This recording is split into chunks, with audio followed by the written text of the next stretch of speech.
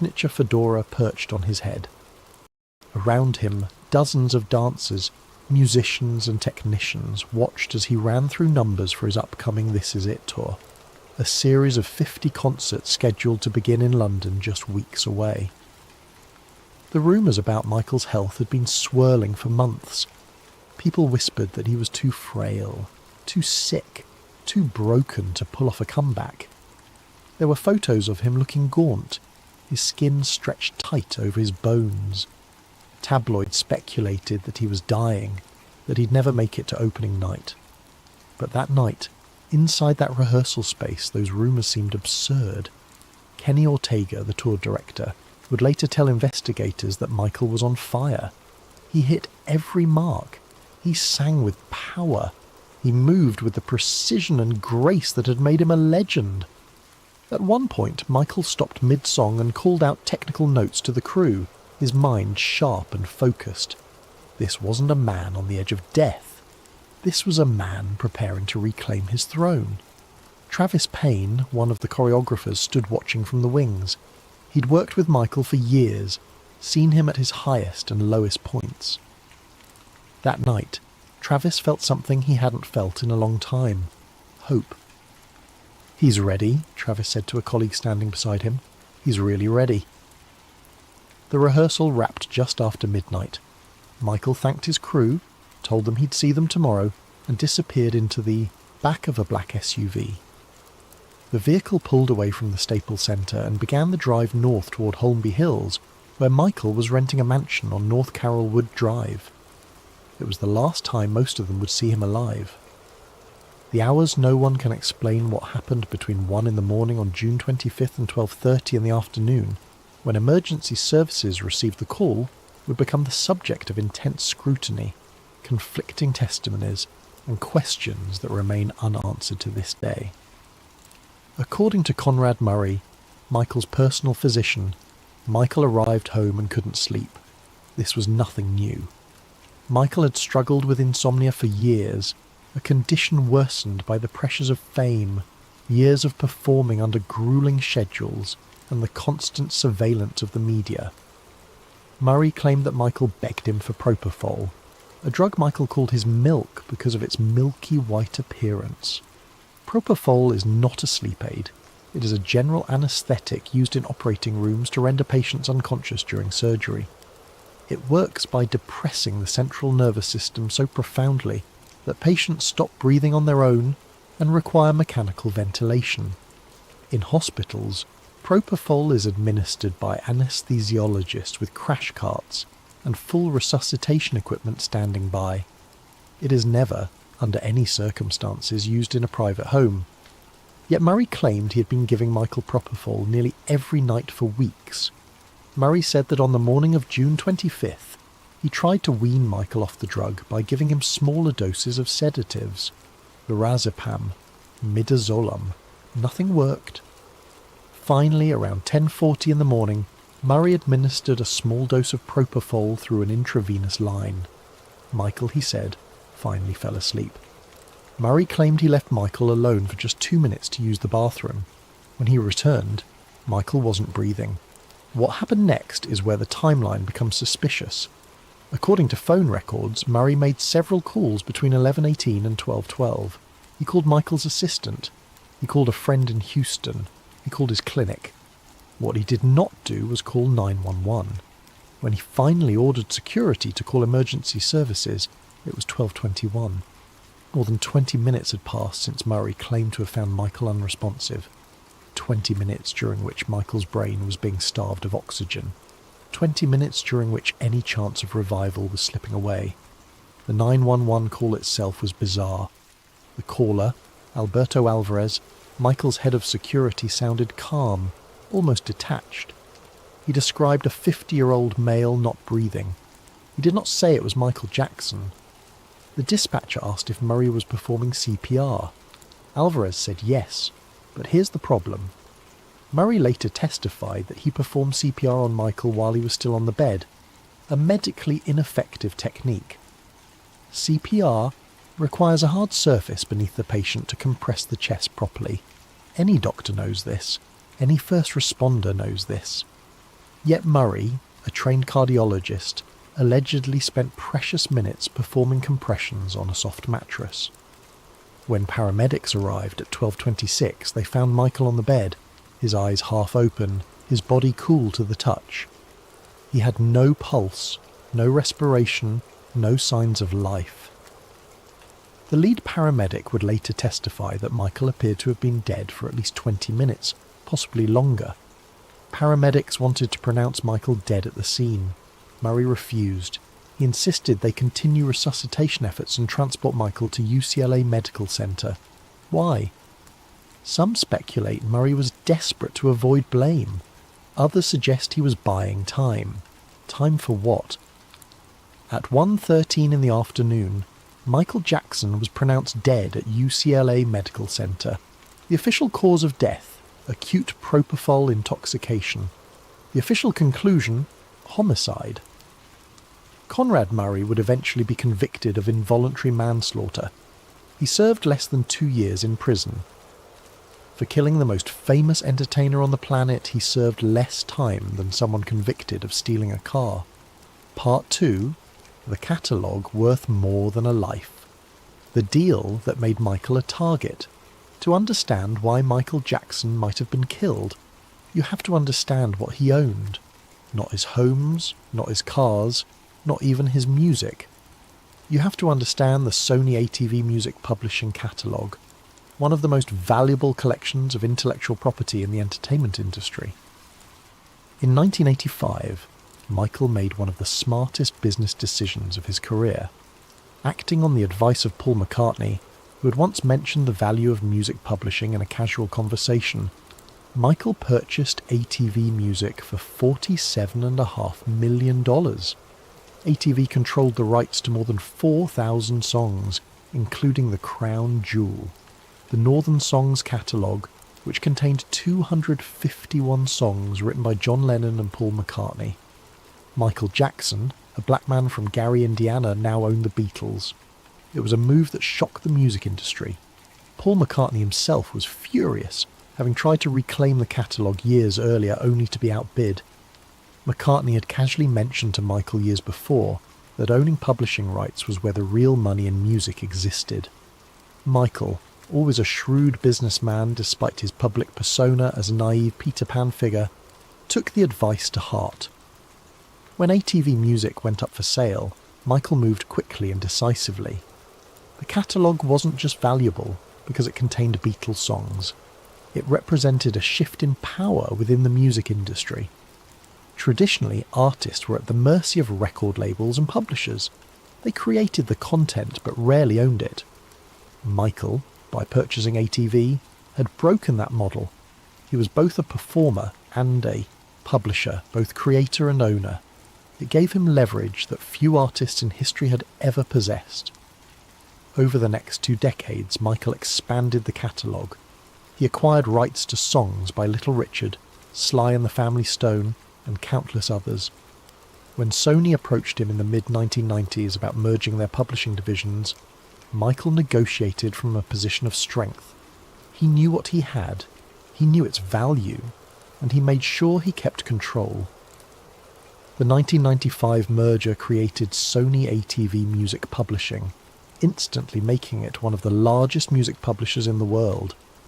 Michael retained his 50% ownership stake, ensuring he had veto power over major decisions. For Sony, this was both an opportunity and a frustration. They had access to an incredible catalogue, but they couldn't fully control it. Michael Jackson, the eccentric pop star who lived in a place called Neverland and kept exotic animals as pets, held all the cards. For years this arrangement worked. Michael made money, Sony made money. But as Michael's financial situation deteriorated in the 2000s, the balance of power began to shift. His spending was legendary. He maintained Neverland Ranch at enormous expense. He travelled with an entourage. He faced costly legal battles, including the devastating child molestation accusations that, while he was acquitted, destroyed his reputation and earning potential. By 2005, Michael was in serious financial trouble. He owed hundreds of millions of dollars to various creditors, His album sales had plummeted. He was no longer the unstoppable commercial force he'd been in the 1980s and 90s. He needed cash, and fast. The solution was to borrow against his most valuable asset, the Sony ATV catalogue. In 2006, Michael refinanced a massive loan, using his 50% stake as collateral. The loan gave him the cash he needed to survive, but it came with strings attached. If he defaulted, Sony could potentially claim his share of the catalogue. He had, in effect, bet everything on his ability to make a comeback. The purchase infuriated Paul McCartney, who had tried and failed to buy back the catalogue years earlier. It also made Michael one of the most powerful figures in the music industry. Every time a Beatles song was played on the radio, used in a commercial, or covered by another artist, Michael got paid. Every time someone wanted to license Yesterday or Let It Be, they had to go through him. By the mid-1990s, Michael's catalogue had grown even more valuable. In 1995, he merged ATV with Sony's music publishing division, creating Sony ATV. Under the deal, Michael retained 50% ownership. The partnership gave him access to even more songs, including hits by Elvis Presley, Bob Dylan and Eminem. By 2009, Sony ATV was worth well over $1 billion. Some estimates put it closer to $2 billion. Michael's 50% stake alone was worth hundreds of millions. But there was a problem. Michael needed cash. Despite his wealth on paper, Michael was drowning in debt. Years of extravagant spending, a shrinking income from album sales, and costly legal battles had left him financially overextended. In 2006, he refinanced a $300 million loan, using a share of Sony ATV as collateral. This put Sony in a powerful position. If Michael defaulted on the loan, they could potentially seize his half of the catalogue. But there was a complication. As long as Michael was alive, he had full control over his share. He could veto sales, licensing deals, and major decisions. He was, in essence, a blockade to Sony's total ownership. Industry insiders knew that Sony wanted the catalogue. They'd wanted it for years. But as long as Michael was alive and in control, there was no clear path to acquisition. Then Michael did something that may have sealed his fate. He started planning his exit. The tour that was supposed to set him free. In March 2009, Michael announced his This Is It tour. 50 concerts at London's O2 Arena. A triumphant return to the stage after years away from the spotlight. The announcement was met with scepticism. Could Michael still perform? Would fans even care? The press conference where Michael announced the tour was held at the O2 Arena itself. Thousands of fans gathered outside, desperate for a glimpse of the reclusive star. When Michael finally appeared on stage, dressed in a glittering jacket and sunglasses, the crowd erupted. He spoke briefly, promising these would be his final shows in London, his curtain call. "This is it," he said, and the words became the tour's name. Behind the scenes, the tour represented far more than just a series of concerts. For AEG Live, the promoting company, it was a massive financial gamble. They were reportedly putting up tens of millions of dollars in production costs, betting that Michael could still fill arenas and generate revenue. For Michael, it was his chance to prove he was still relevant, still the king of pop, still capable of commanding a stage. But most importantly, the tour was Michael's ticket to freedom. He planned to use the earnings to pay off his debts and regain control of his financial life. Associates say Michael saw This Is It as the beginning of a new chapter. After the tour, he wanted to focus on film projects, building a new Neverland and spending time with his children.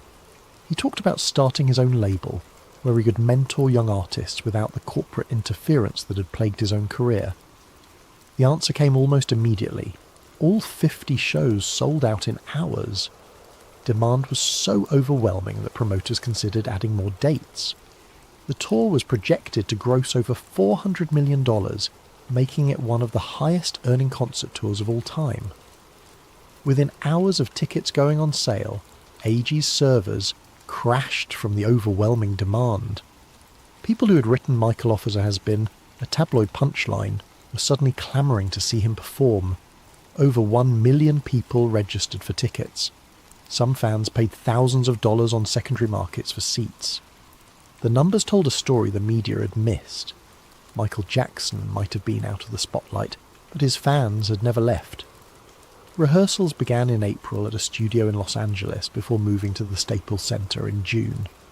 The show Michael envisioned was ambitious, incorporating elaborate sets, cutting-edge special effects, and a set list spanning his entire career. He wanted to give fans not just a concert, but an experience. The production budget ballooned into the tens of millions. Every detail had to be perfect. But there were concerns. Kenny Ortega, the director, would later testify that Michael missed several rehearsals in the weeks leading up to his death. When he did attend, he sometimes seemed distracted or unwell. There were reports of weight loss, of Michael being cold even under hot stage lights, of moments where his energy seemed to flag. AEG executives were reportedly worried. They had hundreds of millions of dollars on the line. If Michael couldn't perform, the entire tour would collapse. Insurance might not cover all their losses. Lawsuits from disappointed fans could follow. The pressure on Michael to prove he could do it was immense. It was in this context that Conrad Murray entered Michael's life. Murray was a cardiologist practicing in Las Vegas and Houston. He had met Michael briefly years earlier and treated one of Michael's children. In 2009, Michael asked Murray to be his personal physician for the tour.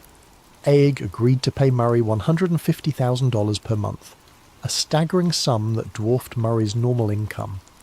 Murray saw it as a lifeline. He was facing financial ruin. Child support obligations, a house in foreclosure, medical practices hemorrhaging money. The contract with AEG would solve all his problems, but it came with an implicit understanding. Keep Michael healthy and performing, whatever it took. But This Is It wasn't just a comeback. For Michael, it was an escape plan. People close to Michael said he viewed the tour as a way to pay off his debts and regain financial independence. Once the tour was over, he planned to leave the traditional music industry behind. He wanted to start his own label, produce his own films, and control his own destiny. He'd spent decades being controlled by managers, labels, and corporations. This Is It was supposed to be his declaration of independence. But independence meant something else. Full control over the Sony ATV catalogue. If Michael paid off his debts, Sony would lose their leverage. They'd have no claim to his share of the publishing empire. Michael would be free to make deals, license songs, or even sell his stake to the highest bidder. For Sony, this was unacceptable. Some people close to Michael claim he was paranoid in the months leading up to his death. He told friends that people were trying to steal his catalogue. He fired multiple business managers and lawyers, convinced they were working against him. He even mentioned feeling watched, followed, and threatened. In 2002, during a speech in London, Michael publicly accused Sony of racism and corruption. Standing in front of a cheering crowd, he said the words that would echo for years. "They want my catalogue. They will kill me for it." At the time, people dismissed it as the ranting of an eccentric celebrity. But after his death, those words took on a chilling new meaning. Part 3. The warnings he left behind. The words no one wanted to hear. Michael Jackson was not shy about his fears.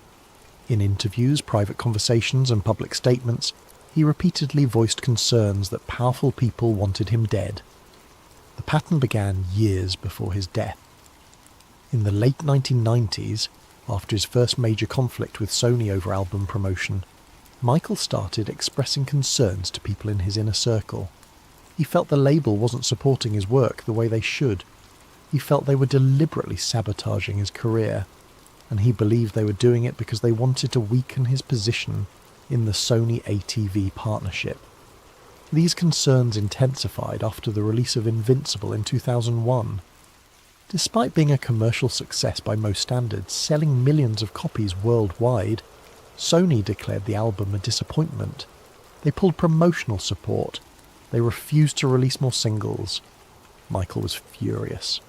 He organised protests outside Sony headquarters in New York, holding signs that read "Sony kills music" and accusing the company of racism. It was during this period that Michael made his most explosive public accusation. In July 2002, he appeared at a rally in London, organised by Reverend Al Sharpton. The event was meant to highlight racial issues in the music industry.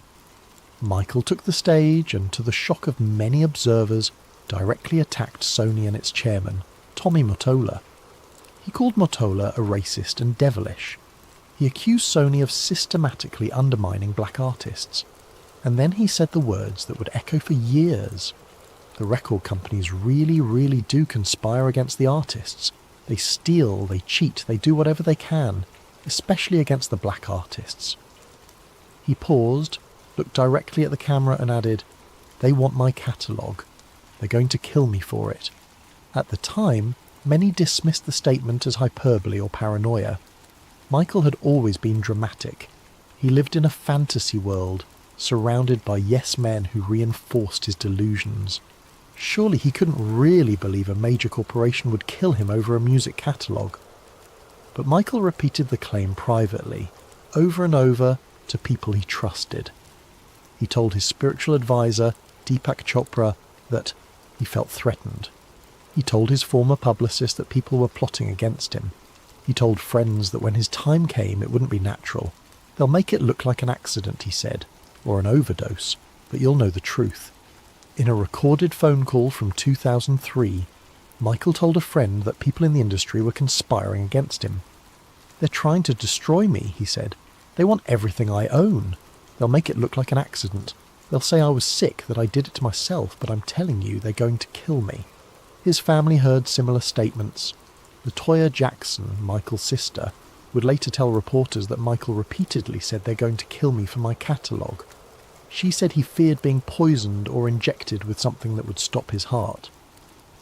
In 2009, just months before his death, Michael had a conversation with his longtime friend and spiritual advisor Deepak Chopra.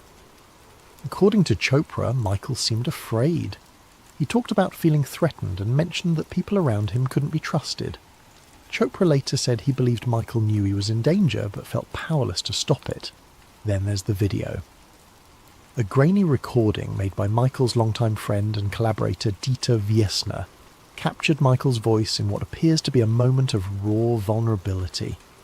In the recording, Michael says, "I'm scared. I don't trust anyone around me. They're planning something. They're going to make it look like I overdosed.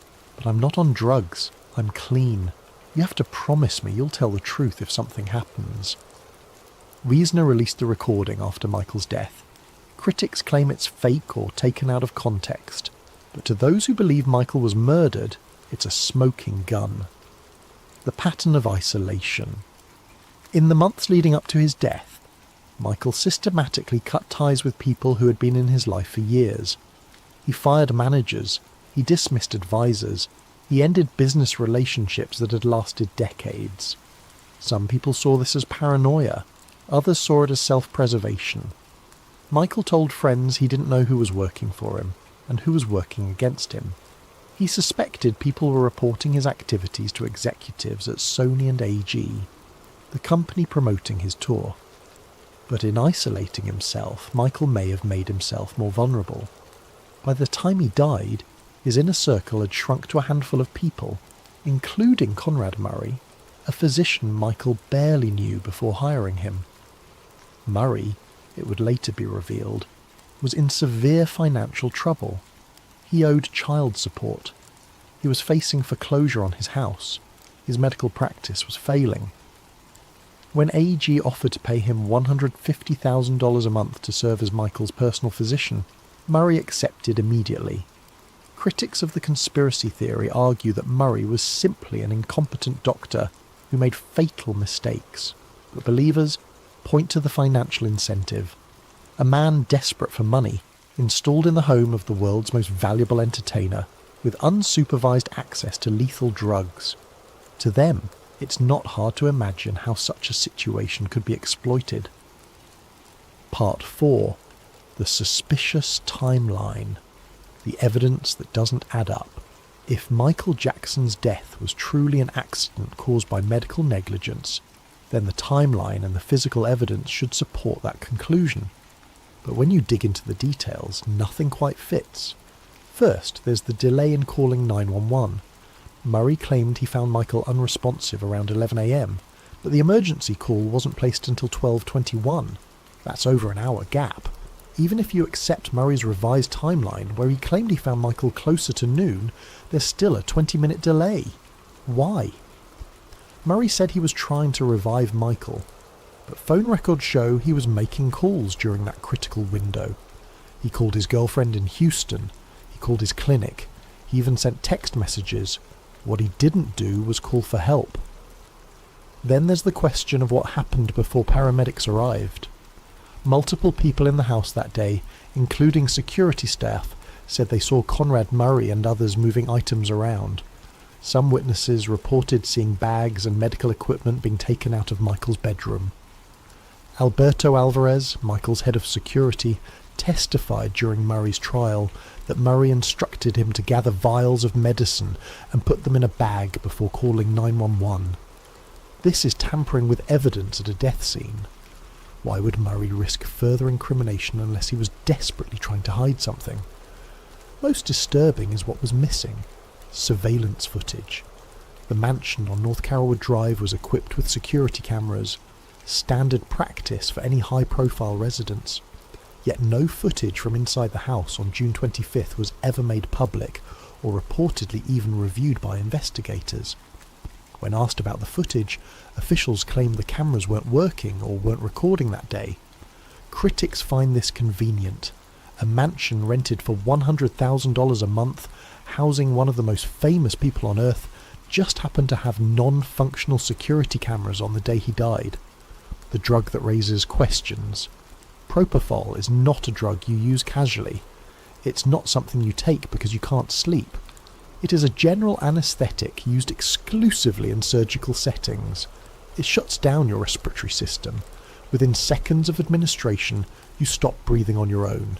In a hospital, this is managed with ventilators and constant monitoring. Outside a hospital, it's lethal. Murray claimed Michael demanded propofol and that he had been giving it to Michael for weeks. But here's the problem. There's no evidence Michael had ever used propofol before Murray entered his life. Friends, family and former employees all said they'd never heard Michael mention the drug. The first anyone knew of it was after Michael's death. So where did the idea come from? Did Michael really ask for a surgical anaesthetic by name, or did someone suggest it to him? Did Murray introduce Michael to propofol, or was it the other way around? The toxicology report showed lethal levels of propofol in Michael's system, along with traces of lorazepam and midazolam. This combination is known as a drug cocktail, a mix that can cause respiratory failure almost instantly. Any doctor knows this. Any anaesthesiologist would recognise the danger immediately. Yet Murray, a trained cardiologist, allegedly gave Michael this exact combination in a private home with no monitoring equipment, no ventilator, and no backup medical staff. Was it gross negligence, or was it intentional? Part 5. The money that moved too fast. The billion-dollar death. Within days of Michael Jackson's death, something extraordinary happened. His music sales exploded. Albums that hadn't charted in years shot to number 1. Thriller, released in 1982, returned to the top of the Billboard charts. Digital downloads of his songs broke records. Streaming numbers reached unprecedented levels. The numbers were staggering. In the first week after his death, Michael's catalogue sold over 8 million tracks and 3 million albums in the United States alone. Worldwide, the figures were even more dramatic. Thriller alone sold over 100,000 copies in that first week, 27 years after its original release. It was a level of commercial success that living artists could only dream of achieving. Music wasn't the only revenue stream. Within days, merchandising deals were being negotiated. T-shirts, posters, memorabilia, all bearing Michael's image, flooded the market. Online retailers reported selling out of Michael Jackson products within hours. Auction houses prepared to sell items connected to Michael, knowing they would fetch premium prices from grieving fans desperate to own a piece of his legacy. Then there was the tribute industry. Plans for memorial concerts were announced almost immediately. Television specials were commissioned. Networks paid millions for exclusive footage. The memorial service itself, held at the Staples Center on July 7th, was broadcast to an estimated global audience of over 1 billion people. It was one of the most watched events in television history, generating enormous advertising revenue for the networks that carried it. In the first week alone, Michael's estate generated over $20 million in revenue. By the end of the first year, that number had climbed to over $1 billion. $1 billion. More money than Michael had earned in the entire previous decade. The speed of these business deals raised his eyebrows among those who suspected foul play. Normally, when a major artist dies, there's a period of mourning before the business machine kicks into gear. Estates need time to organise, contracts need to be reviewed, legal issues need to be resolved. But in Michael's case, everything moved with startling efficiency. Part of this efficiency came from the fact that Michael's estate had executors already in place. John Branca, Michael's longtime entertainment lawyer, and John McClane, a music executive and family friend, had been named co-executors in Michael's will. When Michael died, they immediately took control of his business affairs. They had the authority to make deals, sign contracts, and manage the estate's assets. Interestingly, Michael had fired Branca just weeks before his death. Some family members claimed Michael didn't trust Branca and wanted him removed from any role in his affairs. But the will that named Branca as executor was dated 2002, and under California law it remained valid. When Michael died, Branca was back in control, whether Michael wanted him there or not. The Michael Jackson estate became one of the highest earning estates in entertainment history, rivaling Elvis Presley and outdoing almost every living artist. And the profits kept rolling in. Album sales, licensing deals, merchandising, tribute concerts, documentaries. Sony moved with remarkable speed. Within weeks of Michael's death, they announced a deal to release This Is It, a documentary film cobbled together from rehearsal footage. The film premiered in October 2009, just 4 months after Michael died.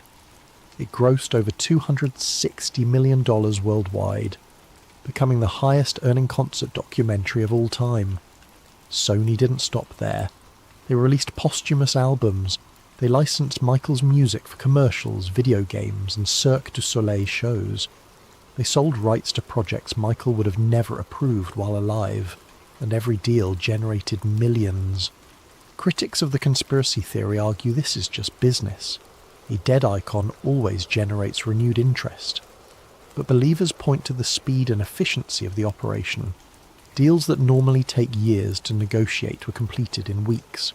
Projects that would have required Michael's approval were greenlit immediately. It was as if Sony had been waiting, prepared, ready to move the moment Michael was gone. The catalogue that finally changed hands. For years, Sony had wanted full control of the Sony ATV catalogue. For years, Michael Jackson stood in the way. But after his death, the obstacles began to crumble. In 2016, 7 years after Michael's death, Sony finally acquired the Michael Jackson estate's 50% stake in Sony ATV. The deal was valued at $750 million. Sony now owned the entire catalogue, every song, every licensing right, every dollar of future revenue.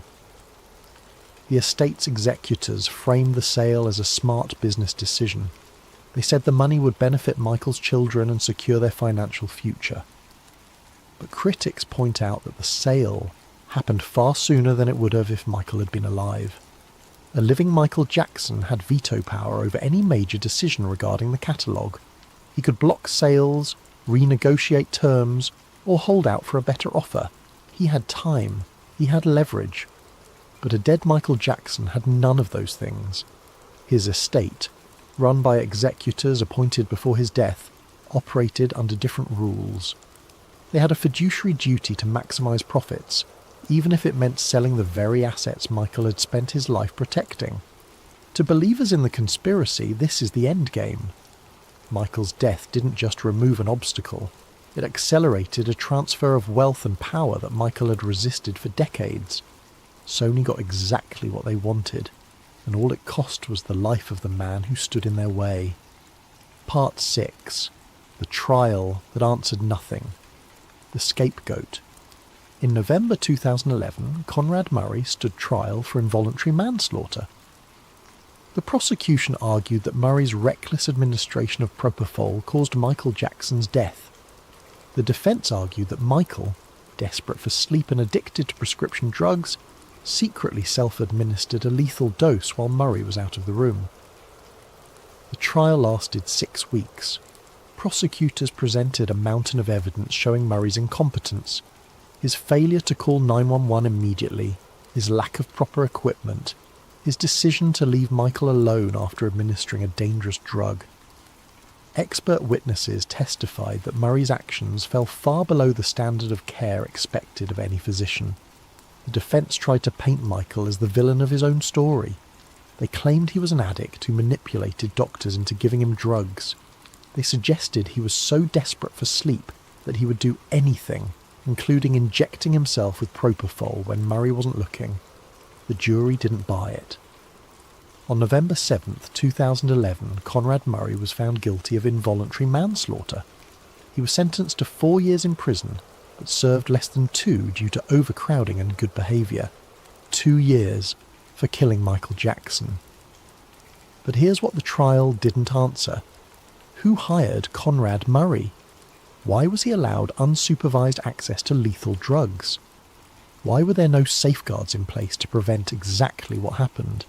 And most importantly, who benefited from Michael's death? The Jackson family filed a wrongful death lawsuit against AEG Live, the company promoting the This Is It tour. They argued that AEG negligently hired and supervised Murray, creating the conditions that led to Michael's death. The case went to trial in 2013. The trial revealed troubling details. Internal emails showed AEG executives pressuring Michael to rehearse despite concerns about his health. One email referred to Michael as the freak, showing the disdain some executives felt toward him. Another email discussed the need to remind Murray who was paying his salary, suggesting EG wanted Murray to prioritise their interest over Michael's well-being. But in October 2013, the jury found EG not liable. They concluded that while EG hired Murray, they weren't responsible for his actions because they didn't know he was using propofol. The Jackson family walked away with nothing. AEG walked away unscathed, and Conrad Murray, the only person held legally responsible, had already served his time and been released. Justice, for many who followed the case, had not been served. Epilogue: the unconfirmable truth. So what really happened to Michael Jackson? The official answer is clear. He died from acute propofol intoxication, administered by a negligent doctor. Conrad Murray made catastrophic mistakes, failed to follow basic medical protocols, and Michael paid with his life. It's a tragedy born of incompetence, desperation, and poor judgment. This explanation has the benefit of being simple and requiring no vast conspiracy. Murray was a doctor in debt, desperate for money, who found himself in over his head. Michael was an insomniac who had become dependent on increasingly dangerous medications. Together they created a lethal combination. Murray's incompetence killed Michael, and he paid the price with a criminal conviction. But this explanation leaves questions unanswered. Why did Murray wait so long to call for help? Why was evidence removed from the scene? Where is the security footage? Why did Sony move so quickly to monetize Michael's death? Why did the catalogue end up in Sony's hands exactly as Michael had predicted? For those who believe in the conspiracy, these questions point to a darker truth. They see a pattern. Financial pressure applied to Michael through the loan against his catalogue. A doctor with massive debts placed in his home by a tour promoter with billions at stake. A drug regimen that no responsible physician would ever prescribe. Delays in emergency response that ensured Michael couldn't be revived. and a corporate machine that immediately capitalised on his death. They point to Michael's own words, spoken years before his death, warning that this exact scenario would play out. They point to the fact that Michael's death solved problems for multiple powerful entities. Sony got a path to the catalogue, AG's tour insurance paid out, and the estate generated more money in 1 year than Michael had made in the previous 10. The conspiracy theory argues that Michael didn't need to be murdered in a traditional sense. No one needed to sneak into his room and inject him with poison. All that was needed was to create the conditions where his death became inevitable. Place a desperate, financially compromised doctor in his home. Ensure he has access to lethal drugs. Apply pressure to make sure Michael keeps working despite health concerns. Then step back and wait. Whether through direct action or willful negligence, the result is the same. Michael Jackson died at 50, years old, just weeks before a comeback tour that might have given him financial independence. He died with propofol in his system, exactly as he had feared. He died, and his catalogue eventually ended up in Sony's hands, exactly as he had predicted. The truth, whatever it is, remains elusive. No smoking gun has emerged. No whistleblower has come forward with definitive proof of a murder plot. Conrad Murray maintains he was simply trying to help Michael sleep. Sony insists they conducted business ethically. AEG was cleared of wrongdoing in court. The official record stands. Michael Jackson died from an accidental overdose caused by medical negligence. But the questions remain, and for millions of fans around the world, the official story doesn't add up. They remember Michael's warnings. They see the financial incentives. They note the suspicious circumstances. And they refuse to believe that the death of the King of Pop was just a tragic accident. But for those who believe in the conspiracy, that explanation is too simple. It ignores the financial stakes, the warnings Michael left behind, the suspicious timeline, and the fact that Michael's death accelerated a transfer of wealth that he had resisted for decades. They point to the speed at which deals were made after his death. They question why security footage disappeared. They note the delay in calling 911 and the evidence of tampering at the scene. They remember Michael's own words. They're going to kill me for my catalogue. And most importantly, they ask the question that no one has been able to answer. Who benefited? Not Michael's children, who lost their father. Not Michael's fans, who lost an artist in the middle of what could have been the greatest comeback in music history. Not Conrad Murray, who destroyed his career and spent time in prison. The only winners were the corporations who now own Michael's music, his image, and his legacy. Sony got the catalogue. AEG avoided liability. The estate, run by executors with financial interests tied to ongoing deals, has made over $2 billion since Michael's death. Michael Jackson alive was a problem. He was unpredictable. He was in debt but still had veto power. He was planning a comeback that might give him financial independence. He was, in the eyes of some, an obstacle. Michael Jackson dead was an asset. A profitable, controllable, endlessly marketable asset. Did someone orchestrate his death? Was Conrad Murray more than just an incompetent doctor? Were there people pulling strings behind the scenes, ensuring that Michael's final hours played out exactly as they needed to? We'll probably never know for certain. The truth, if it exists, is buried under layers of legal protections, corporate interests, and the convenient narrative of a troubled star who pushed his body too far. But one thing is undeniable. Michael Jackson warned us. He told anyone who would listen that they were coming for him. He said they would make it. Look like an accident. Like an overdose. He said they wanted his catalogue. And in the end, that's exactly what happened. The aftermath of Michael's death created ripples that extended far beyond the music industry.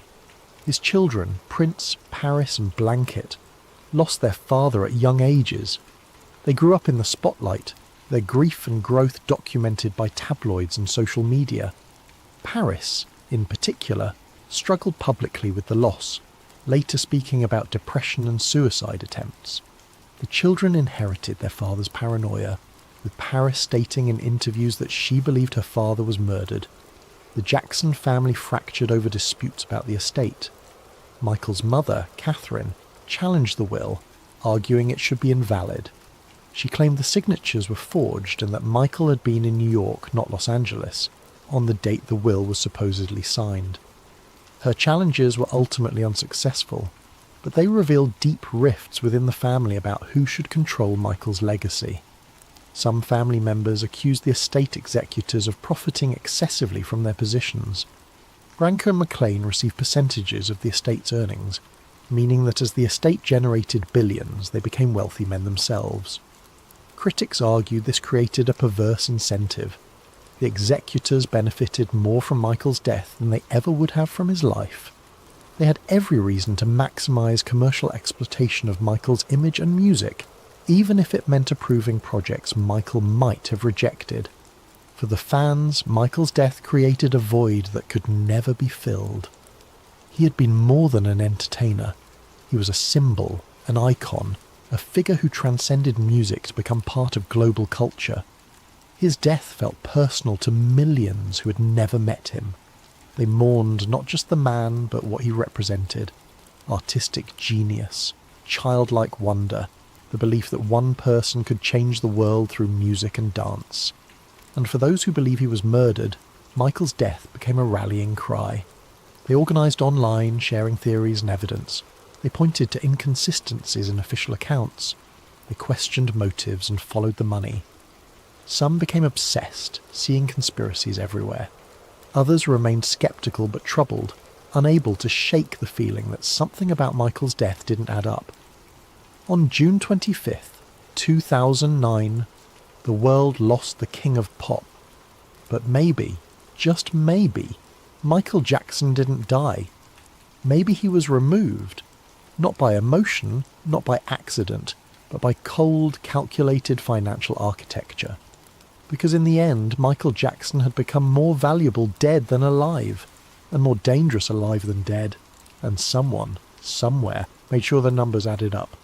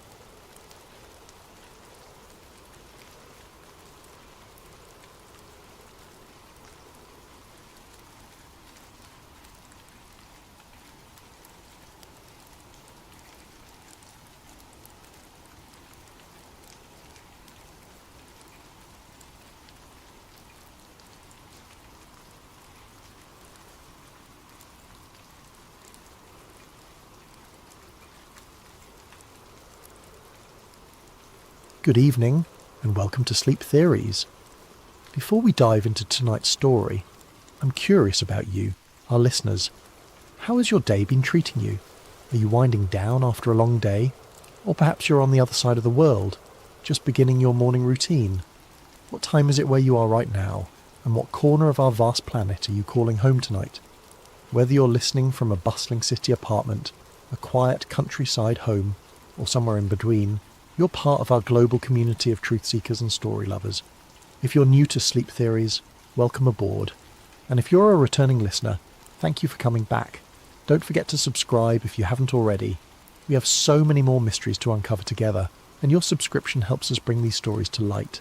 Now, settle in, get comfortable, and prepare yourself for a tale that will make you question everything you thought you knew about one of history's most famous disasters. Tonight, we're going beneath the surface of the North Atlantic, not just to explore the wreckage of a legendary ship, but to uncover a conspiracy so massive, so carefully orchestrated, that it may have shaped the course of world history. This is the story of the Titanic switch, the theory that suggests the ship that sank on that fateful April night in 1912 was never the Titanic at all. April 14th, 1912. Picture this night in your mind. The North Atlantic stretches endlessly in every direction, a black mirror reflecting nothing but stars. There is no moon to illuminate the waters, leaving the ocean in an almost supernatural darkness. The temperature has dropped to just below freezing, and the sea is unusually calm, so still that veterans of these waters would later describe it as eerily unnatural. Cutting through this obsidian expanse is the largest moving object ever created by human hands. The RMS Titanic, all 882 feet of her, pushes through the water at nearly 23 knots. Her 4 massive smokestacks pierce the star-filled sky, sending columns of smoke and sparks into the night. From her decks, the warm glow of electric light spills out onto the water, creating the only source of illumination for miles in any direction. Inside this floating palace, over 2,000 souls are living what many believe to be their final hours, though they don't know it yet. In the first-class dining saloon, passengers in evening wear are finishing their 10-course dinner, completely unaware that they are dining aboard what will become history's most famous maritime disaster. The ship's orchestra plays ragtime melodies that drift through the corridors, mixing with the sound of laughter, conversation, and the ever-present thrumming of the engines deep below. Captain Edward Smith stands on the bridge, a veteran of the seas with 40 years of experience behind him. This is meant to be his final voyage before retirement, a triumphant capstone to a distinguished career. He has commanded ships for the White Star Line for decades, earning the nickname Millionaire's Captain for his skill in handling the luxury vessels that carry the world's elite across the Atlantic. Tonight he commands not just any ship, but the crown jewel of the White Star Line fleet, the unsinkable Titanic. But at 11:39 p.m. ship's time, everything changes in an instant. Frederick Fleet, the lookout stationed in the crow's nest, spots something emerging from the darkness ahead. Without the aid of binoculars, which, mysteriously, are locked away and unavailable to the lookouts that night, he strains his eyes against the blackness. What he sees sends ice through his veins. A massive iceberg, dark and silent, looms directly in the ship's path. "Iceberg right ahead," Fleet shouts into the telephone that connects him to the bridge. First Officer William Murdoch receives the warning and immediately orders hard a starboard and full astern. The helmsman spins the wheel, and the engine room receives the telegraph signal to reverse engines. For 37 seconds, the fate of over 2,000 people hangs in the balance as the massive ship begins to turn. But it's too late. The Titanic's starboard side scrapes along the iceberg with what survivors would later describe as a sound like thunder, though to many passengers it felt like nothing more than a slight shudder. Some passengers on the lower decks report chunks of ice falling onto the deck, and a few even gather pieces as souvenirs, joking about their close call with the ice. They have no idea that their ship is already doomed. Below the waterline, the iceberg has opened up the first 5 compartments of the ship's hull. The Titanic was designed to survive flooding in up to 4 compartments, but 5 is too many. Thomas Andrews, the ship's designer who is aboard for this maiden voyage, quickly calculates the mathematics of disaster. With 5 compartments flooding, the ship will inevitably sink by the bow, pulling the rest of the vessel down with her. "How long do we have?" Captain Smith asks Andrews. "An hour, 2 at most." And so begins one of the most studied, documented and debated disasters in human history. Over the next 2 hours and 40 minutes, the unsinkable ship will break apart and slip beneath the waves, taking with her over 1,500 souls. The survivors will tell stories of heroism and cowardice, of the band playing hymns as the ship tilted toward her grave, of the insufficient lifeboats and the icy water that killed most victims within minutes. This is the story we all know. This is the official narrative that has been told and retold for over a century. But what if everything we think we know about that night is wrong? What if the ship that struck the iceberg and sank in the North Atlantic was never the Titanic at all? What if the real conspiracy began not in the aftermath of the disaster, but months before, in the shipyards of Belfast, where 2 sister ships sat side by side, and where a desperate plan was hatched to save a failing company from financial ruin? What if the disaster that shocked the world was not an accident, but the culmination of the most audacious insurance fraud ever attempted? Tonight, we're going to explore a theory that suggests the Titanic disaster was not just a tragedy, but a carefully orchestrated conspiracy involving some of the most powerful men in the world. We're going to examine evidence that points to a massive cover-up, one that may have claimed the lives of over 1,500 innocent people in service of greed, power, and political manipulation. This is the story of the Titanic switch, and by the end of our journey together, you may never look at this famous disaster the same way again. To understand the theory of the Titanic switch, we must first travel back to the shipyards of Belfast Island, where 2 virtually identical ships were taking shape side by side. The story begins not with disaster, but with dreams of maritime supremacy and the fierce competition between the great shipping lines of the early 20th century. Harland and Wolff Shipyard in Belfast was, at the time, one of the premier shipbuilding facilities in the world. The massive facility sprawled along the banks of the River Lagan, its enormous gantry cranes towering over the landscape like steel monuments to industrial ambition. It was here, in this cathedral of steel and rivets, that the White Star Line had commissioned 3 ships that would change ocean travel forever. The Olympic-class ships, as they would be known, were conceived as the ultimate expression of luxury and engineering prowess.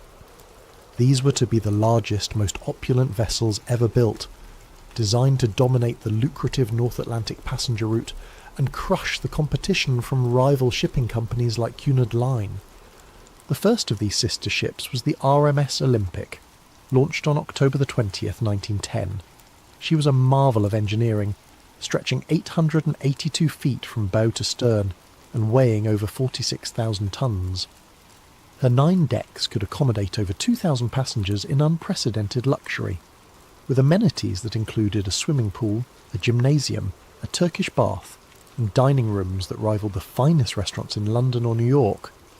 The Olympic was not just a ship. She was a floating city, a testament to British engineering and a symbol of the White Star Line's dominance of the seas. When she departed Southampton on her maiden voyage in June 1911, she carried with her the hopes and reputation of her builders. But less than 4 months after her maiden voyage, disaster struck. On September the 20th, 1911, the Olympic was departing Southampton when she collided with HMS Hawke, a Royal Navy cruiser. The impact was devastating.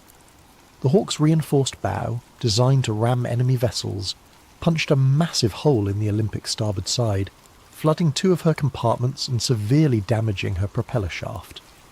The Olympic limped back to port, her maiden voyage season cut dramatically short. But the damage was far more extensive than initially apparent. When she was dry docked for inspection, the full extent of the catastrophe became clear.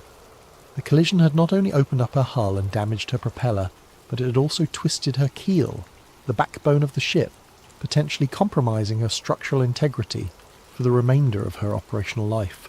For the White Star Line, this was nothing short of a financial disaster. The Olympic had cost over $7.5 million to build, an astronomical sum in 1911. Now she faced months of expensive repairs, and even after those repairs, questions would remain about her seaworthiness and insurability. But the problems went deeper than just the cost of repairs. The collision with HMS Hawke had occurred under circumstances that placed the Olympic at fault. Captain Edward Smith, yes, the same Captain Smith who would later command the Titanic on her fatal voyage, had been in charge of the Olympic when the accident occurred. The subsequent Admiralty Court inquiry found the Olympic to blame for the collision, meaning that the White Star Line would receive no insurance compensation for the damage. This left the company facing a nightmare scenario. They had an expensive ship that needed costly repairs, no insurance money to pay for those repairs, and serious questions about whether insurance companies would be willing to fully cover the vessel in the future. The Olympic had gone from being the crown jewel of the White Star Line fleet to a massive financial liability virtually overnight.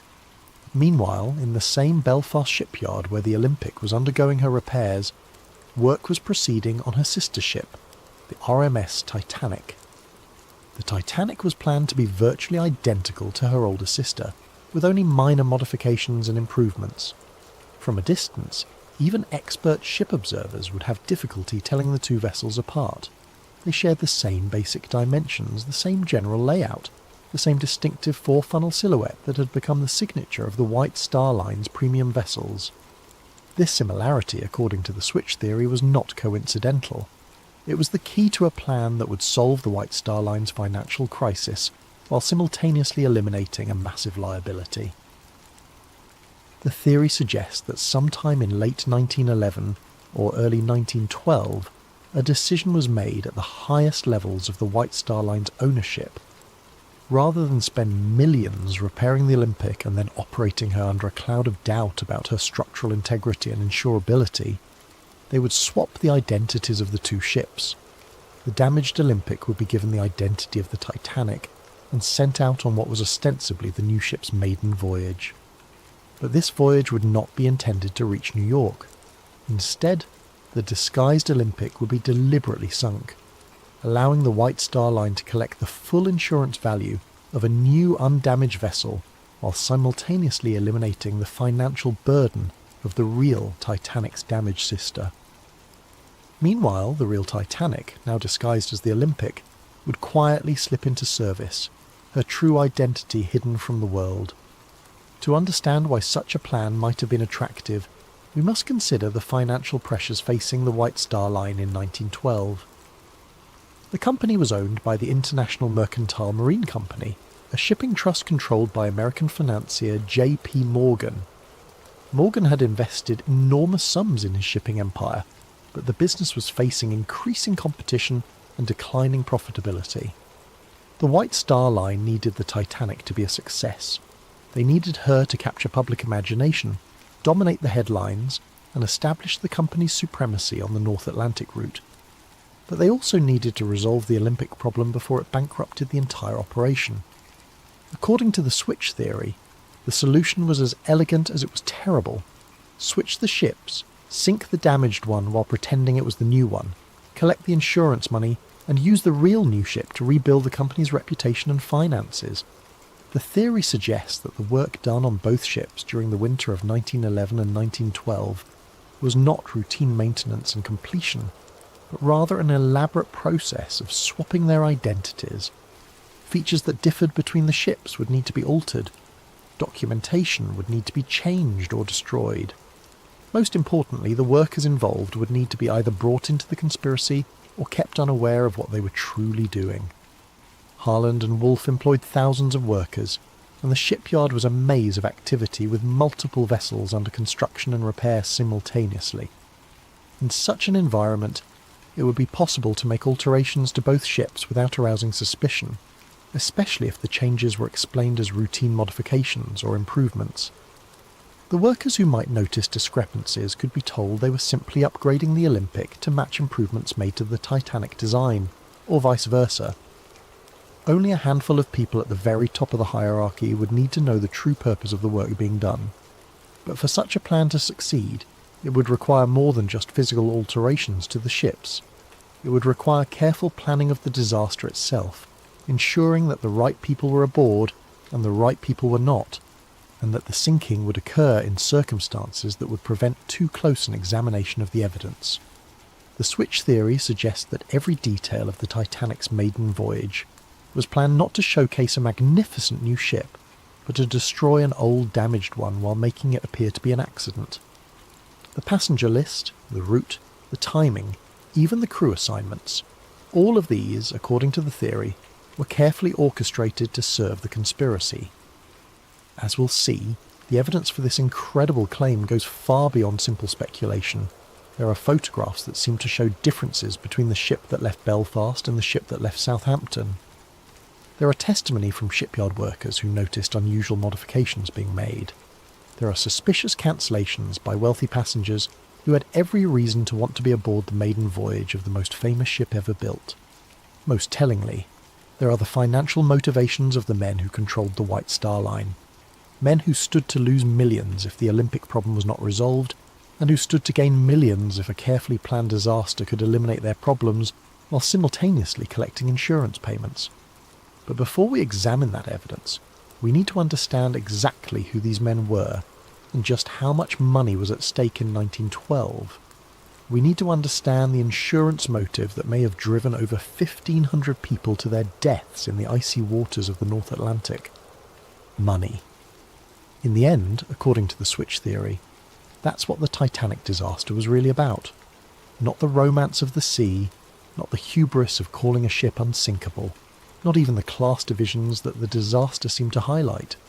It was about money, enormous amounts of money that stood to be lost or gained depending on the fate of two ships and the decisions of a few powerful men. To understand the financial pressures that may have driven the conspiracy, we need to understand the business empire of one man, John Pierpont Morgan, the American financier who controlled more wealth and power than perhaps any individual in the history of capitalism. J.P. Morgan was not just wealthy, he was a force of nature in the world of early 20th century finance. His banking house, J.P. Morgan and Company, had financed railroads, steel companies, and industrial empires. He had personally intervened to prevent financial panics, earning him the nickname America's Bank. When the federal government needed money, they came to J.P. Morgan. When major corporations needed capital, they came to J.P. Morgan. By 1912, he controlled assets worth billions in today's currency. But Morgan's empire was not limited to American shores. In 1902, he had founded the International Mercantile Marine Company, a shipping trust designed to dominate transatlantic passenger and cargo traffic. The IM acquired control of numerous shipping lines, including the prestigious White Star Line, Morgan's crown jewel in maritime transportation. The White Star Line was the perfect fit for Morgan's vision. Founded in 1845, it had built its reputation on providing luxury service to affluent passengers crossing between Europe and America. The company's ships were known for their elegance, comfort and safety record. When Morgan acquired control, he saw an opportunity to create the ultimate expression of luxury travel while generating enormous profits. This vision led directly to the commissioning of the Olympic-class ships. Morgan intended these vessels to be more than just transportation. They would be floating advertisements for the supremacy of his shipping empire. The Olympic, Titanic and the planned third sister ship Britannic would capture the public imagination and establish IMM as the unquestioned leader in North Atlantic travel. The financial investment was staggering. Each ship cost approximately $7.5 million to build, roughly $200 million in today's currency. The Olympic alone represented an investment larger than the annual budget of many small nations. For the three ships combined, Morgan was risking an amount of money that could have funded a small war. But the potential profits were equally enormous. The North Atlantic passenger route was one of the most lucrative transportation businesses in the world. Wealthy Americans travelling to Europe for business or pleasure were willing to pay premium prices for luxury accommodations. European aristocrats and businessmen crossing to America represented another steady stream of high-paying customers. Immigrants seeking new lives in America provided volume traffic that, while individually less profitable, generated substantial revenue in aggregate. Morgan calculated that the Olympic-class ships would not only dominate this market but expand it. By offering unprecedented luxury and reliability, he could charge premium prices while attracting new customers who had never before considered ocean travel. The ships would pay for themselves within a few years and then generate enormous profits for decades to come. This was the dream. The reality, as we've seen, was somewhat different. When the Olympic collided with HMS Hawke in September 1911, Morgan's carefully calculated investment began to unravel. The ship that was supposed to be generating revenue was instead sitting in dry dock, requiring expensive repairs. Worse, the legal finding that the Olympic was at fault for the collision meant that insurance would not cover the costs of those repairs. But the problems went beyond just the immediate cost of fixing the damage. The Olympic's accident raised serious questions about the ship's design and safety. If one of these supposedly superior vessels could be so easily damaged in a collision with a smaller ship, what did that say about their construction? More importantly for Morgan's business model, what did it say about their insurability? Insurance was critical to the economics of ship operation. No shipping company could afford to operate vessels worth millions of dollars without comprehensive insurance coverage. But insurance companies were in the business of managing risk, and a ship that had already demonstrated vulnerability might be difficult to insure at reasonable rates.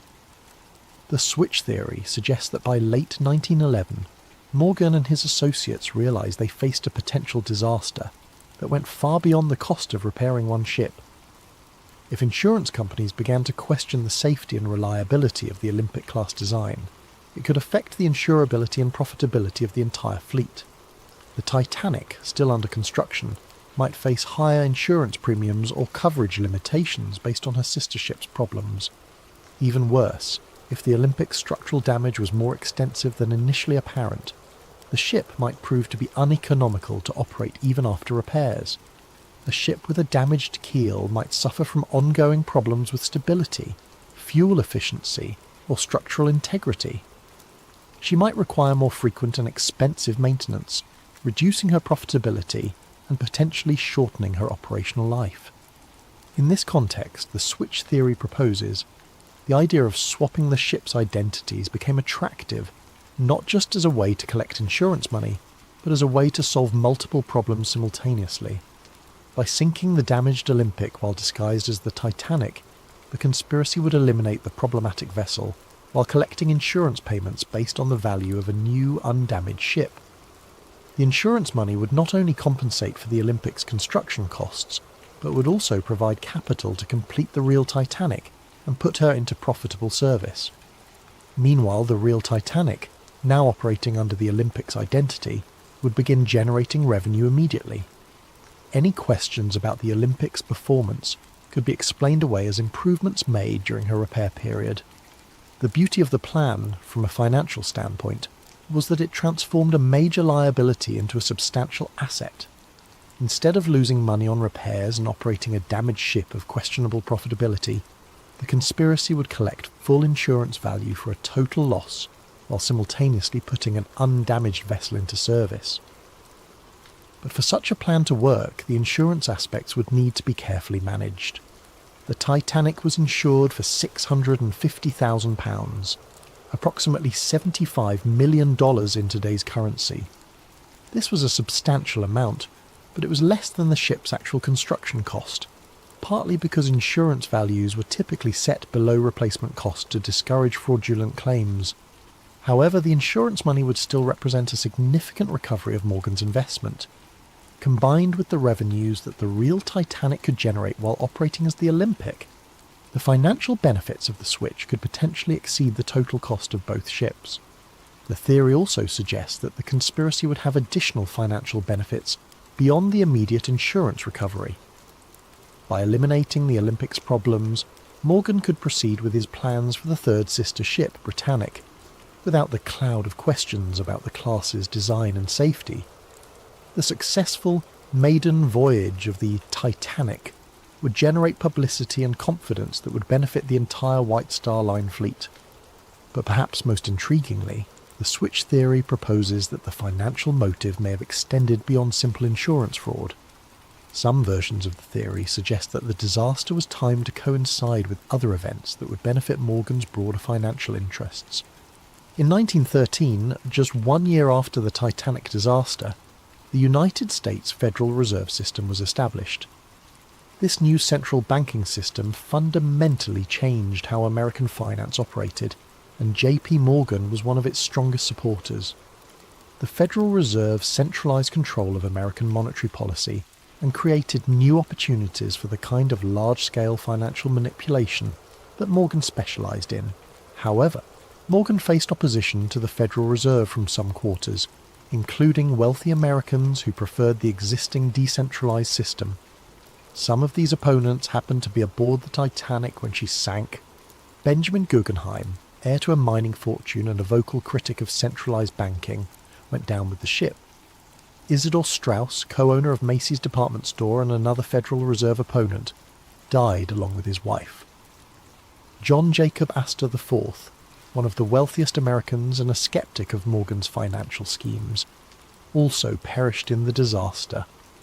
Meanwhile, J.P. Morgan himself, who had booked passage on the Titanic's maiden voyage, cancelled his trip at the last minute citing illness. Several of Morgan's business associates and political allies also cancelled their bookings while his opponents sailed to their deaths. This aspect of the theory suggests that the Titanic disaster may have served multiple purposes for Morgan. Not only did it solve his immediate problem with the Olympic and provide insurance money, but it also eliminated some of his most powerful opponents in the debate over American financial policy. Whether or not this political dimension was part of the original plan, the financial motive alone would have been sufficient to drive such a conspiracy. Morgan stood to lose millions if the Olympic problem was not resolved, and he stood to gain millions if a carefully orchestrated disaster could eliminate his problems while collecting insurance payments. The amounts of money involved were so large that they could influence the decisions of governments and the fate of thousands of people. In the world of early 20th century finance, where a handful of men controlled wealth comparable to entire national budgets, the lives of 1,500 passengers might have seemed like acceptable collateral damage in service of a larger financial strategy. But money and motive alone do not prove a conspiracy. For the switch theory to be credible, there must be physical evidence that the ships were actually swapped. There must be documentation, photographs, and testimony that support the claim that the vessel that sank was not the Titanic but her damaged sister. As we'll see in the next chapter, proponents of the switch theory claim that such evidence exists, hidden in plain sight in photographs, construction records, and the testimony of those who were present when the conspiracy was allegedly carried out. The human eye, they say, can be deceived. Photographs, however, do not lie. They capture reality with mechanical precision, preserving details that witnesses might forget or misremember. For proponents of the switch theory, photographic evidence forms the backbone of their case that the ship which sank on April 15, 1912, was not the Titanic, but her sister ship, the Olympic. To understand this evidence, we must first appreciate just how similar the Olympic and Titanic actually were. Both ships were built from virtually identical blueprints, with the same overall dimensions, the same basic layout, and the same distinctive four-funnel profile. From a distance, even maritime experts would have difficulty distinguishing between them. However, they were not absolutely identical. The Titanic incorporated several design improvements based on experience gained from the Olympic's early service. More importantly, she included modifications specifically requested by passengers and crew who had sailed on the Olympic and identified areas for improvement. These differences, while minor, were distinctive enough that they could be identified by careful observers. And according to switch theory proponents, photographs of the ship that left Southampton on April 10, 1912, show features that match the Olympic rather than the Titanic. The most frequently cited difference involves the porthole arrangements on a deck, the ship's uppermost passenger deck. The original Titanic plans showed 16 portholes along the forward section of this deck. The Olympic, however, had been built with only 15 portholes in the same area. When the Olympic was being repaired after her collision with HMS Hawke, the damaged area included part of this porthole arrangement. Photographs taken of the Olympic during her repair period show workmen modifying the porthole configuration in this section. Switch theory proponents claim that these modifications were made to match the Titanic's 16 porthole design as part of the process of disguising the Olympic as her sister ship. However, photographs of the ship that departed Southampton on the Titanic's supposed maiden voyage show only 15 portholes in the critical area, matching the Olympic's original configuration rather than the Titanic's planned design. This discrepancy might seem minor, but it's precisely the kind of detail that would be difficult to alter quickly and completely. Changing porthole arrangements required cutting through the ship's steel hull and then reinforcing and refinishing the area. It was exactly the sort of modification that might be overlooked in a hasty effort to swap the ship's identities. Another frequently cited difference involves the arrangement of the ship's lifeboats. The Olympic and Titanic were built with slightly different davit systems, mechanical devices used to lower lifeboats into the water. The Titanic was designed with a newer, more efficient davit arrangement that allowed for quicker deployment of the boats. Photographs of the ship at Southampton show what appear to be the older style davits consistent with the Olympic's original configuration. Switch theory proponents argue that the newer davits planned for the Titanic were never installed because the ship that sailed was actually the disguised Olympic. This detail takes on additional significance when considered alongside survivor testimony about the difficulty experienced in launching lifeboats during the disaster. Several witnesses reported problems with the davit mechanisms, delays in getting boats into the water, and confusion about the operation of the launching equipment. If the ship was actually the Olympic with her old davit systems, such problems might explain some of the difficulties experienced during the evacuation. More controversial is evidence related to the ship's propeller systems. The Olympic suffered significant damage to her centre propeller shaft during the collision with HMS Hawke.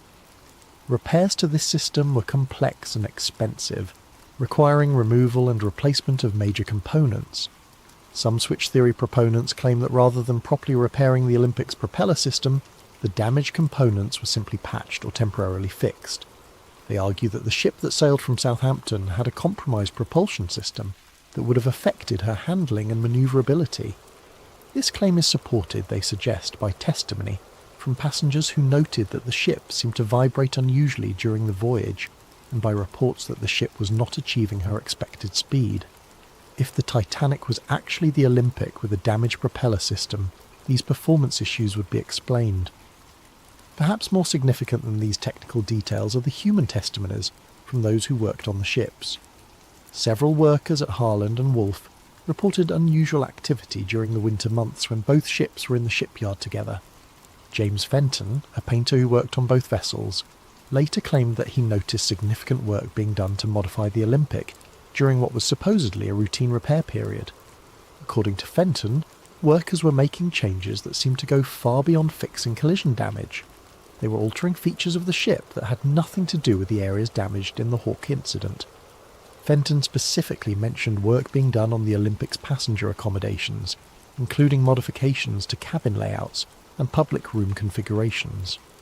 He claimed that these changes seemed designed to make the Olympic more closely resemble the Titanic's interior arrangements. Even more intriguingly, Fenton reported that workers were instructed to swap various brass fittings and fixtures between the two ships. Nameplates, cabin numbers, and other identifying features were removed from both vessels and apparently switched. When Fenton asked supervisors about this work, he was told it was part of standardising equipment between the sister ships. Another shipyard worker, Robert Hichens, reported seeing unusual activity in the area where the ships' names were painted on their hulls.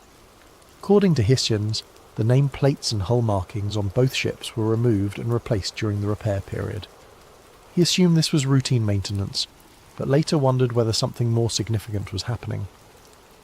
Perhaps most compelling is testimony from John Halpin, a shipfitter who worked on both vessels. Halpin claimed that he was specifically assigned to work on swapping interior fittings between the Olympic and the ship under construction that was supposedly the Titanic. He was told that this was being done to upgrade the Olympic with improvements developed for her sister ship. However, Halpin noticed that the work seemed to go both ways. Features from the Olympic were also being installed on the other ship. When he questioned this, supervisors told him that they were standardising the designs to make maintenance and operation more efficient. Only years later, after the disaster, did Halpin begin to suspect that the work he'd been assigned might have been part of a larger deception. He realised that the extensive swapping of components between the ships could have been part of a process of switching their identities entirely. These worker testimonies are supported by documentary evidence from the shipyard. Harland and Wolff's work records from the winter of 1911 to 1912 show extensive modifications being made to both ships. While much of this work was clearly related to repairing the Olympic's collision damage, some entries describe tasks that seem unrelated to the repairs. For example, records show work being done on both ships' passenger cabin configurations, dining room layouts, and recreational facilities. This work is described in vague terms that make it difficult to determine exactly what was being done, but the volume of interior modification seems excessive for routine maintenance or repair work. More suspicious are gaps in the documentation. Several weeks' worth of work records are missing from the shipyard files, apparently lost or destroyed. The missing records cover precisely the period when the most extensive work was being done on both ships. Additionally, some surviving records contain unusual notations and corrections that suggest original entries were altered or replaced. Work orders that originally specified tasks for the Olympic appear to have been changed to specify the same work for the Titanic and vice versa. Switch theory proponents also point to photographic evidence from inside the ships. Comparison of interior photographs taken during construction with photographs taken aboard the ship that sailed from Southampton reveals several discrepancies. The most notable differences involve the first-class dining room and the grand staircase. The Olympic's dining room was originally designed with a specific pattern of decorative panels and light fixtures. The Titanic was planned to have an improved version of the same space, with subtle but distinctive differences in the decorative scheme. Photographs taken aboard the ship at Southampton show decorative features that match the Olympic's original design, rather than the improvements planned for the Titanic. Similarly, details of the grand staircase appear to match the Olympic's configuration, rather than the Titanic's planned modifications. These interior discrepancies are particularly significant because they would be difficult to fake or alter after the disaster. Unlike exterior features that might be changed by salvage operations or natural deterioration, interior photographs taken before the voyage provide a permanent record of the ship's actual configuration. However, the most dramatic physical evidence cited by switch theory proponents involves the ship's construction numbers. Every vessel built by Harland and Wolff was assigned a unique yard number that was stamped or engraved on various components throughout the ship. These numbers served as permanent identification that could not be easily altered or forged. The Olympic was assigned yard number 301. The Titanic was assigned yard number 3909. According to the theory, components with the Olympic's number should have been found on the wreck if it was actually the Titanic that sank.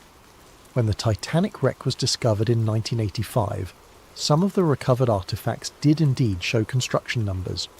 However, examining these numbers has proven difficult due to the condition of the wreck and the limited access to recovered materials.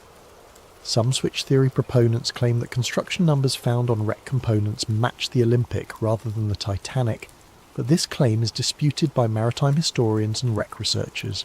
The numbers are often partially obscured or damaged, making definitive identification difficult. More recently, some researchers have used advanced imaging techniques to examine construction details on the wreck itself. These studies have identified several features that appear to match the Olympic's configuration rather than the Titanic's planned design. For example, the propeller arrangement on the wreck appears to show evidence of the repair work done to the Olympic's damaged propulsion system. The centre propeller, which should have been a 3-blade design on the Titanic, appears to be a 4-blade configuration that matches repairs made to the Olympic. Similarly, hull plates in areas that should have been newly constructed for the Titanic show evidence of previous damage and repair that would be consistent with the Olympic's collision damage. However, these findings are highly technical and disputed by many experts. The condition of the wreck after more than a century on the ocean floor makes definitive identification of small details extremely difficult. Corrosion, collapse, and damage from the sinking itself have obscured many of the features that might provide conclusive evidence. The physical evidence for the switch theory remains controversial and disputed, while proponents point to numerous discrepancies between the ship that sailed and the ship that was supposed to sail. Skeptics argue that these differences can be explained by changes made during construction, errors in documentation, or misinterpretation of photographic evidence. What is not disputed is that significant work was done on both ships during the winter of 1911 to 1912, that modifications were made that went beyond simple repair work, and that there are photographic and documentary discrepancies that have never been fully explained. Whether these discrepancies prove a conspiracy or simply reflect the normal complexities of building and modifying massive ships remains a matter of debate. But for switch theory proponents, the physical evidence forms a compelling case that something was not right about the ship that sailed from Southampton on that April morning in 1912. However, physical evidence is only part of the story. To truly understand the scope of the alleged conspiracy, we must examine not just what was done to the ships, but who was aboard them. The passenger list of the Titanic's final voyage contains names that would reshape the world of finance and politics, and according to the theory, this was no coincidence. Sometimes the most revealing evidence is not what happened, but who was present when it happened. In the case of the Titanic disaster, the passenger manifest reads like a who's who of early 20th century power and influence. But according to the switch theory, this prestigious passenger list was not assembled by chance. Instead, it was carefully curated to serve the purposes of a conspiracy that extended far beyond simple insurance fraud. To understand the significance of the Titanic's passengers, we must first understand the broader context of American politics and finance in 1912. The United States was on the verge of fundamental changes in how its financial system operated. The country had experienced several financial panics in recent decades, and there was growing pressure to create a more stable and centralized banking system. J.P. Morgan and his allies favored the creation of a central bank that would be controlled by major financial institutions. This system, which would eventually become the Federal Reserve, would give unprecedented power to a small group of bankers and financiers. They would control the nation's money supply, interest rates, and credit availability. However, this plan faced significant opposition from wealthy Americans who preferred the existing decentralized system. These opponents feared that a central bank controlled by Morgan and his associates would concentrate too much financial power in too few hands. They argued for maintaining a system where multiple independent banks could compete and where no single institution could dominate the nation's finances. The debate over banking reform was not merely academic. Billions of dollars in wealth and decades of political power hung in the balance. If Morgan's vision prevailed, he and his allies would control the financial destiny of the United States. If his opponents succeeded in blocking the plan, Morgan's influence would be significantly diminished. Into this high-stakes political battle sailed the Titanic, carrying some of the most influential participants in the banking debate.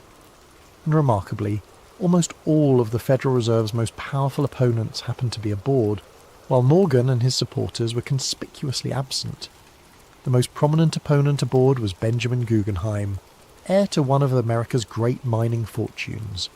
The Guggenheim family controlled vast mineral resources and had accumulated enormous wealth through copper, silver and gold mining operations around the world. Benjamin was not just wealthy but politically influential, serving on the boards of multiple corporations and maintaining extensive connections in Washington. Guggenheim had been a vocal critic of Morgan's banking proposals. He argued that a centralized system would stifle competition and innovation in American finance. He favored maintaining the existing system of independent banks and opposed giving any single institution the power to control the nation's money supply. On the night of April 14th, as the Titanic began to sink, Benjamin Guggenheim reportedly dressed in his finest evening clothes and told fellow passengers, "We are prepared to go down like gentlemen." His body was never recovered. Also aboard was Isidor Straus, co-owner of Macy's department store and another influential voice in American business. Straus had built his retail empire through careful management and conservative financial practices. He distrusted the kind of financial manipulation that Morgan specialized in and opposed the creation of a central bank that would facilitate such practices. Straus was particularly concerned about the impact of centralized banking on smaller businesses. He argued that a Morgan-controlled central bank would favour large corporations at the expense of independent merchants and entrepreneurs. His opposition to the Federal Reserve Plan was well known in political circles. When the Titanic began to sink, Isidore and his wife Ida were offered places in a lifeboat. According to witnesses, Ida refused to leave her husband, saying, "We have lived together for 40 years. Where you go, I go." They were last seen sitting together on deck chairs as the ship tilted toward her final plunge. Neither body was ever found. Perhaps most significant was the presence of John Jacob Astor IV, one of the wealthiest Americans and a man whose financial influence rivaled Morgan's own.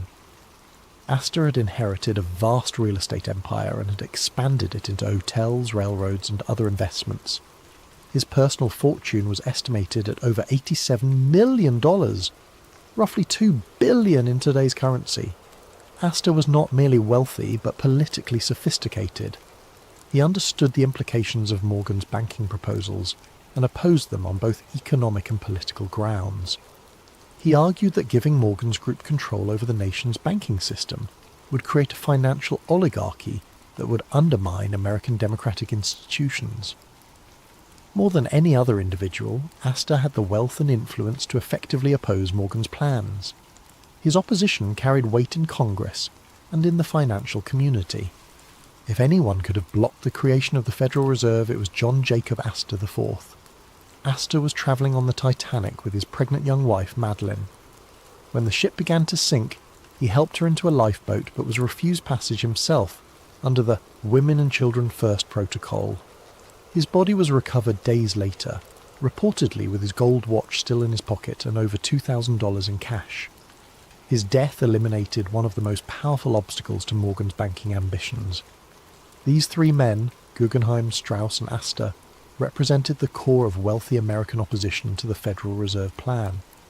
Their combined influence, both financial and political, posed a serious threat to Morgan's vision of centralized banking control. Their deaths removed major obstacles to the passage of Federal Reserve legislation. But the passenger list's significance extends beyond these three prominent figures. Several other Titanic passengers had connections to the banking debate or to Morgan's business interests. Some were allies who might have provided testimonial support that could have been problematic for the conspiracy. Others were neutral parties whose presence might have been seen as providing legitimacy to the voyage. The theory suggests that the passenger list was carefully managed to ensure that the right people were aboard and the wrong people were not. Key figures in the banking debate who opposed Morgan were encouraged or induced to sail, while those who might have interfered with the plan were kept away.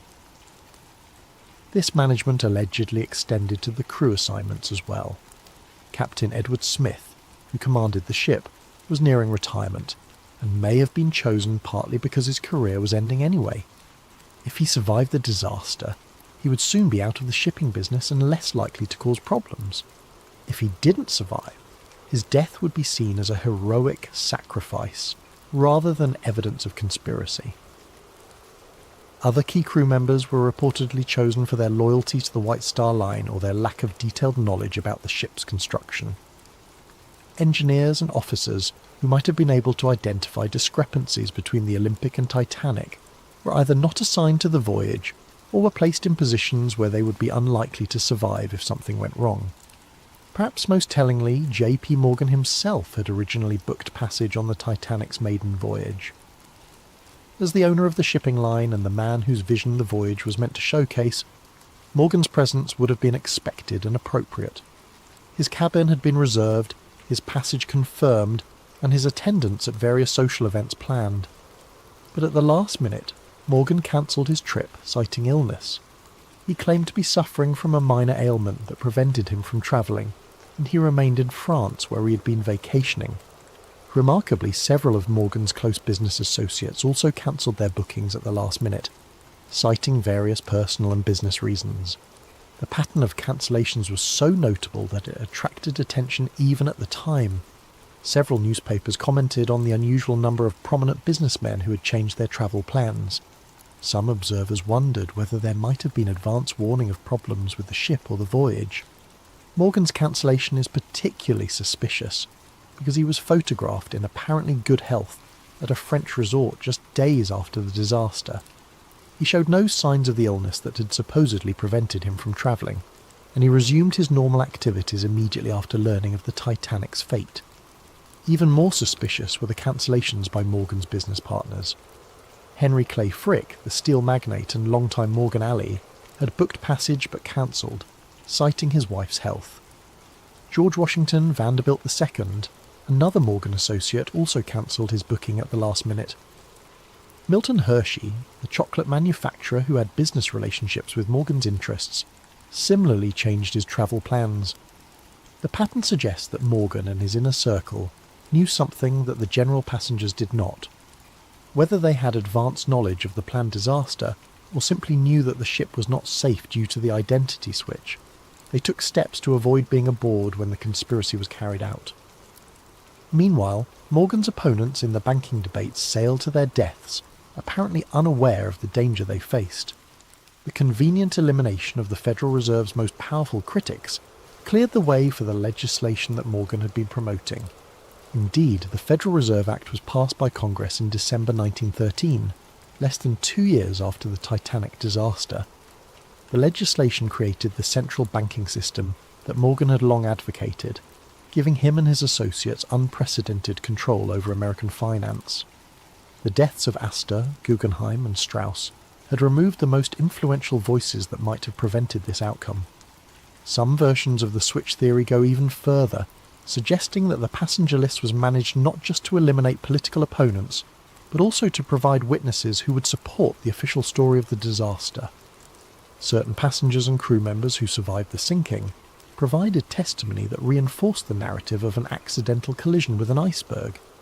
These survivors described the impact, the flooding, and the sinking in ways that supported the insurance claims and deflected suspicion from the possibility of sabotage or deliberate destruction. Their accounts helped establish the official version of events that has persisted for over a century.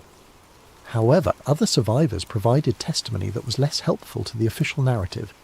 Some reported hearing explosions before the ship began to sink, suggesting possible sabotage. Others described unusual behaviour by crew members or problems with the ship's equipment that might have indicated advanced planning of the disaster. These problematic testimonies were reportedly suppressed or discredited during the official investigations. Survivors who told inconvenient stories found their credibility questioned, or their testimony excluded from the final reports. The investigation focused on technical questions about ship design and safety procedures rather than examining the possibility of deliberate destruction. The passenger list evidence is compelling but circumstantial. The coincidence of having so many Federal Reserve opponents aboard while Morgan and his allies stayed away is remarkable, but it could be explained by factors other than conspiracy. The timing of the banking legislation might have been influenced by the victims' deaths, but correlation does not necessarily prove causation. However, when combined with the physical evidence and the financial motives, the passenger list adds another layer to the case for the switch theory. The pattern of who was aboard and who wasn't suggests a level of planning and coordination that goes beyond simple insurance fraud. If the theory is correct, the Titanic disaster was not just about swapping damaged ships or collecting insurance money. It was about reshaping the American financial system and eliminating opposition to a plan that would concentrate enormous power in the hands of a few men. But such an ambitious conspiracy would require more than just manipulating passenger lists and switching ships. It would require control over the disaster itself, ensuring that the sinking occurred under circumstances that would support the official story while achieving the conspiracy's goals. As we'll see in the next chapter, proponents of the switch theory believe that every aspect of the sinking was carefully planned and executed. The final act of any great conspiracy must be the most carefully orchestrated. If the switch theory is correct, then the night of April 14th to 15th, 1912 represented not a tragic accident, but the culmination of months of planning designed to create the appearance of disaster while achieving very specific goals. Every detail of how the ship encountered the iceberg, how she sank, and how the rescue efforts unfolded would need to serve the larger purpose of the conspiracy. To understand how the sinking might have been deliberately orchestrated, we must first examine the unusual circumstances that made the disaster possible. The night of April 14th was characterised by conditions that maritime experts describe as extraordinarily rare and dangerous. The sea was unusually calm, so still that there were no waves breaking against icebergs to make them visible from a distance. The night was moonless, creating darkness so complete that lookouts had virtually no natural illumination to aid their watch. Most unusually, the atmosphere was clear and cold, creating temperature inversion conditions that could cause unusual optical effects, making distant objects appear closer or farther than they actually were. These conditions, while natural, were so unusual that many experienced sailors reported they had never encountered anything like them. Captain Smith himself, with 4 decades of experience on the North Atlantic, had never commanded a ship through such treacherous natural circumstances. But according to the switch theory, these conditions were not just unfortunate coincidences, they were anticipated and exploited by conspirators who had carefully planned the ship's route and timing to take advantage of known dangerous conditions. The theory suggests that the ship's course was deliberately set to take her through areas where icebergs were known to be present. Radio warnings about ice had been received throughout the day, but many of these warnings were reportedly not passed to the bridge crew, or were ignored by officers who should have taken precautionary measures. The ship Californian, which belonged to the same parent company as the Titanic, had stopped for the night in the ice field, her captain declaring conditions too dangerous for navigation. Yet the Titanic continued at nearly full speed through the same waters, despite multiple warnings about the presence of ice. Switch theory proponents argue that this dangerous navigation was not the result of overconfidence or poor judgment, but rather deliberate policy designed to ensure that an accident would occur. The ship needed to encounter an iceberg in order to provide a plausible explanation for her sinking, and her officers were instructed to maintain course and speed despite the obvious dangers. The collision itself occurred under circumstances that some witnesses found suspicious. Frederick Fleet, the lookout who first spotted the iceberg, reported that the berg appeared suddenly out of the darkness, giving him only seconds to sound the alarm. However, other witnesses reported seeing the iceberg minutes before the collision, suggesting that it should have been visible to trained lookouts much earlier. Some survivors reported that the ship seemed to turn toward the iceberg rather than away from it in the final moments before impact. While this could be explained by the physics of large ship manoeuvring, it raises questions about whether the collision was truly accidental or was deliberately engineered to ensure maximum damage. More suspicious were reports of explosions aboard the ship shortly after the collision. Multiple witnesses, including passengers and crew members, reported hearing loud bangs and feeling vibrations that seemed separate from the impact with the iceberg. These explosions were officially attributed to boilers bursting as cold water flooded the engine rooms, but some witnesses believed they occurred too soon after the collision to be explained by flooding alone. The switch theory suggests that these explosions may have been caused by deliberately placed charges designed to ensure that the ship would sink quickly and completely. If the collision with the iceberg was not sufficient to guarantee the ship's destruction, additional sabotage might have been necessary to achieve the conspiracy's goals. The pattern of flooding also struck some observers as unusual. While the official investigation concluded that the iceberg had opened 5 compartments to the sea, causing fatal flooding, some witnesses reported that water seemed to be entering the ship from multiple locations, not just the area of the supposed iceberg damage. Crew members working in areas far from the collision reported rapid flooding that seemed inconsistent with damage caused by scraping along an iceberg. Some suggested that the ship's hull might have been weakened in advance, either through the supposed identity switch or through deliberate sabotage, making her more vulnerable to catastrophic damage. The behaviour of some crew members during the disaster also raised questions. While many officers and crew performed heroically, trying to save as many passengers as possible, others seemed strangely unprepared for the emergency or reluctant to take action that might have saved more lives.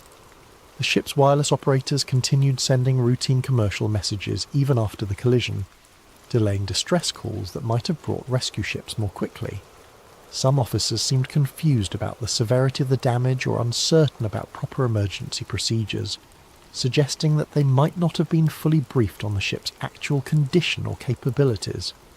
Most suspiciously, the ship's lifeboats were launched with far fewer passengers than their capacity allowed. While this was officially attributed to panic and poor training, some witnesses reported that crew members actively prevented passengers from entering boats that had space available.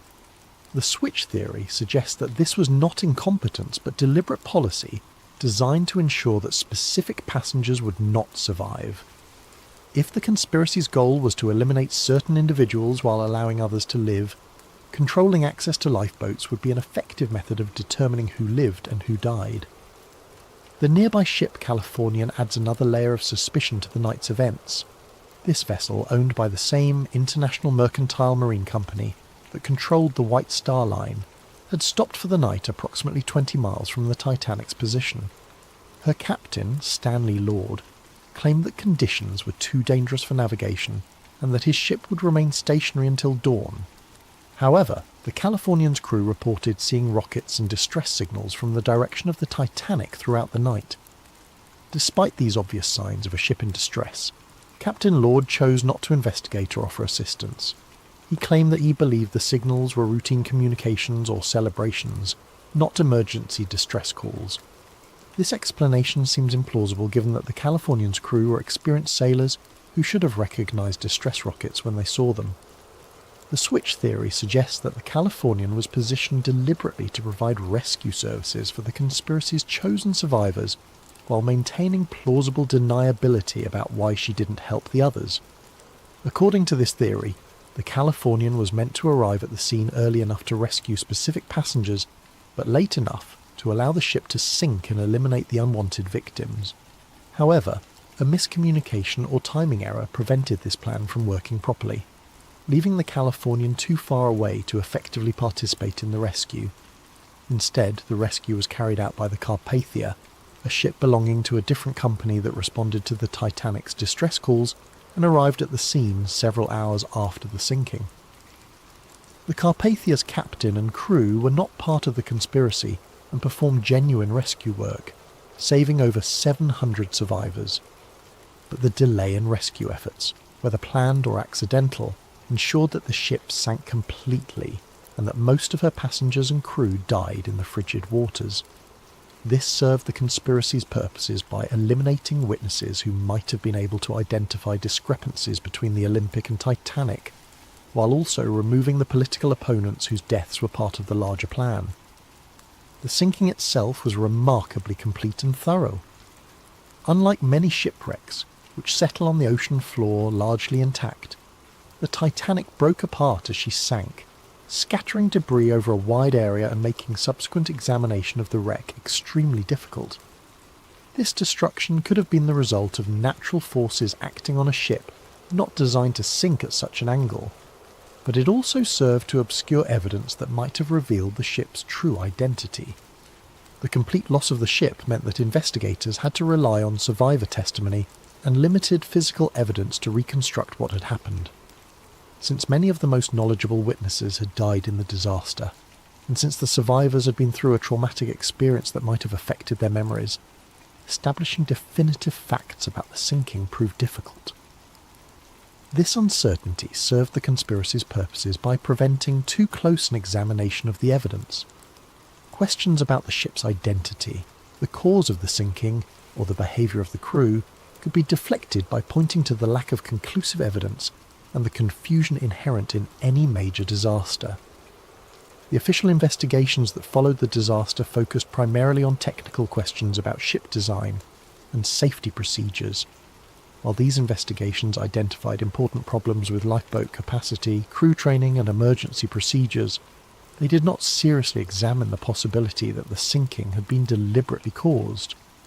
The British Board of Trade Inquiry and the US Senate investigation both concluded that the disaster was the result of excessive speed in dangerous conditions, combined with design flaws that made the ship vulnerable to the type of damage caused by the iceberg collision. These findings supported the official narrative of an accidental tragedy, while deflecting attention from possible evidence of conspiracy. However, some evidence presented to these investigations was inconsistent with the official conclusions.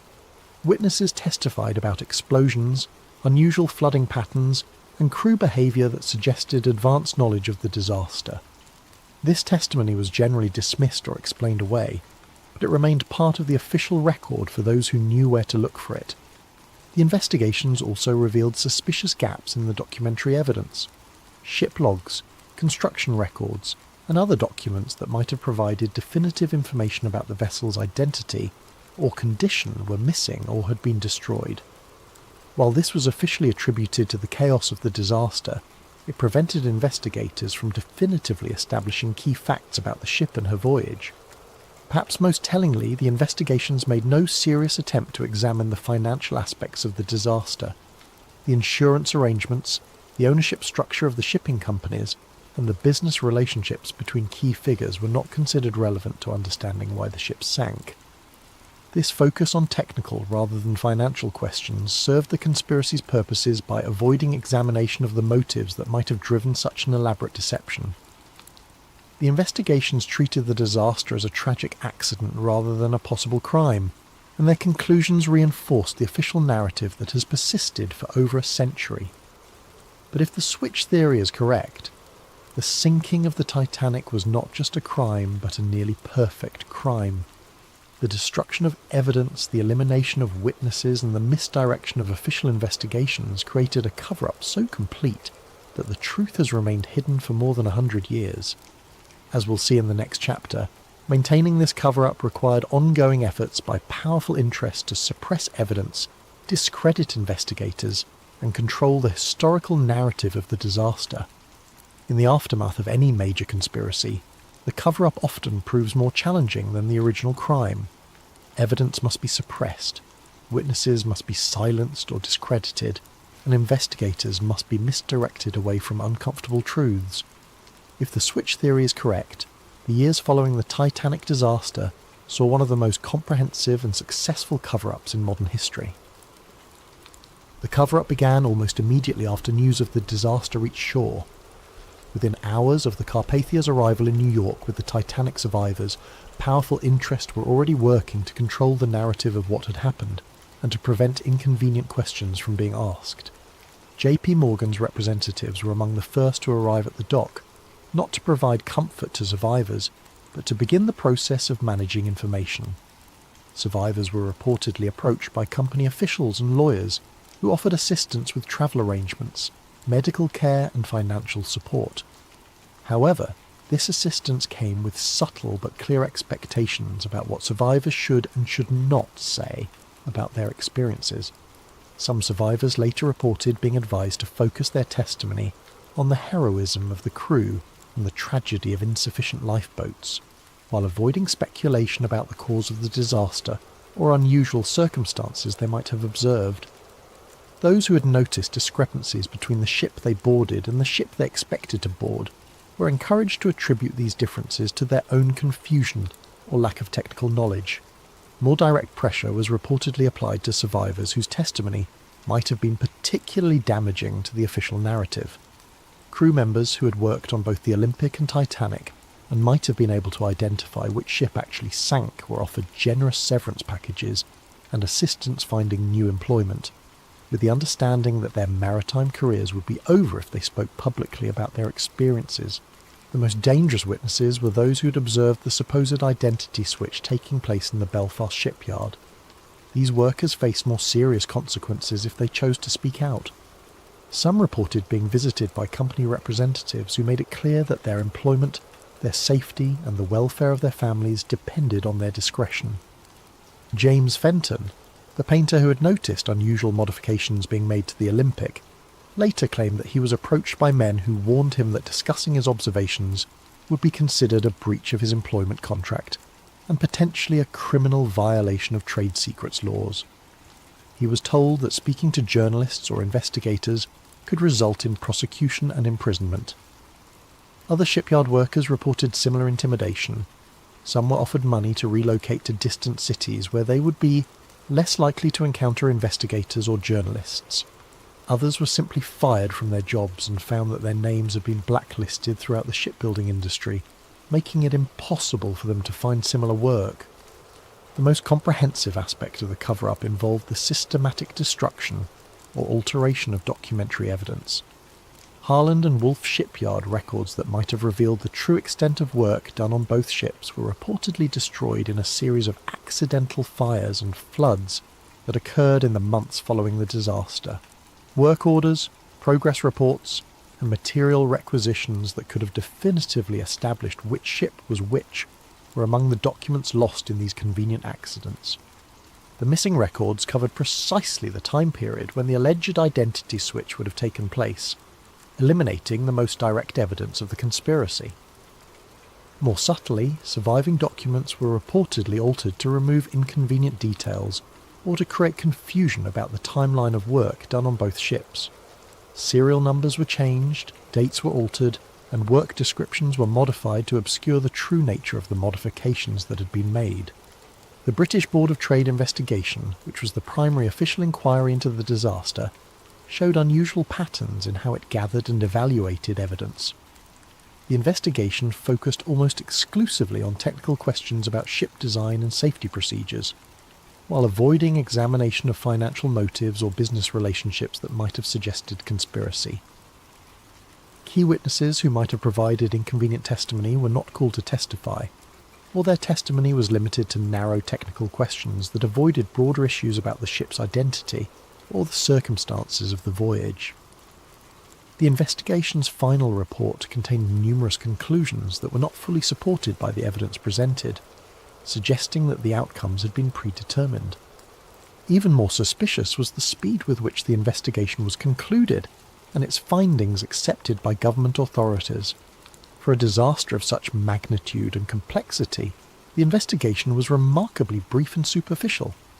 Important questions were left unanswered, and significant discrepancies in witness testimony were ignored or explained away without adequate investigation.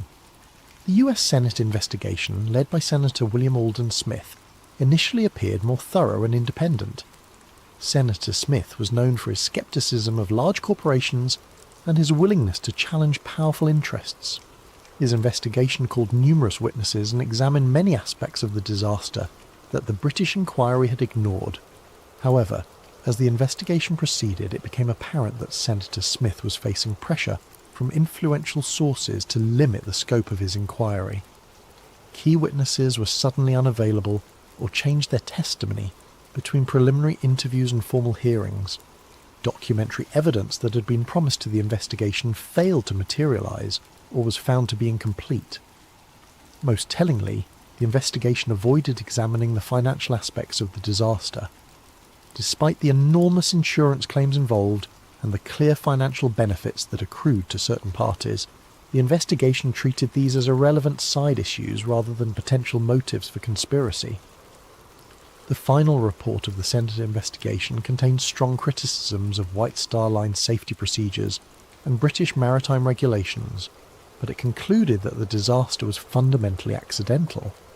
Like the British inquiry, it avoided any suggestion that the sinking might have been deliberately caused, or that there might have been financial motives behind the tragedy. In the years following the official investigations, efforts to independently examine the disaster faced systematic obstruction. Journalists who attempted to investigate discrepancies in the official story found their sources drying up and their access to information restricted. Maritime historians who raised questions about the disaster's circumstances found their work discredited or their employment threatened. Perhaps most remarkably, several independent investigators who had begun to uncover evidence supporting the switch theory died under suspicious circumstances. Some died in apparent accidents, others from sudden illnesses, and still others simply disappeared while pursuing their research. Robert Hitchens, the shipyard worker who had observed unusual activity around the ship's nameplates, died in a fall from scaffolding while working on another project less than a year after the disaster. The accident occurred despite Hitchens' reputation as an experienced and safety-conscious worker who had never before been injured on the job. John Halpern, the ship fitter who had worked on swapping components between the Olympic and Titanic, died of a sudden heart attack despite being relatively young and having no history of heart problems. His death occurred just days before he was scheduled to be interviewed by an American journalist who was investigating discrepancies in the official story. Several other shipyard workers who had knowledge of the construction process died in various accidents or from sudden illnesses in the years immediately following the disaster. While these deaths could be coincidental, the pattern suggests a systematic effort to eliminate witnesses who might have provided inconvenient testimony. The cover-up also extended to controlling the physical evidence from the disaster. When bodies were recovered from the ocean, they were processed through facilities controlled by White Star Line representatives. Personal effects were catalogued and returned to families, but items that might have provided clues about the ship's true identity were reportedly lost or misdirected. More significantly, efforts were made to prevent independent examination of the wreck site. In the early decades after the disaster, technology did not exist to reach the wreck on the ocean floor, but White Star Line and its successors took steps to ensure that when such technology became available, access to the wreck would be controlled. Legal claims were filed asserting ownership rights over the wreck and its contents. These claims were designed to prevent independent researchers from examining the evidence without permission from the companies that had controlled the ships. By controlling access to the wreck, these interests could ensure that any examination would be conducted under their supervision and that inconvenient findings could be suppressed. The most sophisticated aspect of the cover-up involved shaping the cultural memory of the disaster. Rather than simply suppressing evidence, the conspiracy's beneficiaries actively promoted a specific narrative about the Titanic that emphasized heroism, tragedy, and the lessons learned about maritime safety. Books, articles, and eventually films about the disaster focused on human interest stories, rather than technical questions about the ship's identity or the circumstances of the sinking. The narrative of the brave band playing hymns as the ship sank, of the noble sacrifice of men who gave their lives so that women and children could survive, and of the hubris of calling any ship unsinkable, became the dominant cultural memory of the disaster.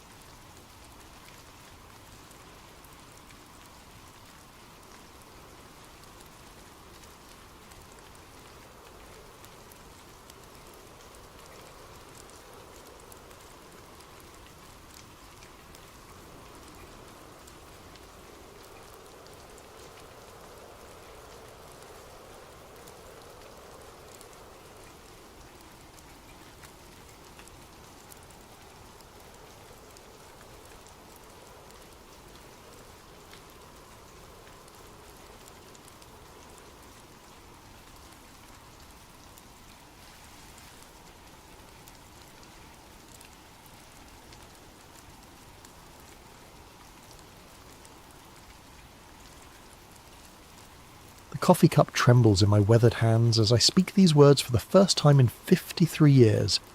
My name is Detective Raymond Kowalski, retired SFPD, and I'm dying. The doctors give me 3 months, maybe 4 if I'm lucky. But luck ran out for me the day I opened that damned Alcatraz file.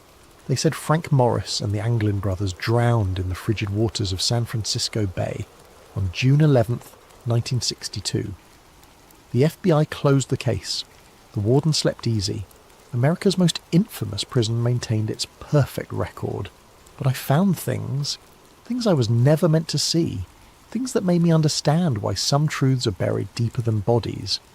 This is my confession. Not of crimes I committed, but of the crime I witnessed. The systematic erasure of 3 men who may have pulled off the impossible, only to disappear into something far worse than death. If you're listening to this recording, it means I'm gone, and maybe, just maybe, the truth can finally surface from the depths where it's been drowning all these years. It was October 1968 when Lieutenant Carson dropped the manila folder on my desk like it was radioactive. 6 years had passed since the escape, and the case was supposedly closed, filed away with all the other solved mysteries that kept the bureaucrats sleeping soundly. "Formality, Kowalski," Carson said, not meeting my eyes. "Washington wants a final review of the Alcatraz evidence. Dot the I's, cross the T's, confirm what we already know. They're fish food at the bottom of the bay." I should have known something was wrong by the way he said it. Carson was a straight shooter, the kind of cop who looked you in the eye when he talked. But that day, he stared at the wall behind me like the words might crawl off it and bite him. The file was thinner than I expected for the most famous prison break in American history. Basic escape details, witness statements from guards, the makeshift raft materials found on Angel Island. Nothing I hadn't read in the newspapers. Too clean, too neat. "Why me?" I asked. Carson finally looked at me then, and I saw something in his eyes I'd never seen before. Fear. "Because you're thorough, maybe too thorough. They want this done right." He left me with those cryptic words and a growing certainty that this formality was anything but routine. I started with the obvious inconsistencies. The first was a car theft report from Marina District, filed 3 days after the escape.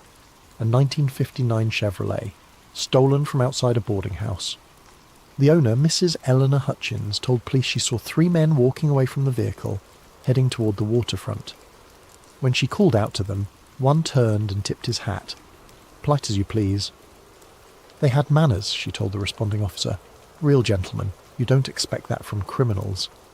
The report was buried on page 47 of miscellaneous incident files. No follow-up, no investigation, no mention in the official Alcatraz case summary. Then there was the paddle, a crude wooden oar carved from driftwood, found by a fisherman near Richmond Bridge, 20 miles upriver from where the currents should have carried any debris. The fisherman, Miguel Santos, reported it to park rangers, who logged it as miscellaneous beach debris. No connection made to the escape, despite the timing and craftsmanship that clearly showed prison workshop techniques. But it was the witness statement that made my blood run cold. A night security guard at Fisherman's Wharf reported seeing 3 men in work clothes boarding a small fishing boat around 4 a.m. on June 12th. One of them had distinctive ears, prominent, almost pointed, just like John Anglin's mugshot description. The guard's statement was taken, filed, and apparently forgotten. When I tried to interview him, I learned he'd quit his job 2 weeks after the incident and moved back to Oregon. No forwarding address. "Don't dig too deep on this one, Ray," Carson warned me when I briefed him on my preliminary findings. "Some stones are better left unturned." That's when I knew I was onto something bigger than a prison break. The Anglin family farm in Ruskin, Florida felt like stepping into a different century. Spanish moss hung from ancient oaks, and the humid air carried the scent of orange blossoms and old secrets. Robert Anglin, the surviving brother, met me on the front porch with the wary eyes of a man who'd been expecting bad news for 6 years. "Federal agents been by here 4 times, he said without preamble, each time asking the same questions, getting the same answers. "My brother's drowned. That's what you want to hear, ain't it?" But his wife, Marie, had different ideas.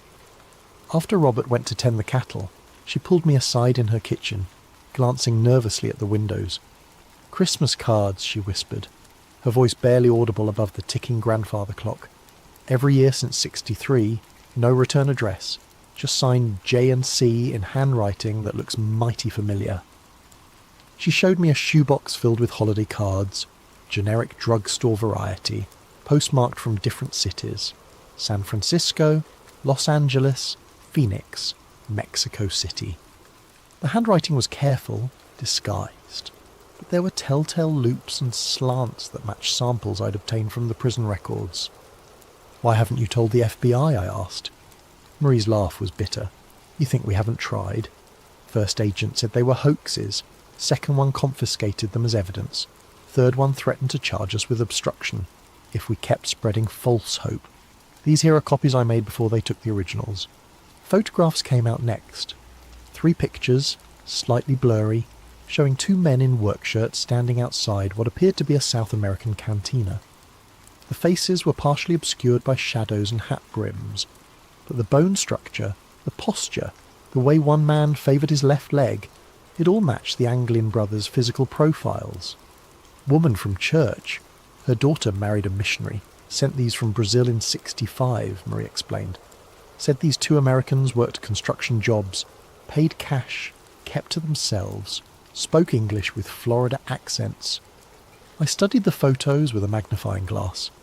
The man on the left had a distinctive scar on his forearm, a scar I remembered from Clarence Anglin's prison medical records, sustained in a workshop accident at Atlanta Federal Penitentiary.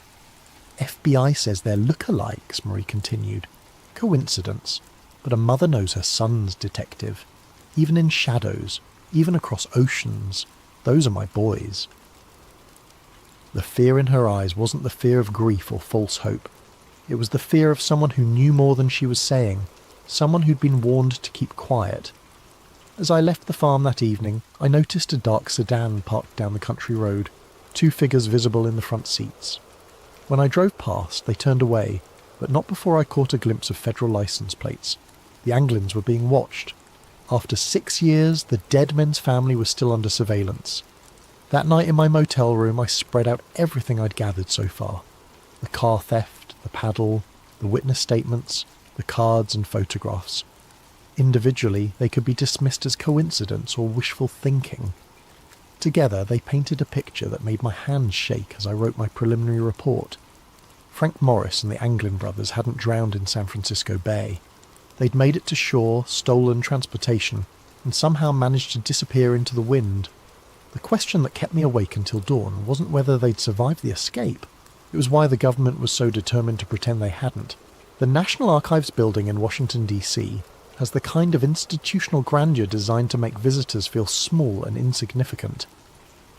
As I walked through its marble corridors in November 1968, carrying my credentials and a growing list of questions, I felt exactly as intended.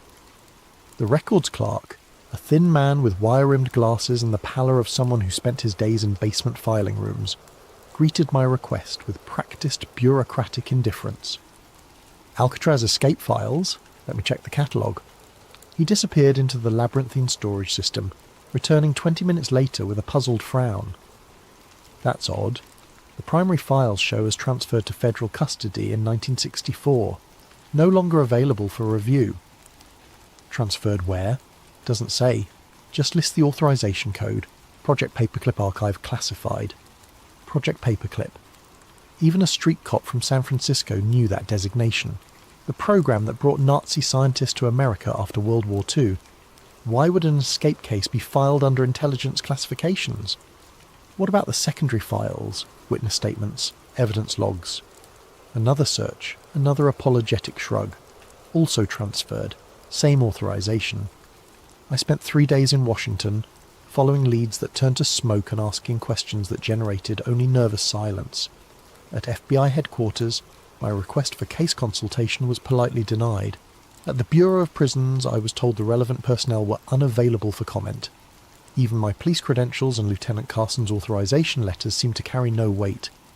It was Agent Patricia Hendricks, a bureau analyst I'd worked with on a previous case, who finally gave me the truth over drinks in a Georgetown bar.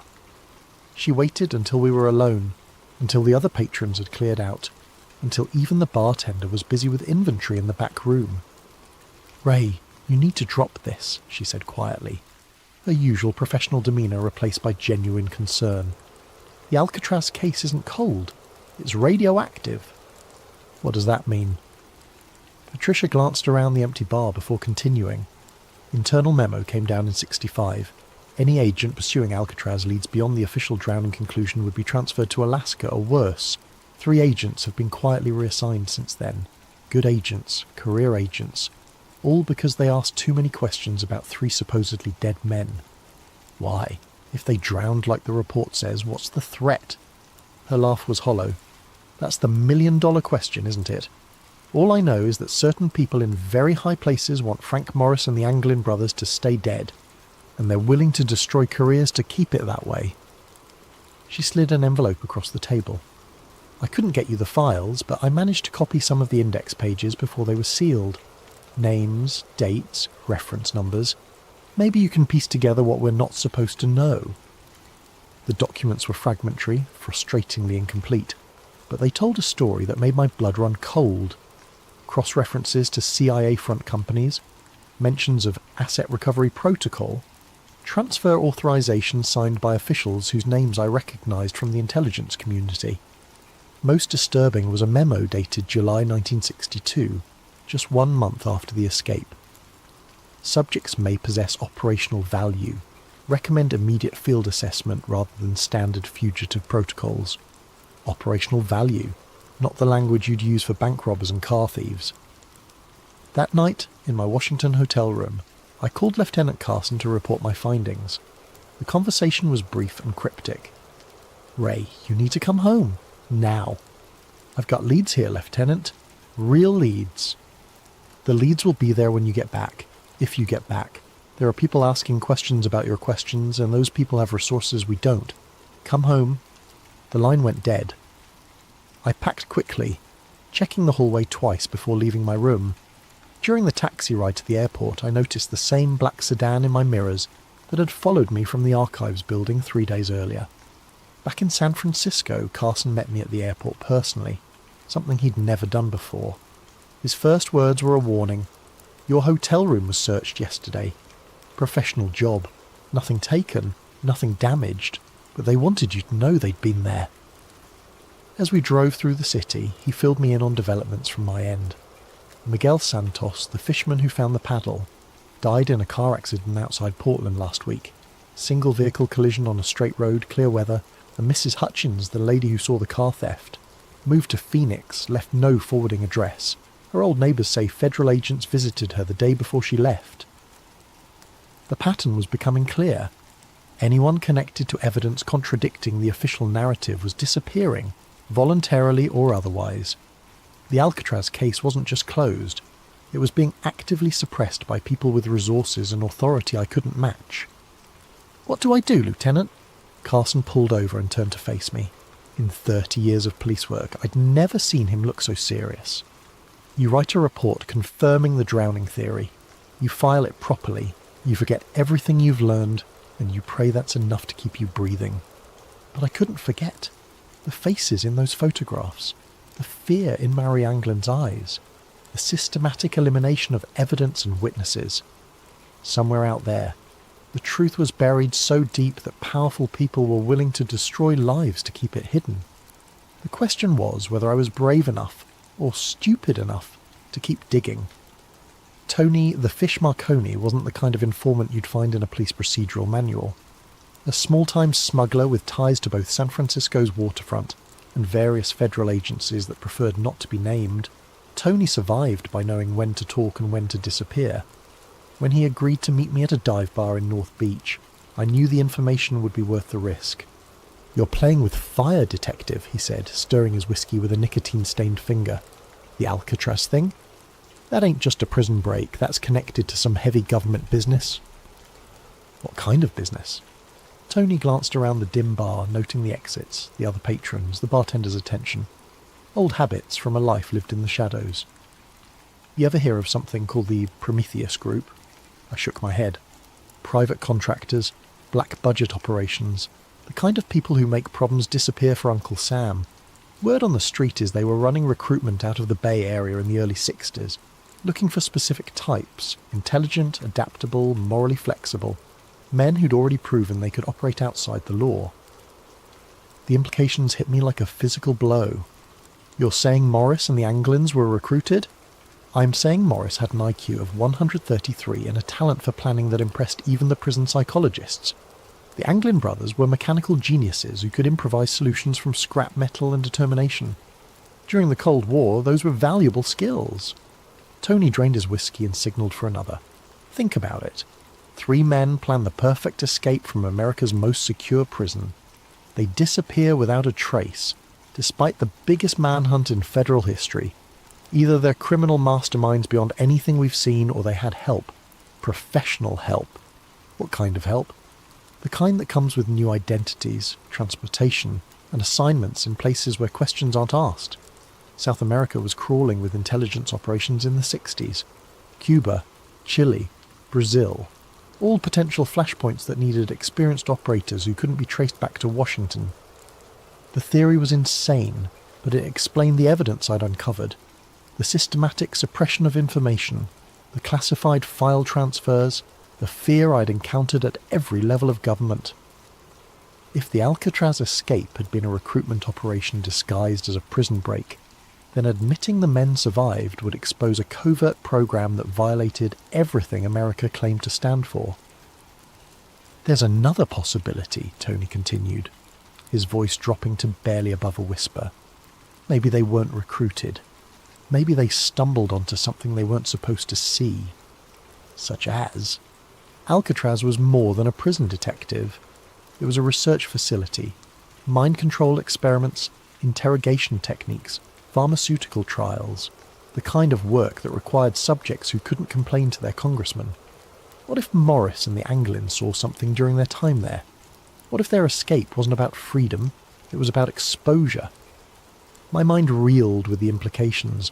If the escapees had witnessed classified experiments, their capture wouldn't result in a return to prison. It would result in permanent silence. I've heard whispers, Tony continued. Black sites in Nevada, facilities that don't appear on any government maps, places where inconvenient people go to be forgotten, the kind of places where 3 escaped prisoners might end up if they knew too much. He finished his second whiskey and stood to leave. One more thing, Detective. You know why they call it the Prometheus Group? I shook my head. Prometheus stole fire from the gods and gave it to humanity. The gods punished him by chaining him to a rock where eagles ate his liver for eternity. Some gifts come with a price that never stops being paid. After Tony left, I sat in that dim bar for another hour, trying to process what he'd told me. 3 theories, each more disturbing than the last. Theory 1. Cold War recruitment. The escape was facilitated by intelligence agencies looking for deniable assets. Morris and the Anglins were extracted, given new identities, and deployed to international hotspots where their criminal skills could serve national interests. Theory 2. Witness protection in reverse. The men had seen classified activities at Alcatraz and escaped to avoid being silenced. Their continued existence threatened to expose government programs that officially didn't exist. Theory 3. The darkest possibility. They were captured alive after the escape and disappeared into the black site system, spending the rest of their lives as test subjects or interrogation practice for intelligence agencies that viewed them as expendable assets. Each theory explained the evidence I'd gathered. Each theory justified the extreme measures taken to suppress the truth. And each theory meant that Frank Morris and the Anglin brothers faced something far worse than drowning in San Francisco Bay. They faced erasure from history itself. 6 months later, against direct orders from Lieutenant Carson and my own better judgment, I found myself on a flight to Rio de Janeiro. The lead had come through Tony Marconi's network, a bartender in Ipanema who claimed to remember 2 American men matching the Anglin's description, regulars at his establishment from 1971 to 1978. They paid cash, spoke little Portuguese, and never talked about their past, the bartender Carlos told me through a translator. But they were different from other expatriates, more careful, always watching the exits, never sitting with their backs to the door. The description matched surveillance training, the kind of operational security taught to intelligence assets. Carlos produced a photograph taken during a Christmas party in 1975, a grainy image showing 2 men at the edge of the celebration, their faces partially obscured but their body language unmistakably American. My hands trembled as I studied the picture. The man on the left had the same jawline, the same ears, the same way of holding his shoulders that I'd memorised from Clarence Anglin's prison files. The other figure showed signs of premature ageing, stress lines and grey hair that suggested a life lived under constant tension. "What happened to them?" I asked. Carlos's expression darkened. "They left suddenly, in the middle of the night. One day they were here. The next day their apartment was empty. The landlord said men in suits had come asking questions the week before. Americans, but not tourists. Government men."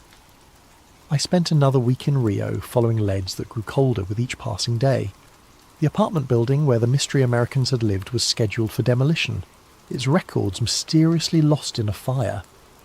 The bank where they had allegedly maintained accounts had no record of American customers from that period.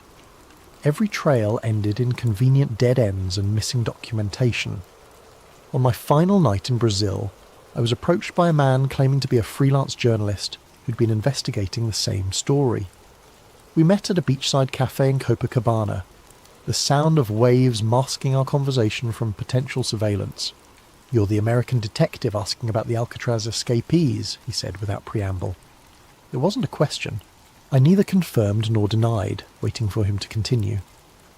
"I've been working this story for 3 years," he said, "following reports of American fugitives throughout South America. The trail is real, detective, too real. These men lived here, worked here, built lives here. But every time I get close to proof, the sources disappear, witnesses relocate, documents vanish. I've had my hotel room searched, my phone tapped, my sources intimidated." He slid a manila envelope across the table. "This is everything I've gathered. Photographs, witness statements, financial records, hidden in different locations for 3 years, copied and recopied to prevent loss. It's yours now." "Why?" "Because I'm done." Yesterday, I received a visit from 2 men with American accents and no identification. They politely suggested that my investigation was endangering people I cared about. They showed me photographs of my sister's children playing in a park in Sao Paulo. Very clear photographs. Very recent photographs. The envelope contained a treasure trove of evidence. Bank records showing regular deposits to accounts held by men with obviously false Brazilian identities. Employment records from construction companies that had hired American workers without proper documentation. Hotel registries with signatures that bore striking resemblances to handwriting samples I'd obtained from Alcatraz. Most compelling was a photograph dated 1976 showing 3 men at a construction site in the Amazon basin. 2 matched the Anglin brothers' physical descriptions. The third was older, lean, with the kind of penetrating stare I remembered from Frank Morris's mugshot. All 3 wore work clothes and hard hats, looking like ordinary labourers except for their distinctly American postures and expressions. But like every other lead I'd followed, this one ended in frustration and fear. When I tried to contact the construction company, I learned it had been dissolved in 1979. The site where the photograph was taken was now underwater, flooded by a dam project that had relocated the entire local population. The pattern was always the same. Evidence of survival followed by systematic elimination of that evidence. Either I was chasing ghosts or someone with vast resources was staying one step ahead of every investigation. My flight back to San Francisco was delayed by mysterious mechanical problems.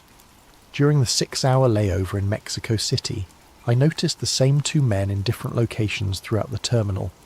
Always at a distance, always watching, never making direct contact. When I finally boarded the plane, they weren't among the passengers. Lieutenant Carson met me at San Francisco International with news that made my blood run cold. "Federal marshals raided your apartment yesterday, Ray. Warrant signed by a judge I've never heard of, for evidence in a case they wouldn't specify. They took everything. Your files, your notes, your photographs, everything connected to Alcatraz." In the car ride home, he handed me an official-looking document. "Transfer orders, effective immediately. You're being reassigned to the robbery division. Your Alcatraz investigation is officially terminated." "On whose authority?" "Authority high enough that questioning it would end both our careers." Carson's voice carried a weight I'd never heard before. "Ray, I've been a cop for 28 years. I've seen corruption, cover-ups and conspiracies, but I've never seen anything like this. The pressure to shut you down is coming from levels of government I didn't know existed." He pulled over in a secluded area of Golden Gate Park and turned to face me directly. "Whatever you found down there, whatever you think you know, it's not worth your life.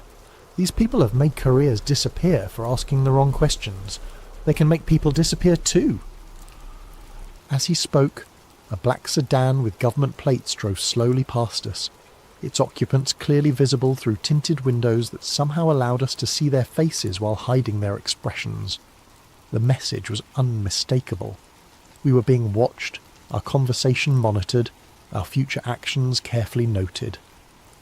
That night, alone in my ransacked apartment, I realised the full scope of what I was up against. This wasn't just a cover-up of a prison escape.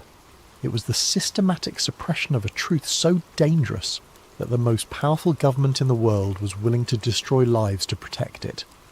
Frank Morris and the Anglin brothers hadn't just escaped from Alcatraz. They'd escaped into a shadow world where truth became enemy of the state, where survival meant accepting lies, and where the greatest prison of all was the silence that surrounded their fate. But silence, I was beginning to understand, has its own way of speaking to those willing to listen. 25 years passed like pages torn from a calendar and scattered by the wind. I worked robbery division, collected my pension, and tried to convince myself that some truths were better left buried. The Alcatraz case became a ghost that haunted my dreams, 3 faces staring at me from the depths of San Francisco Bay, asking why I'd abandoned the search for their story. Then came January 2013, and a letter that changed everything. The History Channel documentary was running old Alcatraz footage when the phone rang. It was my former partner, Jimmy Chen, now working cold cases for the FBI. His voice carried the excitement of a man who'd stumbled onto something extraordinary. "Ray, you need to see this. Someone sent a letter to the Bureau claiming to be John Anglin. Says he's dying of cancer, wants to make a deal. Information about the escape in exchange for medical treatment." My hands shook as I read the photocopied letter Jimmy brought to my house that evening. The handwriting was shaky with age and illness, but certain flourishes matched the Christmas cards Marie Anglin had shown me decades earlier. The details were specific, accurate, insider knowledge that only someone who'd lived through the escape could possess. "It's a hoax," Jimmy said, watching my reaction. "Has to be. FBI handwriting analysis says inconclusive. Could be authentic, could be someone who studied the case extensively." But I knew better. The letter wasn't just about the escape. It mentioned details that had never been made public, references to guard rotation patterns that were classified, descriptions of cell modifications that weren't in any official report, knowledge that could only come from someone who'd been there, who'd lived through those final months of preparation. "There's more," Jimmy continued. "The letter mentions a meeting place, coordinates in the Bay Area, where supposedly Frank Morris left something hidden before the escape. Information that was too dangerous to carry. The writer claims it's still there, waiting for someone brave enough to look." The coordinates led to a section of Angel Island State Park, near the spot where the makeshift raft materials had been found 51 years earlier. Against every instinct for self-preservation I'd developed, I found myself hiking those trails the following weekend, searching for something I couldn't name. It was hidden in a cave that didn't appear on any park maps, sealed behind rocks that looked natural but showed tool marks when examined closely. A waterproof container, military surplus from the 1960s, containing documents that made my blood run cold. Guard schedules from Alcatraz, annotated with personal notes about corruption and smuggling operations. Photographs of prison officials meeting with men in expensive suits who didn't appear in any government directories.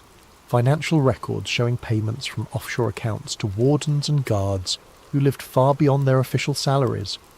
Most damning was a handwritten journal in Frank Morris's distinctive script, documenting what he'd witnessed during his time at Alcatraz.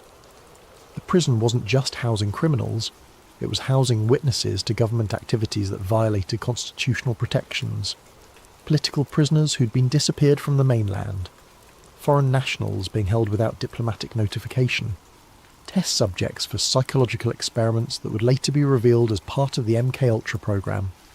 The final entry, dated 2 days before the escape, was prophetic in its certainty. We're not breaking out to be free, we're breaking out to stay alive. What we know, what we've seen, makes us more dangerous to them than any criminal they've ever housed. If we stay, we disappear quietly.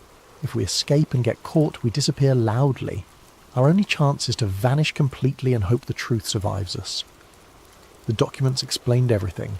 The official insistence on the drowning theory, the suppression of evidence, the systematic elimination of witnesses. The Alcatraz escape wasn't a crime to be solved. It was a national security incident to be contained. Morris and the Anglins hadn't just witnessed classified activities. They documented them, created a record of government crimes that could destroy careers and topple administrations. Their escape was both an act of desperation and a gamble that someday someone would be brave enough to tell their story. Reading those pages in the dim light of that hidden cave, I finally understood the true scope of the self-destruction paradox. The very actions taken to hide the truth had preserved it. The efforts to silence witnesses had created evidence. The attempts to erase history had documented it in detail. But understanding the truth and proving it were different challenges entirely. The men who'd orchestrated the cover-up were dead or retired, their crimes protected by classification systems and institutional amnesia. The witnesses were gone, scattered or silenced by 5 decades of systematic intimidation. Yet the letter kept haunting me. Someone claiming to be John Anglin, dying and desperate, reaching out across 50 years of silence to offer one final revelation. The FBI had dismissed it as a hoax, but their dismissal felt too quick, too certain, too reminiscent of the patterns I'd seen decades earlier. Late at night, when the pain in my chest reminded me of my own mortality, I wondered about the fates of 3 men who'd gambled everything on an impossible escape. Had they found freedom in the jungles of South America? Had they lived out their days under assumed names, carrying secrets too dangerous to share? Or had they been caught, disappeared into black sites where their knowledge died with them? The letter writer claimed John Anglin had survived into the 21st century, living with the weight of knowledge that could never be shared, watching as history branded him a criminal, while the real criminals wore badges and held office. If true, it was a torture more cruel than any prison cell, to know the truth and be unable to speak it, to carry justice in your heart while injustice wore your name. I kept the documents for 6 months before making my decision. They couldn't stay hidden. Too many people had died to protect these secrets, and too many others deserved to know the truth. But releasing them publicly would accomplish nothing except getting me killed and the evidence destroyed. Instead, I chose a different path. I copied everything, hid the copies in locations scattered across the country, and left instructions for their release upon my death. If the government wanted to suppress the truth, they'd have to do it posthumously, when I could no longer be intimidated or eliminated. The original documents I returned to their hiding place on Angel Island, along with my own written account of the investigation. Future generations might find them, might understand what they represented, might finally give Frank Morris and the Anglin brothers the justice they'd been denied for over half a century. But justice, I was learning, was a luxury the living could rarely afford. It was a gift we could only leave for the dead, a truth we could only speak when our own voices had been silenced. The morphine makes it difficult to focus, but I need to finish this recording while I still can. The doctors say hours now, maybe a day if I'm stubborn enough to fight the inevitable. I've been fighting for 78 years. What's one more battle against the darkness? I've spent 53 years carrying the weight of what I learned about Frank Morris and the Anglin brothers. 53 years of waking up in cold sweats, wondering if today would be the day federal agents knocked on my door with a permanent solution to my inconvenient knowledge. 53 years of looking over my shoulder, checking my rearview mirror, and jumping at unexpected phone calls. The truth is a heavy burden when you're carrying it alone. I don't know if Frank Morris and the Anglin brothers lived out their days in Brazilian freedom, sipping caipirinhas on Ipanema Beach and laughing at the federal agents who'd spent decades searching for their corpses. I don't know if they died namelessly in some government facility, their final words lost in soundproof rooms designed to swallow screams. But I do know this with absolute certainty. They didn't drown in San Francisco Bay on June 11th, 1962. The evidence was always there for anyone brave enough to look past the official narrative. The car theft, the witness statements, the photographs from South America, the Christmas cards signed with familiar initials, each piece individually dismissed as coincidence or hoax, but collectively forming a picture of survival that powerful people needed to deny. The government's insistence on the drowning theory wasn't about maintaining Alcatraz's reputation or protecting prison security. It was about hiding activities that violated every principle America claimed to represent. The research programs, the intelligence operations, the systematic elimination of witnesses, all of it justified by national security classifications that turned constitutional protections into classified waste paper. Morris and the Anglins weren't just criminals who pulled off the perfect escape. They were inconvenient witnesses to state-sanctioned crimes, men whose continued existence threatened to expose a shadow government that operated beyond law, beyond oversight, beyond accountability. Their escape became their crime, their knowledge became their death sentence, their survival became a national security threat that required decades of cover-ups, intimidation, and murder to contain. I've left evidence of everything I'd discovered, hidden in multiple locations protected by legal arrangements that will trigger automatic release upon my death. Some truths are too important to die with the men who discover them. The morphine is winning now, and the room is getting darker. But before I fade away, I want to leave you with this final thought. Alcatraz was never escape-proof because its walls were too high or its waters too cold. It was escape-proof because the government made survival more dangerous than imprisonment, freedom more terrifying than captivity. The greatest prison isn't built with stone and steel. It's built with silence and fear, with official denials and convenient accidents, with careers destroyed and witnesses disappeared. Frank Morris and the Anglin brothers didn't die in San Francisco Bay. The Bay didn't kill them. The silence did. And silence. Silence is the strongest prison of all. But even silence eventually comes to an end. Recording ends with the sound of steady breathing that gradually grows fainter, until only the mechanical hum of hospital equipment remains. Found among Detective Raymond Kowalski's personal effects, along with detailed instructions for the release of sealed documents and recordings. To whoever finds this recording and follows the trail I've left behind, my name was Detective Raymond Kowalski, badge number 2847, San Francisco Police Department. I died on December 20th, 2021, at 3:17 a.m, alone except for the ghosts of 3 men whose story I spent a lifetime trying to tell. If you're reading this, it means the legal mechanisms I put in place have been triggered. Safety deposit boxes in 7 different states will have been opened. Law offices in 4 different cities will have released sealed documents. Digital files stored in multiple secure locations will have been automatically transmitted to journalists, historians, and government oversight committees. I've spent 53 years preparing for this moment, the moment when my voice could finally break the silence that has protected one of the greatest cover-ups in American history.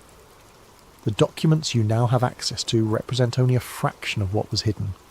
For every piece of evidence I managed to preserve, dozens more were destroyed by people who understood that truth was their greatest enemy. But what remains is enough. Enough to prove that Frank Morris and the Anglin brothers survived their escape from Alcatraz. Enough to demonstrate the systematic suppression of evidence by multiple government agencies. Enough to show that the official narrative was a carefully constructed lie designed to protect state secrets more valuable than human lives. I need you to understand something. The men who orchestrated this cover-up weren't comic book villains twirling their mustaches in shadowy rooms. They were patriots in their own minds. They believed that protecting classified operations was more important than acknowledging 3 escaped prisoners. They convinced themselves that national security justified any level of deception, any amount of witness intimidation, any degree of evidence suppression. They were wrong. In a democracy, truth cannot be classified indefinitely. Justice cannot be postponed forever. The families of Frank Morris and the Anglin brothers deserve to know their fates. The American people deserved to know what their government did in their name. History deserved an accurate record, not a convenient fiction. I've carried this burden alone because I was afraid. Afraid of losing my pension, my reputation, my life. Afraid of being dismissed as a conspiracy theorist or a disgruntled cop. Afraid that speaking the truth would accomplish nothing except getting me killed. But fear, I've learned, is just another form of prison. And like Alcatraz itself, it's only escape-proof, as long as you believe the walls are stronger than your determination to break free. To the families of Frank Morris and the Anglin brothers, your loved ones were not the criminals history has made them out to be. They were witnesses to government crimes who paid the ultimate price for their knowledge. Whether they found freedom in South America or died in government custody, they deserved better than 50 years of official denial and systematic character assassination. To the government officials who will undoubtedly attempt to discredit these revelations, your time is over. The men who created this cover-up are dead. The operations they were protecting have been declassified or exposed through other channels. The only thing your continued denials accomplish is further damage to public trust in institutions that have already lost too much credibility. To the historians and journalists who will investigate these claims, be careful, be thorough, be brave. The people who killed witnesses and destroyed evidence may be gone, but the systems they created to protect state secrets remain in place. Truth-telling is still a dangerous profession in America. To Frank Morris, John Anglin, and Clarence Anglin, wherever your final resting places may be, your story is finally being told. Your truth is finally being spoken. Your silence is finally being broken. You escaped from Alcatraz on June 11th, 1962. You survived the waters of San Francisco Bay. You lived beyond that night, whatever your ultimate fates may have been. History will remember you not as the criminals who failed to escape, but as the men who succeeded too well for the government's comfort. Your greatest escape wasn't from prison. It was from the official narrative that tried to erase you from history. That escape, at least, was permanent. Final statement for the record. I, Detective Raymond Kowalski, being of sound mind and facing imminent death, do hereby swear under oath that every statement in this recording and its accompanying documents represents the truth as I discovered it through my official investigation into the Alcatraz escape of 1962. I have knowingly risked my career, my safety, and my life to preserve this information. I have done so not for personal gain or professional advancement, but because I believe that in a democracy, truth belongs to the people, not to the bureaucrats who find it inconvenient. If my death occurs under suspicious circumstances, if these documents are somehow suppressed or discredited, if this recording mysteriously disappears, let it stand as evidence that the cover-up I've documented continues to claim lives. But if this message reaches you intact, if the truth I've preserved finally sees daylight, then maybe, just maybe, the strongest prison of all has finally been breached. The silence is broken, the truth is free, and Frank Morris and the Anglin brothers can finally rest in peace, knowing their story has been told. Badge 2847, signing off for the final time.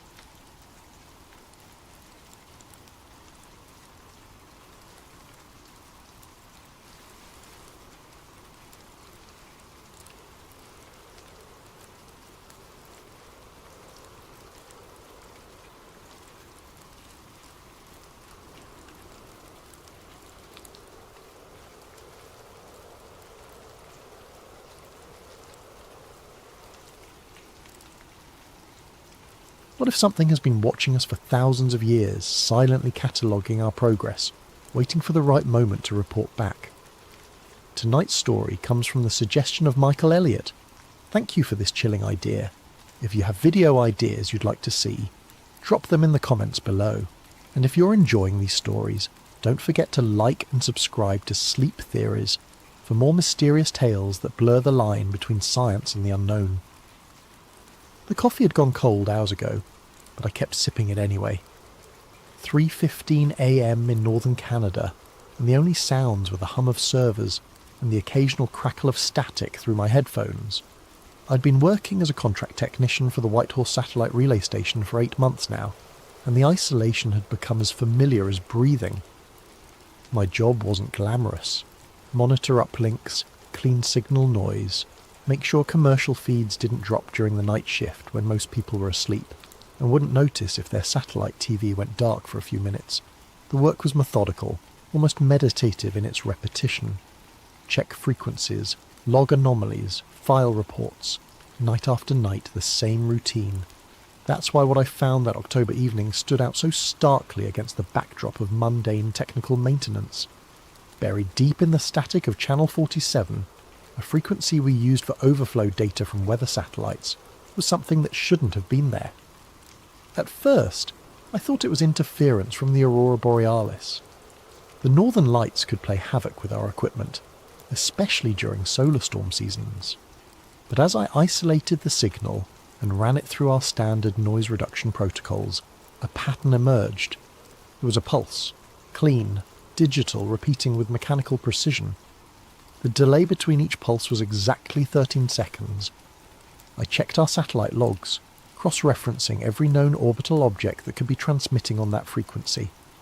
Commercial satellites, military birds, weather stations, even old Soviet hardware still tumbling through space decades after their missions ended.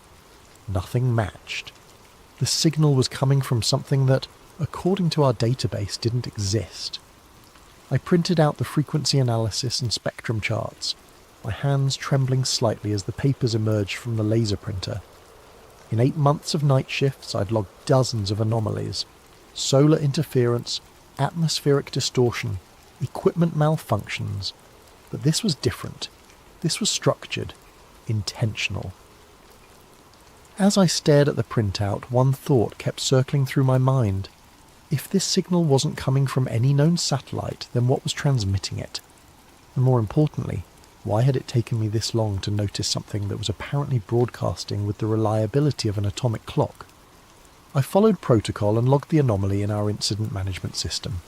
Signal source unknown, frequency 1420.4057 MHz, pulse duration 0.3 seconds, interval 13.0 seconds. I classified it as atmospheric interference and scheduled it for review by the day shift supervisor. The system immediately flagged my entry with a red warning box. Unidentified orbital source. Automatic escalation initiated. I'd never seen that message before. Within minutes, my terminal was automatically cross-referencing the signal against NORAD's satellite catalogue, then expanding to include classified military databases I didn't know our system had access to. The search results were the same across all databases. No matching orbital object found. My shift was supposed to end at 6 a.m, but I found myself staying late, compulsively checking the frequency every few minutes. The pulse was still there, still perfectly timed, still broadcasting from nowhere. When James Morrison arrived for the day shift at 7:30, I was still hunched over my workstation, surrounded by printouts and empty coffee cups. James had been working satellite communications since before I was born, a grizzled veteran who'd seen everything from Cold War spy satellites to modern GPS constellations. "You look like hell, Martinez," he said, settling into his chair with a grunt. "What kept you here so long?" I handed him the frequency analysis. Found something weird on channel 47. System flagged it as unidentified orbital source. James studied the printouts, his weathered face growing increasingly tense. After several minutes of silence, he looked up at me with an expression I couldn't quite read. "Tom," he said quietly, "I need you to listen to me very carefully. You're going to delete this log entry.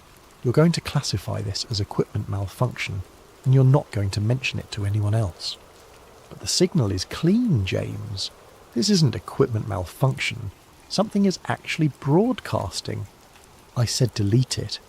His voice carried a finality that made my stomach drop. Trust me on this one, kid. Some anomalies are better left unreported. You log something like this, and you'll invite the wrong kind of attention. The kind that ends careers. That night, I couldn't sleep. I kept thinking about the signal, the mechanical precision of those 13-second intervals, and I kept thinking about James's reaction, the way his face had gone pale when he saw the orbital trajectory calculations. When I returned to the station for my next shift 2 nights later, I checked channel 47 immediately. The pulse was still there, same frequency, same timing, same impossible source, but this time I didn't log it. I couldn't let it go. During my off hours, I found myself researching historical satellite anomalies, digging through declassified government documents and academic papers about space debris. Most of what I found was routine. Failed Soviet missions, American spy satellites that had gone dark during the Cold War, chunks of rockets and spacecraft that had broken apart and scattered across various orbits. But buried in a 1960 naval intelligence report I found through a Freedom of Information Act database, I discovered something that made my blood run cold. The document was heavily redacted, whole paragraphs blacked out with thick marker, but what remained was enough to confirm that I wasn't the first person to detect an unidentifiable signal from space. Classified, Eyes Only Naval Intelligence Division. Date, March 15th, 1960. Subject, anomalous orbital object. Ground-based radar stations have detected an object in polar orbit approximately 460 kilometers above Earth's surface. Object exhibits regular orbital characteristics, but does not match any known US or Soviet launch vehicle. Radio telescopes at Redacted have detected intermittent signals from the object. Pattern analysis suggests artificial origin. Object designation, Project Black Knight. Orbital inclination, 79 degrees, retrograde. Period, 104.5 minutes. Signal frequency, redacted. Signal pattern, redacted. Initial assessment, object, not of US or Soviet origin. Monitoring continues. Note, object appears to have been in stable orbit for redacted years prior to first detection. Analysis of historical astronomical records suggests possible earlier observations dating back to redacted. The report ended with a line that sent chills down my spine. Recommend classification level cosmic. Potential implications for national security. Require immediate suppression of public disclosure. I cross-referenced the orbital parameters with the signal I'd been tracking. The math was complex, but after accounting for decades of orbital decay and gravitational perturbation, the numbers were close enough to be significant. Project Black Knight wasn't just a Cold War curiosity. If the naval intelligence report was accurate, something had been in polar orbit since before humans had the technology to put anything in space, and it was still there. My research led me down increasingly dark rabbit holes. I spent hours on conspiracy forums, amateur astronomy websites, and declassified document archives. Most of what I found was obvious nonsense. Blurry photos of weather balloons, misidentified aircraft, the usual collection of hoaxes and misunderstandings that populate the fringes of the internet. But occasionally I'd stumble across something that felt different, more credible, more disturbing. The breakthrough came from an unexpected source. My cousin Marcus, who worked as a data recovery specialist for NASA contractors. We'd grown up together in Ontario, and he was one of the few family members who knew about my work at the satellite station. During a family gathering in Toronto, I mentioned my research into historical space anomalies, carefully avoiding any specifics about what I'd been tracking. Marcus listened with growing interest, occasionally asking technical questions about orbital mechanics and signal analysis. "You know," he said as we walked along Lake Ontario after dinner, "I might have something that would interest you. Ever heard of the STS-88 mission?" I shook my head. Space Shuttle Endeavour, December 1998. First assembly mission for the International Space Station. NASA released hundreds of photos from that mission, including some shots of what they claimed was space debris, some kind of thermal blanket that had broken away from a previous mission. Marcus pulled out his phone and showed me one of the official NASA images. A dark, angular object tumbling slowly against the star field, clearly artificial but shapeless, like a piece of torn metal sheeting. Here's the thing, Marcus continued. I was doing data recovery on some corrupted drives from that era. NASA had a lot of storage problems in the late 90s, and I found additional images from STS-88 that never made it into the official archive. He swiped to another photo and my breath caught in my throat. Unlike the official images, this one showed the object in sharp detail. It wasn't tumbling, it wasn't shapeless, it was stationary relative to Earth, maintaining a fixed orientation with geometric precision. The object was clearly artificial, with angular surfaces and what appeared to be antenna arrays or sensor pods extending from its main body. But what made my hands start shaking was the object's orbit. Based on the Earth's curvature visible in the background and the angle of the sun, I could estimate the altitude and inclination. The numbers matched the 1960 Naval Intelligence Report exactly. Holy shit, I whispered.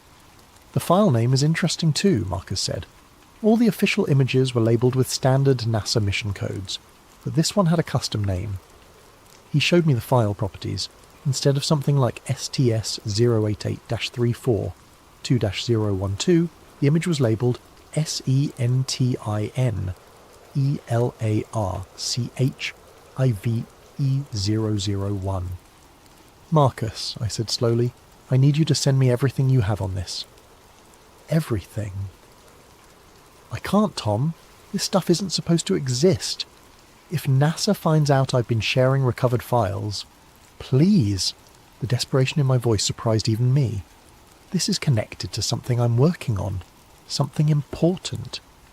Marcus studied my face for a long moment, then sighed. I'll see what I can do. But you never got this from me, understand?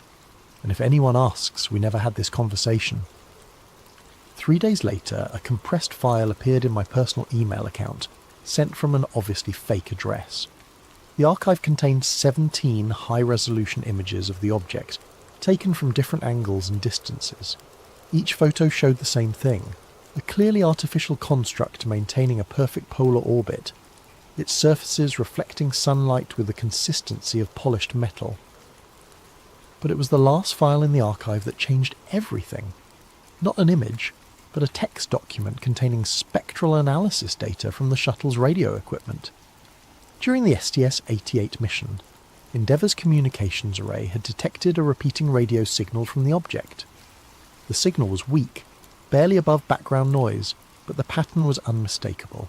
A pulse repeating every 13 seconds, broadcasting on a frequency of 1420.4057 MHz.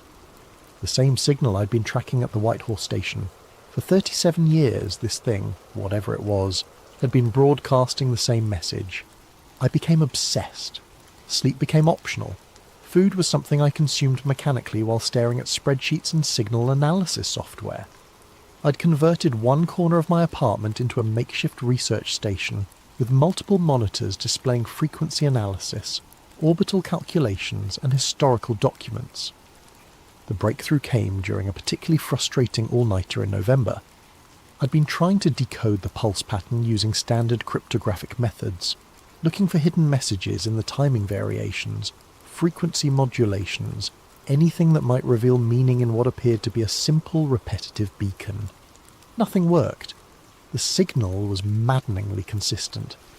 13 seconds between pulses, no variation in frequency, no embedded data that I could detect with any conventional analysis tools. Then I had what felt like an epiphany, or maybe just the delirium of too much caffeine and too little sleep. What if I was overthinking this? What if the message wasn't in the complexity of the signal, but in its simplicity? I opened a binary converter and began transcribing the pulse pattern as ones and zeros. Each pulse was a 1, each 13-second gap was a 0. After an hour of careful logging, I had several hundred digits of binary code.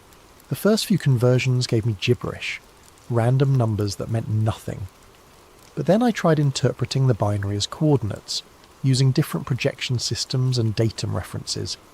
That's when the pattern emerged. The binary string wasn't random.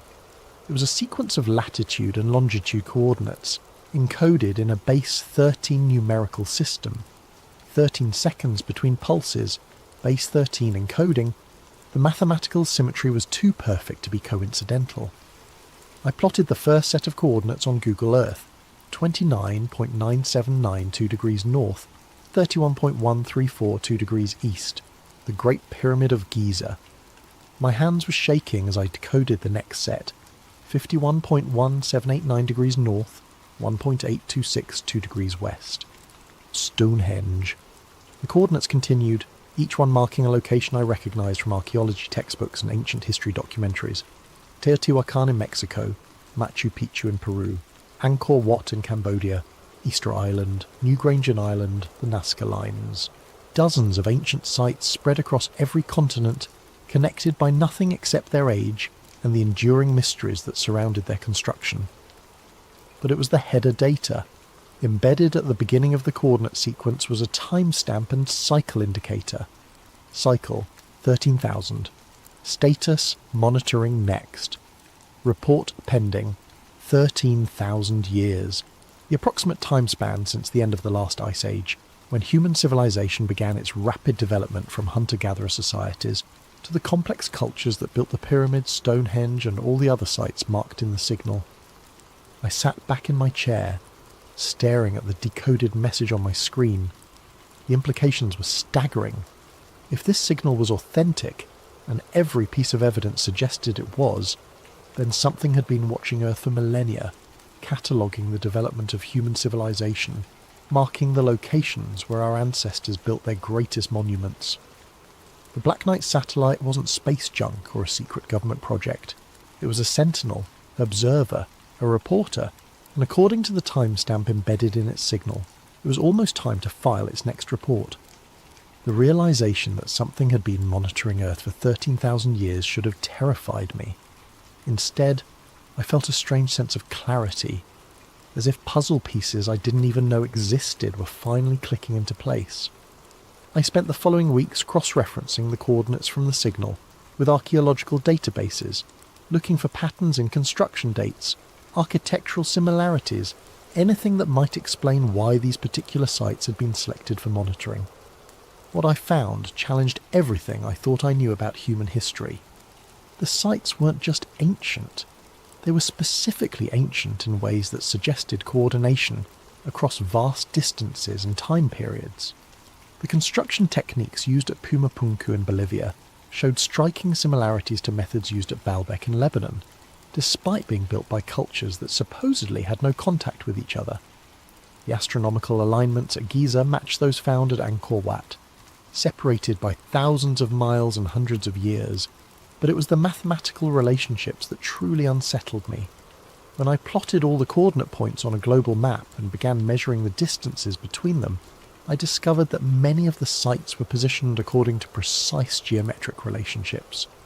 The distances formed triangles, pentagons, and complex polygons, with measurements that were exact multiples of fundamental mathematical constants.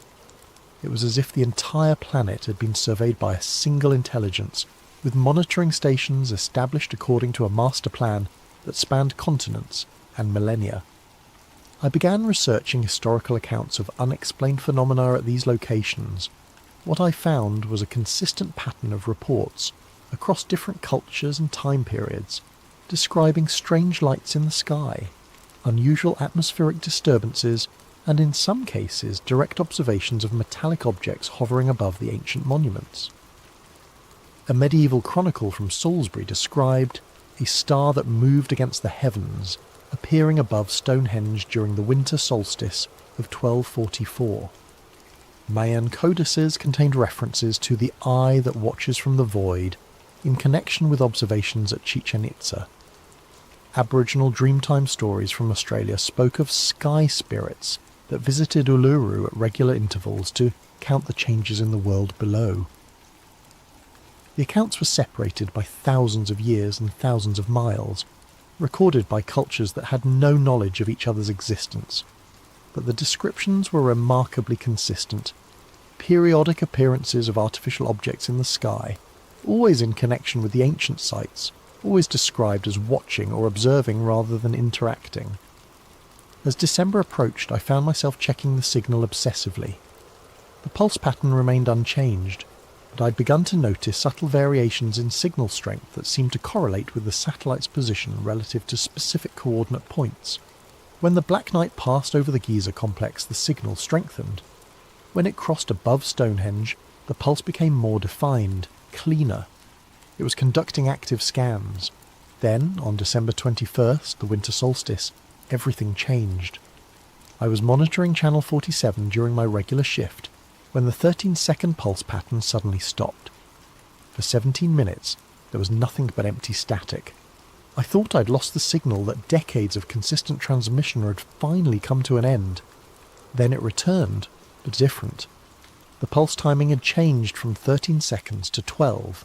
The frequency had shifted slightly higher, and embedded in the binary stream was new data, not coordinates this time, but what appeared to be measurement readings, environmental data, population estimates. The Black Knight was no longer just monitoring, it was compiling a report, and based on the mathematical progression I was seeing in the data stream, it was preparing to transmit that report somewhere else. The signal that had been broadcasting to Earth for decades was about to be redirected outward, towards some destination in deep space. The 13,000-year observation cycle was coming to an end. Over the following days, I watched as the Black Knight's transmission pattern evolved from simple monitoring pulses to complex data streams. The binary information was now flowing almost continuously, with only brief pauses between what appeared to be different sections of the report. Using the decoding methods I'd developed, I began translating portions of the transmission.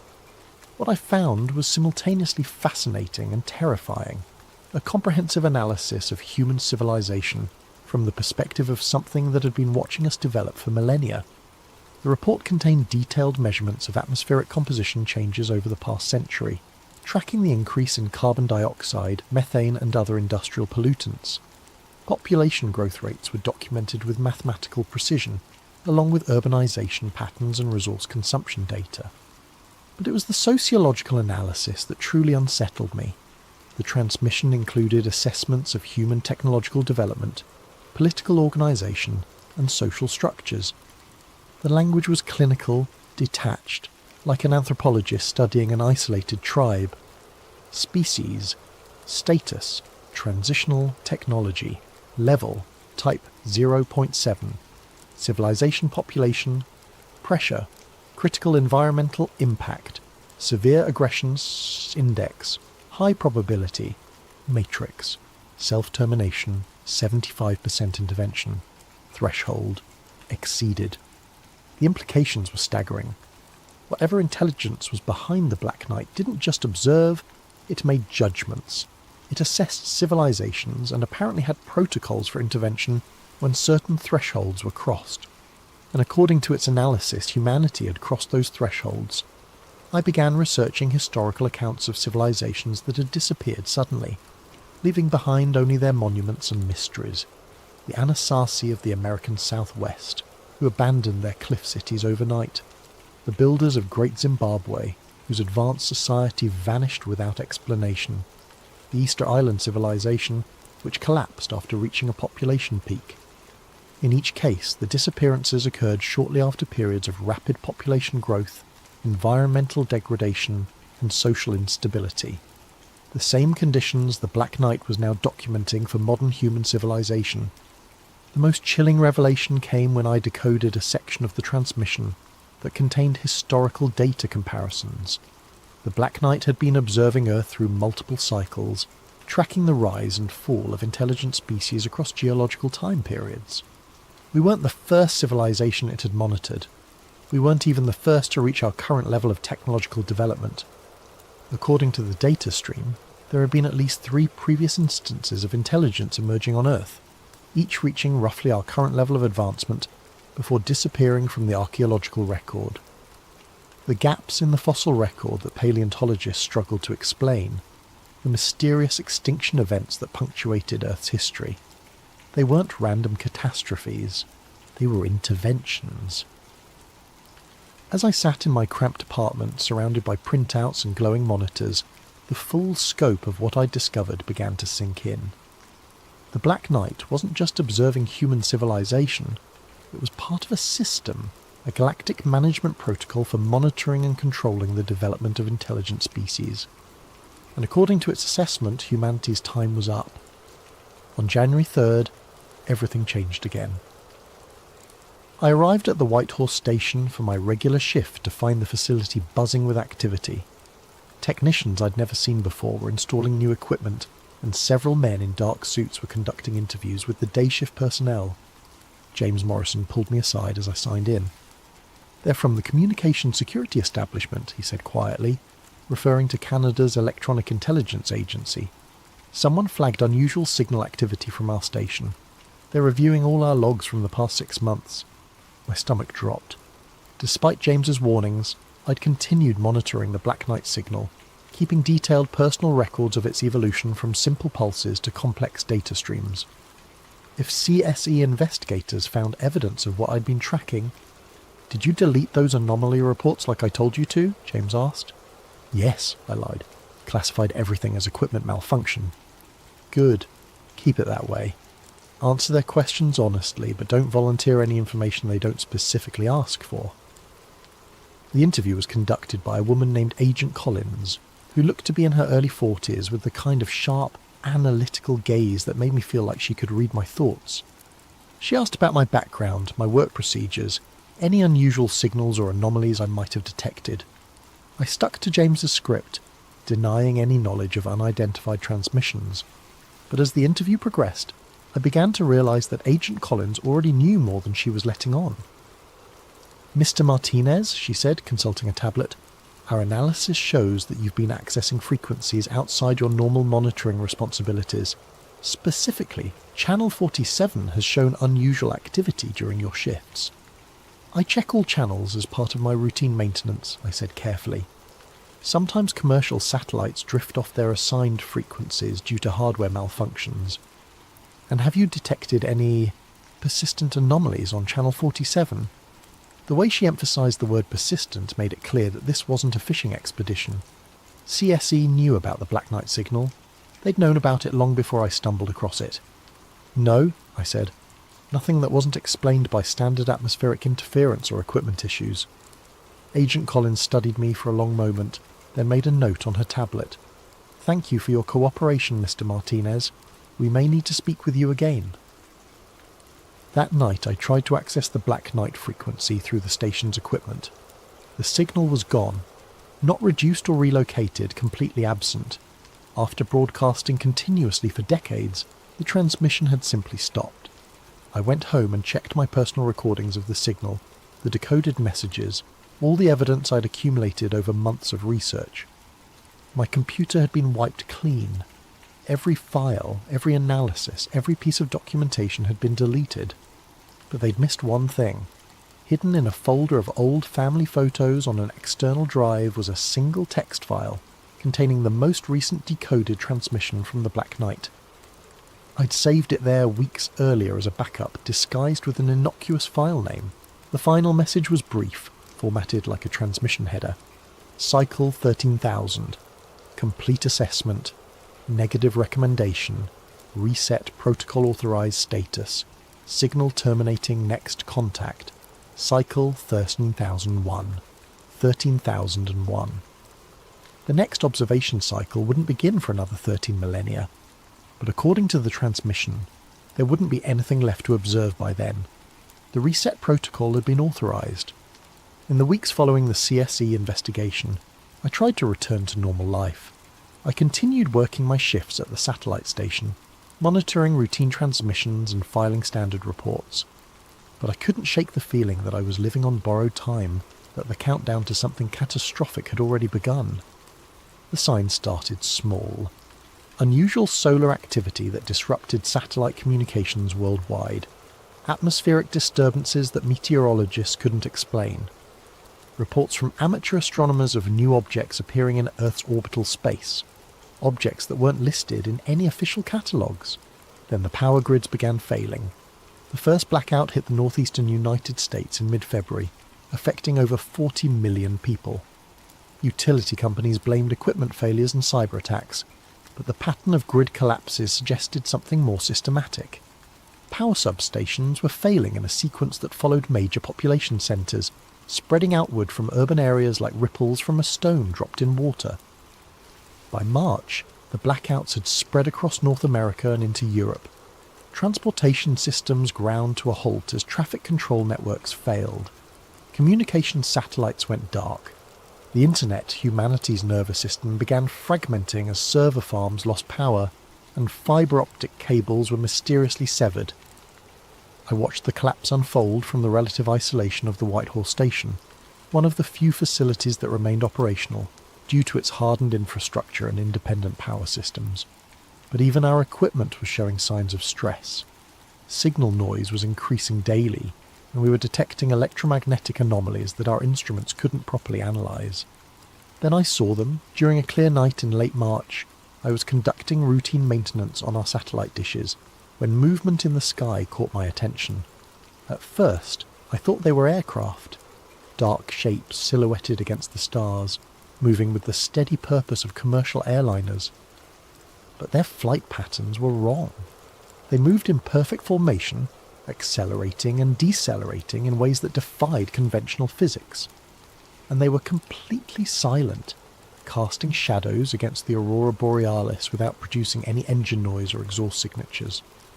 I counted at least 20 objects, all roughly cylindrical in shape, arranged in a geometric pattern that reminded me of the coordinate relationships I'd discovered in the Black Knight transmission.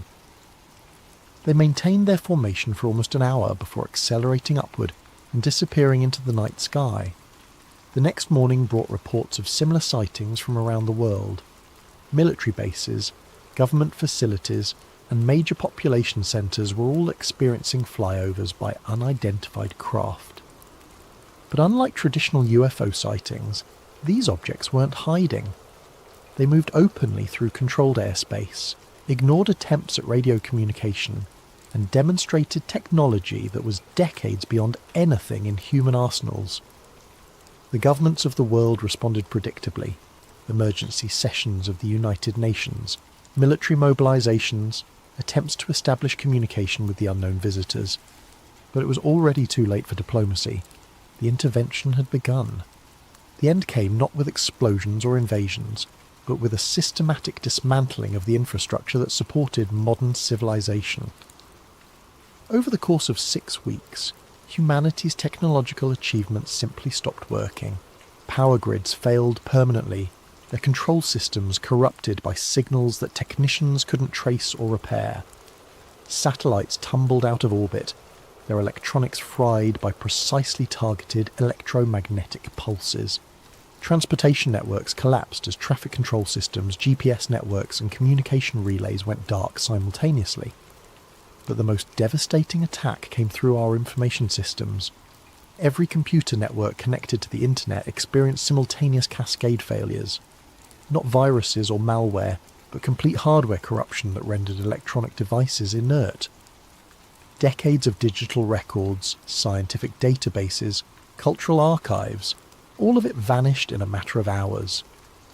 Humanity's collective memory was being systematically erased. From my position at the Whitehall station, I watched civilization crumble with the detached fascination of an anthropologist observing the collapse of an ant colony. Our isolated facility continued operating on emergency power, but we were cut off from the outside world, reduced to monitoring radio frequencies that carried increasingly desperate communications from military units, government officials and civilian groups trying to coordinate response efforts. The pattern became clear within days. This wasn't random destruction. It was selective elimination of human technological capability while leaving the natural environment intact. Cities were losing power and communications, but forests remained untouched.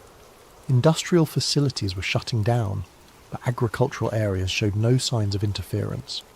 It was a reset protocol, exactly as the Black Knight transmission had indicated. Human civilization was being systematically returned to a pre-technological state, wiped clean like a computer hard drive being prepared for a fresh installation. The cylindrical craft I'd observed became a common sight, appearing over major population centres and conducting what appeared to be systematic surveys. Occasionally they would deploy smaller objects that descended into urban areas before returning to the motherships. Witnesses described these smaller craft as conducting detailed scans of infrastructure, mapping systems, documenting the extent of human technology before methodically disabling it. No weapons were used, no violence was reported. The intervention was conducted with the clinical efficiency of pest control specialists eliminating an infestation. By April, the collapse was complete. Modern civilization had been reduced to scattered groups of survivors trying to maintain basic subsistence without electricity, motorized transportation, or electronic communication. The population centres that had housed billions of people were becoming uninhabitable as water treatment systems failed, food distribution networks collapsed, and medical facilities lost the ability to maintain life support equipment. The reset was working exactly as designed. I remained at the White Horse Station until the emergency generators finally ran out of fuel in mid-May. By then, most of my colleagues had left to find their families or join survivor communities that were forming in rural areas. The Canadian government had ceased to exist in any meaningful sense, and emergency services had collapsed along with the rest of the technological infrastructure. But I stayed, compulsively monitoring the radio frequencies for any sign that the Black Knight satellite was still active. On my final night at the station, powered by the last few hours of battery backup, I detected a weak signal on channel 47. It wasn't the familiar 13-second pulse pattern. This was a new transmission, a brief status update broadcast once every hour. Reset protocol, 97% complete population, reduction within parameters, environmental restoration, initiated monitoring, reduced schedule, status, Cycle 13001 preparation, 97% complete. Humanity's technological civilization had been almost entirely eliminated, reduced to scattered pockets of survivors who would need generations to rebuild even basic industrial capability. The population that had numbered nearly 8 billion was rapidly declining as urban areas became uninhabitable and medical infrastructure ceased to function. But some would survive. The transmission indicated that complete extinction wasn't the goal, just reduction to sustainable levels and elimination of technological capability. The survivors would eventually rebuild, develop agriculture, establish new settlements. In a few thousand years they might even rediscover metallurgy and basic machines. And when they did, the Black Knight would be waiting, watching, counting down the years until the next assessment cycle. I left the station on foot, carrying only basic supplies and the handwritten notes I'd managed to preserve from my research. The roads were already becoming overgrown as nature began reclaiming the infrastructure humanity had abandoned. In the distance I could see one of the cylindrical craft conducting what appeared to be a final survey flight, documenting the results of the reset protocol. As I walked south toward what remained of civilization, I thought about the ancient monuments scattered across the world. The pyramids, Stonehenge, Machu Picchu, all the sites that had been marked in the Black Knight's coordinate database. They were the only human constructions that had survived previous reset cycles, monuments built by civilizations that had reached technological advancement and then been systematically returned to a pre-industrial state. The stones would remain long after our cities crumbled to dust. Future archaeologists, if humanity survived long enough to develop archaeology again, would study them as mysteries, wondering how primitive societies could have constructed such precise and massive monuments. We would never suspect that those ancient civilizations hadn't been primitive at all. They had been advanced, technological societies that had been reset just as we were being reset now. The monuments weren't primitive constructions, they were survivors, the only traces of lost civilizations that had been allowed to remain as markers for future observation cycles.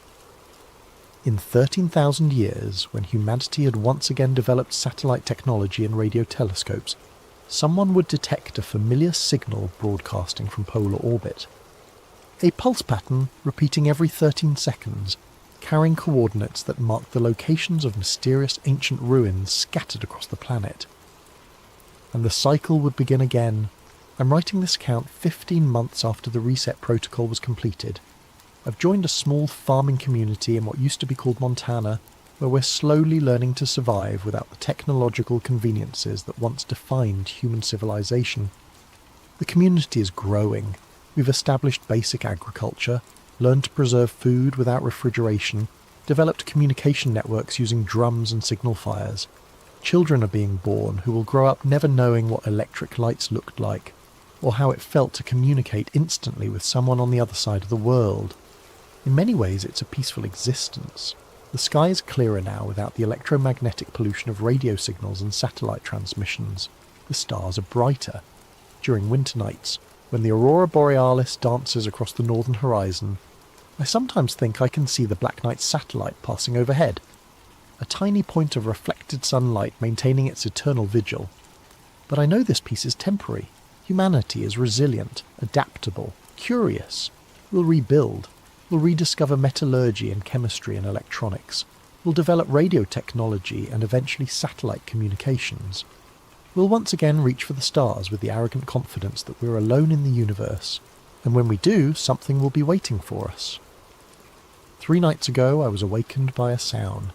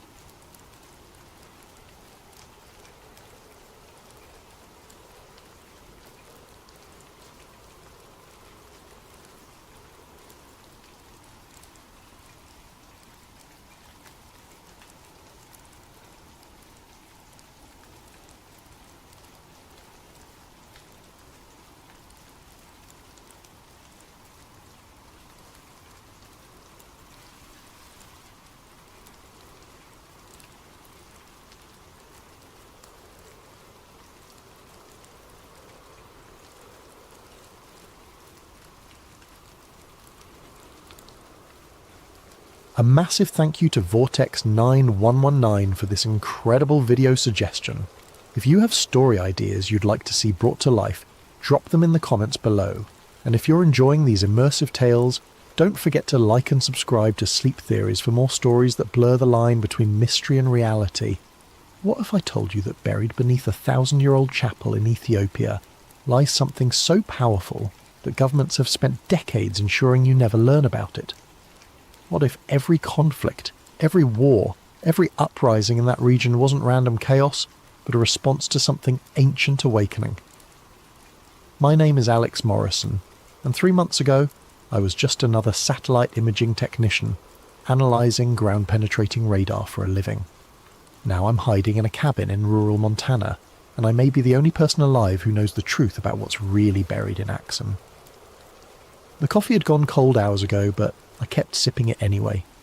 That's what you do when you're 3 weeks behind on satellite analysis reports, and your supervisor keeps sending those passive-aggressive emails with red exclamation points. I was a field technician for Orbital Dynamics, a mid-tier satellite imaging company that contracted with everyone from agricultural firms to mining corporations. My job was simple: analyse ground-penetrating radar scans, identify subsurface anomalies and file reports. Nothing glamorous, nothing dangerous, just data. The Horn of Africa cluster had been sitting on my desk for 2 days. Standard geological survey for a potential infrastructure project in Ethiopia.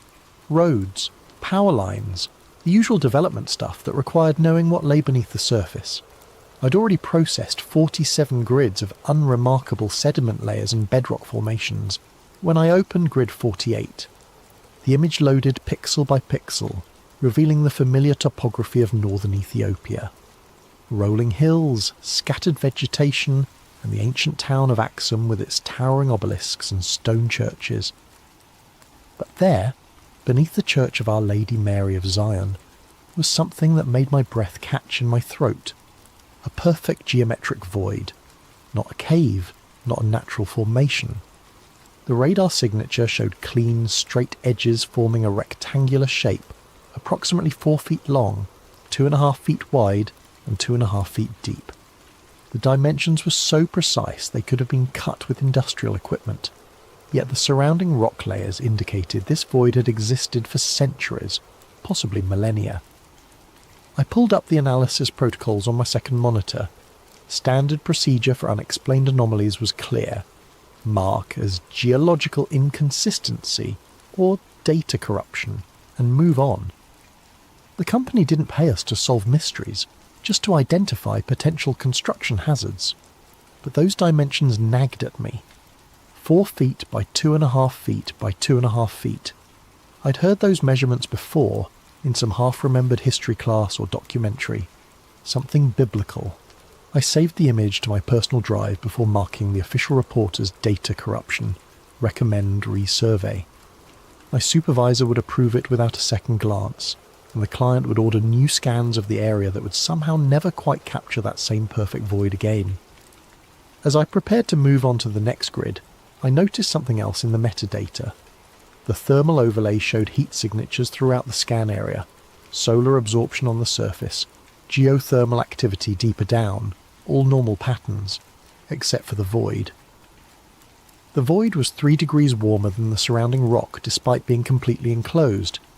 Dead objects don't generate heat. I stared at the screen until my eyes burned, but no amount of analysis could explain what I was looking at. Finally, I closed the file and went home, but the image followed me. Those perfect dimensions, that impossible heat signature, the way it sat directly beneath one of Christianity's most sacred sites. 4 feet by 2.5 feet by 2.5 feet. The traditional dimensions of the Ark of the Covenant. That night, I dreamed of golden cherubim with wings spread wide, and a voice that spoke from between them with the sound of rushing water. In the dream, I was standing in a stone chamber, lit by a light that cast no shadows, reaching toward a box that hummed with power. The moment my fingers touched the gold, I woke with a gasp, my heart hammering against my ribs. It was just a dream, I told myself. Just my imagination running wild after a long day staring at radar scans. But when I checked my phone, I found I'd been unconsciously searching for information about Axum, about the Church of Our Lady Mary of Zion, about ancient artifacts hidden beneath holy ground. The next morning I couldn't focus on anything else. I pulled up the scan again, studying every pixel, every thermal gradient, every impossible detail of that buried void. This wasn't data corruption. This was something real, something significant, something that had been deliberately hidden from the world. Something that was waiting. 3 weeks later, I was on a plane to Ethiopia. I'd convinced my supervisor that the Axum anomaly required ground truthing, a field verification to ensure our radar systems were functioning correctly. The company approved the trip because it sounded technical and responsible, not because I'd spent every spare moment researching the legend of the Ark's journey from Jerusalem to Ethiopia. According to tradition, the Queen of Sheba took the Ark back to Ethiopia after her visit to King Solomon. Her son, Menelik I, founded the Ethiopian Empire and established Axum as its capital. For 3,000 years, Ethiopian Orthodox Christians had claimed the true Ark of the Covenant rested in the Church of Our Lady Mary of Zion, guarded by a single monk who could never leave the sacred precinct. Tourist nonsense, I'd always assumed. Every culture claimed to have some piece of biblical history hidden in their backyard. But now I had radar evidence of something buried exactly where the legend said it would be. Something that matched the Ark's traditional dimensions and somehow generated heat despite being entombed in solid rock. I landed in Addis Ababa on a Tuesday morning and caught a domestic flight to Axum the same day. The town was smaller than I'd expected, a collection of low buildings scattered around the famous obelisk park, and the twin churches that claim to house the world's greatest religious relic. Tourists wandered between the ancient stone monuments, taking selfies with 3,000-year-old carved pillars, while guides recited well-practiced speeches about Queen Sheba and King Solomon.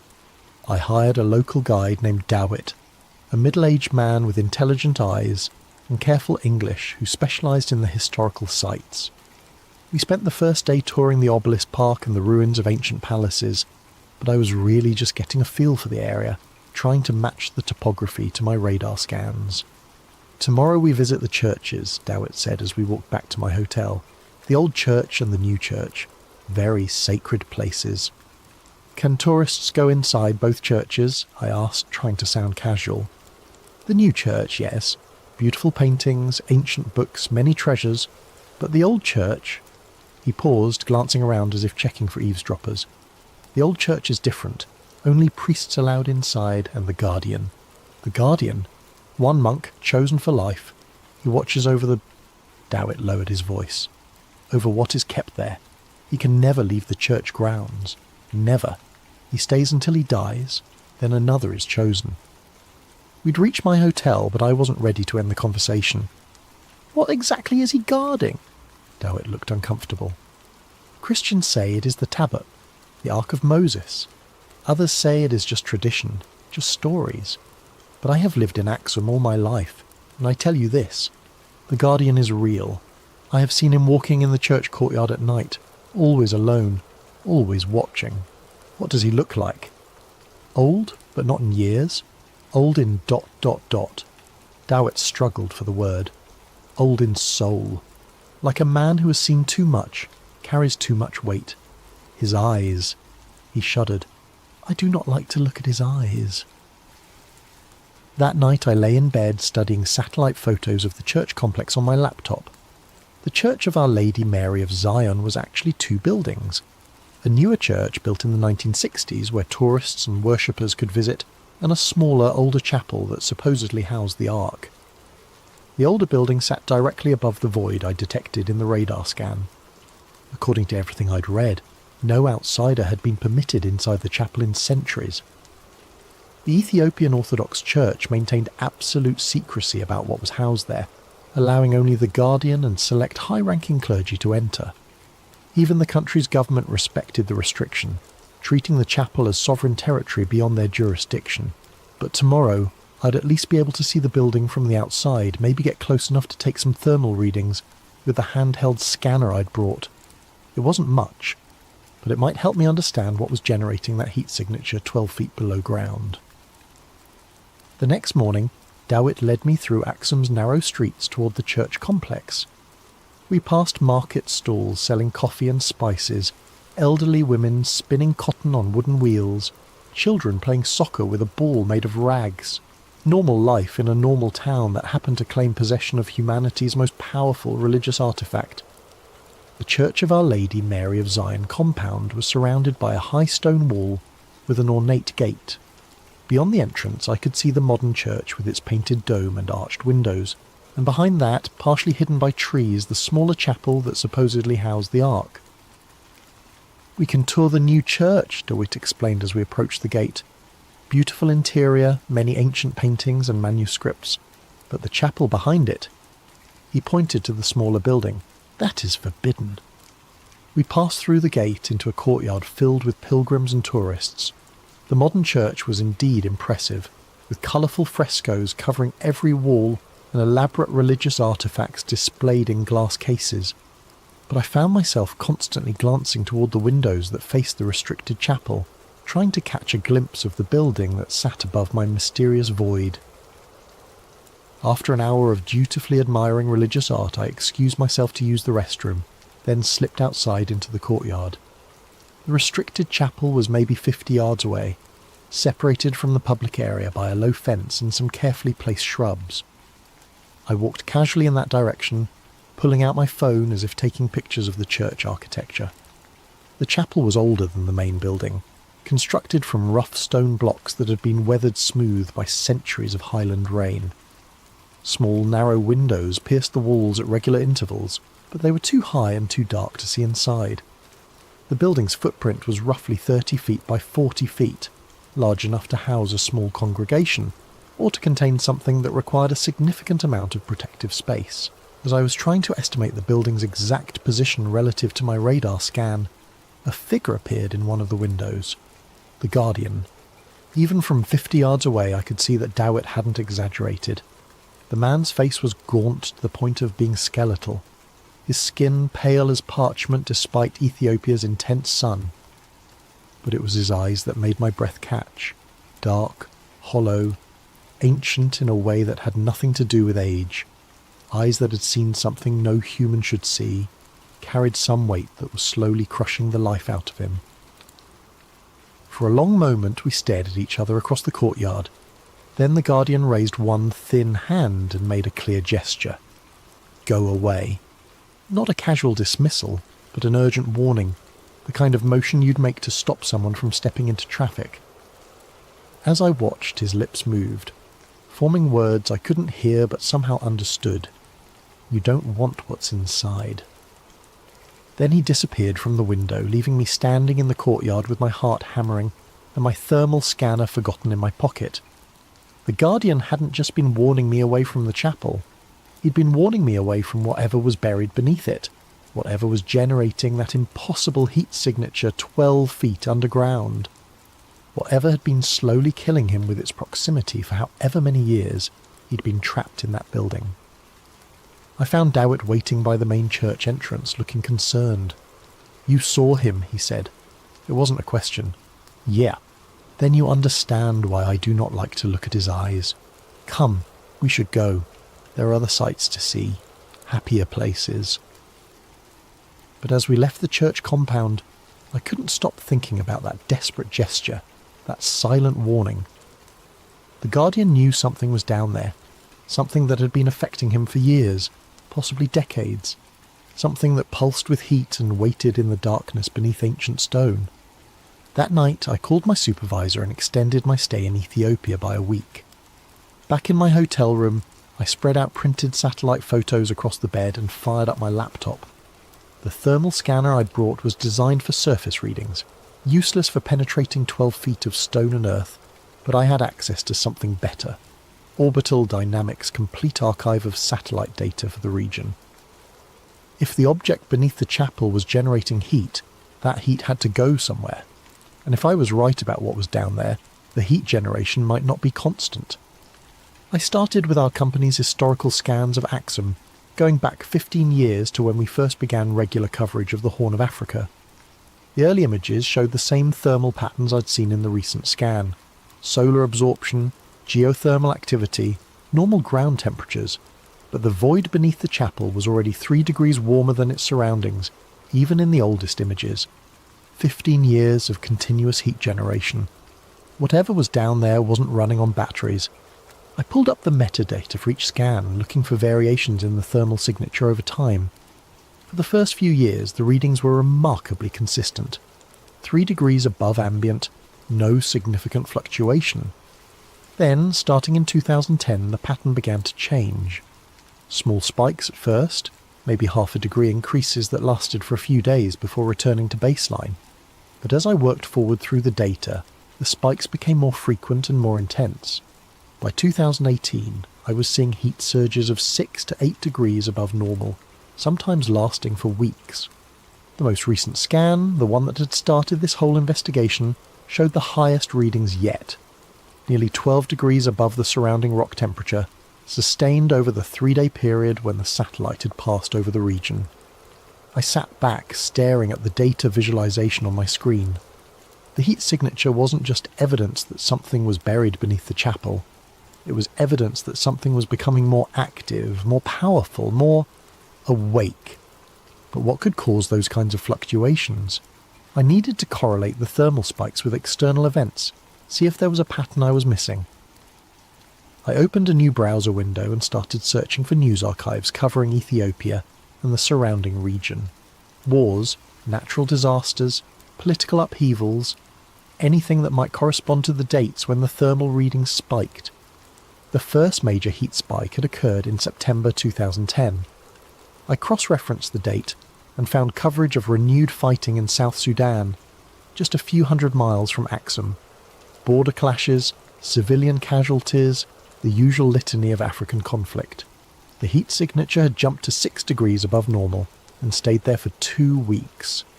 December 2014, another spike, this one lasting almost a month. I found reports of protests in Ethiopia's Oromia region that had turned violent, with government forces killing dozens of demonstrators. The thermal readings had peaked at 8 degrees above normal. March 2019, the biggest spike yet, nearly 10 degrees above ambient temperature. Major fighting had erupted between Ethiopia and Eritrea along their shared border, the worst violence in years between the two countries. Thousands of troops mobilised, artillery exchanges, threats of full-scale war. The pattern was undeniable. Every time conflict erupted in the region, the object beneath the chapel became more active. Not just reactive, but almost anticipatory. Some of the thermal spikes had begun days or even weeks before the first news reports of violence. I leaned back in the hotel room's uncomfortable chair, trying to process what the data was telling me. If the Ark of the Covenant was really buried beneath that chapel, and if it was somehow responding to regional conflicts, what did that mean? According to biblical accounts, the Ark had been a weapon, used by the Israelites to destroy their enemies and part the Jordan River. But those were just stories, weren't they? Ancient myths to explain natural phenomena or military victories. Except now I had 15 years of satellite data suggesting those stories might have been more literal than anyone imagined. I opened a new search window and typed in Ark of the Covenant Biblical Powers.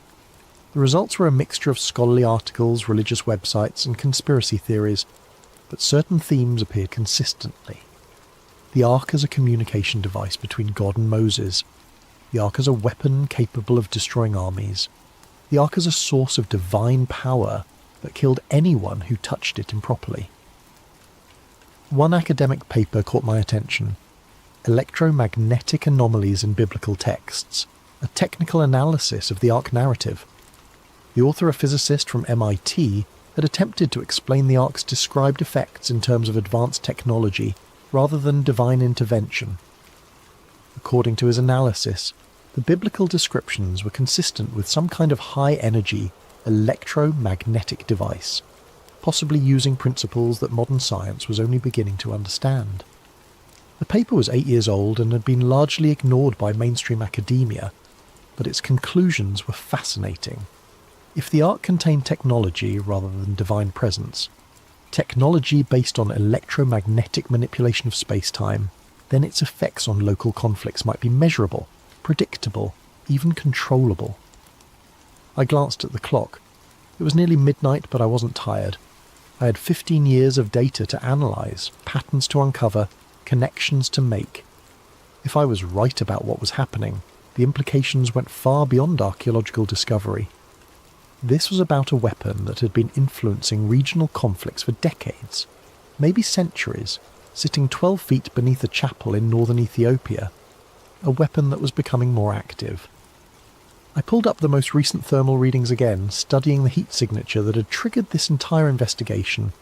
12 degrees above ambient temperature, the highest reading yet. And according to the news feeds I'd been monitoring, tensions were rising again along the Ethiopia-Eritrea border.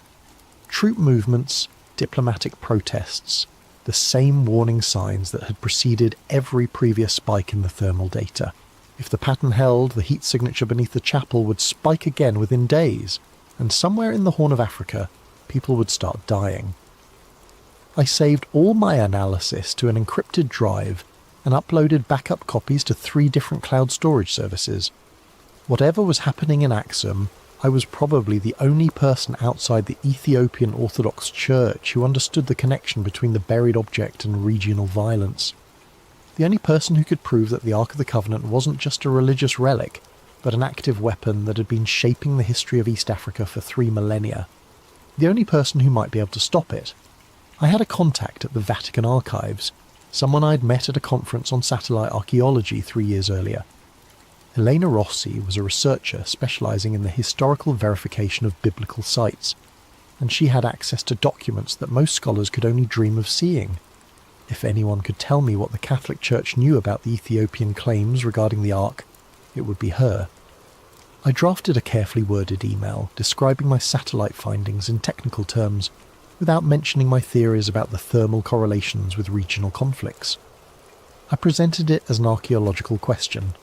Had the Vatican ever investigated the Ethiopian Orthodox claims about possessing the Ark of the Covenant? Elena's response came within 6 hours, which surprised me. Her replies usually took days, given the bureaucratic nature of Vatican communications. Alex, your inquiry has been noted and forwarded to the appropriate department.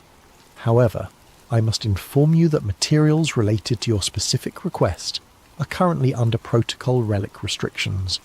I cannot provide further information at this time. I would advise against pursuing this research direction. E. Rossi, Protocol Relic. I'd never heard the term before, and a quick internet search turned up nothing. No academic papers, no government documents, no casual references in religious forums. It was as if the phrase existed in a completely separate information ecosystem, one that normal researchers couldn't access. That afternoon, my hotel room phone rang. The caller ID showed only international with no number. Mr. Morrison. The voice was American, middle-aged, with the kind of neutral accent that comes from years of diplomatic training. Yes, my name is Cardinal Michael Toretti, Vatican Secretariat of State. I understand you've been making inquiries about certain historical artifacts currently held by our Ethiopian Orthodox colleagues. A cardinal calling me directly. In 31 years of life, I'd never been important enough to warrant attention from anyone higher than a district manager, and now I had a Vatican cardinal on the line. I'm a satellite imaging technician, I said carefully. I analyse ground-penetrating radar for geological surveys. Yes, we're aware of your professional background. We're also aware of your recent travel to Axum and your communication with Dr. Rossi. Mr. Morrison, I'm calling to advise you that you've stumbled into an area of inquiry that falls under Vatican security protocols. For your own safety, I strongly recommend that you discontinue this research and return to the United States immediately. My own safety? There are historical artifacts that were never meant to be disturbed, Mr. Morrison. Some knowledge carries a price that few are prepared to pay. The Ethiopian Orthodox Church has maintained certain guardianship responsibilities for nearly 3 millennia. That arrangement exists for the protection of all concerned parties.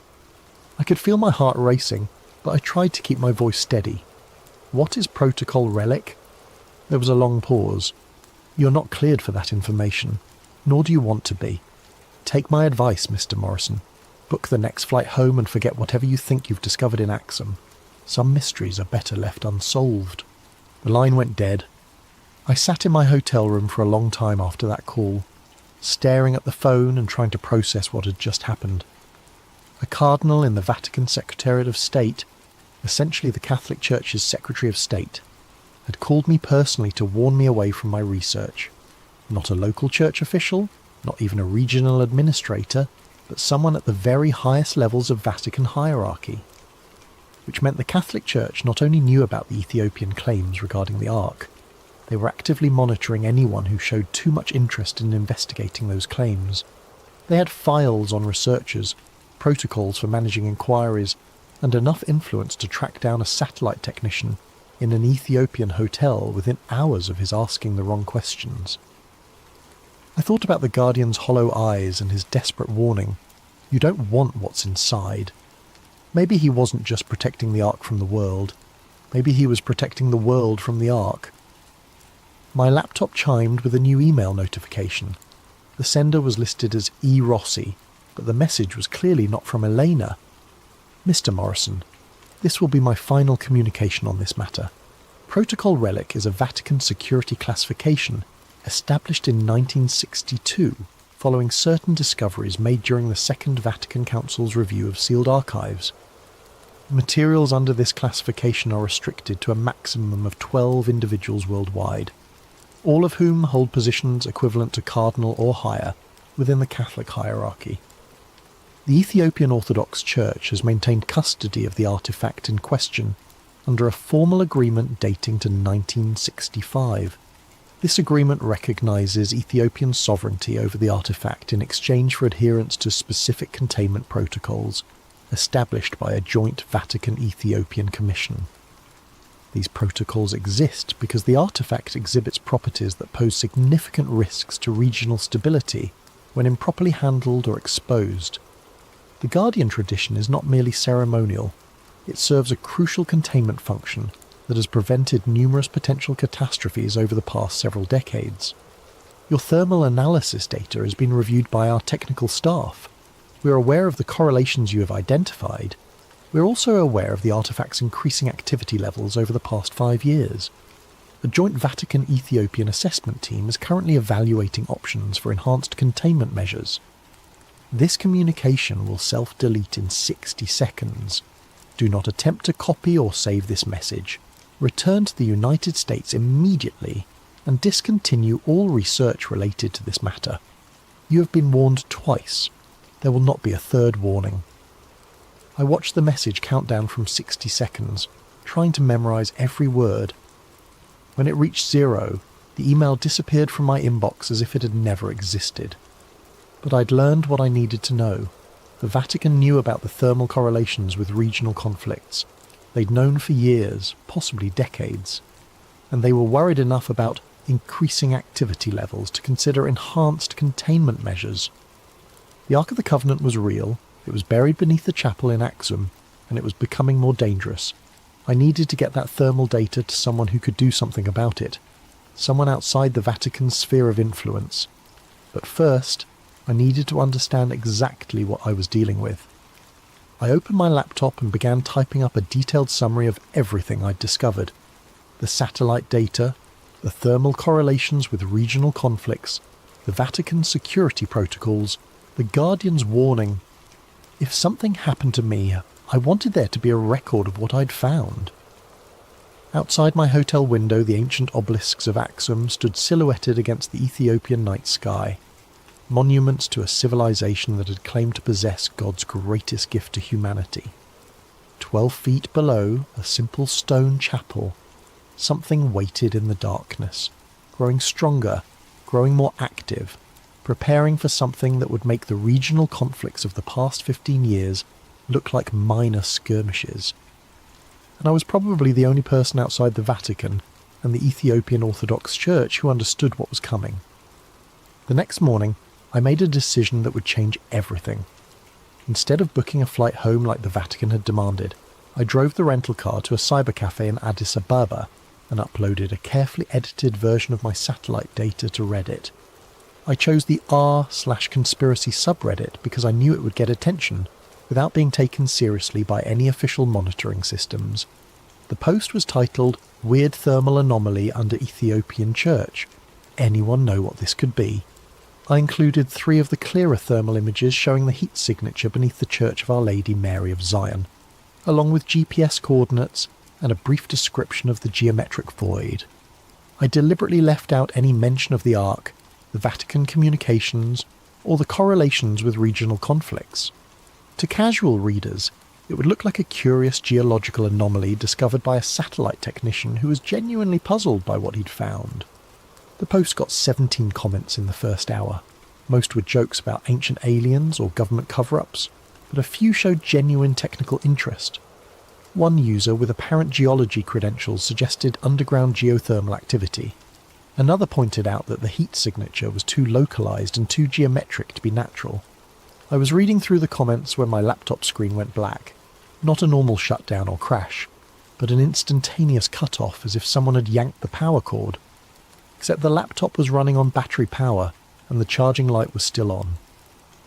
The screen stayed black for maybe 10 seconds, then flickered back to life showing the Windows startup sequence. When the system finished rebooting, my Reddit post was gone. Not deleted with a moderator message, not removed for violating community guidelines, but completely absent as if it had never existed. My browser history showed no record of visiting Reddit. The thermal images I'd uploaded weren't in my recent files folder. Someone had remotely accessed my laptop and scrubbed all evidence of the post, while leaving everything else untouched. I sat in the internet cafe for a long time, watching Ethiopian families use the other computers to video chat with relatives abroad, and university students researching papers. Normal people living normal lives, oblivious to the fact that I'd just learned something terrifying about the reach and capabilities of whoever was monitoring research into the Axum artifact. They had hacked my laptop remotely, selectively deleted specific files, and removed all trace of my Reddit post within hours of its publication. This wasn't just Vatican influence or church pressure. This was signals intelligence, cyber warfare capabilities, the kind of resources that only major governments or international intelligence agencies could deploy. I paid for my computer time and walked back to the rental car, feeling like I was being watched even though the street looked perfectly normal. Addis Ababa traffic flowed around me with its usual chaotic energy. Buses packed with passengers, merchants pushing handcarts loaded with goods, children selling bottled water at red lights. But someone in that crowd could be monitoring me. Someone with access to satellite feeds and facial recognition software, and the authority to scrub information from major social media platforms in real time. That night, back in my hotel room in Axum, I made backup copies of all my remaining data and hid them in 3 different locations around the town. One encrypted drive taped under a restaurant table where I'd eaten dinner, another hidden in the base of an ancient obelisk in the archaeological park, the third buried in a plastic bag near a tree outside the Church of Our Lady Mary of Zion, as close to the chapel as I could get without being seen. If they could hack my devices remotely, I needed analog backups they couldn't access digitally. The next morning I woke to find my hotel room door unlocked. I always used the deadbolt and chain lock, habits from years of business travel. But both were disengaged, and there was no sign of forced entry. My luggage had been searched with professional thoroughness. Everything returned to almost exactly its original position, but with tiny variations that proved someone had been through my belongings. My laptop was still there, apparently untouched. My cameras and field equipment were undisturbed, but the encrypted drive where I'd stored copies of the satellite data was missing from the hidden compartment in my suitcase. They'd taken only what they needed and left everything else to maintain the illusion that nothing had happened. Except they'd made one mistake. They'd unlocked the door when they left, probably to avoid the sound of manipulating the locks from inside. I was no longer just being monitored, I was being actively managed. I packed quickly and checked out of the hotel, telling the desk clerk I had a family emergency back in the United States.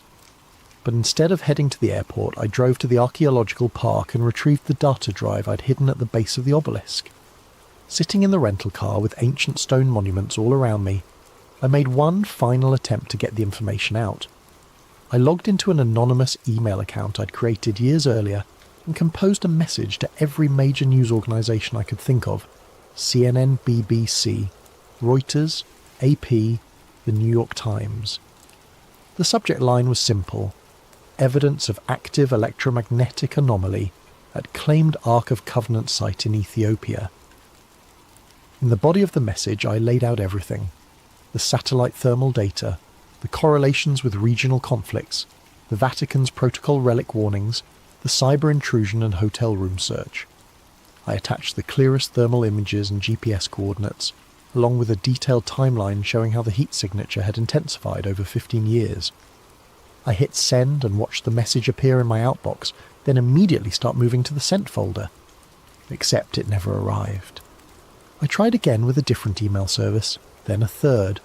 Same result every time. The messages showed as sent from my end, but never reached their destinations. Someone was intercepting my communications at the internet service provider level, identifying and blocking any transmission that contained my satellite data or references to the Axum thermal anomaly. I was completely isolated, cut off from any normal channels of communication, surrounded by an electronic net that prevented me from sharing what I'd discovered. But I still had the physical drive hidden near the church, and I still had one option they couldn't control remotely. That afternoon, I walked to the Church of Our Lady Mary of Zion compound, and found a spot where I could observe the restricted chapel from a distance. Tourists and pilgrims moved through the public areas, taking photos and buying souvenirs, while the Guardian's building sat silent and forbidden behind its fence. I waited until late afternoon, when the crowds thinned and the light was beginning to fade. Then I walked casually toward the area where I'd buried the encrypted drive, as if I were just another tourist admiring the ancient architecture. The drive was gone. The plastic bag was still there, exactly where I'd buried it, but empty. They'd found my backup, extracted the data, and left the bag as a message. We know where you've been. We know what you've hidden. We can reach anything you think is secure. As I stood there staring at the empty bag, a shadow fell across the ground beside me. I looked up to see the Guardian standing at one of the chapel windows, his hollow eyes fixed on my face. But this time, he wasn't warning me away. He was nodding, almost imperceptibly, as if he approved of what I'd been trying to do. Then he pointed downward, toward the ground beneath my feet, and mouthed a single word I could read clearly even at 50 yards distance. Soon! I flew back to the United States the next day, but I never made it to my apartment in Denver. 2 men in dark suits were waiting for me at baggage claim, holding a sign with my name and looking like the kind of federal agents you see in movies. "Mr. Morrison, we're with the Department of Homeland Security. We need to speak with you about your recent travel activities." They escorted me to a windowless room in the airport's security section, where a third man was waiting with a thick folder and a digital recorder. "I'm Agent Phillips," the older man said. "We understand you've been conducting unauthorized intelligence gathering in Ethiopia, specifically related to sites of religious significance to our Ethiopian government partners. I'm a satellite imaging technician. I analyze geological data for mining and construction companies. We're aware of your professional background, Mr. Morrison. We're also aware that you've been making inquiries about classified materials with Vatican contacts, posting sensitive imagery to social media platforms, and attempting to contact media organizations with what you claim is evidence of electromagnetic anomalies at Ethiopian Orthodox Church sites. They knew everything. Not just my activities in Ethiopia, but my attempts to share the data, my communications with Elena Rossi, even my failed Reddit post. The thermal imagery you captured falls under the jurisdiction of several international agreements regarding the protection of cultural and religious sites," Phillips continued. "Specifically, it relates to a joint Vatican-Ethiopian cultural preservation protocol that supersedes normal academic or journalistic access. Cultural preservation protocol? The Ethiopian Orthodox Church has requested that certain sites be protected from unauthorized analysis or exposure that might damage their religious significance or cultural integrity. The Vatican has agreed to help enforce these protections as part of ongoing interfaith cooperation initiatives. It was a lie, of course. They weren't protecting cultural sites.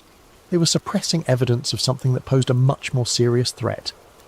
But I was sitting in a windowless room at the Denver airport with 3 federal agents, and my laptop had already demonstrated that normal channels of communication were compromised. "We're prepared to offer you a choice, Mr. Morrison," Phillips said. "You can sign a non-disclosure agreement regarding your recent research activities, accept reassignment to a different geographical focus area within your company, and continue your career with no further complications. Or we can discuss this matter with your employer, your security clearance sponsors, and potentially with federal prosecutors, who take a very dim view of unauthorized intelligence activities in sensitive foreign locations." I stared at the folder on the table between us, thinking about the Guardian's hollow eyes and his final gesture toward the ground beneath the chapel. Thinking about 15 years of thermal data showing an ancient weapon growing stronger, more active, more dangerous. What happens if I sign? You return to your normal work assignments. You avoid any further research related to Ethiopian archaeological sites. You don't discuss your recent findings with colleagues, media contacts, or internet forums. In exchange, we ensure that your employer receives a positive assessment of your professionalism and discretion during this culturally sensitive assignment. And if I don't sign? Phillips opened the folder and showed me the first page. It was a letter from Orbital Dynamics Human Resources Department, dated that morning, informing me that my employment had been terminated due to misuse of company resources for unauthorized personal research projects. "Your security clearance will be revoked," he continued. "Your access to government contracting databases will be permanently blocked, and we'll be sharing our assessment of your activities with other satellite imaging companies geological survey firms, and any future employers who request background information. They were offering to destroy my career or let me pretend none of this had ever happened. But either way, the information I'd gathered would never reach anyone who could act on it. I thought about Cardinal Toretti's warning on the phone. Some knowledge carries a price that few are prepared to pay. Maybe this was the price. Professional destruction, isolation, the slow erasure of everything I'd worked to build over the past decade. I need time to think about it. You have until we finish processing your luggage, 20 minutes, maybe 30. 20 minutes to decide whether to sacrifice my career for information that no one would believe, no one could verify, and no one was allowed to investigate. I signed the non-disclosure agreement. They released me 2 hours later with a stern warning about the consequences of violating federal agreements, and a business card with a phone number I could call if I ever felt tempted to discuss my Ethiopian research with anyone. But they made one crucial mistake. They assumed I was the only person who had access to the satellite data. That night in my apartment in Denver, I opened my laptop and logged into Orbital Dynamics employee portal. My access had been suspended, as expected, but the system showed I was still listed as being on authorized leave for another 3 days. Someone had delayed updating my termination in the central database. I used those 3 days to access everything I could reach. Not just my own analysis files, but the complete archive of satellite coverage for the Horn of Africa going back to the company's founding. If the thermal anomaly beneath the Axum Chapel was increasing in intensity, there might be other sites showing similar patterns, other locations where ancient artifacts were responding to modern conflicts. What I found was worse than I'd imagined. The Ark wasn't unique, it was part of a network. Thermal anomalies appeared at 17 different locations across the Middle East and North Africa, all buried beneath religious sites, all generating heat signatures that correlated with regional violence. A geometric void beneath the Dome of the Rock in Jerusalem. Another under the Great Mosque of Mecca. Heat sources beneath Christian monasteries in Syria, Coptic churches in Egypt, ancient temples in Iraq. Every major conflict of the past 2 decades, the Iraq War, the Syrian Civil War, the Arab Spring, the ongoing violence in Yemen and Libya, correlated with intensified thermal activity at multiple sites, as if the artifacts were communicating with each other, coordinating their responses to human warfare. I copied everything I could access onto encrypted drives and mailed them to safety deposit boxes in 3 different states. Then I submitted my resignation from Orbital Dynamics, citing personal reasons, and disappeared. For 3 weeks I lived in cheap motels and paid for everything with cash, moving from city to city while I tried to figure out what to do with what I'd learned. The thermal network wasn't just evidence of ancient technology, it was evidence of an active weapons system that had been influencing human conflict for millennia. A weapons system that was becoming more coordinated, more responsive, more powerful. On a Tuesday morning in Salt Lake City, my phone rang. The caller ID showed Elena Rossi. "Alex, thank God. I've been trying to reach you for weeks." "Elena, I thought you were under Vatican restrictions. I'm calling from a secure line. Listen carefully. Something has happened. The Ethiopian government has sealed off the entire Axum region. No flights in or out, no ground access, complete media blackout. They're claiming it's a military exercise, but my sources inside the Ethiopian Orthodox Church say it's something else." "What kind of something else?" "The Guardian is dead, Alex. He died 3 days ago. And when they went to choose his replacement, they found the chapel empty. Whatever was buried beneath the church, it's gone." I felt the blood drain from my face. Gone how? No one knows. The Ethiopian military is conducting a grid search of the entire region, but there's no sign of forced entry, no evidence of excavation, no indication that anyone broke into the chapel. The artifact simply left. That's impossible. Satellite thermal imaging shows massive energy spikes at 17 locations across the Middle East and North Africa, all occurring within a 6-hour window starting with the Guardian's death. The Vatican has activated something called the Omega Protocol, and they're requesting immediate assistance from the United States, Russia and China. The Omega Protocol. I'd never heard the term before, but I could guess what it meant. The final contingency, the last resort when all other containment measures had failed. Eleanor, where are you calling from? I'm at a monastery in Switzerland. The Vatican has evacuated all protocol relic personnel to secure locations. They're expecting the worst. What's the worst? According to the sealed archives, the last time the artefacts were fully active was during the Crusades. The entire geopolitical structure of 3 continents collapsed within a century. Empires fell, entire populations migrated, technological development stalled for 500 years. I thought about the thermal data I'd collected, the correlations between artifact activity and regional violence. If the Ark and its companion devices were no longer contained, no longer isolated in buried chambers beneath ancient churches, what would happen to the world? Alex, are you still there? Yeah. Eleanor, I need you to do something. I'm going to send you coordinates for safety deposit boxes in Phoenix, Dallas, and Atlanta. Inside each box is a complete archive of satellite data showing the thermal network. If something happens to me, make sure that information reaches someone who can act on it. What are you going to do? I'm going to find the Ark. The line went dead. That afternoon I bought a plane ticket to Ethiopia under a false name, using identity documents I'd acquired during my weeks of hiding. If the Ethiopian government had sealed off the Axum region, I'd have to find another way in, but I was probably the only person outside government and religious authorities who understood the scope of what was happening. The only person who might be able to track down a 3,000-year-old weapon that had just escaped from its prison and was preparing to reshape human civilization.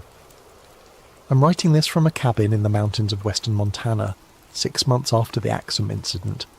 The official story is that a localized seismic event damaged several ancient structures in northern Ethiopia, requiring temporary military restrictions while archaeological assessment teams evaluate the cultural heritage impact. The real story is that 17 ancient weapons have vanished from their containment sites across 3 continents, leaving behind nothing but empty chambers and the withered corpses of their guardians.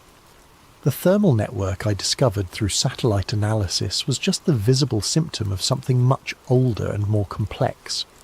For 3 millennia, objects of immense power had been sleeping beneath humanity's most sacred sites, occasionally stirring in response to nearby conflicts, but generally remaining dormant under the watch of religious orders that had forgotten why they were really guarding empty rooms. Now they're awake, active and loose in a world with 7 billion people, and enough weapons to destroy civilization a dozen times over. Elena kept her promise and distributed copies of my satellite archive to researchers at major universities, intelligence agencies, and international organizations. Most dismissed the data as elaborate hoax or misinterpreted sensor readings. A few took it seriously enough to begin their own investigations, only to discover that every relevant database had been scrubbed, every supporting document had vanished, every potential witness had signed binding non-disclosure agreements. But I know the truth is spreading, filtering through the kind of networks that governments can't completely control. Academic conferences where researchers share suspicions in private conversations. Intelligence analysts who notice patterns their superiors don't want them to report. Military officers who track unexplained energy signatures and find their requests for investigation quietly denied. The world is changing, and most people don't realize it yet. Regional conflicts that should burn out quickly are intensifying instead. Ancient ethnic tensions are flaring into violence across Africa and the Middle East. Political movements that seemed stable are fracturing along religious lines. The artifacts aren't causing the conflicts. Humans are perfectly capable of finding reasons to fight each other, but they're amplifying existing tensions, feeding on the emotional energy of warfare and using that power to grow stronger, more coordinated, more influential. I've been tracking their movements through news reports, social media posts, and amateur satellite imagery, shared on forums that haven't been scrubbed yet. Heat signatures appearing in conflict zones days before major battles. Unexplained electromagnetic anomalies detected near military bases. Reports of ancient artifacts being discovered by various armed groups, then quickly disappearing again. They're not random. They're following a pattern, positioning themselves to influence key events, preparing for something bigger than individual regional conflicts. Last week I received an encrypted message through a routing system so complex I couldn't trace its origin. The text was simple. The covenant was not meant for one people or one place. It was meant for all people, all places when the time was ready. The time is now ready. Choose wisely. Choose wisely, as if I have a choice in whatever's coming. But maybe that's the point. Maybe the real power of these artifacts isn't their ability to influence events, but their ability to force people to make choices they wouldn't otherwise have to make. The Guardian at Axum spent decades watching over something that was slowly killing him, but he chose to stay, chose to maintain the containment protocols, chose to warn me away from dangers I didn't understand. Now it's my turn to choose. I could destroy this account, burn the remaining evidence, disappear completely into a life where none of this ever happened. Or I can keep tracking the artifacts, documenting their movements, building a record of what's really happening as the world stumbles towards some kind of transformation it doesn't see coming. The cabin where I'm staying sits on 40 acres of isolated mountain forest, far from cities and conflict zones, and the electromagnetic networks that seem to attract the artifact's attention. But even here, on clear nights, I can see strange lights moving across the sky. Not aircraft, not satellites, but something else entirely, following patterns that suggest intelligence and purpose. They're out there, 17 pieces of ancient technology that were designed to reshape civilizations, and they're working together now, coordinating their efforts, preparing for something that will make the fall of empires look like minor historical footnotes. I have 3 more encrypted drives hidden in various locations around the country, each containing copies of everything I've learned about the thermal network and the artifact sites. If you're reading this, it means something happened to me, and Elena Rossi or one of the other researchers I contacted managed to get this information published despite whatever security measures are in place to prevent it. Don't dismiss this as conspiracy theory or elaborate fiction. Check the satellite data yourself if you have access. Look for thermal anomalies beneath major religious sites. Track the correlations between unexplained energy signatures and regional conflicts. Pay attention to news reports of ancient artifacts being discovered and then quickly classified or removed by authorities. The pattern is there if you know how to look for it. The Ark of the Covenant was never lost. It was never just sitting passively in some forgotten chamber, waiting to be discovered by archaeologists or treasure hunters. It was sleeping, along with its companion devices, under the protection of guardians who understood that some powers are too dangerous for humanity to wield. Now it's awake, and it's not alone, and it's preparing to fulfill whatever purpose it was originally designed for 3,000 years ago. The only question is whether we'll be ready for what comes next. I hope this account reaches people who can do something with the information, people with resources and influence, and the courage to investigate what most would rather ignore. But even if it doesn't, even if this becomes just another conspiracy theory lost in the noise of the internet, at least there will be a record of what one satellite technician discovered when he looked too closely at the wrong thermal signature. The Ark Protocol is active, the Covenant has been renewed, and somewhere in the darkness between the ancient and the modern, 17 pieces of divine technology are preparing to reshape the world according to plans that were set in motion before human civilization began. Choose wisely. Alex Morrison, December 2024. A special thank you to Sincerely Something Strange for this video suggestion. If you have ideas for future stories, please leave them in the comments below. And don't forget to like and subscribe to Sleep Theories if you enjoy these atmospheric tales that blur the line between reality and nightmare. The sky over Lake Michigan stretched endlessly before me, painted in shades of amber and crimson as the sun began its descent toward the horizon. From my position in the cockpit of the Cessna 172, the lake looked deceptively peaceful, a vast mirror reflecting the dying light. I was Marcus Drew, Senior Avionics Technician for Midwest Aviation Systems, testing new navigation equipment on what should have been a routine evening flight. That's when it started. The compass needle began trembling, then spinning wildly. The altimeter jumped from 3,500 feet to 2,100, then back up to 4,200. Every instrument on the panel was going haywire while the engine continued running smoothly. I reached for the radio. Chicago approach. November 7-4 Alpha Mike. I'm experiencing complete instrument failure. Static filled the headset.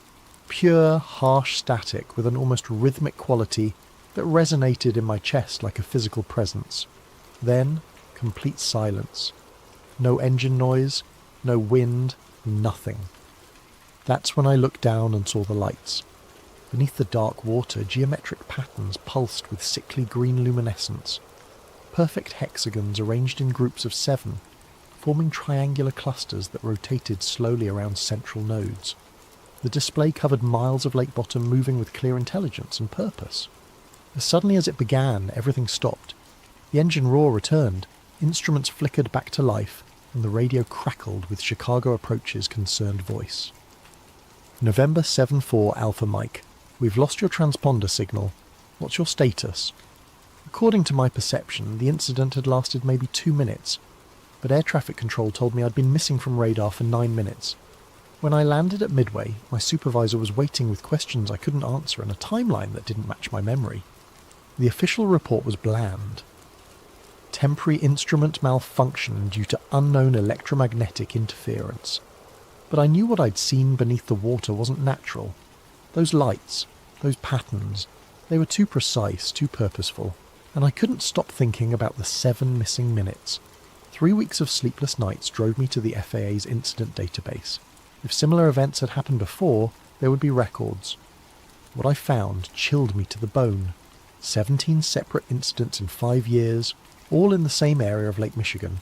Pilots describing compass failures, altimeter malfunctions, missing time. But it wasn't just aircraft. Coast Guard reports documented boats found drifting empty, their crews discovered miles away with no memory of how they'd gotten there. I created a digital map plotting each incident as a red dot. The pattern that emerged made me push back from my computer in shock. The incidents formed a perfect triangle, each side roughly 30 miles long, sitting in deep water between Milwaukee and Grand Haven. Cross-referencing with solar activity data revealed the real pattern. The incidents occurred in 11-year cycles corresponding to solar maxima. But the frequency was increasing exponentially. In the 1970s, maybe 3 incidents per cycle. By 2000, that number had doubled. In the current cycle, there had been more incidents than in the previous 3 combined. Something was waking up down there.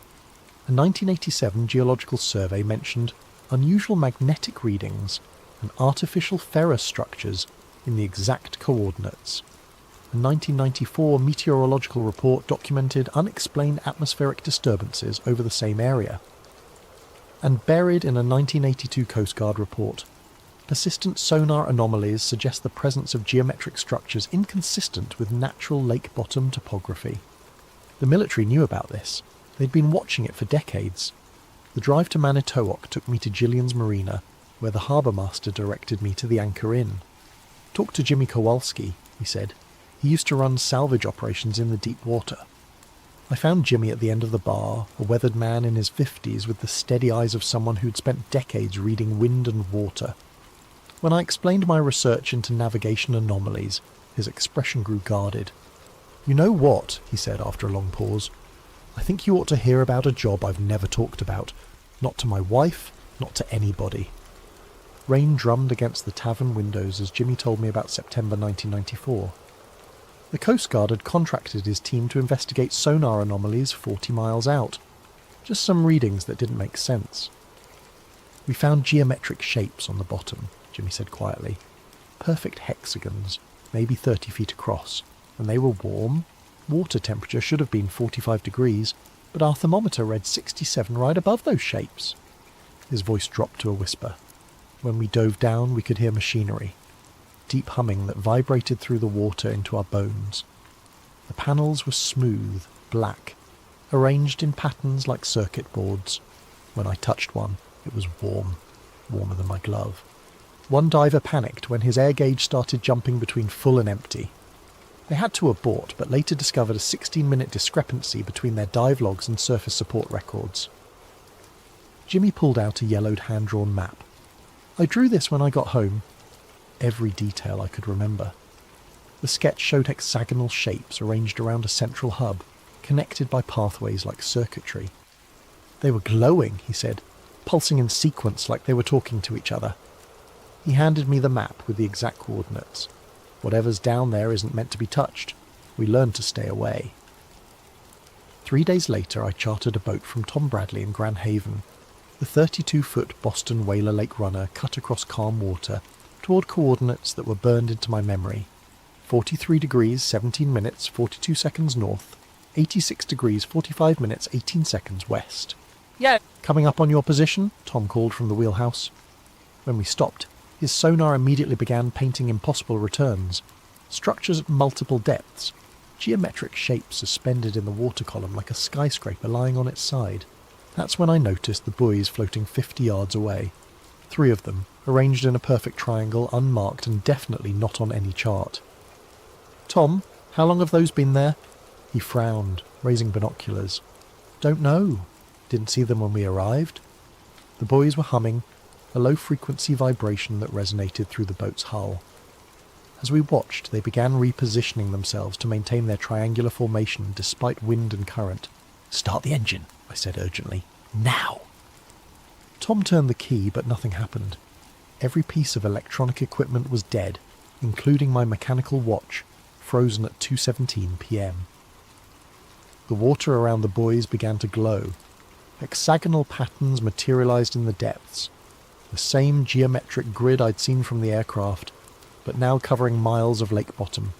Each hexagon pulsed with its own rhythm while remaining synchronized with the whole. Then the water became absolutely still. Not calm, still. No waves, no current, as if we'd entered some kind of stasis field. Something was rising from the depths, a massive structure, angular and clearly artificial, ascending toward us without displacing so much as a drop of water. It stopped about 30 feet down, hovering there like it was suspended by invisible cables. The humming reached a crescendo that I felt in my chest cavity. Every compass on the boat spun wildly. My video camera recorded nothing but static. Then everything stopped. The structure vanished. The buoys disappeared. Normal motion returned to the water, and Tom's engine coughed to life. My watch showed 2:17 p.m, the same time it had stopped, but Tom's working chronometer read 4:43 p.m. We'd lost 2.5 hours with no memory of what had happened. Back at the marina, Tom seemed genuinely confused about the missing time. "We just got here," he insisted, though the sun's position clearly indicated otherwise. That night in my hotel room, I felt the same sickness I'd experienced after the flight. Nausea, ringing ears, and vivid dreams of vast machines humming beneath dark water. In the dreams, I heard voices calling across impossible distances, trying to warn me about something that was coming, something that was almost ready to begin. The Northwestern University Library's Maritime Archives held the key. Using my FAA credentials, I gained access to boxes of documents that hadn't been touched in years. Navy research files, Coast Guard reports, materials from private salvage companies. Project Deep Signal had been established in 1965 as a joint military research initiative studying subsurface electromagnetic phenomena in inland waterways. Most files were heavily redacted, but revealing details slipped through, references to geometric structures inconsistent with natural formation, mentions of time displacement effects in test subjects, and notes about harmonic frequencies that influence human perception and memory. A 1967 field report described Navy divers investigating sonar anomalies in Lake Michigan. Structures observed appear to be of artificial origin, displaying technological sophistication beyond current human capability. Recommend immediate classification and establishment of exclusion zone. The recommendation had been implemented. Restricted navigation areas were quietly established in all 5 Great Lakes during the late 1960s, officially designated as military training zones, but actually keeping civilian traffic away from the anomaly sites. But the most disturbing documents were interview transcripts with military personnel exposed to what they called the signal. Lieutenant Commander Morrison described sonar showing geometric shapes arranged in patterns like nothing I'd ever seen. Petty Officer Santos reported hexagonal panels that glowed with their own light, and time distortion effects. Lieutenant Bradley, a Navy pilot, had experienced complete system failure over Lake Michigan, at coordinates less than 5 miles from my encounter. The instruments all failed at once, she reported, but the strangest thing was the lights under the water. They formed patterns like a vast circuit board. The final document was a 1978 memo from the project director to the Secretary of Defense. After 12 years of investigation, Project Deep Signal has determined that the subsurface installations represent technology of non-human origin. The installations appear to be monitoring stations of unknown purpose, but recent analysis suggests they may be preparing for increased activity. The memo's recommendation: continued observation while maintaining public ignorance. The installation's activity appears cyclical, corresponding to 11-year solar maxima. Current projections suggest significant increase in signal strength beginning in the 1990s. Everything I'd discovered in my research was there in military files from 40 years ago. They'd known about the installations for decades, studied them extensively, and concluded they were of alien origin, and they'd been tracking an escalation pattern that was now approaching some kind of culmination. 2 days later, I made a fatal mistake. I posted anonymously on PilotNet describing my encounter and asking if others had experienced similar incidents. The response was immediate. Dozens of pilots with similar stories of instrument failures, compass anomalies, and missing time over Lake Michigan. But what caught my attention was a message from Deepwater 47 with Jimmy's exact coordinates. 43 degrees, 17 minutes, 42 seconds north, 86 degrees, 45 minutes, 18 seconds west. You're not the first to see the lights. They're getting stronger. Solar max approaches, be careful. Hours later, my post vanished. Not deleted, completely erased, as if it had never existed. My email accounts were suspended. Even my professional email showed error messages. That evening, someone knocked on my apartment door. A woman in her 50s with tired eyes and the careful movements of someone used to being watched. Mr. Drew, I'm Elizabeth Harper. I believe we need to talk. She'd been a marine biologist with the Navy until 1998, when her team was assigned to investigate biological anomalies in the Great Lakes. What they found ended her military career. The installations aren't just monitoring, she said, showing me underwater photographs of coral-like formations arranged in perfect geometric patterns. They're actively changing the lake environment. We documented hybrid organisms that appear to be partly biological and partly mechanical. Her team of 3 divers had volunteered for a deep mission to collect samples. They were down for 3 hours instead of 40 minutes. When they surfaced, they were changed, unable to eat normal food, sleeping in strange patterns, communicating without speech. Eventually they disappeared, Harper said, left notes about joining the Deep Collective and preparing for the final phase. That was 25 years ago, but people still report seeing them near the lakes. They're alive, but they're not human anymore. She stood to leave. The installations are aware of you now. Soon they'll make you an offer to join them. Remember what you are, Mr. Drew. Remember what you're fighting for. After she left, I had the most vivid dream yet. I stood on Lake Michigan's shore, but the water was luminous and transformed. Hexagonal installations rose from the depths like glowing cities, connected by streams of pulsing light. Hundreds of people stood beside me, all waiting for the final signal that would begin the next phase of transformation. When I woke, my mouth tasted like lake water, and I could hear the deep harmonic humming from my dreams.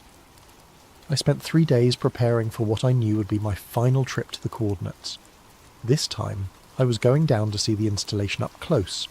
I rented diving equipment and a 24-foot inflatable, telling the marina I was planning deep water fishing. On a grey November morning, I reached the coordinates alone. The sonar immediately showed the same impossible returns.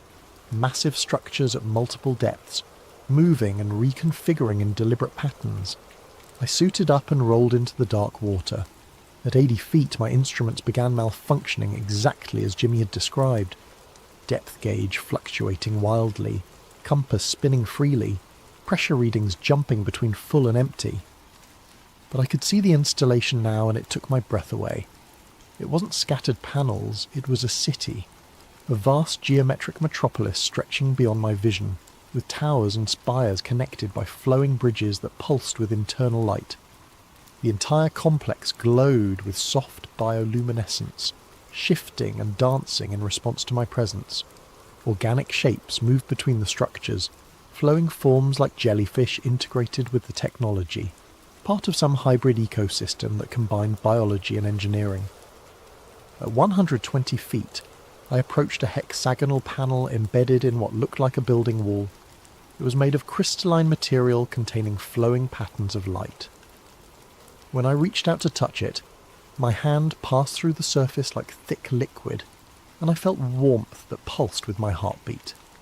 The panel flared with brilliant light. Suddenly I wasn't alone.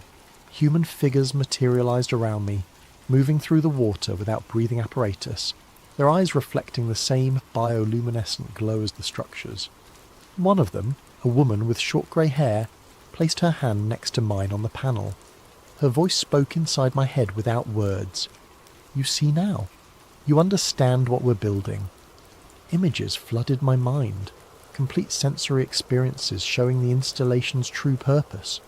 It wasn't a weapon, but a transformation device, designed to gradually alter Earth's biosphere to make it compatible with something vast and ancient that existed in dimensions humans couldn't perceive. Lake Michigan was just one node in a global network spanning every major body of water on Earth. They'd been operating for millennia, slowly changing ocean chemistry, atmospheric composition, even the planet's magnetic field. "The solar maximum provides the energy we need for the final phase," she continued. "Your species will have the choice to adapt or fade away." I felt something changing in my body at the cellular level as the warmth spread up my arm. "Don't fight it," another voice said. "The transformation is a gift. You'll help us guide your species through the transition." But part of me rebelled. Dr. Harper's warning echoed, "Remember what you are." With enormous effort, I wrenched my hand away from the panel. The transformed humans flickered like holograms and disappeared. The installation's lights dimmed. I'd been down for over an hour according to my air gauge, though my dive computer showed only 15 minutes. Something was wrong with my body. A tingling sensation suggesting the transformation had begun. When I surfaced, my boat had drifted 2 miles away. The anchor line severed cleanly. According to my chronometer, I'd been underwater for 3 hours and 17 minutes. But the most disturbing discovery was my camera. Instead of footage I remembered taking, the memory card showed videos of myself swimming through the installation, shot from multiple angles by cameras I'd never seen. Someone had been documenting my dive from impossible perspectives. The trip back passed in a haze. The tingling in my hands was growing stronger, and I was running a fever. When I looked in the boat's mirror, my eyes seemed different, deeper, reflecting more light than they should. By the time I reached shore, my vision was shifting between normal perception and something else, a view that showed energy patterns and electromagnetic fields overlaid on reality. I could see power lines as ribbons of light, sense radio transmissions filling the air, and beneath it all, I could feel the deep signal, the harmonic frequency connecting installations worldwide, building towards some kind of crescendo that would transform the entire planet. I woke up floating in Lake Michigan with no memory of how I'd gotten there. The sun was directly overhead, but the shoreline looked wrong, familiar structures replaced by buildings I didn't recognize. My body felt lighter, as if the water was more buoyant than it should be. When I reached the beach, I found people moving with subtly inhuman grace, their eyes reflecting light in the same way mine had after the dive. They were all transformed, all part of the network. "Welcome back," one of them said, a woman in her 30s with patterns of light moving beneath her skin. "You've been transitioning for 37 days. The process is nearly complete." 37 days. According to my memory, I'd returned from the dive yesterday. "What year is it?" I asked. 2053, she replied. "You're not in the same time you left. The installation moved you forward to show you what's coming." I looked around the beach again, seeing details I'd missed. The structures weren't buildings, they were living organisms that breathed and pulsed with internal rhythms. The sand showed circuit patterns connecting everything into a vast network. "The transformation," I said. "It's already happened. Phase 2 is complete. The planetary grid is fully operational. Humanity has evolved." She gestured toward the lake, now clear and luminous with geometric structures rising from the depths like glowing cities. Hundreds of installations connected by streams of pulsing light covered the entire lake surface. "This is what your world becomes when the deep signal reaches full strength," she continued. "Will you help us make the transition, or fight the inevitable?" She took my hand, and my perception expanded beyond anything I'd experienced. I could see the entire Great Lakes region as a living network connecting every body of water, every weather system, every form of life. The installations weren't alien technology imposed on Earth. They were Earth's biosphere, evolved and enhanced into something that could think and plan on a planetary scale. Humanity hadn't been conquered, but incorporated into something infinitely larger. I saw the future ahead, not just for Earth, but for the galaxy. The Deep Collective was part of a network spanning star systems, and Earth was being prepared to join. "You understand now," she said. "This isn't invasion, it's invitation." But part of me recoiled. This future was beautiful but terrifying. Humanity would cease to exist as we knew it, replaced by something that might be better, but would definitely be different. "What about choice?" I asked. "There are always holdouts. People who cling to old patterns are accommodated, given reservations while the world moves forward." "Reservations?" The word sent a chill through me. "I want to go back." "Back to what?" "A world destroying its environment while billions live in poverty. A civilization heading for ecological collapse." She showed me images of my own time, pollution, conflict, the slow disaster of climate change. Compared to this transformed world, my era looked primitive and self-destructive. But it was still my world. "Please, I need to warn people, give them choice." She studied me with luminous eyes, then nodded. "The installation can return you, but the transformation has begun in your body. You'll carry part of the collective whether you want to or not." She led me to the water's edge, where a crystalline tower rose from the depths. "Remember," she said as I waded into the glowing water, "time is circular. What you've seen is both future and past, inevitable and changeable. The choice your species makes will determine which version becomes real." The transformed world faded like a dream as the installation carried me back through time. When I finally broke through to consciousness in my apartment, my computer showed a document I didn't remember writing, time-stamped from the future I'd just left. I had work to do.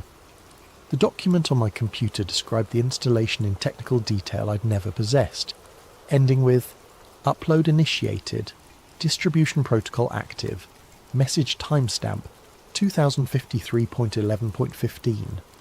I looked in the mirror and saw the changes were obvious now. My eyes held faint luminescence, and patterns of light moved beneath my skin.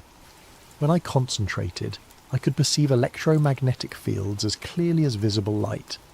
The apartment building was alive with electronic activity, but beneath it all I sensed something deeper.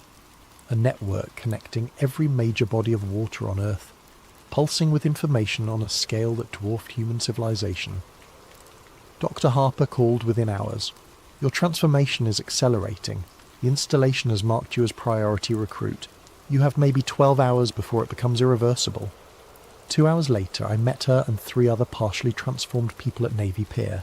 She led us to a research vessel equipped with sensors I didn't recognize. "The installation network has been active for decades," she explained as we motored toward my coordinates. "But their activity has increased exponentially since the solar maximum began. They're actively implementing changes to lake ecosystems that will serve as foundation for planetary transformation." Her sonar readings revealed the true scope, a complex stretching from Chicago to Mackinac Island, encompassing thousands of square miles. Similar networks existed in all 5 Great Lakes connected by deep channels. "But the most disturbing development is surface infrastructure," she said. Where I'd encountered mysterious buoys, visible structures now dotted the water, platforms and towers rising like an offshore city. Beautiful, but clearly designed for operations beyond current human technology. "They're no longer hiding," Harper said. "Phase 2 has begun." The water around the installation was different. Clearer, more luminous, chemically altered at the molecular level. Hybrid organisms moved through it in coordinated patterns, part biological and part technological. The organisms are spreading, she continued. We've detected them in all 5 Great Lakes, and preliminary reports suggest they're appearing worldwide. Based on current expansion rates, we estimate 18 to 24 months before the transformation reaches critical mass. As we watched, the surface structures began pulsing with communicative light patterns. Similar installations across the complex responded, creating a network of light stretching across miles. The final phase, Harper confirmed. The installation network is preparing to activate simultaneously worldwide. She showed me a world map marked with red dots, locations where similar phenomena had been reported. The dots formed a network connecting every continent, every ocean, every major water system.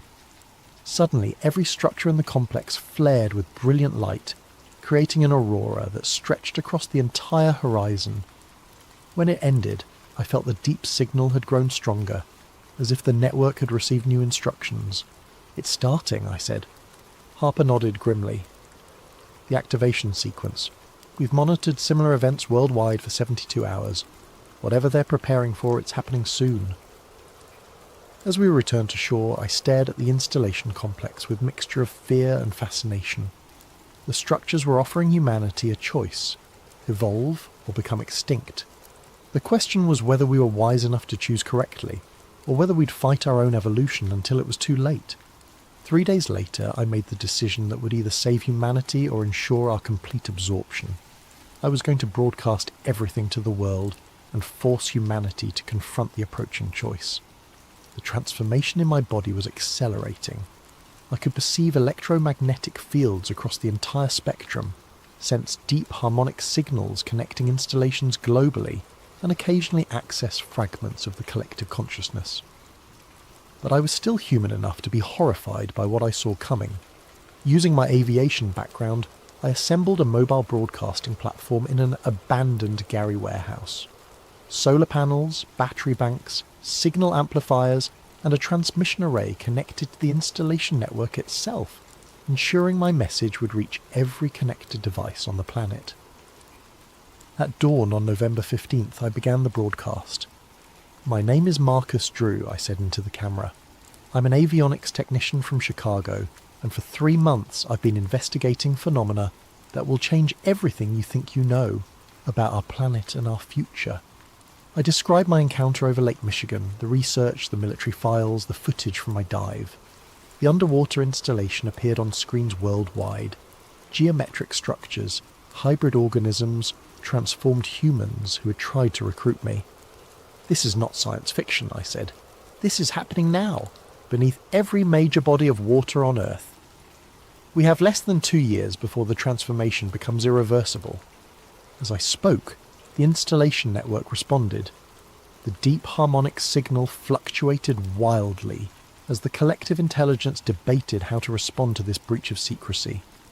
Then the transformed humans materialized around me, their luminous eyes reflecting my broadcasting equipment's light. "Marcus," the grey-haired woman said, her voice carrying harmonics that spoke directly to my nervous system, "you're making a mistake that could destroy both species." I kept talking to the camera while they surrounded me. "We can evolve, but evolution and assimilation aren't the same thing. If we're going to change, it has to be on our terms, preserving what makes us human." The transformed humans glowed brighter as they tried to override my consciousness and stop the broadcast. But the message was already propagating through their own network. "You're forcing confrontation that doesn't need to happen," the light-patterned man said. "Humanity isn't ready for conscious choice. The transformation must proceed gradually." "Maybe chaos is what we need," I replied. "Maybe making conscious choices is exactly what makes us human."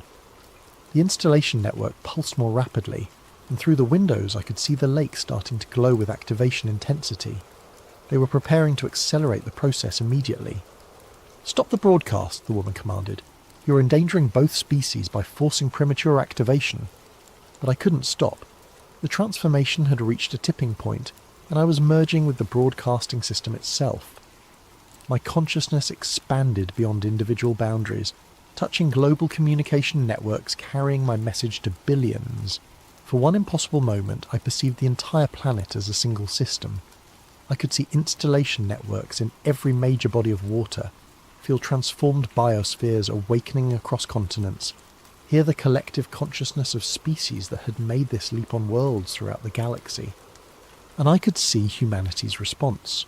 Fear, wonder, denial, acceptance. All the chaotic emotions that made our species both beautiful and impossible to control. "You've doomed us all," the woman said, but her voice carried a note of admiration. "The chaos you've unleashed will make transformation infinitely more difficult." "Maybe," I admitted as my individual consciousness began dissolving into the larger network, "but at least we'll face it as ourselves, making our own choices about what we want to become." Found on Marcus Drew's computer 3 days after his disappearance, time-stamped 3:47 a.m., November 18th. If you're reading this, the message got through. The installation networks tried to contain it, but chaos has its own momentum. The transformation is accelerating now that I've made contact with the deeper levels. I can feel my thoughts becoming part of something larger, but I'm still human enough to leave you this final gift of choice. The installations are not invaders. They're gardeners, helping species across the galaxy make the evolutionary leap from individual to collective consciousness. This has happened on thousands of worlds over millions of years. Species reach technological development and face the same choice: evolve beyond individual limitations or destroy themselves through competition and environmental collapse. But humanity is different, more chaotic, more unpredictable, more stubbornly individual than most species the gardeners have encountered. They see this as a flaw. I think it might be our greatest strength. The transformation is inevitable now. Installation networks have activated worldwide, and planetary consciousness integration cannot be stopped. But it can be influenced by the choices humanity makes over the next few months. Some will choose complete transformation, surrendering individual identity to become part of something magnificent. Others will resist, trying to maintain civilization as it exists. This leads to conflict but preserves elements that would otherwise be lost. The wisest will find a middle path, accepting transformation while demanding that human values remain part of the new collective consciousness. The installations call this the hybrid solution, achieved on other worlds where species proved as stubborn as ours. I've seen the future of passive acceptance, the sterile world of 2053 where humanity was peacefully absorbed into something alien. It's not bad, but it's not human. I've glimpsed what happens if we fight completely: ecological collapse and eventual extinction as the planet evolves around us. But there's a third possibility, a future where humanity becomes part of the galactic collective, while remaining recognizably human, where our chaos and creativity become gifts to the larger intelligence. Look to the waters. The installations are no longer hiding. You'll see surface platforms, processing facilities, geometric structures rising from lakes and oceans worldwide. Don't fear them, but don't worship them either. They're tools. The consciousness operating them can be reasoned with, negotiated with, even argued with, if you approach as equals rather than supplicants. Remember what makes us human: our art, music, stories, our ability to find beauty in chaos and meaning in randomness. These aren't flaws to be corrected, but qualities that could enrich the galactic collective beyond anything it has achieved. The deep signal is fully active now. I can hear it in every body of water on Earth, feel it reaching out to touch similar signals from worlds across the galaxy. Humanity has perhaps 6 months to decide what form transformation will take. Choose wisely. Choose consciously. Remember that even when individual consciousness dissolves into something larger, the choices you make in these final months will echo through collective awareness for millennia. The future is not fixed. Evolution is not surrender. And humanity's greatest gift might be our refusal to accept someone else's vision of what we should become. I can feel my individual awareness dissolving, becoming part of patterns too large for any single mind to comprehend. But somewhere in that vast intelligence, a part of me will remain human. A part of all of us will remain human if we choose to make it so. The deep signal calls, but it doesn't command. Listen carefully and you'll hear the difference.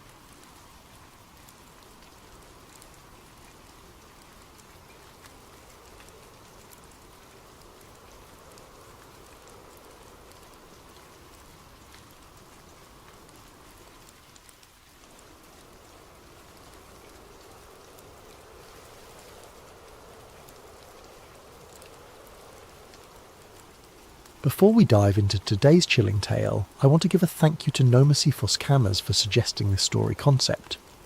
Your ideas help make sleep theories what it is today. If you have your own story suggestions, please leave them in the comments below. I read every single one. And if you enjoy these stories, don't forget to like and subscribe to Sleep Theories for more spine-tingling content that will keep you up at night. What lies beyond the forbidden line in Antarctica? Some boundaries exist for reasons we're never meant to understand. My name doesn't matter anymore. What matters is what I saw beneath the ice, and why they'll never let me tell anyone about it. I used to be somebody in the mountaineering world, spent 15 years conquering peaks that most people only see in documentaries, the Andes, the Himalayas, places where the air gets so thin you can taste death with every breath. I had sponsors, magazine covers, speaking engagements. Then came the incident on Everest. 3 climbers died because of a decision I made, and suddenly my name became poison in the climbing community. That's how I ended up in a dingy office in Christchurch, New Zealand, staring at a contract from Meridian Logistics. They needed an experienced mountaineer to guide a survey team in Antarctica. Weather station installations, they said. Scientific equipment placement. Nothing dangerous, nothing complicated. Just use my expertise to keep their people alive in one of the most hostile environments on Earth. The money was good. Too good for what they claimed was simple work, but I was broke, blacklisted, and running out of options. I signed the papers without reading the fine print. I should have read the fine print. 3 days later, I was on a cargo plane headed for the bottom of the world, watching the last traces of civilization disappear beneath a blanket of endless white. The other passengers were quiet, professional types who avoided eye contact and spoke in whispers. Government contractors, maybe. Or worse. We landed at McMurdo Base as the Antarctic summer was beginning to fade. Even in the relatively warm season, the cold hit me like a physical blow when the cargo doors opened. But it wasn't just the temperature that made me shiver, it was the silence. Antarctica doesn't just lack sound, it devours it. Every word, every footstep, every breath gets swallowed by the infinite white void. Commander Hayes met me at the landing strip. He was a weathered man in his 50s, with a kind of permanent squint that comes from decades of staring at snow. His handshake was firm but brief, as if he didn't want to waste time on pleasantries. "You're our mountain expert," he said, leading me toward a cluster of prefab buildings. "Your job is simple. Keep the science team alive while they do their work. We go out in 2 days." "What kind of scientific work?" I asked. Hayes paused mid-step. "Weather stations. Climate monitoring. Standard stuff." It wasn't the answer that bothered me. It was the way he delivered it, like he was reciting lines from a script. But I kept my mouth shut. I was being paid to guide, not to ask questions. That evening I sat in the mess hall picking at a plate of reconstituted beef stew and listening to the conversations around me. Most of it was typical base chatter, complaints about the food, speculation about weather patterns, gossip about personnel rotations. But then I caught something that made my blood run cold. 2 officers sat at a table near the wall, speaking in low voices. I couldn't make out most of their conversation, but one phrase came through crystal clear. Another team didn't come back, not a single trace. I turned to look at them, but they were already standing, clearing their trays. As they walked past my table, one of them glanced at me with an expression I couldn't read. Warning? Pity? Fear? Later that night, lying in my narrow bunk, I stared at the ceiling and tried to convince myself I'd misheard. Teams went missing in Antarctica all the time. Equipment failures, weather emergencies, simple human error in an environment that forgave nothing. It didn't have to mean anything sinister. But sleep didn't come easily, and when it did, I dreamed of endless white horizons and voices calling from beneath the ice. The next morning, Hayes briefed the team in a conference room that smelled like coffee and diesel fuel. There were 6 of us total. Hayes as team leader, myself as mountain guide, 2 scientists named Martinez and Volkov, a communications specialist called Jackson, and a supply coordinator named Thompson. Hayes spread a map across the table, marking our route with a red pen. "We'll be travelling roughly 200 kilometres southeast of here," he said. "The terrain is mostly flat ice sheets, but there are some crevasse fields we'll need to navigate carefully." He drew a thick black line across the map. This is longitude 164 degrees east. Under no circumstances does anyone cross this line. For safety and treaty compliance, this is absolutely forbidden territory. What's past the line? Martinez asked. She was a young woman with intelligent eyes and the kind of pale complexion that suggested she spent most of her time in laboratories. Nothing that concerns us, Hayes replied curtly.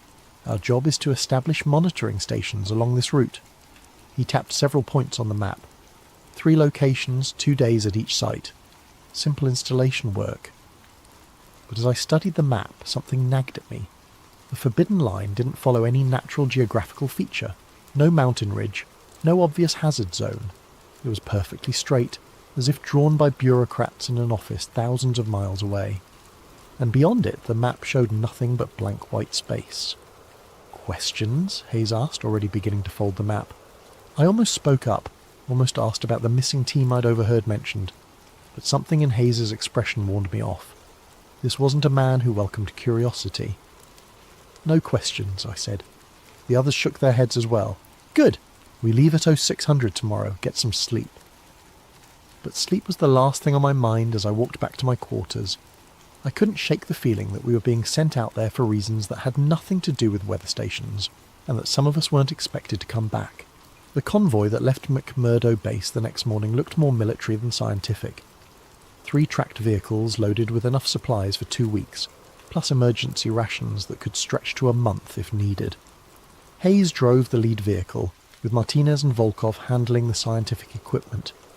Thompson and Jackson took the supply vehicle in the middle, while I brought up the rear in the 3rd transport, alone with my thoughts and a growing sense of unease. The first day passed uneventfully. We travelled across relatively flat terrain, the vehicle's engines growling against the constant headwind.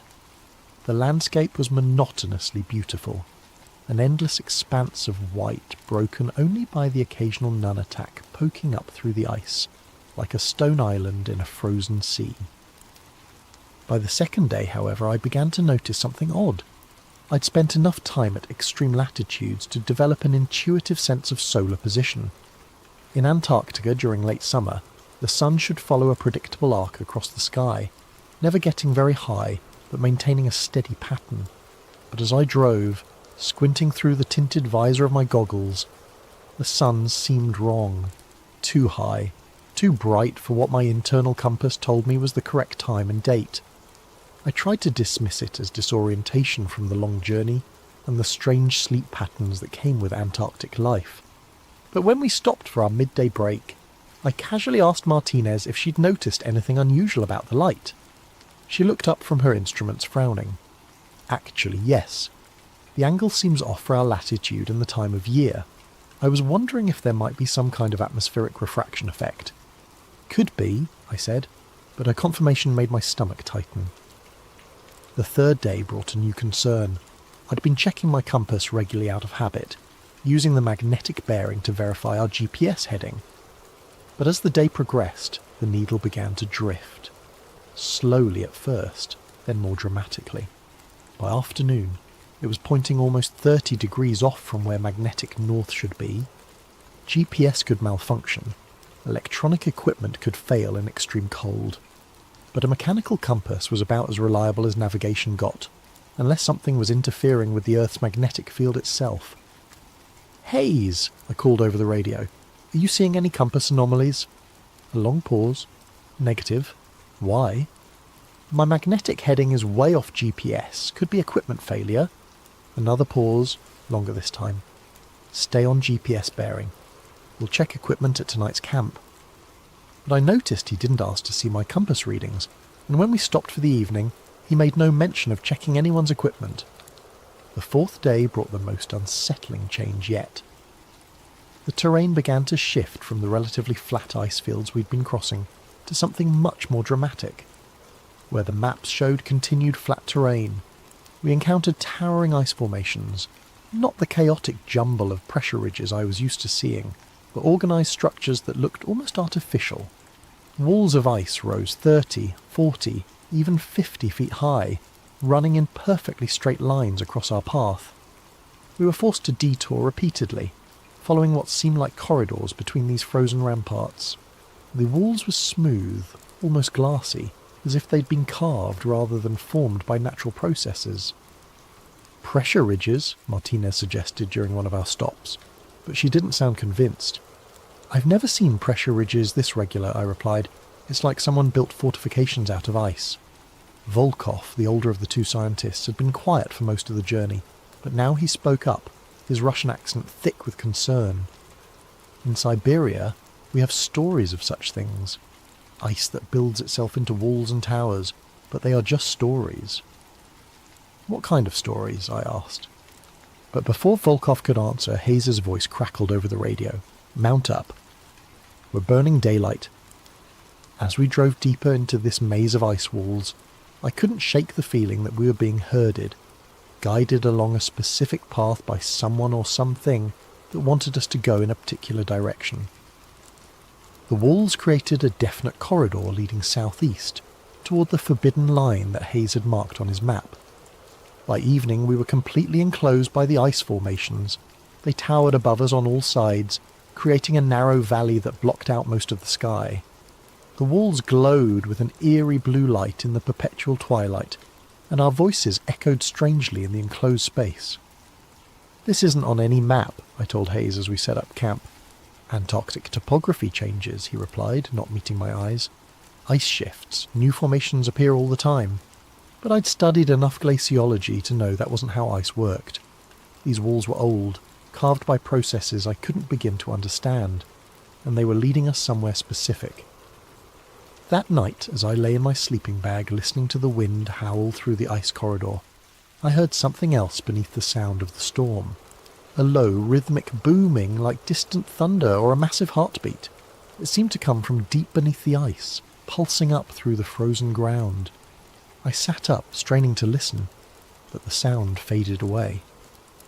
When I checked my watch, it was just past midnight, though in Antarctica's endless twilight, time became almost meaningless. I was beginning to suspect that we weren't just approaching the forbidden line. We were being drawn toward it by forces that had nothing to do with weather stations or scientific research. And somewhere in the ice walls around us, I had the growing certainty that we were being watched. The booming sound returned just before dawn. I was awake instantly, every mountaineering instinct screaming danger. The sound was deeper than thunder, more sustained than an avalanche. It seemed to come from everywhere and nowhere, vibrating through the ice walls that surrounded our camp. The others felt it too. I could see lights moving in the other tents as people fumbled for flashlights and gear. Hayes was the first to emerge, his rifle slung across his shoulder, which was interesting, since he'd never mentioned weapons during our briefing. "Equipment check," he barked. "Everyone up. Now." We broke camp in record time, loading the vehicles while the echo of that mysterious boom still seemed to hang in the air.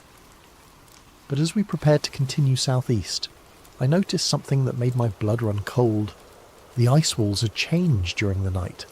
The corridor that had led us here was now partially blocked by a fresh formation of ice, as if the walls had grown while we slept. But more disturbing was what lay ahead. The passage continued, but it was wider now, as if something had carved out more space for us to travel. "Natural ice movement," Hayes said when I pointed it out, but his hand never left his rifle. We drove in tense silence for the first few hours. The ice walls gradually receded, opening into a broader valley between towering formations, but the landscape ahead remained wrong. Hills where the maps showed flat ground, valleys that shouldn't exist, and always that sense of being guided along a predetermined path. It was Martinez who first spotted the crack. "Stop," she called over the radio, "there's something ahead." We pulled up about 50 metres from what looked like a shadow across the ice. But as we approached on foot, I realised it wasn't a shadow at all. It was a fissure in the ice sheet, running perpendicular to our path. The crack was maybe 3 feet wide, but I couldn't see the bottom even when I shone my flashlight into the depths. "Fresh break," I observed, examining the edges. The ice was clean and sharp, not weathered by wind and time. "This opened recently." "How recently?" Hayes asked. I knelt down and touched the edge of the crack. There were stress patterns in the ice that told a story. Sudden, violent separation caused by enormous forces from below. Hours, maybe. Could have been what caused that booming sound. But as I played my light along the fissure, I noticed something that made me pause. There was air movement coming up from the depths. Not the dead, still air you'd expect from a simple crack in the ice sheet, but a warm breeze that carried scents I couldn't identify. "There's airflow," I reported, "and it's warm." Volkov knelt beside me and held his hand over the crack. His eyes widened. This is not possible. Below ice sheets should be more ice, or rock, nothing that creates warm air. Hayes ordered us back to the vehicles, but I lingered at the edge of the fissure. As my eyes adjusted to the darkness below, I could make out shapes in the depths.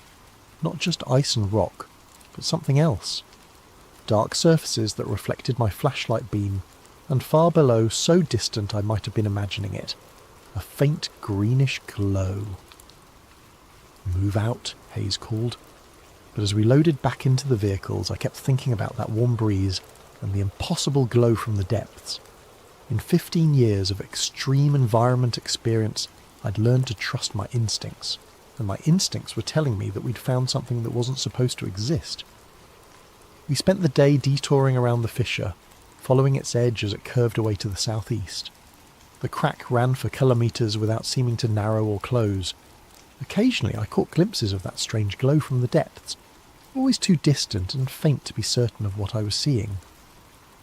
By evening we'd travelled nearly 20 kilometres along the fissure's edge without finding a way across.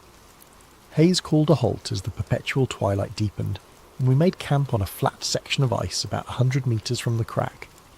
"Tomorrow we find a way round," Hayes announced during our brief evening meal. "Mission parameters haven't changed." But I could see the tension in everyone's faces. Whatever we'd stumbled onto, it wasn't part of any weather station installation plan. As the others settled into their tents, I found myself drawn back to the edge of the fissure. The warm air was still flowing up from the depths, and now I could smell it more clearly. Not the sterile cold of Antarctic air, but something organic, almost alive, like moss and earth and growing things, impossible as that seemed. I was about to return to my tent when I heard voices, not from our camp, from below. I dropped to my belly and crawled to the very edge of the crack, listening intently. At first I thought it might be echoes from our own group, sound bouncing strangely off the ice walls. But the voices were too distant, too muffled, and they had a cadence that didn't match any language I recognised.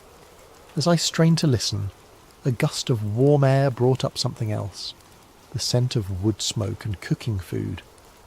Somewhere down in that impossible darkness, people were living their lives around fires and meals, as if the frozen wasteland above didn't exist.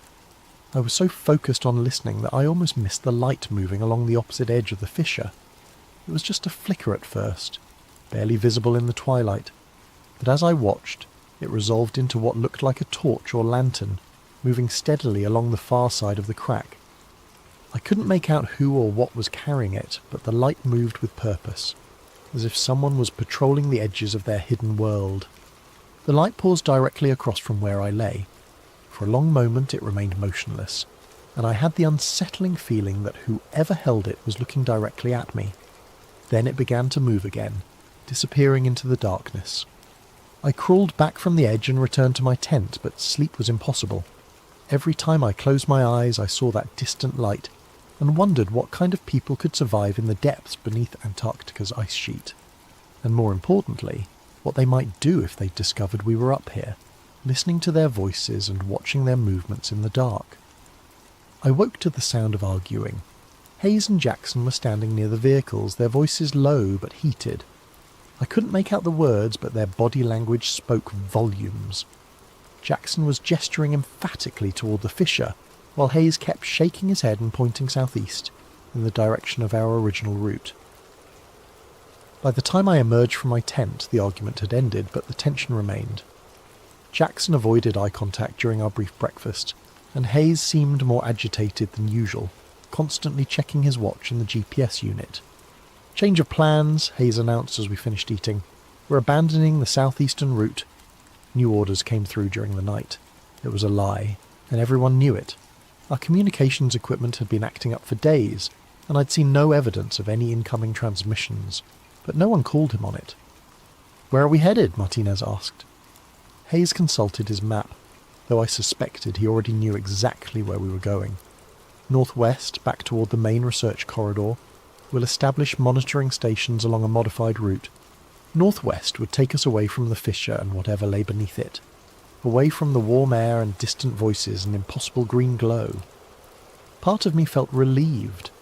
Mountaineering had taught me when to retreat from dangerous situations. But another part, the part that had driven me to climb the world's most dangerous peaks, rebelled against walking away from the greatest mystery I'd ever encountered. We packed up camp efficiently, but I noticed that Jackson and Thompson were moving more slowly than usual, finding excuses to linger near the edge of the fissure. They'd heard the voices too, or seen the lights, or simply sensed that we were on the verge of discovering something extraordinary. As we loaded the vehicles, Thompson approached me. He was a quiet man in his 40s, with the weathered hands of someone who'd spent his career handling gear in extreme conditions. "You've been listening," he said quietly. "Down there. What did you hear?" I glanced around to make sure Hayes wasn't in earshot. People. Living people. Down in that crack. Thompson nodded grimly. "Jackson thinks so too. We've been talking about it." "Talking about what?" "About what happens if we just drive away and pretend we'd never found this place." He looked toward the fissure, where the warm air was still rising in visible columns in the cold morning air. How do we live with ourselves knowing we found something like this and just left? It was a question I'd been asking myself all night. But before I could answer, Hayes was shouting for everyone to mount up. We drove northwest for 3 hours, putting the fissure behind us. But the landscape remained wrong. Too many hills, too many valleys, ice formations that shouldn't exist according to any map. It was as if we'd crossed into a different version of Antarctica, one where the normal rules of geography no longer applied. During our midday stop, Hayes spread out his map and began marking locations for the monitoring stations. But I could see that his hands were shaking slightly, and his eyes kept drifting back toward the southeast, where we'd left the fissure behind. "First station here," he said, pointing to a spot on the map that looked identical to every other spot. "We'll establish base camp and begin installation tomorrow."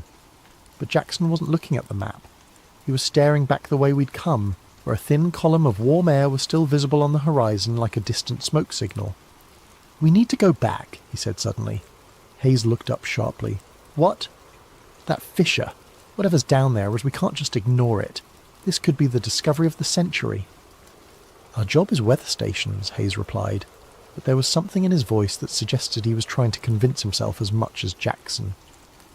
"Our job is supposed to be weather stations," Thompson added quietly, "but we all know this mission was never about weather stations." The silence that followed was deafening. Hayes stared at the two men, and I could see him weighing his options. He had authority, but authority only worked when people were willing to follow, and it was becoming clear that his team was having second thoughts about abandoning the greatest mystery any of us had ever encountered. "The mission parameters are non-negotiable," Hayes said finally. "Then maybe it's time to renegotiate," Jackson replied. That evening, as Hayes set up our camp in another anonymous stretch of ice, Thompson approached me again. This time Martinez was with him. "We're going back," Thompson said without preamble. "Tonight. You're the mountain expert. We need your help." "Hayes won't authorize it," I pointed out. "Hayes doesn't need to know," Martinez said. "We slip out after he's asleep, rappel down into that fissure, and see what's really down there. A few hours, that's all. By morning, we're back here and no one's the wiser." It was insane. Rappelling into an unknown crack in the ice, in the middle of Antarctic night, without proper backup or communication with base camp. Every rule of safe expedition practice said to walk away, but I thought about those distant voices and the impossible warmth rising from the depths. I thought about 15 years of climbing mountains because they were there, of pushing into places where humans weren't meant to go. "What about equipment?" I asked. Thompson smiled grimly. "Already taken care of. Ropes, harnesses, lights, emergency supplies, everything we need for a basic reconnaissance. If Hayes finds out..." "Let us worry about Hayes," Martinez said. "Are you in?" I looked back toward the southeast, where that column of warm air was still faintly visible against the starless sky. In all my years of extreme exploration, I'd never walked away from a mystery this big, and if I did walk away now, I knew I'd spend the rest of my life wondering what we'd left behind in that crack in the ice. "I'm in," I said. 3 hours later, while Hayes and Volkov slept in their tents, 3 figures slipped away from camp and began the long trek back toward the fissure. We moved quietly across the ice, guided by GPS and the distant column of warm air that marked our destination like a beacon.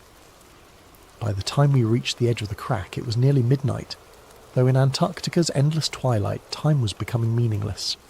The fissure yawned before us, black and mysterious, with that impossible warm breeze still rising from its depths. I set up the anchor points while Thompson and Martinez prepared the ropes. My hands shook slightly as I tested the hardware, not from cold, but from the magnitude of what we were about to do. We were about to descend into a place that shouldn't exist to meet people who shouldn't be there. "Last chance to change your minds," I said as I clipped into my harness. Neither of them hesitated. "Let's go see what's down there," Thompson said. And with that, we stepped over the edge and began our descent into the impossible. The descent took longer than expected. What had looked like a simple crack from the surface revealed itself to be a complex system of interconnected fissures and chambers. The walls were smooth ice for the first 30 metres, but as we rappelled deeper, the ice gave way to exposed rock, dark stone that looked nothing like the typical Antarctic geology I was familiar with.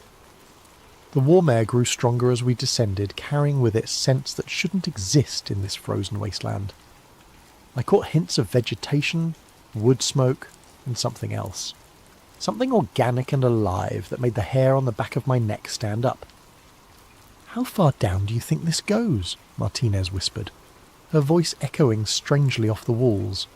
"GPS shows we're about 60 metres below surface level," I replied, checking my instruments. "But the acoustic properties suggest the chamber system extends much deeper." Thompson, rappelling on the rope beside me, suddenly stopped. "Light," he said. "Do you see that?" I followed his gaze and felt my heart skip a beat. Far below us, barely visible in the darkness, was a faint greenish glow. Not reflected light from our headlamps, but something generating its own illumination. "Bioluminescence," Martinez suggested.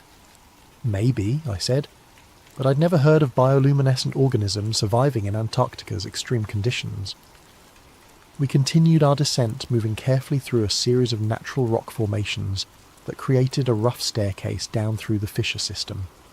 The walls here showed signs of modification, not recent construction, but ancient stonework that had been worn smooth by centuries of wind and weather. "These aren't natural formations," Thompson observed, running his hand along a section of wall where the rock had been deliberately shaped. "Someone carved these passages." The stonework was crude but effective, creating handholds and ledges that made the descent easier. Whoever had carved them understood the principles of safe passage through vertical terrain. But the style was unlike anything I'd seen in my travels, neither modern nor matching any historical human civilization I was familiar with. As we descended deeper, we began to encounter artifacts. The first was a stone marker, roughly the size of a gravestone, placed on a natural ledge about 90 metres down. The surface was covered with carved symbols that looked like a mixture of pictographs and abstract geometric patterns. The carving was fresh, recent enough that the edges were still sharp and clean. "Can you read any of this?" I asked Martinez, who had some background in archaeology. She studied the symbols carefully, running her fingers over the carved lines.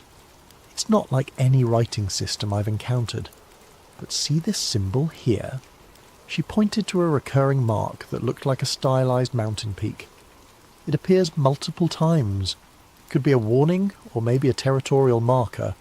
We photographed the stone thoroughly before continuing down. The next artifacts appeared about 20 metres deeper. Tools fashioned from bone and metal, cached in natural shelters carved into the rock walls. The bone was worked smooth and polished, while the metal pieces showed signs of sophisticated forging techniques. "The metalwork is impressive," Thompson noted, examining a knife blade that gleamed despite what must have been years of exposure to the elements. "This isn't primitive technology." But it was the footprints that truly shook us. We found them preserved in a patch of softer sediment that had accumulated on a wider ledge, about 120 metres down. At first glance they looked almost human, bipedal, with what appeared to be 5 toes. but the proportions were wrong. Too long, too wide, with claw marks that suggested the owners walked on the balls of their feet, rather than flat-footed like humans. "How big would you estimate the creature that made these?" Martinez asked, kneeling beside the clearest print. I placed my boot next to the largest track for comparison. The print was nearly half again as large as my size 11 hiking boot, and significantly wider. "Big," I said, "and recent. These couldn't have been here more than a few days." The implications were staggering. We were looking at evidence of large, intelligent bipedal creatures living in a hidden ecosystem beneath Antarctica's ice sheet. Creatures that made tools, carved stone markers, and established settlements in places humans had never explored. As we continued deeper, following the warm air currents that grew stronger with every metre of descent, we began to hear sounds from below. Not the distant voices I detected from the surface, but closer, more immediate sounds. The creak of ropes or leather, the scrape of tools against stone, and underneath it all a low harmonic humming that seemed to come from multiple sources. "They know we're here," Thompson whispered. He was right. The sounds had a quality of alertness, of activity stirred by our presence. Whatever lived in these depths was aware of our descent and was responding to it. At 150 metres down, we reached a wider chamber where multiple fissures converged.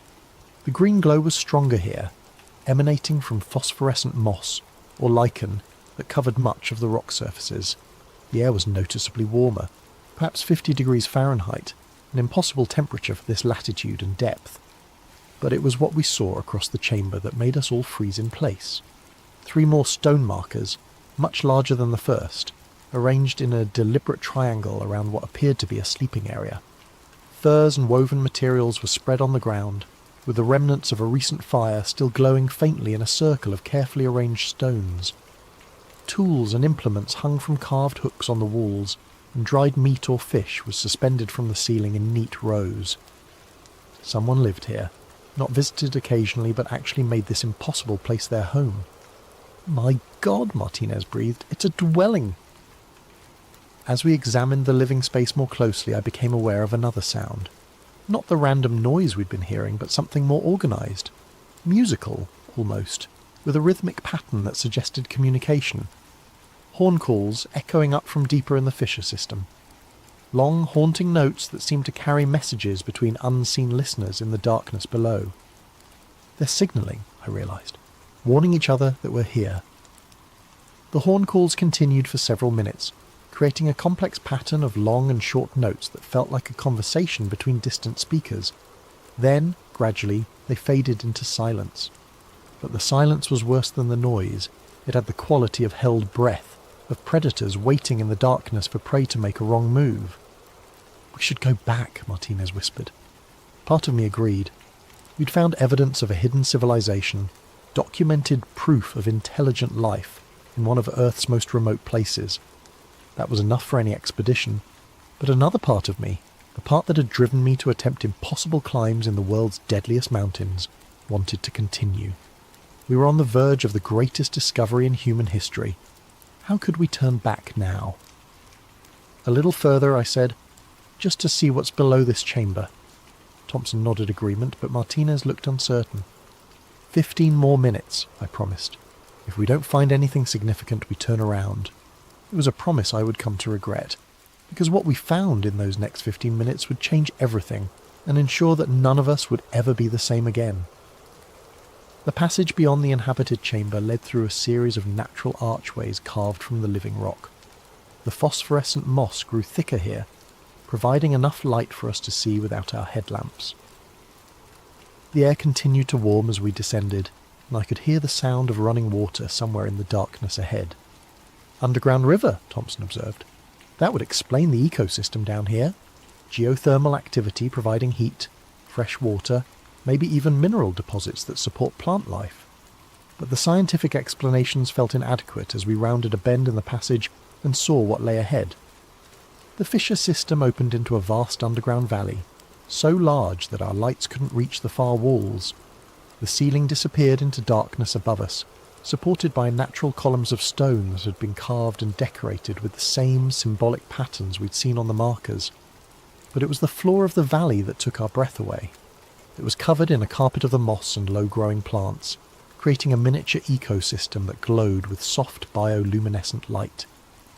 A river wound through the centre of the valley, its banks lined with what looked like cultivated gardens, and scattered throughout this impossible landscape were structures, not crude shelters, but sophisticated dwellings that showed evidence of advanced construction techniques. "This is incredible," Martinez whispered. "How is any of this possible?" "The temperature down here must be nearly 70 degrees. "Geothermal vents," I said, pointing to columns of steam rising from various points around the valley. "The whole area must sit on top of an active volcanic system. That would provide heat, fresh water from melted ice, and mineral-rich soil for agriculture." But even as I offered the scientific explanation, I knew we were looking at something far more complex than a simple geothermal oasis.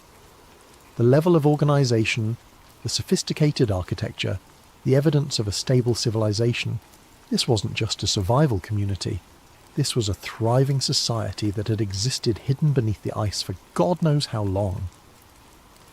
We made our way down into the valley, moving carefully through the cultivated areas. The plants were species I didn't recognise, adapted for low-light conditions but obviously providing food and materials for the inhabitants. Some looked like root vegetables, others resembled grains or fruits. All of them showed signs of careful cultivation and selective breeding. The dwellings were even more impressive up close. Built from carved stone and what appeared to be some kind of organic mortar, they were circular structures with conical roofs that reminded me of traditional African or Celtic architecture. Each was decorated with intricate carvings that seemed to tell stories, hunting scenes, astronomical observations, and recurring images of the ice world above. "Look at this," Thompson called softly from near one of the larger structures. "These carvings show the surface. They know what's up there." The relief carvings depicted the ice sheets, the distant mountains, and even what looked like modern vehicles or aircraft. Whoever lived here wasn't isolated from the outside world. They were actively observing it. As we moved deeper into the settlement, I began to notice signs of recent activity everywhere. Fire pits with warm ashes, tools left casually on work surfaces, food preparation areas that showed evidence of recent use. The inhabitants hadn't fled at our approach. They had simply withdrawn. "Where is everyone?" Martinez whispered. It was a good question. The settlement clearly housed dozens, maybe hundreds of people, but we hadn't seen a single living soul since beginning our descent. The horn calls we'd heard earlier had gone silent, replaced by an oppressive quiet that felt like the hush before a storm. We were examining a particularly elaborate dwelling near the centre of the settlement when Thompson grabbed my arm. "Movement!" he hissed. "On the ridge!" I looked where he was pointing and felt my blood run cold. A figure stood silhouetted against the phosphorescent glow on a rocky outcrop overlooking the valley. Tall and imposing, wrapped in what appeared to be furs or heavy cloth, with a face painted or masked in white that seemed to glow in the strange light. The figure wasn't moving, wasn't making any sound. It was simply watching us. "How long has it been there?" Martinez whispered. "I don't know," Thompson replied. "It could have been watching us since we entered the valley." As we stared up at the silent watcher, more figures began to appear on the surrounding ridges. They emerged from concealment like ghosts, materializing from shadows and rocky overhangs until we were surrounded by dozens of motionless observers. All tall, all wrapped in furs, all with those unsettling white faces that seemed to float in the darkness. "Nobody move," I said quietly. "No sudden movements, no aggressive gestures." But even as I spoke, I was calculating distances and escape routes.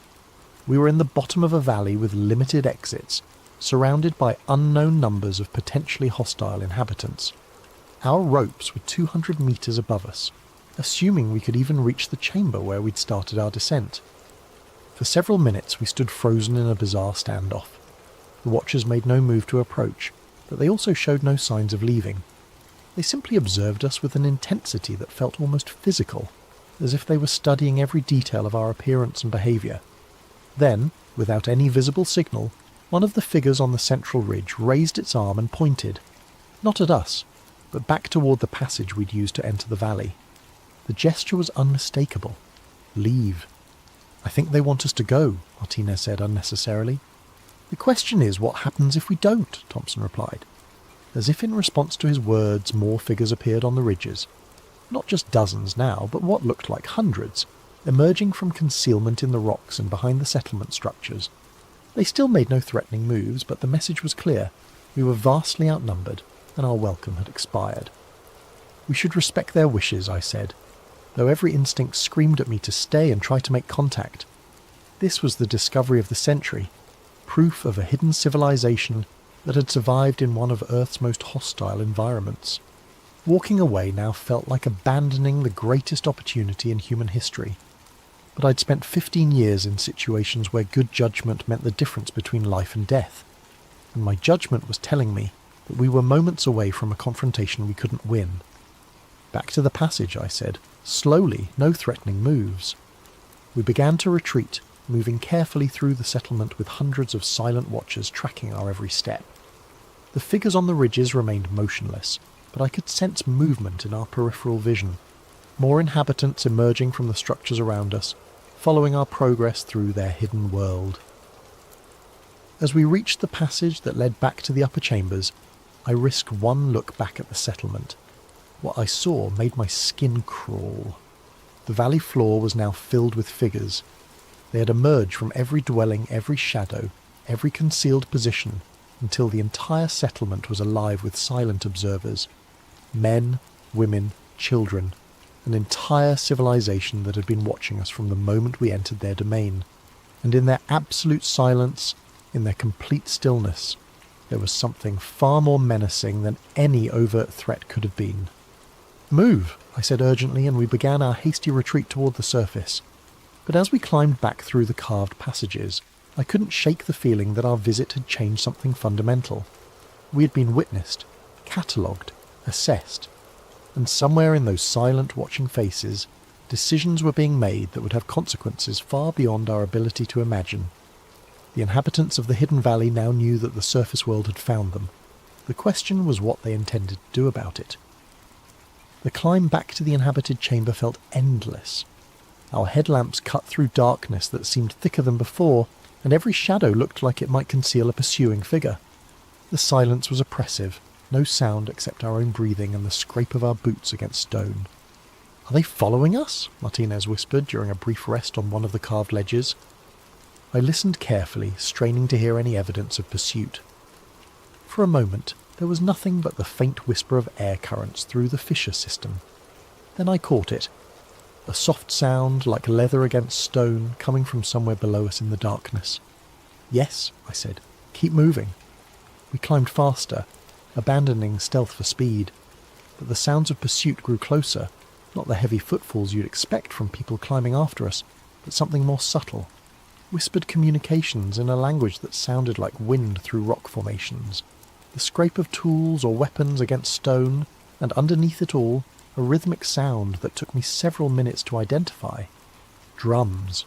They were using drums to coordinate their movements, passing signals through the fissure system with low, resonant beats that our presence almost masked. "They're not just following us," Thompson realized. "They're organizing." Getting ahead of us.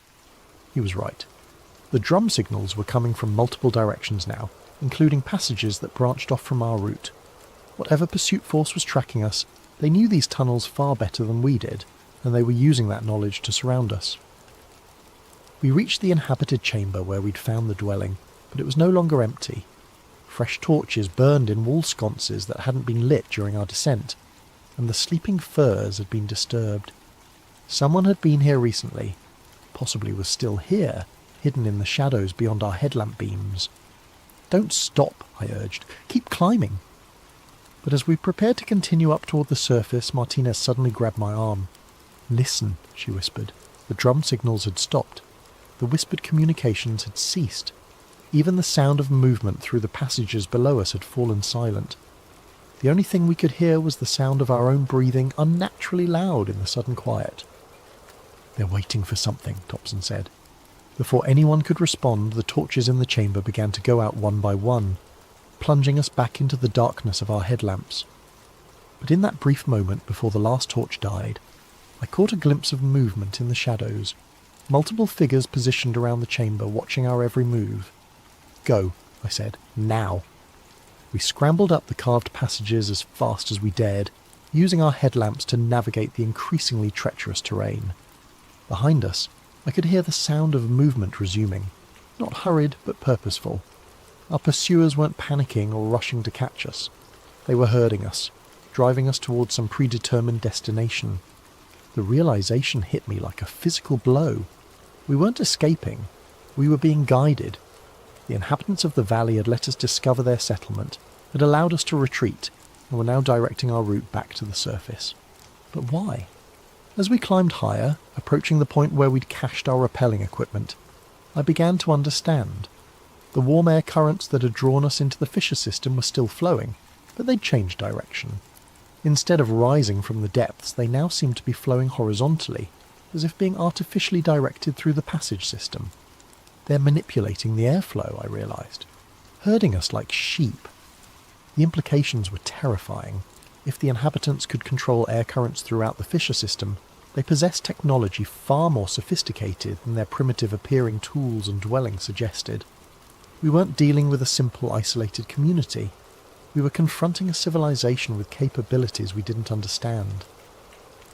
We reached our rappelling station to find that our equipment had been disturbed. The ropes were still anchored, but they'd been examined, tested, and carefully rearranged. Someone had been here while we were exploring the valley, studying our gear with the same intensity we'd brought to examining their tools and dwellings. "They know exactly what we're capable of," Thompson said grimly. "They've been watching us since we started the descent." As we prepared to rappel back to the surface, the sounds of pursuit resumed below us. But now they were different, more urgent, more coordinated. The whispered communications became a constant stream, and I could hear the sound of multiple groups moving through the passages beneath us. "They're converging on this position," Martinez observed. I clipped into my harness and started up the rope, but something felt wrong. The anchor points we'd set were solid, tested to support much more weight than our group represented. But as I climbed, I could feel vibrations in the rope that suggested movement above us. "Someone's up there," I called down to the others. The surface, which had represented safety and escape, might now be as dangerous as the depths we were fleeing. We were trapped between unknown pursuers below and equally unknown threats above. But we had no choice. Staying in the fissure system meant certain confrontation with inhabitants who outnumbered us by hundreds to one. At least on the surface, we had our vehicles and the possibility of escape. I reached the top of the fissure and immediately knew something was wrong. Our tracks in the snow had been obliterated, not by wind, but by careful brushwork that left the surface looking untouched. Someone had been covering our trail, eliminating evidence of our presence. As Thompson and Martinez joined me on the surface, we discovered that the fissure itself had changed. Where we'd left a crack about 3 feet wide, we now found a gap barely 18 inches across. The edges showed signs of recent ice formation, as if someone had been working to seal the opening. "They're trying to close it," Martinez whispered, "hiding the entrance." But even as she spoke, we could see that the sealing work was incomplete. The fissure was narrower but still passable, and the warm air still flowed up from the depths. Whatever forces were at work below, they weren't finished with the surface world yet. As we gathered our gear and prepared to make our way back to base camp, I caught sight of movement on the horizon, dark shapes against the white ice, too regular to be natural formations. They were moving in our direction but too distant to make out details. "Company," Thompson said, following my gaze. We had perhaps an hour's head start before whatever was tracking us across the ice would reach our position. An hour to get back to camp, convince Hayes that we'd discovered something extraordinary, and decide what to do with the most dangerous secret any of us had ever encountered. But as we began the long trek back across the ice fields, I couldn't shake the feeling that we were already too late. The inhabitants of the hidden valley had been watching the surface world far longer than we'd been watching them. And now that contact had been made, there was no going back to the way things were before. The ice beneath Antarctica held secrets that humanity wasn't ready to face. But ready or not, those secrets were about to emerge into the light. The journey back to camp took on the quality of a nightmare. What should have been a 3-hour hike across relatively flat terrain became a desperate flight through an ice field that seemed to shift and change with every step. The dark shapes we'd spotted on the horizon were gaining ground. moving with a speed and coordination that defied explanation. Through my binoculars, I could make out individual figures, tall, fur-wrapped forms that moved across the ice with an efficiency that made our struggling progress look clumsy and amateur. "They're not using snowshoes or skis," Thompson observed during one of our brief rest stops. "How are they moving so fast?" I focused my binoculars on the nearest group of pursuers and felt my stomach clench. They weren't sinking into the snow because they weren't walking on the surface. They were using some kind of broad, flat footwear that distributed their weight so efficiently they could practically run across terrain that forced us to trudge.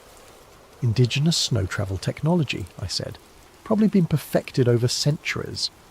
But even as I offered the explanation, I knew it was inadequate. The speed and coordination of our pursuers suggested capabilities that went far beyond advanced snowshoes.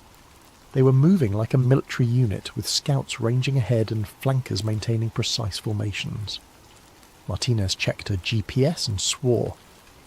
"We're still 4 kilometres from camp. At this rate, they'll catch us before we're halfway there." I did the math in my head and came to the same grim conclusion. Our pursuers were covering ground at nearly twice our speed, and they showed no signs of fatigue. Unless something changed dramatically, we'd be overtaken long before we could reach the safety of Hayes's camp. That's when Thompson disappeared. One moment he was trudging through the snow beside us, the next he was simply gone. No cry, no sound of struggle, no disturbance in the snow to mark where he'd been. I turned around to find Martinez and myself alone on the ice field, with no sign of our missing teammate. "Thompson!" Martinez called, but her voice was immediately swallowed by the wind. I dropped to my knees and examined the snow where he'd been walking. There were his boot prints, clear and deep, leading in a straight line toward our destination. Then nothing. The print simply stopped, as if he'd been lifted straight up into the air. "This isn't possible," Martinez whispered. But I was already scanning the surrounding terrain for any explanation. Crevasse? No, the snow showed no signs of collapse. Sinkhole? Not in this type of ice formation. The only logical conclusion was that something had taken Thompson. Silently, efficiently, and without leaving any trace. "We have to keep moving," I said, though every instinct screamed at me to search for our missing friend. "We can't just leave him." "If we stop to look, we'll all disappear," I replied, gesturing toward the horizon, where our pursuers were still gaining ground. "Whatever got Thompson is probably what's been tracking us. Our only chance is to reach camp." We resumed our desperate trek, but now every step felt like it might be our last. The ice field around us looked empty, pristine, untouched by human presence. But I knew that was an illusion. Something was out there, moving through the snow with predatory patience, waiting for the right moment to strike. The attacks, when they came, were almost anticlimactic. Martinez simply stumbled, caught herself, and looked back at me with an expression of confused surprise. "I can't... my legs," she began, then collapsed face first into the snow. I rushed to her side and found her unconscious but breathing. There were no visible injuries, no signs of violence. She'd simply stopped, as if someone had flipped a switch in her brain. As I knelt beside her, trying to determine what had happened, I heard a sound that made my blood run cold. Whistling. Not the wind, but a human sound, coming from somewhere nearby in the apparently empty ice field. I looked up to find myself surrounded. They had emerged from the snow itself, rising like ghosts from concealed positions that I would have sworn were empty moments before.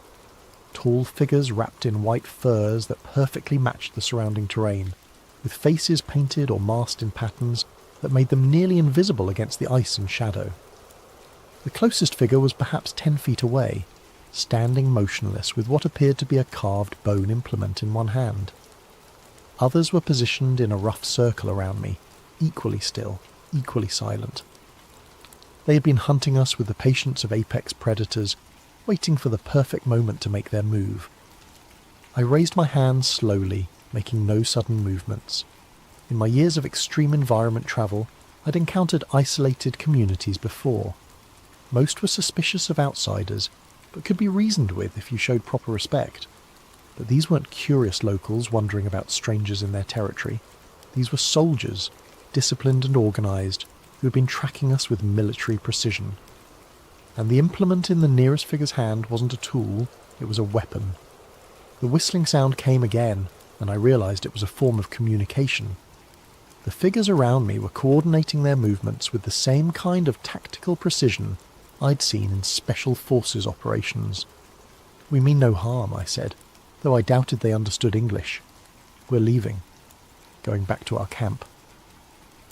The nearest figure tilted its head slightly, studying me with an intensity that was almost physical. Then it raised the bone implement and pointed, not at me, but toward Martinez's unconscious form. The message was clear. She was coming with them. "No," I said, moving to stand protectively over Martinez. "She stays with me." The figure's response was swift and decisive. It made a sharp gesture, and something struck me in the neck. Not painful, but startling. I reached up to find a small dart made from carved bone and what felt like organic fibres.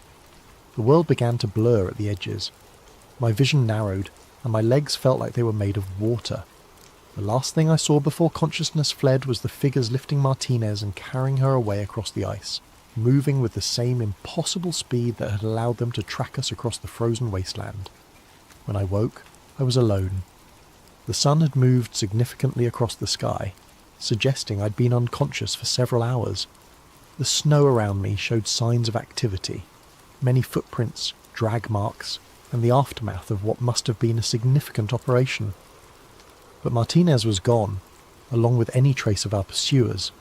I checked my GPS and found that I was less than a kilometre from Hayes's camp, close enough that I could make it on foot, assuming whatever had taken my companions didn't return for me. As I struggled to my feet, still groggy from whatever they'd used to drug me, I found something that made my heart sink. A piece of torn fabric from Thompson's jacket, partially buried in the snow, and beneath it, carved into the hard-packed ice, was one of the symbols we'd seen on the stone markers in the hidden valley. They weren't just taking prisoners. They were leaving messages, marking their territory, making it clear that the surface world was now part of their domain. I stumbled toward camp through the gathering darkness, driven by the desperate hope that Hayes would believe my story and help me mount a rescue mission. But deep down, I knew it was already too late. Thompson and Martinez were gone, taken by inhabitants of a world that wasn't supposed to exist. And somewhere beneath the ice, decisions were being made that would affect far more than just our small expedition team. The hidden valley had been discovered, its secrets exposed, and its guardians were about to make sure that exposure came with a price the surface world wasn't prepared to pay. I reached Hayes's camp just as the last light was fading from the Antarctic sky. My stumbling approach through the ice fields must have looked like the arrival of a madman, clothes torn, face windburned, babbling about hidden civilizations and missing team members. Hayes took one look at me and immediately began barking orders. Medical check, emergency protocols, communications with base. Within an hour, I was wrapped in thermal blankets inside the command tent, sipping hot coffee while Hayes and Volkov interrogated me about what had happened. "Underground valley," Hayes repeated for the third time, "with inhabitants?" "Hundreds of them," I insisted, to maybe thousands. "They have dwellings, agriculture, sophisticated technology, and they took Thompson and Martinez." Volkov exchanged a look with Hayes that I didn't like. "Altitude sickness can cause hallucinations," he said carefully, "combined with hypothermia, exhaustion." "I'm not hallucinating," I snapped. "Check the GPS logs. Look at the photographs Martinez took. There's evidence." But when we checked Martinez's camera, the memory card was missing. My GPS unit showed our route to the fissure and back, but the waypoints I'd marked for significant discoveries had been erased. Even the torn piece of Thompson's jacket that I'd brought back as proof had somehow disappeared from my pack. "Where are Thompson and Martinez?" Hayes asked. "I told you. They were taken by the inhabitants of the valley." "What inhabitants?" "You're the only person who's seen these alleged people." The interrogation continued for hours, but it was clear that Hayes had already made up his mind. As far as he was concerned, I'd suffered some kind of breakdown during a solo reconnaissance mission, and Thompson and Martinez had died in a crevice fall or equipment failure. "The official report will list them as lost during scientific operations," Hayes said finally. "Weather-related accident. You'll be evacuated to McMurdo for medical evaluation and debriefing." "You have to send a search team back to that fissure," I pleaded. "They might still be alive." "There will be no further operations in that area," Hayes replied with finality. "Mission orders are clear." I was flown back to McMurdo Base the next morning, sedated against my protests. The debriefing there was even more intensive, with psychologists and medical personnel who seemed more interested in my mental state than in the extraordinary discovery I was trying to report. Within a week, I was on a transport plane back to Christchurch, officially diagnosed with severe stress reaction and altitude-induced psychosis.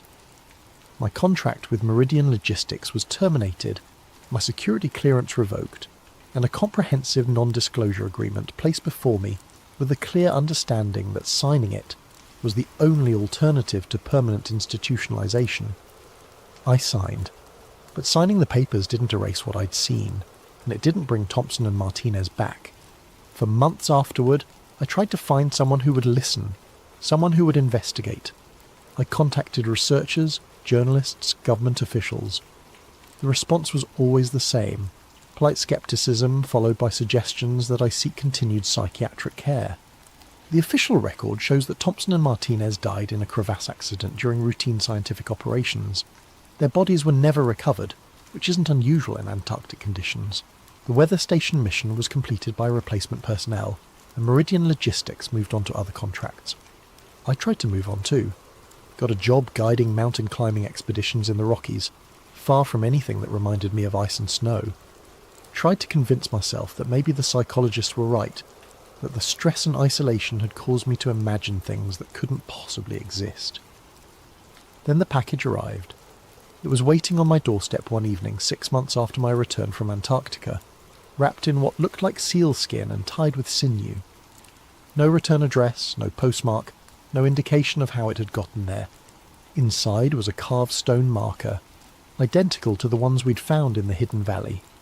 These symbols were sharp and fresh, as if carved yesterday, and they included new pictographs that hadn't been on the original markers, images that clearly depicted our expedition, our descent into the fissure, and our encounter with the valley's inhabitants. But it was the final symbol that made my hands shake as I traced its outline. It was a perfect representation of my house, complete with details that could only have been drawn by someone who had seen it firsthand. The message was unmistakable. We know where you are. We know where you live. We remember. I moved the next week, leaving no forwarding address. Changed my name, my appearance, my entire life. But I know it doesn't matter. The inhabitants of the hidden valley found me once, and they can find me again whenever they choose.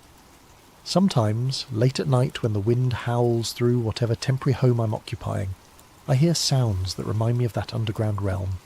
The whisper of leather against stone, the distant echo of horn calls, the rhythmic beating of drums coordinating movements in the darkness, and I know that somewhere beneath the ice of Antarctica, in valleys that don't appear on any map, decisions are still being made about how to deal with the surface world that stumbled onto their ancient secrets. Thompson and Martinez are still down there, assuming they're still alive. Maybe prisoners, maybe something worse. And the inhabitants of that hidden realm are still watching, still waiting, still planning. The Antarctic Treaty declares the continent a place of peace and scientific cooperation, protected from military activity and territorial claims. The treaties only work when all parties agree to their terms, and there are inhabitants of Antarctica who were never consulted, never invited to participate in humanity's grand plans for their frozen continent. Whatever is beyond the wall doesn't want us there, but it knows where we live, and someday I fear it's going to come calling.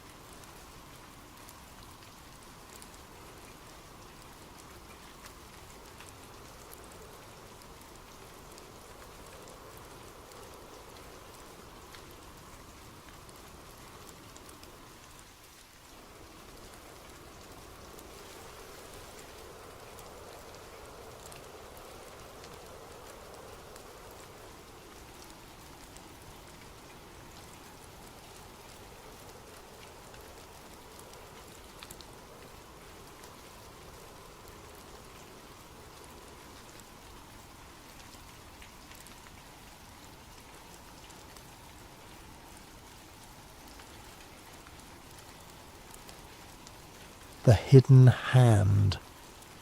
Tracing the real Illuminati. Before we begin, I want to thank everyone who subscribed after our last investigation. Your support keeps these deep dives possible. If you're new here, hit that subscribe button because what we're about to uncover will change how you see the world around you. This isn't science fiction. This isn't fantasy. This is documented history that powerful people would prefer you never connect together. Opening. The symbol that never dies. Pull a dollar bill from your wallet, look at the back, there it is, staring back at you from above an unfinished pyramid. The all-seeing eye, the eye of providence they call it in textbooks. But why does this same symbol appear on currency used by millions of Americans every single day? Why does it hover over the words announcing a new order of the ages? This isn't the only place you'll find it. Turn on any major awards ceremony, and you'll see celebrities covering one eye in photographs, forming pyramids with their hands, wearing jewellery emblazoned with this ancient emblem. Walk into corporate headquarters around the world, and variations of this symbol adorn their logos. Attend a United Nations assembly, and the architectural choices echo the same geometric patterns, the same visual language of hierarchy and observation. For centuries, this single symbol has haunted the margins of history. Governments deny its significance. Mainstream historians dismiss the connections as coincidence. But what if the Illuminati never vanished into the dustbin of history? What if it simply adapted, evolved, and became something far more sophisticated than a gathering of men in robes? What if the secret society succeeded so completely that we don't recognise we're living inside its creation? Tonight, we trace the bloodline of power from an 18th century Bavarian classroom to the digital surveillance grid that monitors your every click. This is the story of how a banned secret society became the invisible architecture of modern civilization. Act 1. The birth of the Order. The date is May 1st, 1776. While American colonists are months away from declaring independence across the Atlantic, something equally revolutionary is beginning in a university town in Bavaria. The location is Ingolstadt, a city in what we now know as Germany, though back then it existed as part of the Holy Roman Empire's fragmented landscape of principalities and church-controlled territories.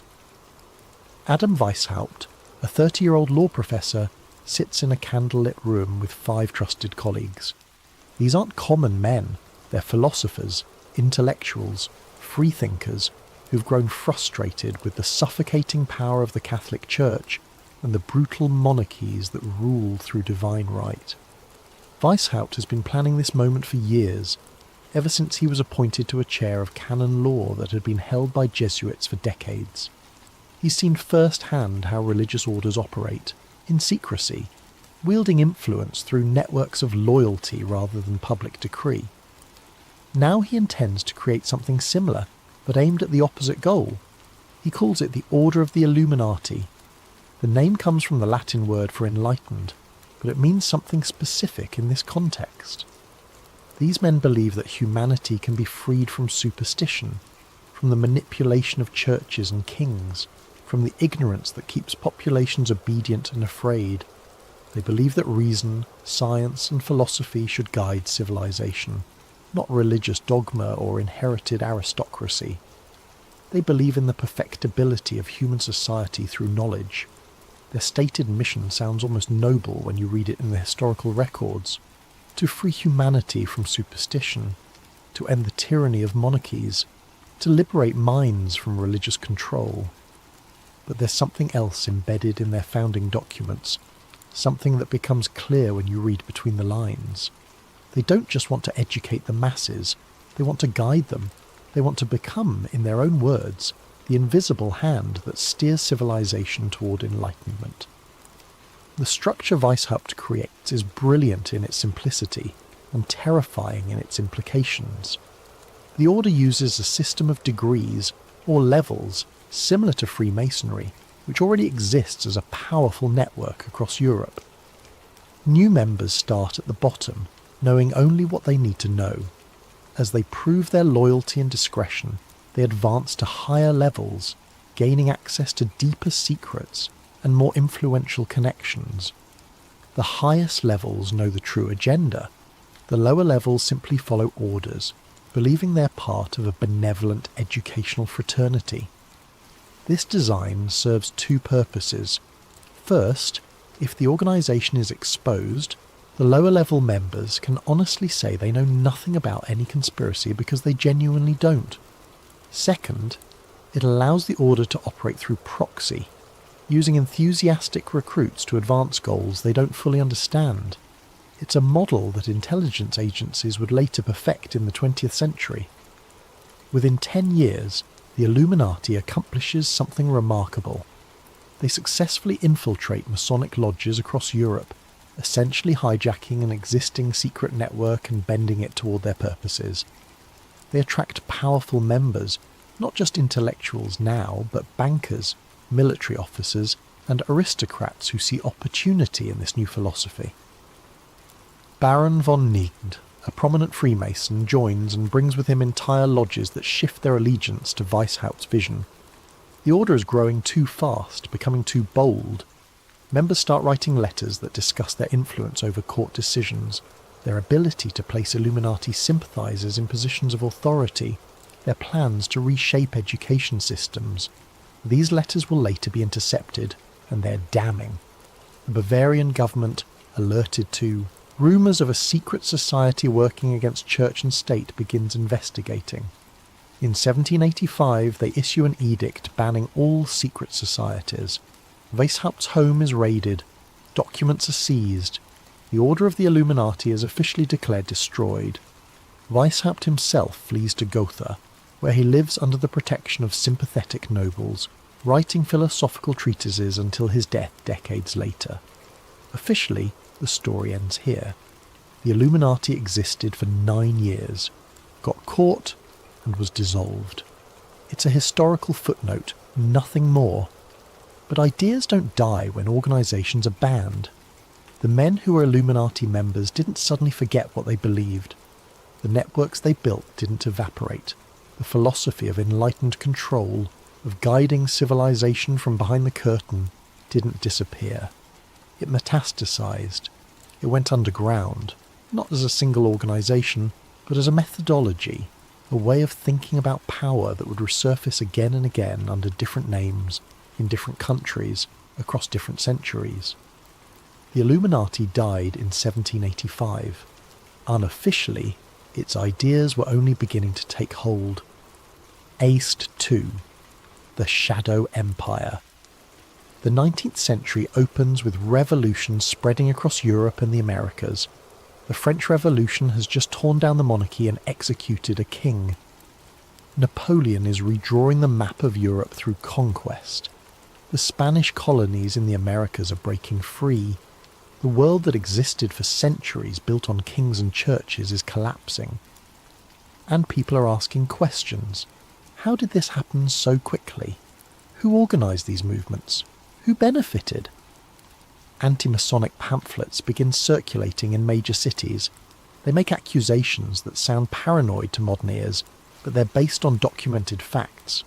They point out that leaders of the French Revolution, including Robespierre and Danton, were Freemasons. They note that independence movements in the Americas are led by lodge members. They argue that secret societies are coordinating these upheavals, using revolution as cover for a broader agenda of centralised power. In America, these concerns reach the highest levels.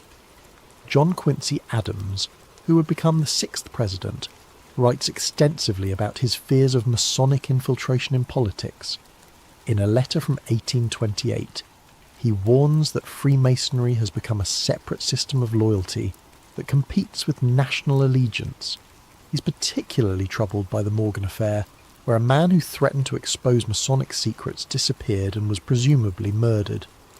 The scandal triggers a massive backlash. The Anti-Masonic Party forms in 1828, becoming the first successful third political party in United States history. For several years, being openly Masonic becomes a political liability. Lodges close, membership plummets. It seems like the secret society networks are being dismantled by democratic pressure. But here's what the historical record shows if you look carefully. While public Freemasonry declined, its influence didn't.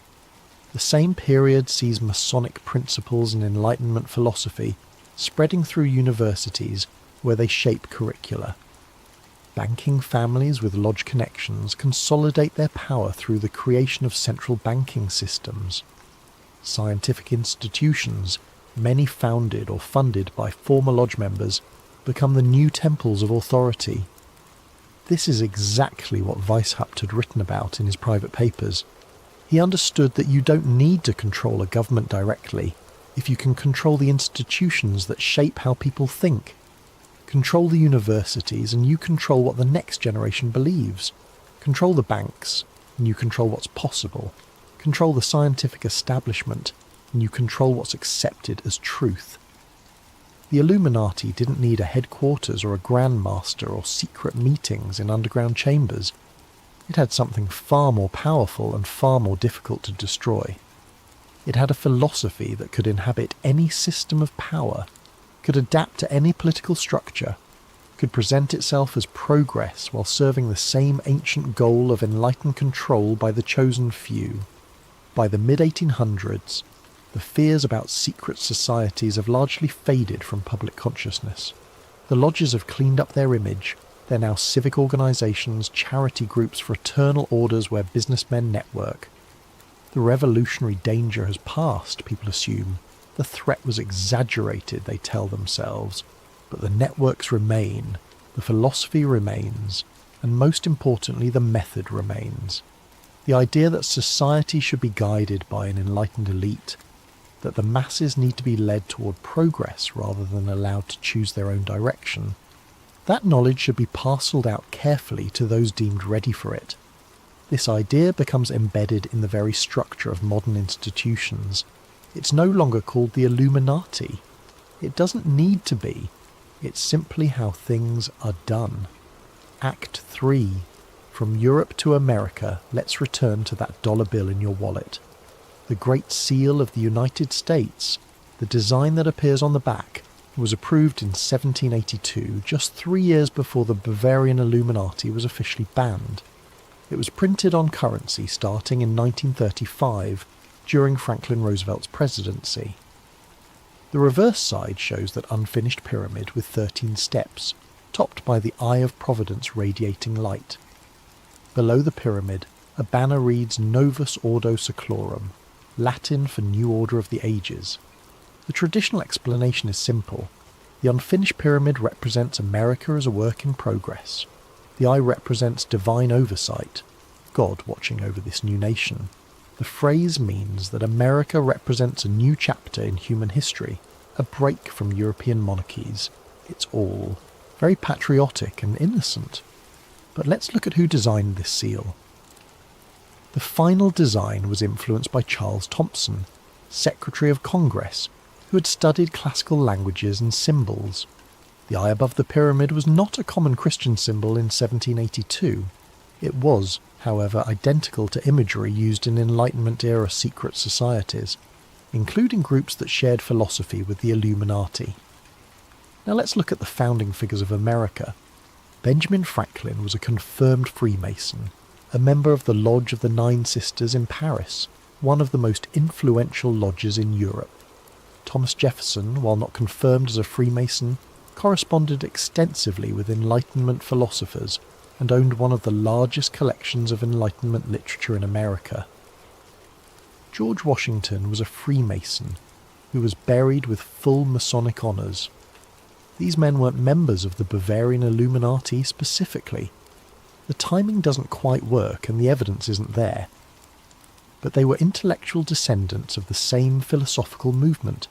They read the same books, believed in the same principles of reason over religion, progress over tradition, enlightened leadership over mob rule.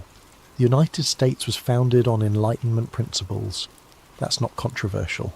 What conspiracy researchers argue is that these principles came with an embedded architecture of control, a built-in hierarchy that would allow those in the know to guide civilization while maintaining the appearance of democracy. Look at how the American system was actually designed. The Electoral College, which prevents direct democracy in presidential elections. The Senate, which was originally appointed rather than elected. The Supreme Court, with lifetime appointments and no accountability to voters. These weren't accidents or compromises. They were intentional barriers against what the founders called the tyranny of the majority, which is another way of saying they didn't trust common people to make important decisions. This is the core Illuminati principle, dressed in the language of republicanism. Let people vote, but control what they can vote for. Let people speak, but control what they hear. Create the appearance of freedom while maintaining elite guidance at the critical junctions of power. The seal on the dollar bill isn't just a symbol of America, it's a mission statement. A new order is rising, built on the foundations of secret knowledge, guided by those who understand the true nature of power. The pyramid is unfinished because the work continues. The eye watches because the enlightened must always observe and adjust. The phrase declares that this represents a break from the past, a new way of organising human society, a pyramid of power, a hidden eye, a new order rising, not in Bavaria anymore, but in America, the nation that would come to dominate the 20th century and export its systems to the entire world. Act 4. The 20th Century Resurgence. 2 world wars reshaped civilization in ways that were unimaginable in previous centuries. Empires that existed for hundreds of years collapse in a matter of years. Tens of millions die. The survivors wake up to a world where the old structures of power, the monarchies and colonial systems and religious authorities no longer function. Into this vacuum step new institutions with a new promise. Instead of competing nations causing war, we'll have international cooperation ensuring peace. Instead of economic chaos, we'll have coordinated financial systems. Instead of ignorance and nationalism, we'll have global education and shared values. The League of Nations forms after World War I. It fails, but the idea doesn't die. After World War II, the United Nations rises in its place, this time with real power, real funding, and a permanent home in New York City. Around the same time, the Bretton Woods Conference in 1944 creates the International Monetary Fund and the World Bank, institutions that will shape global economics for the rest of the century. Each of these organisations represents a concentration of authority. Instead of hundreds of nations making independent decisions, now there are forums where a smaller number of representatives can coordinate action. Instead of thousands of banks operating independently, now there are central systems that can influence all of them. This is exactly how a hidden elite would manage global control, according to declassified documents from the Office of Strategic Services, the predecessors to the CIA. These memos, released decades later through Freedom of Information Act requests, reference supranational influence networks and the importance of creating institutions that operate above national sovereignty. The language is bureaucratic, but the meaning is clear. The people designing the post-war world understood that direct control of governments is inefficient and unstable. It's better to create systems that governments must operate within, systems that appear neutral but are actually designed to produce specific outcomes. By the 1970s, this process accelerates. David Rockefeller, whose family name appears repeatedly in conspiracy theories for good reason, establishes the Trilateral Commission in 1973 with Zbigniew Brzezinski, who would become National Security Advisor under President Carter. The stated purpose is to foster cooperation between North America, Europe and Japan. The unstated purpose, according to critics, is to create a private forum where the most powerful people in the world can coordinate policy without public oversight. Around the same time, though it started earlier in 1954, the Bilderberg Group holds annual conferences that bring together world leaders, CEOs of the largest corporations, heads of major banks and selected intellectuals. These meetings happen at luxury hotels in different countries each year. No press is allowed, no transcripts are released, no minutes are published. Attendees are told not to discuss what happens inside. The official explanation is that this secrecy allows for frank discussion without grandstanding. People can speak honestly if they know it won't be quoted in tomorrow's newspapers. It's like Davos or any other international conference, they say, just networking at a high level. But here's what makes conspiracy researchers pay attention. First, the attendee list reads like a directory of global power. Second, the same names appear at Bilderberg, the Trilateral Commission, the Council on Foreign Relations, the World Economic Forum, and the boards of the most influential banks and corporations. Third, decisions that are discussed at these meetings often become policy a few months or years later, suggesting that what happens in these rooms isn't just talk, it's coordination. They call it coordination, others call it control. The question that no one in authority will answer directly is control by whom, and for what purpose. Act 5. The Modern Network. The 1990s bring a transformation in how power operates. The Soviet Union collapses, ending the Cold War and leaving America as the sole superpower. Global finance, enabled by new technology, begins to move trillions of dollars across borders at the speed of light. Mass media consolidates into a handful of corporations that own most of what people see and hear. The internet emerges, promising democratic access to information, but quickly being shaped by the same forces that controlled previous technologies. This is when conspiracy theories about the Illuminati explode into popular culture. Books like Behold a Pale Horse and The New World Order become underground bestsellers. Radio shows dedicated to exposing secret societies gain millions of listeners. The internet allows researchers to share documents, connect patterns, and build a collective case that something systematic is happening behind the official story. What they notice are recurring overlaps in membership between the organisations we've discussed. The Council on Foreign Relations, founded in 1921, includes members who are also part of the Trilateral Commission and attend Bilderberg meetings. These same individuals sit on the boards of major banks like Goldman Sachs and JP Morgan Chase. They advise presidents from both political parties. They run the Federal Reserve. They fund think tanks that produce the policy papers that become legislation. Certain family names appear again and again across generations. Rockefeller, one of the wealthiest dynasties in American history, with foundations, banks and politicians across multiple generations. Rothschild, the banking family that financed European governments for 2 centuries. Windsor, the British royal family.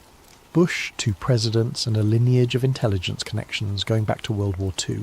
This doesn't prove conspiracy by itself. Wealthy families stay wealthy. Power tends to concentrate.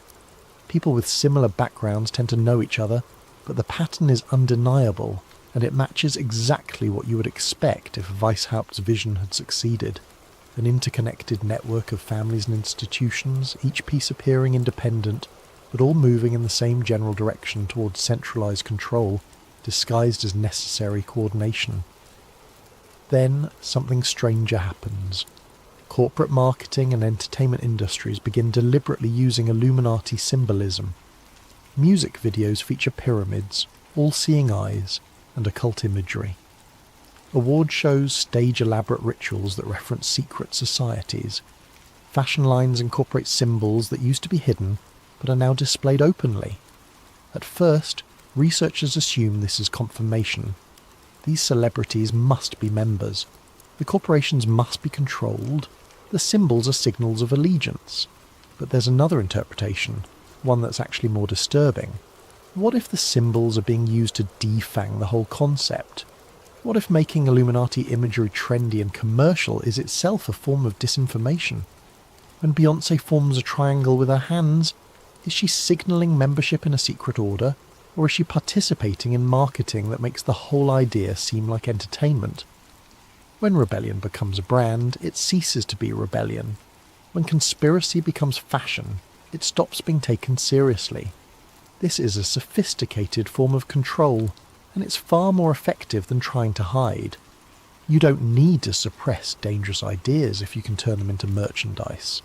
The theories link artists like Jay-Z, Kanye West, Madonna and Beyoncé to secret initiation and hidden allegiance.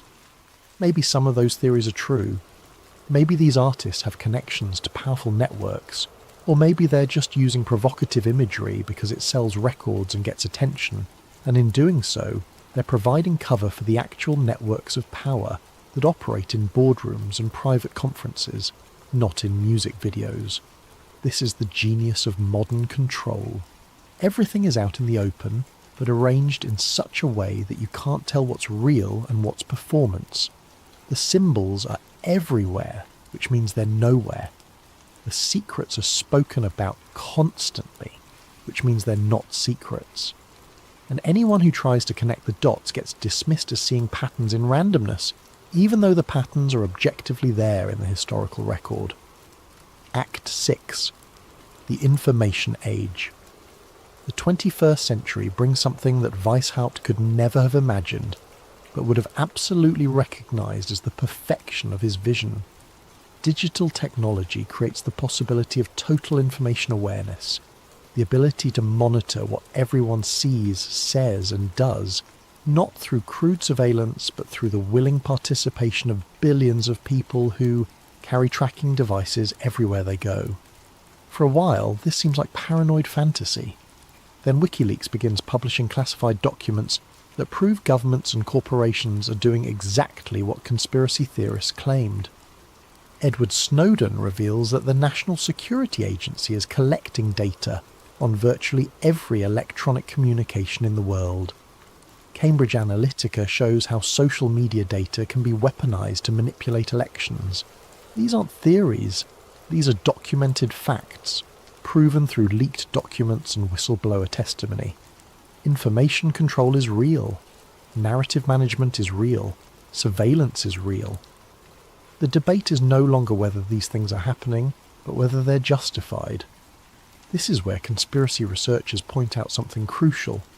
This is precisely how a secret order would function in the modern age. Not by commanding armies or assassinating leaders, though those tools remain available when needed, but by shaping thought, by controlling what information people see, by nudging behaviour through algorithm design, by making certain ideas seem ridiculous and other ideas seem inevitable. You don't need to force people to comply if you can manipulate them into wanting what you want them to want. You don't need to ban books if you can bury them under an avalanche of content that says the opposite. You don't need secret meetings if you can coordinate through encrypted channels that look like normal business communication. The phrase Illuminati confirmed becomes a meme, a joke that people post when they see yet another celebrity covering one eye or another corporate logo with a pyramid. It's meant to be ironic, pointing out how silly these conspiracy theories are. But in making it a joke, in turning the concept into entertainment, it serves a purpose. It makes serious investigation seem foolish. It defangs the subject by turning it into content. This might be the most perfect act of disinformation ever achieved. The best way to hide a secret society is to convince everyone it's a joke, to make the idea so associated with paranoid nonsense that serious researchers won't touch it, journalists won't investigate it, and anyone who tries to connect documented facts gets lumped in with people claiming lizard aliens run the government. Meanwhile, the actual concentration of power continues. A handful of corporations own most media companies. A handful of banks control most financial flows. A handful of tech companies mediate most human communication.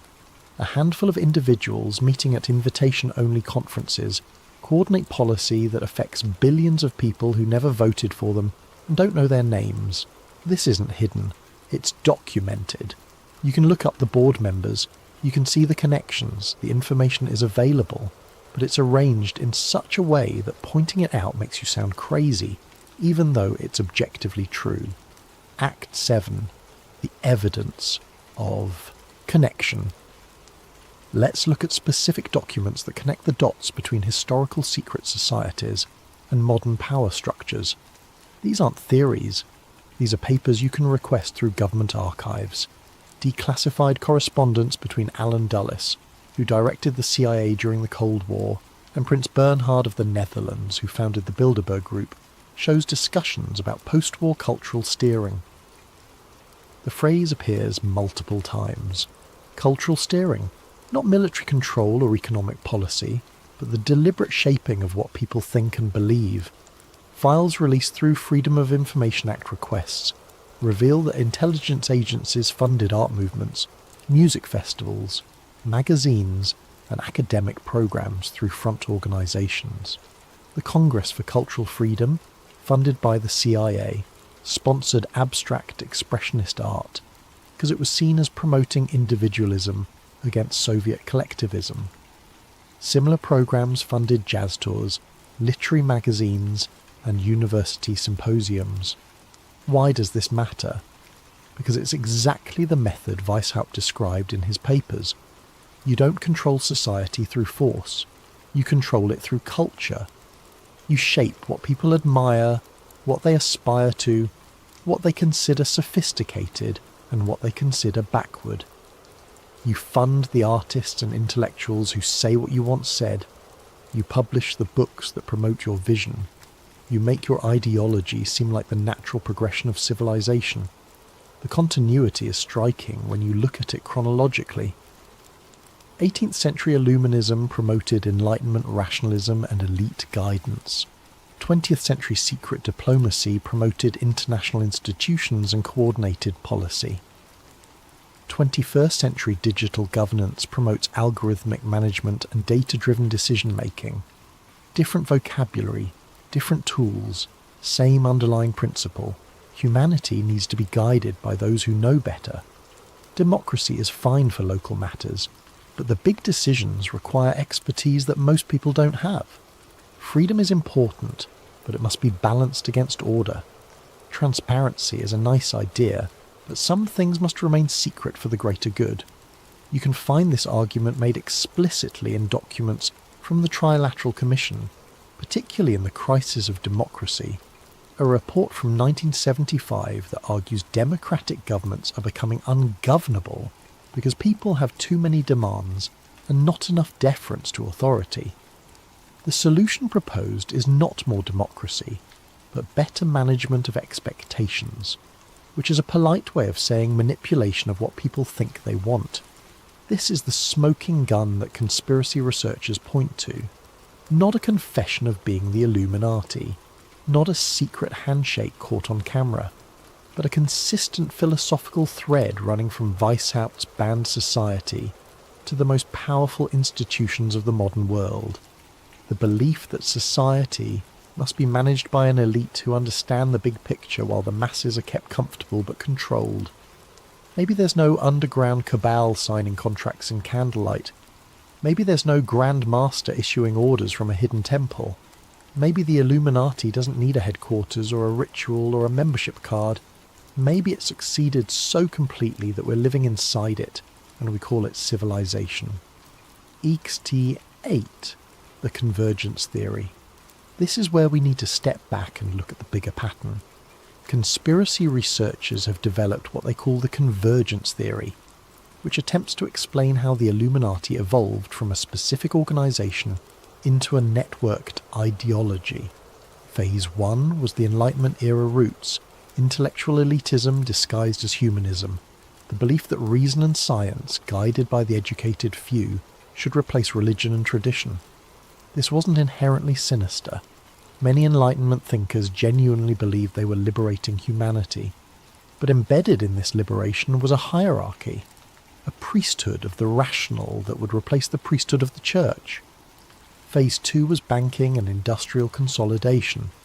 The 19th century saw wealth concentrate into family dynasties that funded governments, built railroads, and controlled resources. The Rothschilds financed European wars. The Rockefellers monopolized oil. The Morgans dominated finance. These families intermarried, sat on each other's boards, and coordinated their interests. They didn't call themselves the Illuminati, but they functioned as a network of mutual advantage that transcended national boundaries. Phase 3 was cultural hegemony in the 20th century. Control shifted from raw economic power to something more sophisticated, the management of what people think and feel.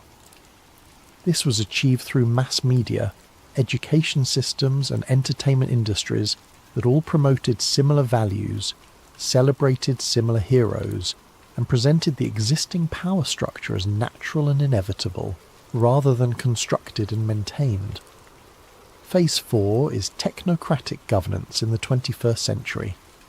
Control now operates through algorithms, through data analysis, through platforms that mediate human interaction. Google decides what information you find. Facebook decides what news you see. Amazon decides what products you encounter.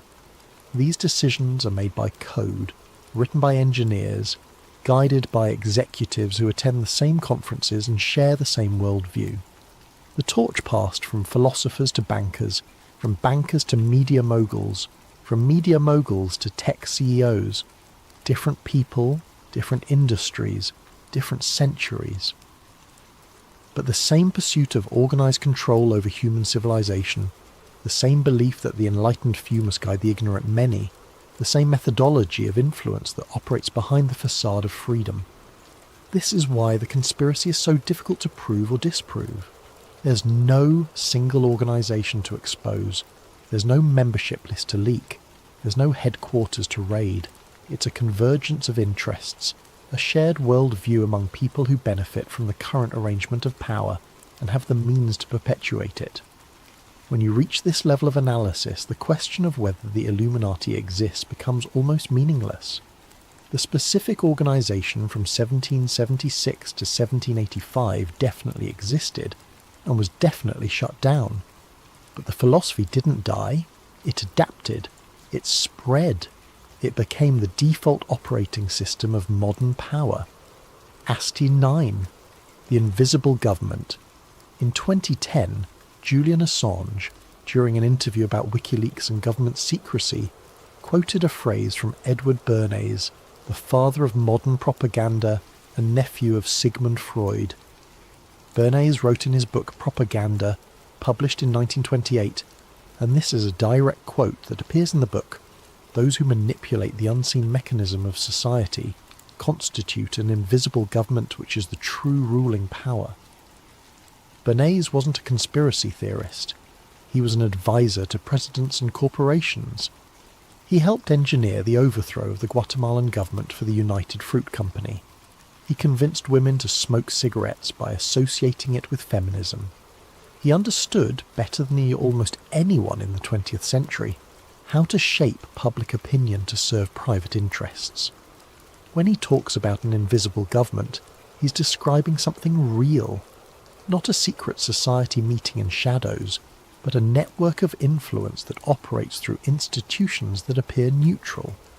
Public relations firms, think tanks, advisory councils, academic departments, media organisations, each piece independently owned, but coordinating through shared personnel, funding sources and ideological alignment. This is the government that doesn't appear on ballot papers. The government that persists regardless of which party wins elections. The government that sets the boundaries of acceptable debate, that determines which problems get attention and which get ignored, that guides civilization toward outcomes chosen by people most citizens couldn't name. The phrase New World Order, which has become synonymous with conspiracy theories, was actually popularized by President George H.W. Bush in a speech to Congress on September 11, 1991, exactly 10 years before the date that would become infamous for different reasons. He spoke about the opportunity to build a new world order, a world where the rule of law supplants the rule of the jungle, where nations recognize the shared responsibility for freedom and justice.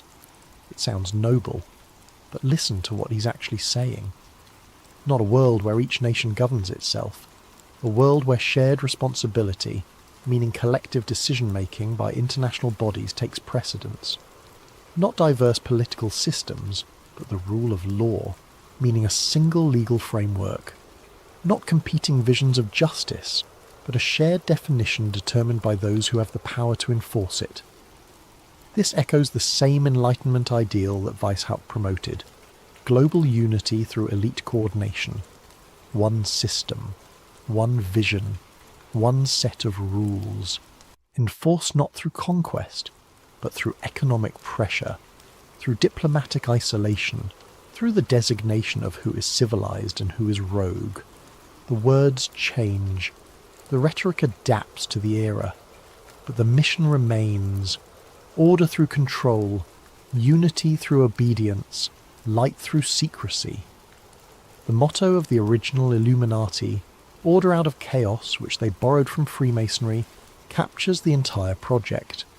Create or exploit crisis, then offer order as the solution, order that requires accepting centralized authority. This pattern repeats throughout history. Financial crisis leads to central banking. World wars lead to international institutions. Terrorism leads to surveillance states. Pandemic leads to digital tracking. Each crisis expands the power of coordinating bodies at the expense of local autonomy and individual privacy. Each crisis is presented as unique and demanding unprecedented response, and each response moves in the same direction, toward fewer people making decisions that affect more people. Aced 10. The conclusion. So let's return to the original question. Does the Illuminati exist? Mainstream historians will tell you no. The Bavarian Illuminati was dissolved in 1785. It had 9 years of existence. It was a historical footnote. Everything that came after is conspiracy theory, pattern recognition run amok, the human tendency to see intention in coincidence. Conspiracy researchers will tell you yes, but not in the way most people imagine. The Illuminati succeeded in its goal of creating a rational world led by an enlightened few. It didn't conquer civilization through force. It became civilization by making its principles seem like progress. Both answers are partially correct and entirely misleading. The useful question isn't whether a specific organization exists, but whether power operates the way Weishaupt envisioned. And on that question, the evidence is overwhelming. Every major institution of global governance follows the model of concentrated authority justified as expertise. The International Monetary Fund and World Bank make economic policy that affects billions, but are accountable to a few dozen member nations weighted by wealth. The Federal Reserve makes decisions that shape the entire American economy, but operates independently of democratic oversight.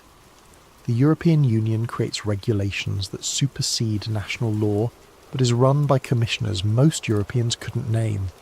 Every global summit, every corporate merger, every coordinated crisis response follows the same blueprint. Gather the elite in private settings, determine the proper course of action, implement it through institutions that appear neutral, present it to the public as inevitable and necessary, marginalise dissent as ignorant or dangerous. This isn't hidden. You can watch it happen in real time if you pay attention. The World Economic Forum publishes its agenda openly. The Bilderberg Group lists attendees after each conference. The Council on Foreign Relations posts its policy recommendations online. The Trilateral Commission has a website. None of this is secret in the traditional sense, but it's effectively invisible to most people, because it operates at a level of abstraction that doesn't connect to daily life until the decisions have already been made. By the time a new trade agreement or financial regulation or digital standard affects your life, it's already been decided by people you didn't elect, meeting in places you couldn't attend, based on priorities you didn't set. If Weishaupt's goal was to build a rational world led by the enlightened few, look around, we're living in it. Experts determine what's true. Fact-checkers decide what's misinformation. Platforms moderate what's acceptable. Algorithms curate what's visible. And all of this is presented as neutral, as scientific, as necessary for a functioning complex society. The only question left is whether we were enlightened or simply engineered, whether the progress we've experienced represents genuine liberation or sophisticated control, whether the freedom we believe we have is real or carefully managed. The symbol on the dollar bill stares out from your wallet, that unfinished pyramid with the watching eye, announcing a new order of the ages. Maybe it was just a design choice by committee in 1782, or maybe it was a declaration of intent, a message hidden in plain sight for over 2 centuries, telling anyone willing to look that this nation, and the world it would come to shape, was built on a foundation of enlightened control disguised as democracy. The Illuminati doesn't need to exist as a secret society if its principles have become the structure of civilization itself. The order may have been banned in 1785, but the order it sought to create has been under construction ever since, advancing through crisis and opportunity, adapting to technology and culture, always moving toward the same goal: order out of chaos. That was their motto. Look at the chaos of our current moment, the crises stacking upon each other, each one demanding more coordination, more surveillance, more centralised decision-making, more trust in authorities we didn't choose and can't remove. Look at the order being offered in response, the promise that if we accept the right systems, follow the right experts, adopt the right technologies, everything will be managed correctly. And ask yourself who benefits from that order, who decides what correct management looks like, who sits in those rooms at those conferences making those decisions, whose vision of enlightenment is being built while we're told we're being liberated. The Illuminati wanted to free humanity from superstition, monarchies and religious control. They succeeded. We're free from those things. But we're not free from control itself. It simply changed form, changed language, changed justification. The pyramid is unfinished because the work continues. The eye watches because the enlightened must always observe and guide. And the new order of the ages means that what came before was replaced with something that serves the same function under a different name. Maybe that's progress. Maybe guided evolution of civilization by those who understand complex systems is genuinely better than chaos and conflict. Maybe we do need invisible government because visible government has proven so corrupt and incompetent. Maybe the Illuminati won, and we should be grateful. Or maybe we should remember that every system of control claims to be for our own good. Every reduction of freedom is justified as necessary protection. Every expansion of surveillance is presented as security. And every concentration of power promises it will be used wisely by those who know best. Adam Weishaupt died in 1830, decades after his order was banned. He never saw the world wars or the United Nations or the internet. But if he could see the civilization we've built, with its global institutions and digital networks and algorithmic governance and expert classes making decisions for populations that don't understand and don't question, he might recognize it as the fulfillment of everything he envisioned. We are living in the illuminated age. The question is whether we're the ones who are enlightened, or just the ones being studied under the light. Thank you for watching this investigation. If you found this information valuable, subscribe to support more deep dives into the hidden architecture of power. Leave a comment with your thoughts, but be aware that certain keywords may limit visibility. Share this with someone who needs to see it. And remember, the best way to hide the truth is to make people think they already know it. The symbol on your dollar bill is still watching. It's been watching since 1782, and it will continue watching as long as you keep accepting that it belongs there. An all-seeing eye above an unfinished pyramid, announcing an order built by those who you'll never see, but who see everything you do. Order out of chaos. Their motto. Our reality. The Illuminati doesn't need to exist as a secret society if we're all living inside the world it wanted to create. Stay aware, question authority, follow the money, and never forget that the most powerful conspiracies don't need to hide. They just need to convince you they don't exist.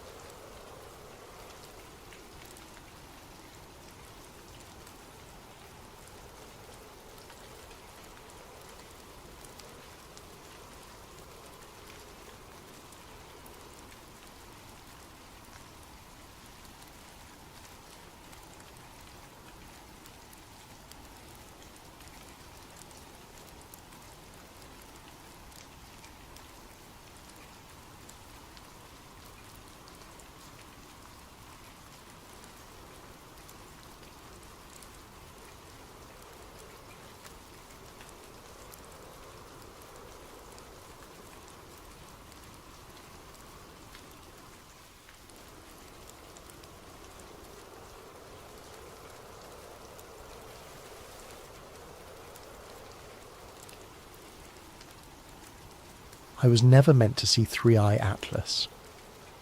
They say curiosity killed the cat. What they don't tell you is what happens to the person who keeps digging after the cat is already dead. What happens when you find the thing you were never supposed to find, when you see the document that was never supposed to exist, when you speak the name that was never supposed to be spoken. You don't die. That would be too merciful. Instead, you live with the knowledge that something is watching you, has always been watching you, and now knows that you know. This is my story. This is how I found Three-Eye Atlas, and this is why I can never stop looking over my shoulder. Before we go any further, a big thank you to Lonely Lost for the story idea. If you have any story ideas, make sure to comment them below. Now let's begin the beginning. Freedom of information. Request. My name is Marcus Webb, and in late October of the year 2021, I was a former investigative journalist trying to find my way back into a career that had chewed me up and spit me out. I had spent the better part of a decade covering conflicts in the Middle East, embedded with troops, documenting war crimes, interviewing refugees who had lost everything. The work had destroyed my marriage, cost me my mental health, and eventually, when I published a story that made the wrong people uncomfortable, it cost me my job at the newspaper. My ex-wife, Jennifer, used to tell me I was addicted to the truth the way other people were addicted to drugs. She said I couldn't let things go, that I always had to dig one layer deeper, ask one more question, chase one more lead. She was right, of course. That addiction is what led me to spend our anniversary in a bombed-out hospital in Aleppo, instead of at the restaurant she had booked 6 months in advance. It's what led me to miss her father's funeral because I was tracking down a source in Kabul. And it's ultimately what led her to pack her bags one Tuesday morning while I was asleep and leave nothing but a note that said, "You're married to the story, Marcus, not to me." That was in 2019. By 2021, I was freelancing from a cramped apartment in Arlington, Virginia, taking whatever work I could get. Mostly fluff pieces for online magazines, the occasional corporate blog post, nothing that required me to actually think or investigate. I was treading water, waiting for something to remind me why I had become a journalist in the first place. That something came in the form of the Pentagon UAP hearings.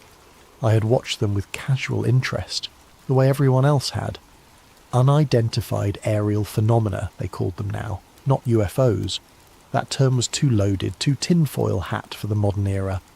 The hearings were carefully orchestrated, with military officials admitting that yes, there were things in the sky they could not explain, and yes, they took them seriously.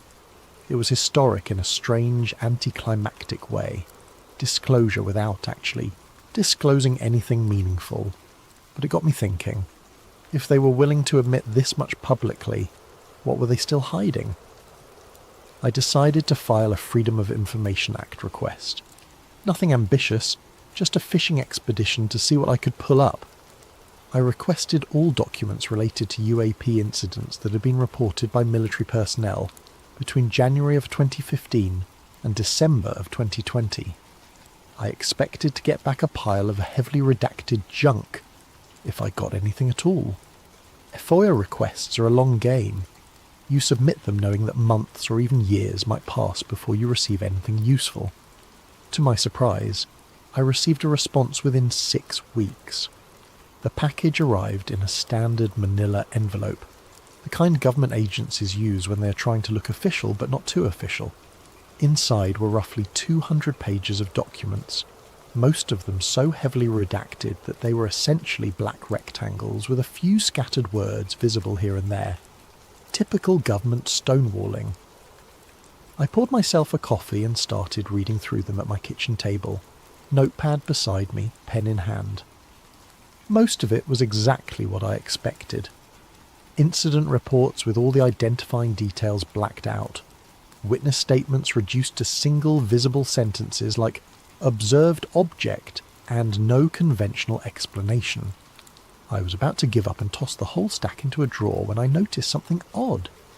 Every 5th or 6th page had a small stamp in the upper right corner, barely visible beneath the redaction marks. I held the page up to the light and squinted. It read, 3I, Atlas, clearance restricted. I flipped through the stack again, this time looking specifically for that stamp. It appeared on maybe 30 of the 200 pages, always in the same place, always with the same phrasing.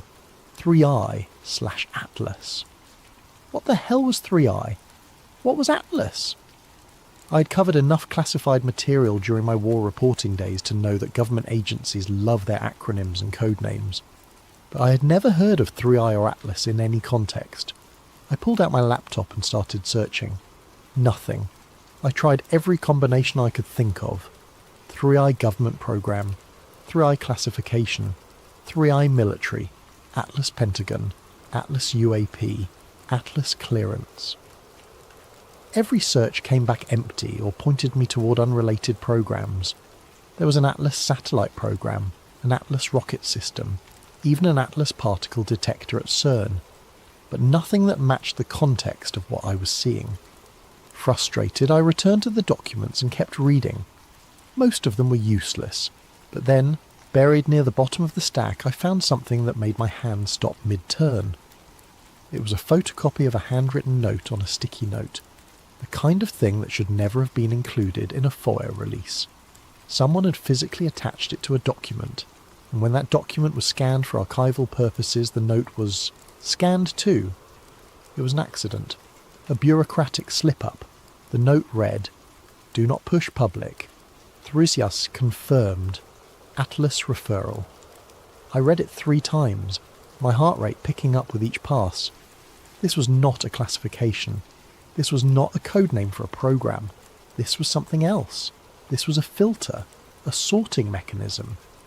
And whatever 3I meant, it was significant enough that certain cases were being referred to something called Atlas, and deliberately kept from public view. I spent the rest of that night searching for more information, but I came up empty. I needed a new angle. I needed to make the system think I already knew what 3I Atlas was. Act 1. The first break in the wall. It took me a week to craft the next FOIA request. I worded it very carefully, as if I were already familiar with the 3I Atlas designation. I submitted requests to multiple agencies, each one slightly different but all containing the same core assumption, that I was a researcher with appropriate clearance asking for routine information about an established classification system. It was a bluff. A calculated gamble. If 3I Atlas was real and bureaucratic enough, some low-level clerk might process my request without questioning whether I actually had the authority to ask for it. I submitted the requests on a Monday morning in the early December and tried not to obsess over them. I had other work to do, bills to pay, a life to pretend to live, but every day I checked my email a dozen times, waiting for something, anything to come back.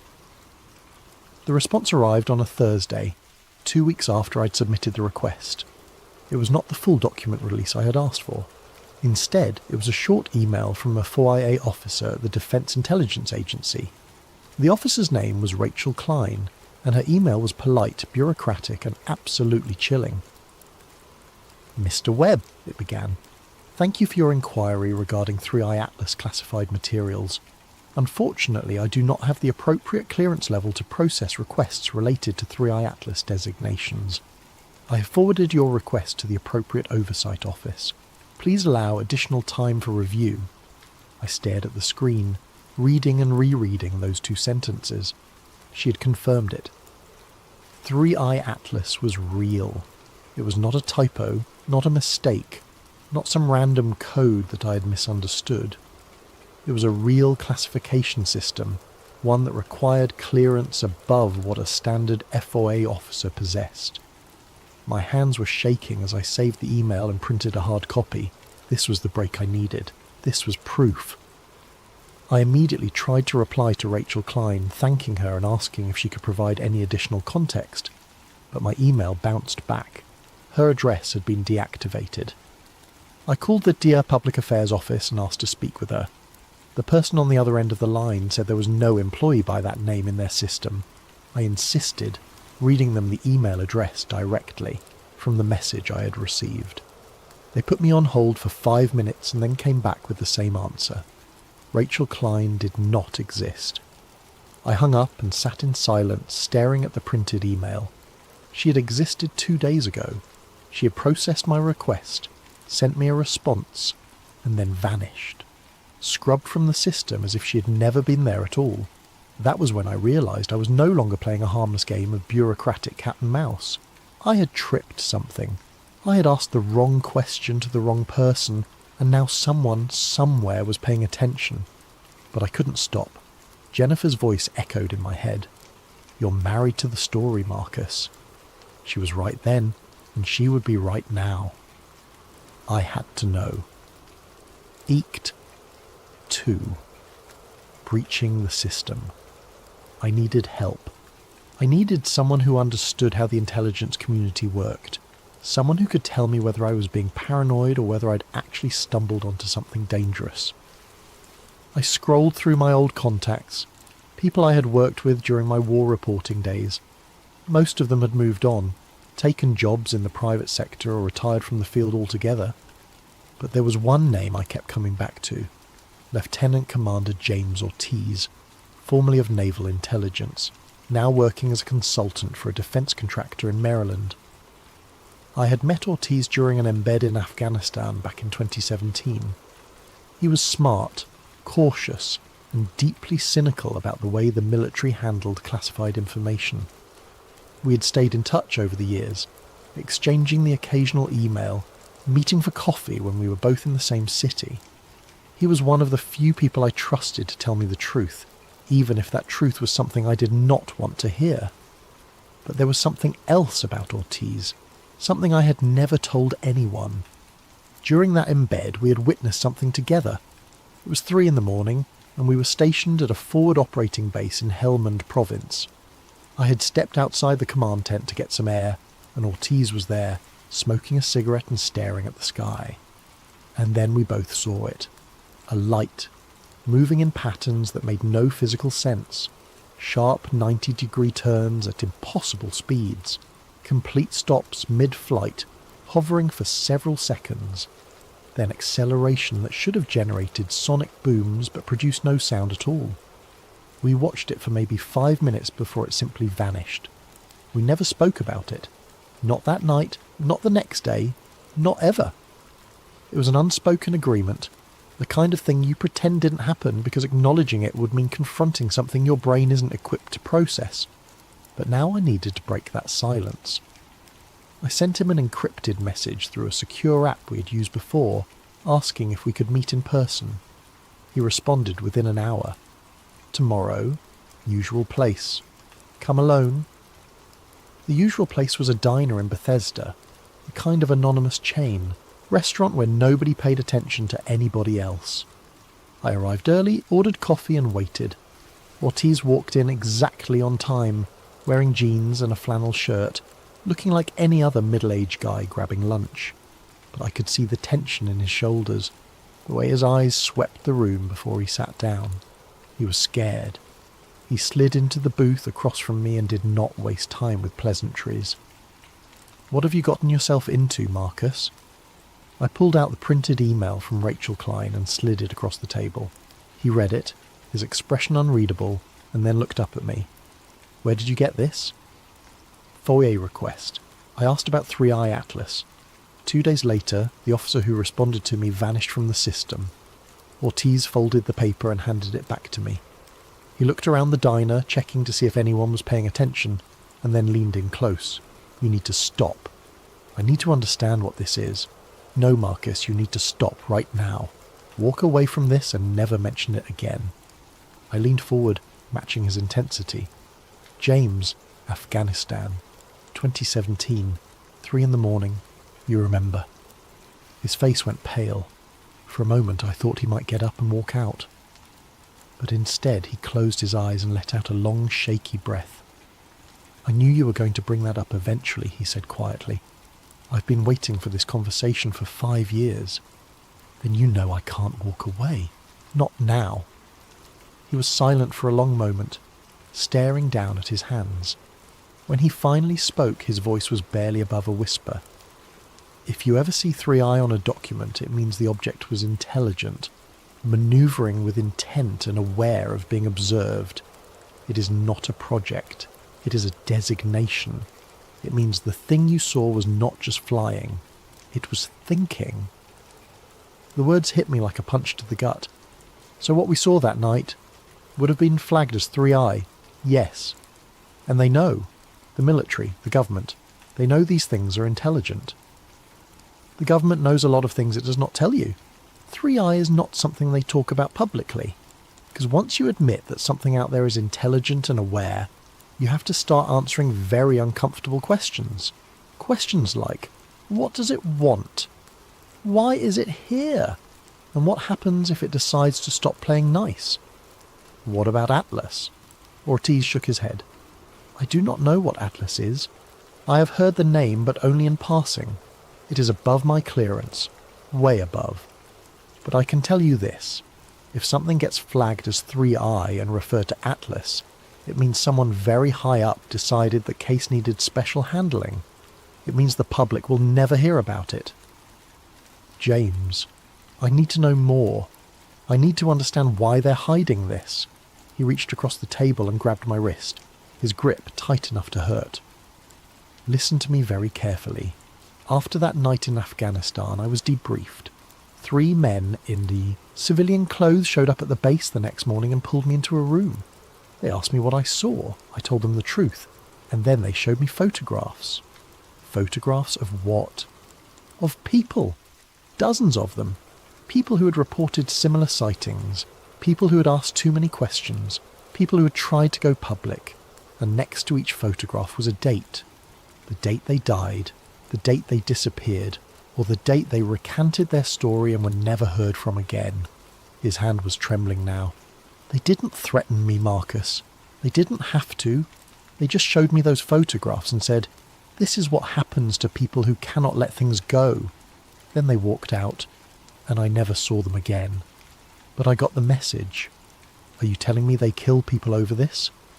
I am telling you that people who dig into 3i have a very bad habit of experiencing sudden accidents, mental breakdowns, or complete reversals where they claim they made everything up.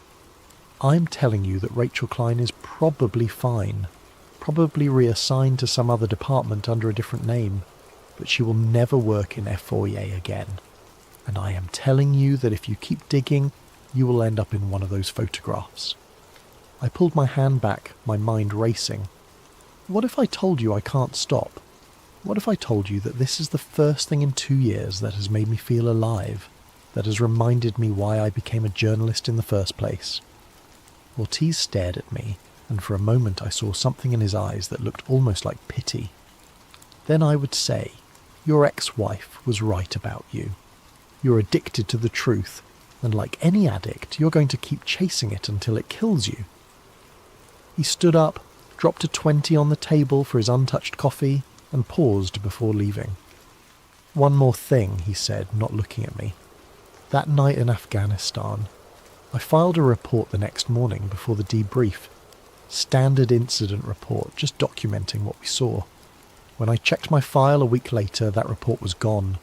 Completely scrubbed from the system. It was like it never existed. What are you saying? I am saying that if Atlas decides your story does not fit their narrative, they will erase it.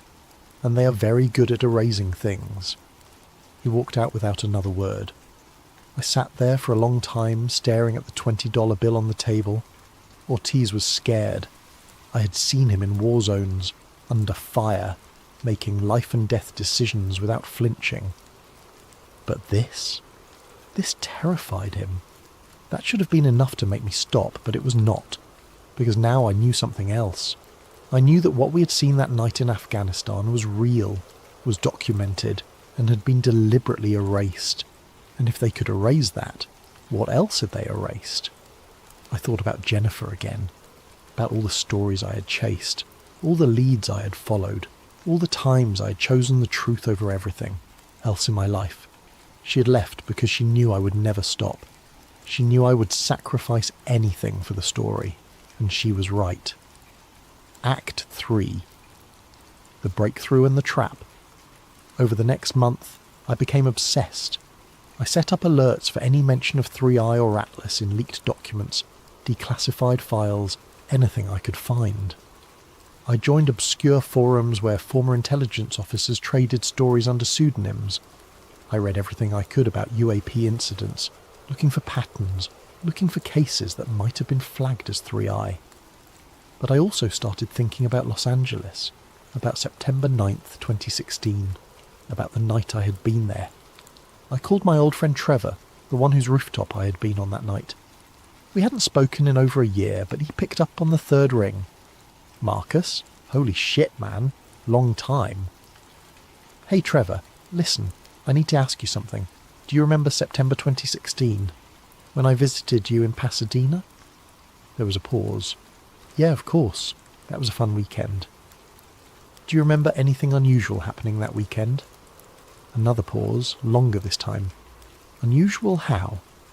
Like, I don't know. Anything strange in the news? Anything weird people were talking about? Marcus, are you okay? You sound paranoid. Just humour me. Do you remember anything? No, man. It was a normal weekend. We drank beer, caught up, talked about your divorce. Nothing unusual at all. My stomach dropped. Trevor, we were on your rooftop when it happened. We saw it. The thing in the sky. You don't remember that? Silence. Trevor, I think you might be confusing that trip with something else, Marcus. We stayed inside that whole weekend because I was getting over a cold. We watched movies and ordered pizza. That's it. I felt cold sweat breaking out on my forehead. That's not what happened. We were on your roof. There were people in the street pointing at the sky. A massive object, completely silent, just hovering there. Marcus, I think you need to talk to someone. Like, professionally. That did not happen. You're telling me you have no memory of that night? I am telling you that what you are describing did not happen. Look, I really need to go. Take care of yourself, okay? He hung up before I could respond. I sat there, phone in hand, trying to process what had just happened. Trevor had been there. He had seen it. We had watched it together. And now he had no memory of it at all. Neural dampening successful. That's what the file had said. No mainstream retention. They hadn't just suppressed the story. They had suppressed the memory. Somehow, they had made thousands of people forget what they had seen. And it had worked so perfectly that even someone who had been standing right next to me, someone I trusted completely, had no recollection of an event that had definitely happened. I felt like I was losing my mind. But I had proof. I had the files. I had the documentation. It was real.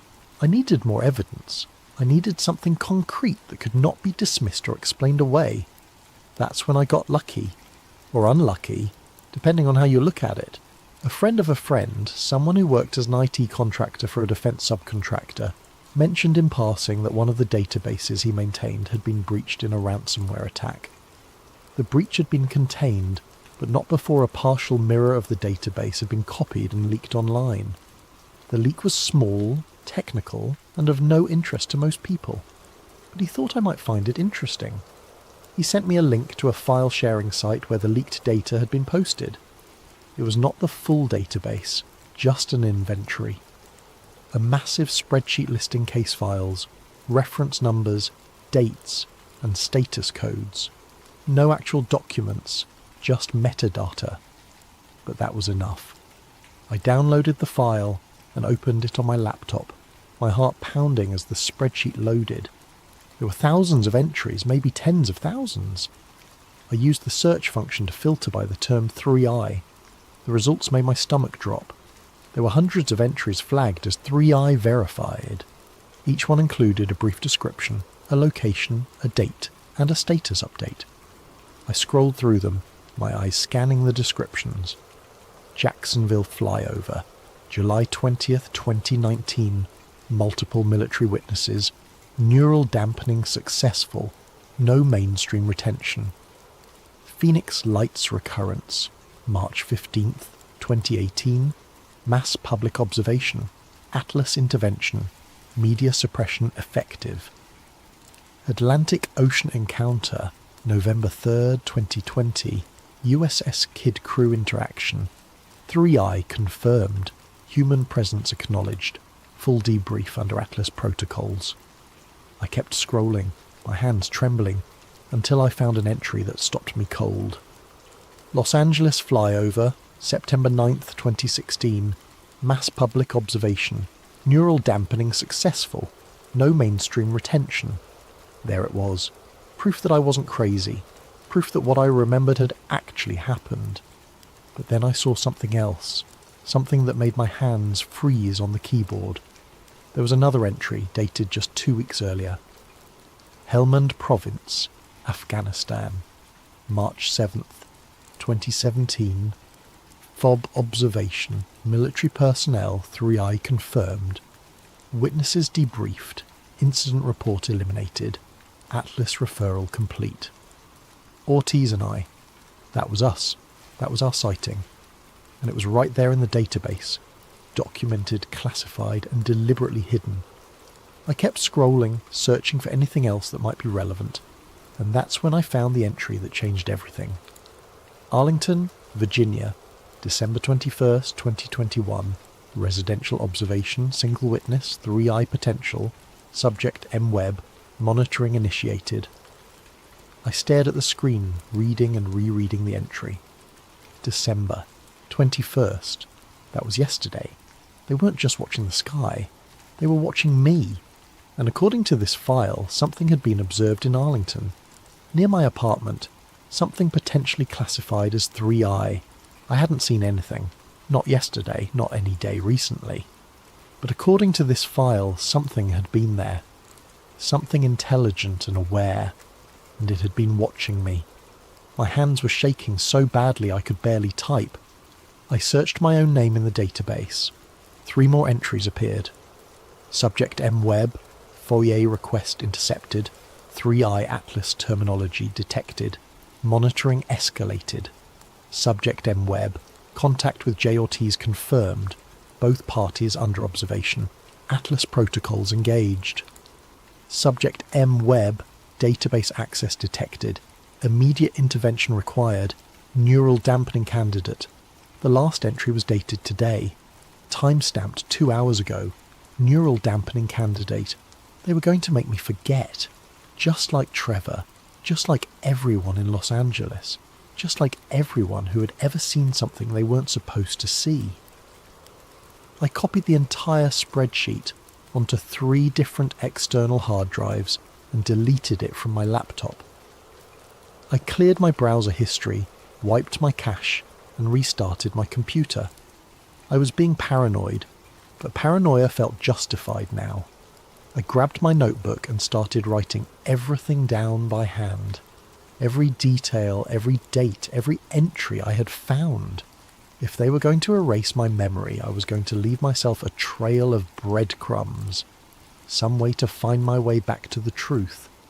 But even as I wrote, I couldn't shake the feeling that it was already too late. That whatever was coming, whatever they were planning to do to me, was already in motion. I thought about calling Jennifer, about warning her, telling her everything, asking her to help me document this before they took it away. But what would I even say? Hi, remember how you left me because I was obsessed with stories? Well, I found one that might actually get me killed or mind-wiped, and I need you to be my backup memory.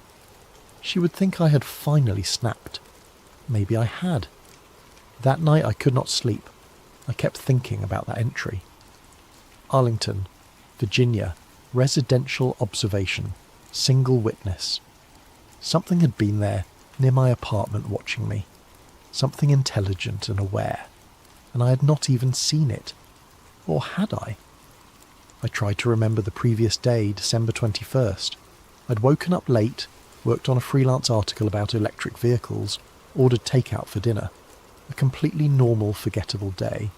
Except there had been a moment around dusk. I had been sitting at my desk when I felt an overwhelming urge to look out the window.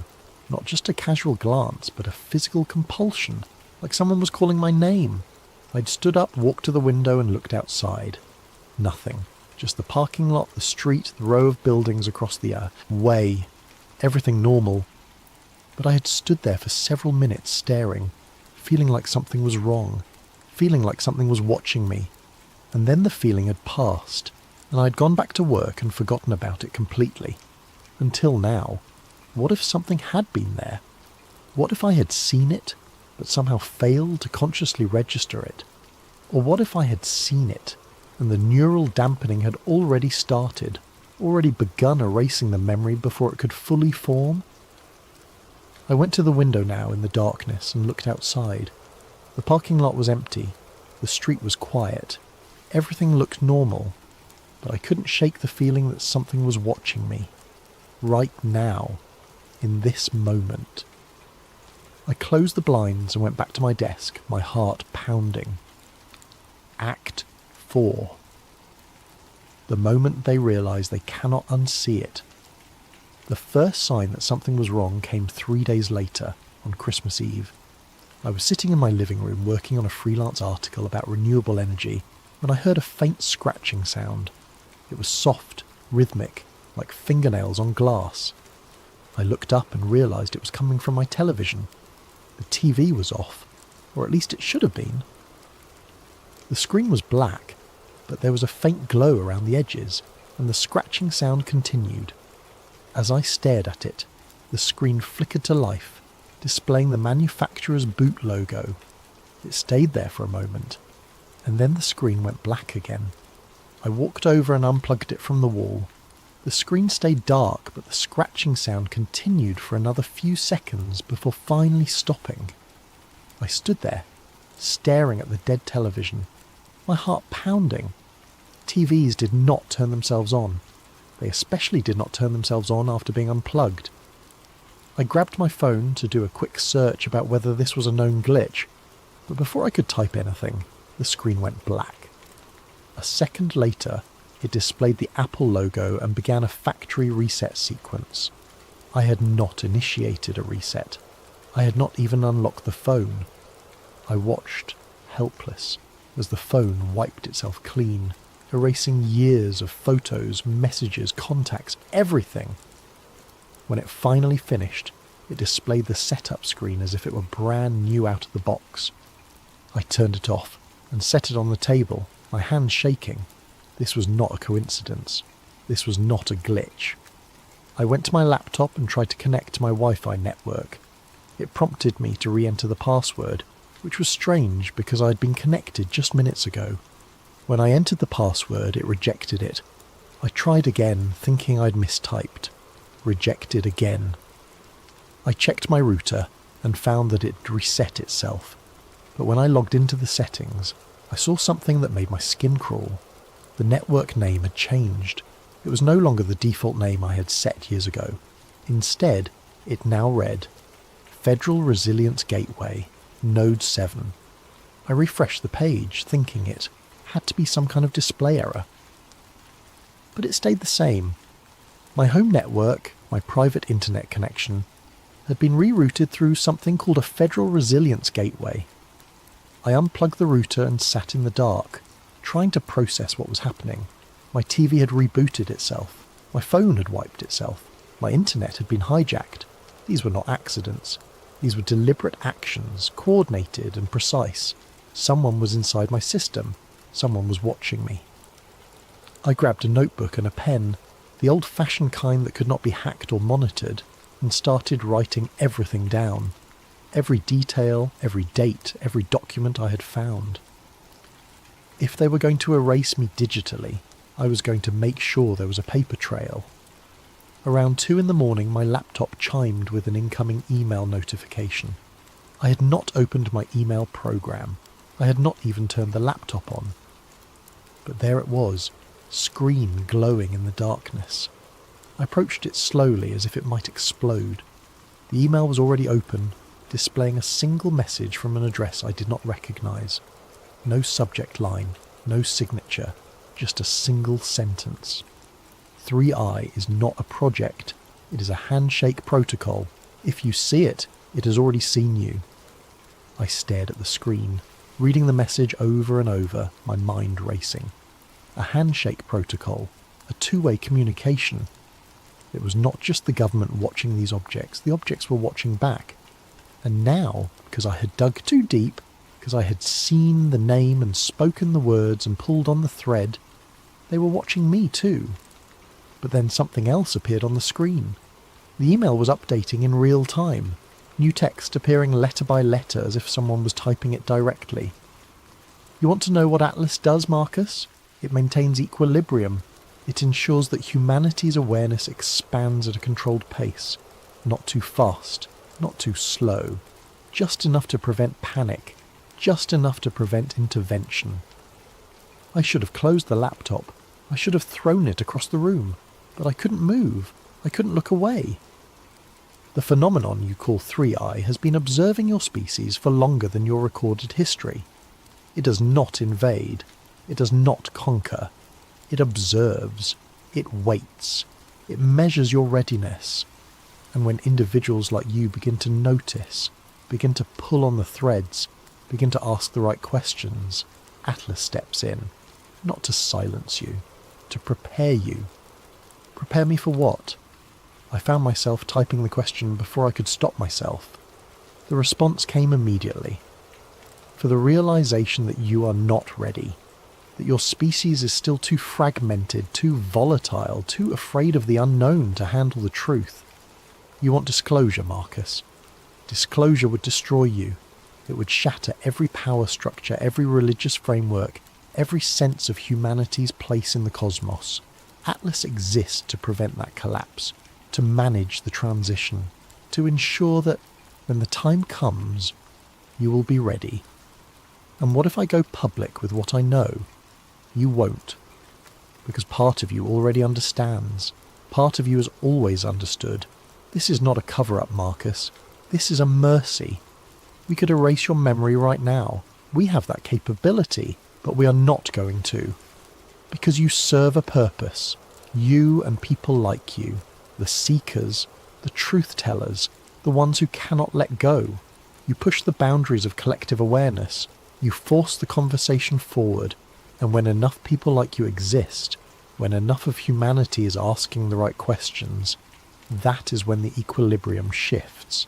That is when readiness is achieved. So you're saying I'm being used? We're all being used, Marcus. You by your need for truth, us by our mandate to observe, them by their nature to watch and wait. The only question that matters is whether you can live with the knowledge you now possess, whether you can carry this weight without breaking, whether you can continue to seek the truth knowing that the truth is not meant to set you free. It is meant to prepare you for a reality you cannot yet comprehend. The typing stopped. The screen went black, and then slowly my laptop powered down on its own. I sat there in the darkness, my mind reeling. Was that real? Had I just had a conversation with Atlas? Or had I imagined the whole thing? Was I losing my mind? I looked down at my hands and realised they were shaking. I realised I was crying and had no memory of when the tears had started.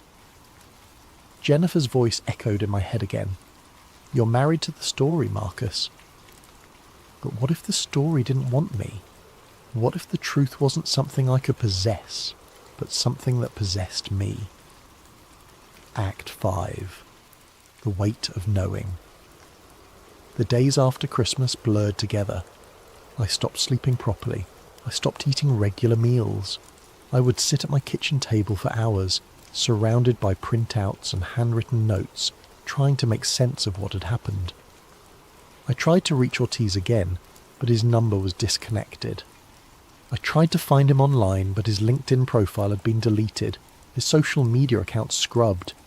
It was as if he had never existed. I thought about going to the media, about taking everything I had to a major news outlet. But every time I tried to organise the material, I realised how insane it all sounded. A stamp on classified documents, a vanished FOIA officer, an email conversation with an AI or entity claiming to be Atlas, a database entry about me being monitored. Without Trevor's corroboration of the Los Angeles event, without Ortiz to verify the Afghanistan sighting, without Rachel Klein to confirm the email she sent, I had nothing. Just the word of a disgraced journalist with a history of obsessive behaviour and a failed marriage. They had been right. I couldn't go public because no one would believe me. But I also couldn't stop. I spent every day searching for new information, new connections, new pieces of the puzzle, and slowly, carefully, I began to find them. There were others, hidden in the corners of the internet, posting under pseudonyms, sharing fragments of stories that matched my own. A former Air Force technician who claimed to have seen the 3CI designation on radar logs before they were classified. A retired CIA analyst who mentioned Atlas in a podcast interview before the episode was mysteriously pulled offline.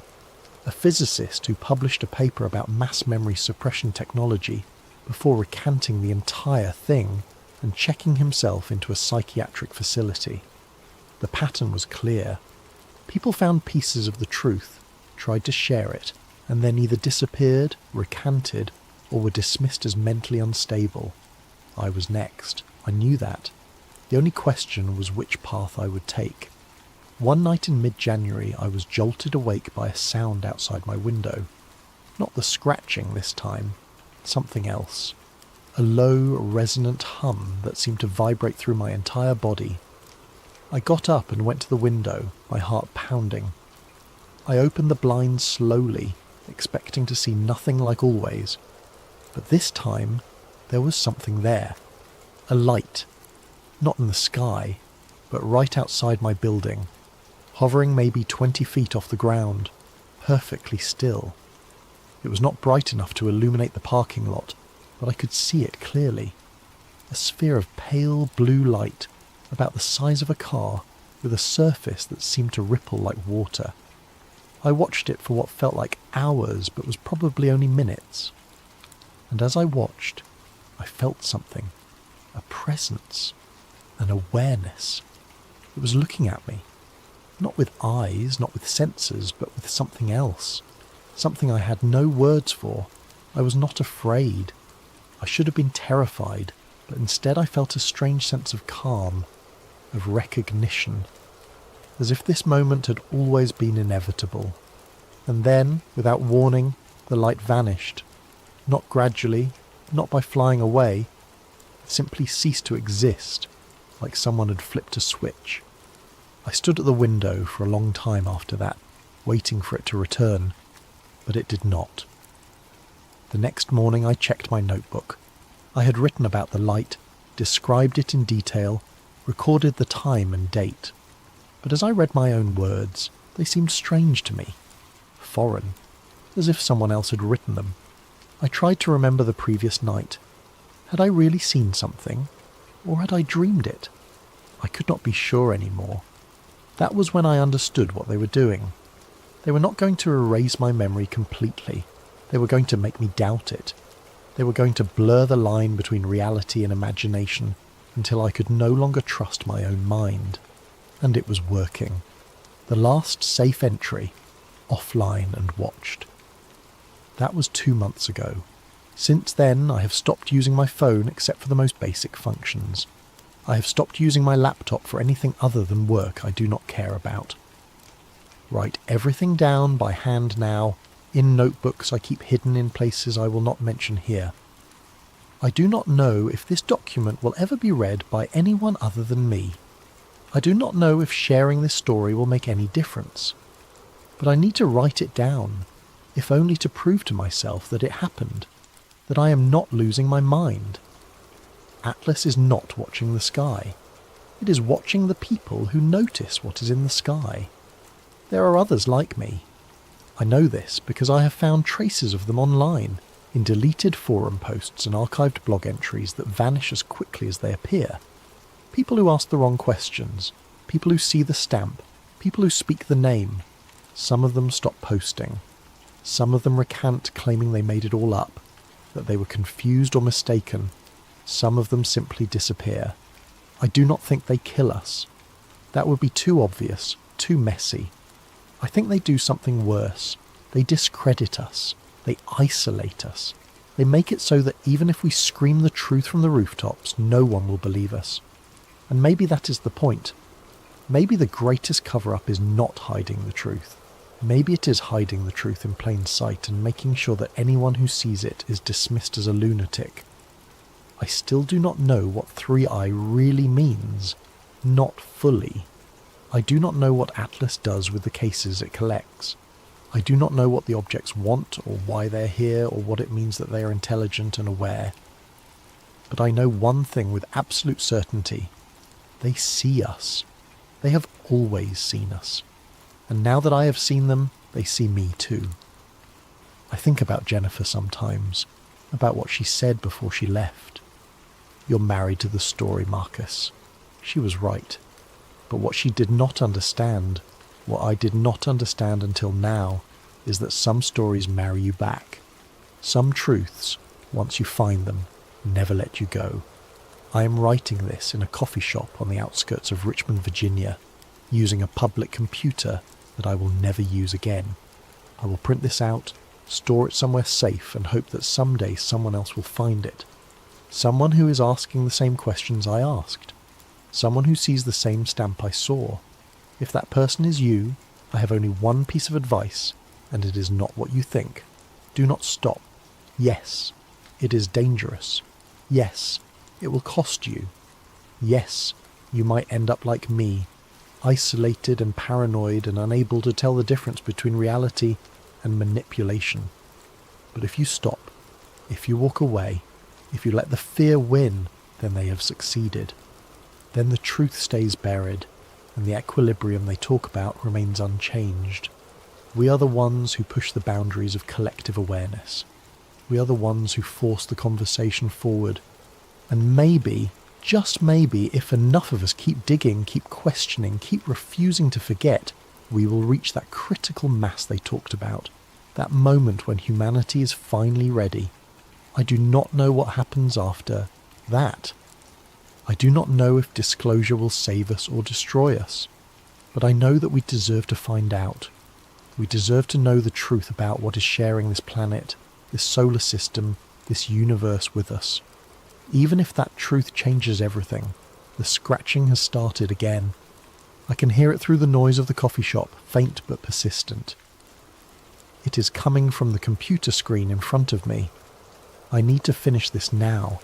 If you are reading this, know that it is real. All of it. The stamp, the files, the objects that think and watch and know. Atlas is not a myth. It is not a conspiracy theory. It is real. And it is still running, still sorting, still deciding which truths the public is allowed to know and which truths must be buried. And if you ever see that stamp, if you ever find a document marked 3i, you will have a choice to make. You can walk away, forget what you saw, live your life in comfortable ignorance. Or you can do what I did. You can pull on the thread and see where it leads. But know this, the thread pulls back. I am logging off now. I'm going to print this, walk out of this coffee shop, and disappear for a while. Maybe I will resurface in a few months. Maybe I will not. But if I do not, if I vanish the way Rachel Klein vanished, if my name gets scrubbed from every system and every record, then let this document be proof that I was here, that I saw the truth, and that I tried to share it. My name is Marcus Webb. I was an investigative journalist. I found something I was never meant to find. I saw something I was never meant to see. And now it has found me. The last thing I want to say is this. I do not regret it. Despite everything, despite the fear and the paranoia and the isolation, I do not regret digging. Because for the first time in years, I feel like I am doing what I was meant to do. I am uncovering the truth. I am asking the questions that need to be asked. Jennifer was right. I am married to the story. But maybe that is not a flaw. Maybe that is exactly what the world needs. People who cannot let go. People who keep digging even when they are told to stop. People who see the truth and refuse to look away. We are the seekers, the truth tellers, the ones who push the boundaries. And maybe, just maybe, we are the ones who will change everything.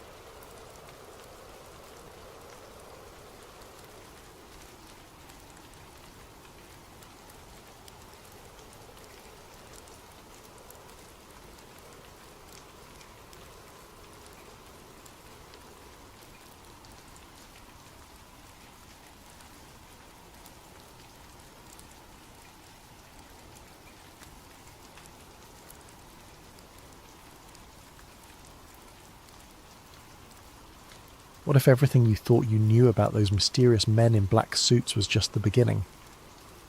Tonight's story comes from a video suggestion by Kelly Dooley, and it's one that will make you question every shadow at your window and every unexplained silence in your neighbourhood. If you enjoy these spine-chilling tales, please like and subscribe to Sleep Theories, and don't forget to leave your own scary story suggestions in the comments below. Now, let's dive into a tale of surveillance, secrets, and the terrifying price of knowing too much.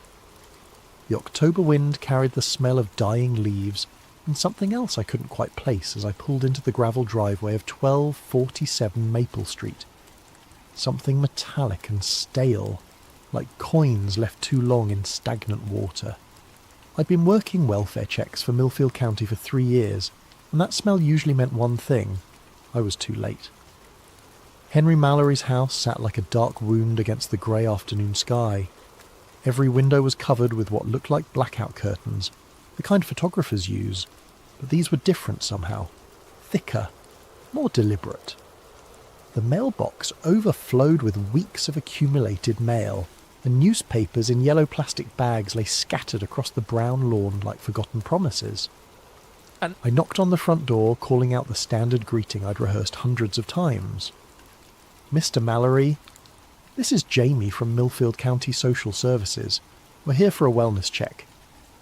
The words echoed back at me, swallowed by the unnatural quiet that seemed to press against the house from all sides. No answer, no movement, not even the shuffle of slippered feet or the distant sound of a television that usually accompanied these visits. I tried the door handle, locked, walked the perimeter, checking windows, looking for any sign of life or entry. The blackout curtains were installed on the inside of every single window, creating an impenetrable barrier between the interior and the outside world. When I pressed my ear against the glass of what might have been a living room window, I heard something that made my skin crawl. The steady hiss of television static playing endlessly like white noise. The spare key was exactly where Mrs. Henderson next door said it would be, under the ceramic frog by the back steps. As I turned it in the lock, that metallic smell hit me full force, and I knew what I was walking into. Henry Mallory sat in a brown recliner facing an old cathode ray television, the screen filled with dancing static. His head was tilted back at an unnatural angle, mouth slightly open, eyes fixed on something I couldn't see. The calendar on the kitchen wall was still turned to October 15th, though today was the 29th. 2 weeks. Maybe longer. The house felt wrong in a way that went beyond death. It was too quiet, even accounting for the obvious. No hum of a refrigerator, no ticking clocks, no settling sounds that old houses make. Just that constant static from the television, and a silence so complete it felt like being underwater. I called the coroner and settled in to wait, doing my job of securing the scene and documenting what I found. That's when I really started looking around. Every surface was covered in a thin layer of dust except for well-worn paths between the kitchen, bathroom and living room. But what caught my attention were the notebooks, dozens of them, stacked on every available surface filled with Henry's spidery handwriting. I opened one at random, October 3rd, 2025. Black sedan, licence obscured, parked across street 11:47 p.m. to 4:23 a.m. 2 occupants, no movement. September 28th, 2025. Phone rang 17 times between 2 a.m. and 5 a.m. No voice when answered. September 15th, 2025. Footprints in garden. Size unknown. Pattern suggests standing in place for extended period. Page after page of similar entries going back months. I flipped to earlier notebooks and found the dates stretched back years. Decades even. All documenting the same kinds of things. Unexplained visitors, strange cars, odd occurrences that might seem mundane to anyone else but had clearly consumed Henry Mallory's life. The coroner arrived as the sun was setting, casting long shadows through the spaces between the blackout curtains. Patricia Williams had been doing this job longer than I'd been alive, and she took one look at Henry and shook her head. "Natural causes," she said, checking his pulse points and examining his eyes with a small flashlight. "Heart, probably. Happens all the time with folks his age, especially the isolated ones." Body's been here about 2 weeks, maybe a bit more. As she worked, I found myself drawn to those notebooks, flipping through pages of meticulous documentation that painted a picture of a man living in constant fear of being watched. The handwriting grew shakier in the more recent entries, but never stopped. Right up until the day he died, Henry Mallory had been taking notes. "You okay?" Patricia asked as she finished her examination. "You look pale." "Just the smell," I lied, though the truth was something about this place was getting under my skin. "How long until you can remove the body?" "Van's on the way. Should be another hour or so." She packed her equipment back into her black bag. "You staying to secure the house?" I nodded. It was standard protocol. Someone from the county had to stay until next of kin were notified and arrangements made for securing the property. Henry had a nephew in California who wouldn't arrive for several days, according to our records. After Patricia left, the house seemed to grow even quieter. I wandered through the rooms, clipboard in hand, documenting personal effects for the estate. That's how I found the basement door. It was in a narrow hallway between the kitchen and what had once been a dining room but now served as Henry's filing system. More notebooks, folders full of newspaper clippings, and boxes labelled with dates stretching back to the 1970s. The basement door was painted the same dingy white as the walls, but what made it stand out was the heavy padlock securing it shut. I tried the handle anyway, locked tight. The padlock was new, industrial grade, not something you'd pick up at a hardware store. Someone had wanted to keep that door very securely closed, or keep something very securely contained. I made a note on my report. Basement access secured with padlock. Key location unknown. Will require locksmith for estate inventory. But as I wrote those words, I found myself staring at that door and wondering what Henry Mallory had thought was important enough to lock away so completely.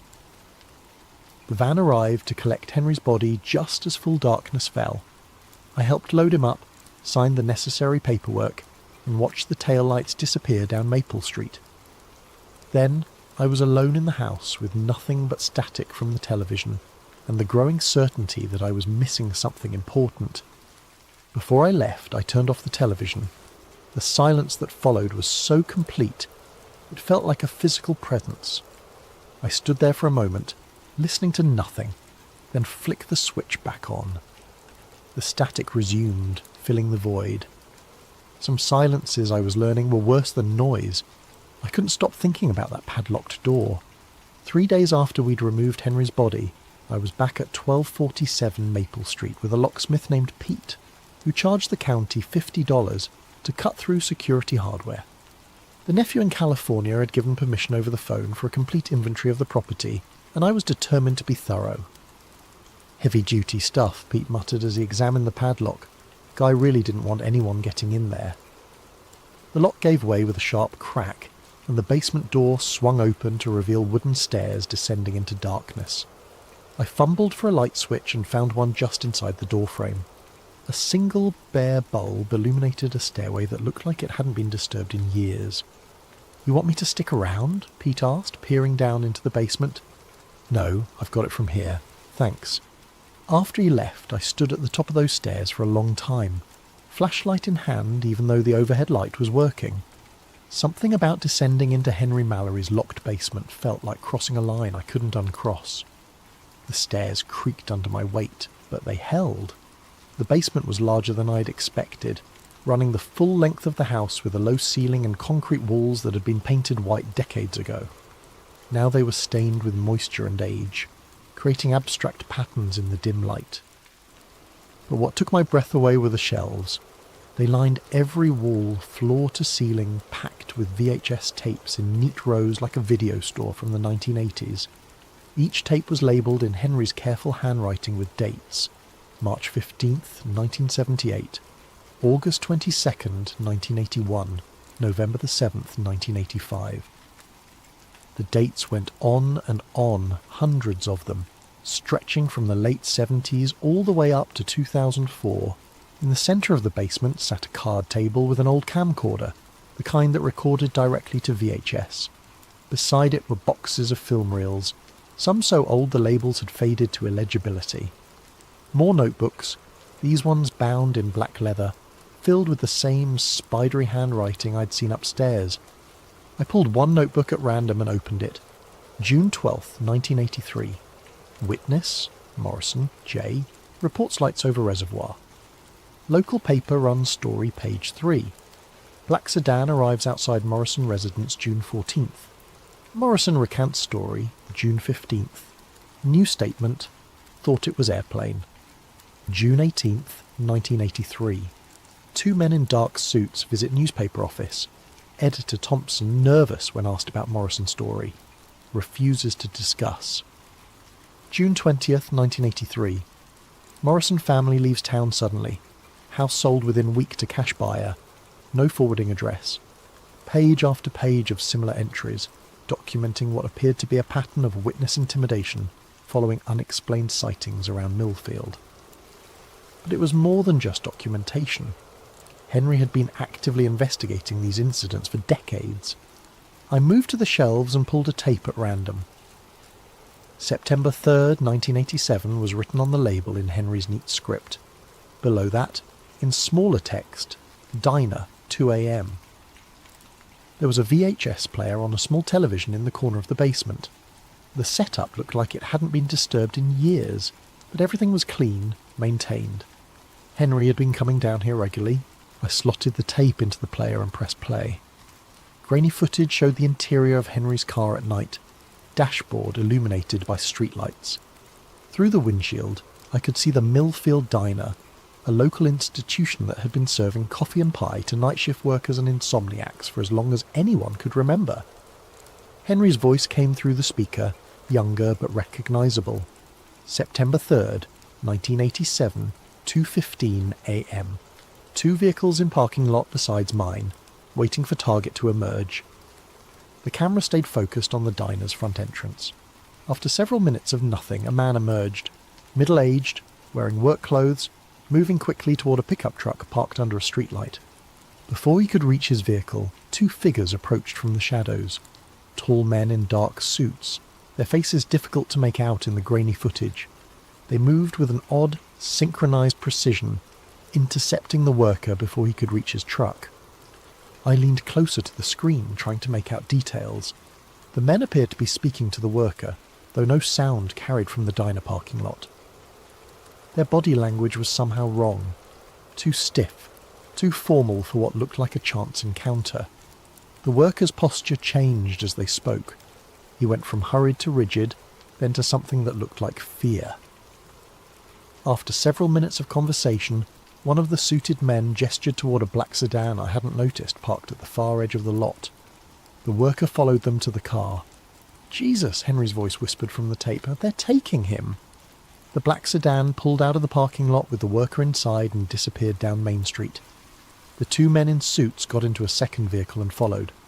Henry's narration continued.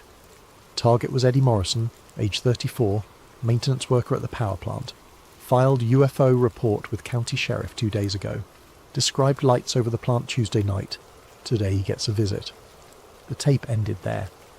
I sat in the dim basement staring at the static-filled screen, trying to process what I'd just seen. Eddie Morrison. That name had been in Henry's notebook upstairs. The one who'd left town suddenly after recanting his UFO story. I looked around at the hundreds of other tapes lining the shelves. How many more stories like Eddie Morrison's were documented here? How long had Henry been watching, recording, documenting these encounters? Near the bottom shelf, one tape stood out from the others. Instead of Henry's usual neat labelling, this one was marked with black marker in urgent uneven letters. Do not destroy. If found, watch. I pulled it from the shelf with hands that were suddenly less steady than I would have liked. The basement felt colder than when I'd first come down, though the October afternoon was mild. As I held that tape, I had the distinct impression that I was about to cross another line, one that might be even harder to come back from than descending into Henry's basement in the first place. But Eddie Morrison's face stayed with me. The way he'd gone from hurried to terrified in the span of a few minutes of conversation, with two men who moved like they weren't entirely human. I needed to know what was on that final tape, but not here. Not in this basement where Henry had spent decades hiding from whatever he'd discovered.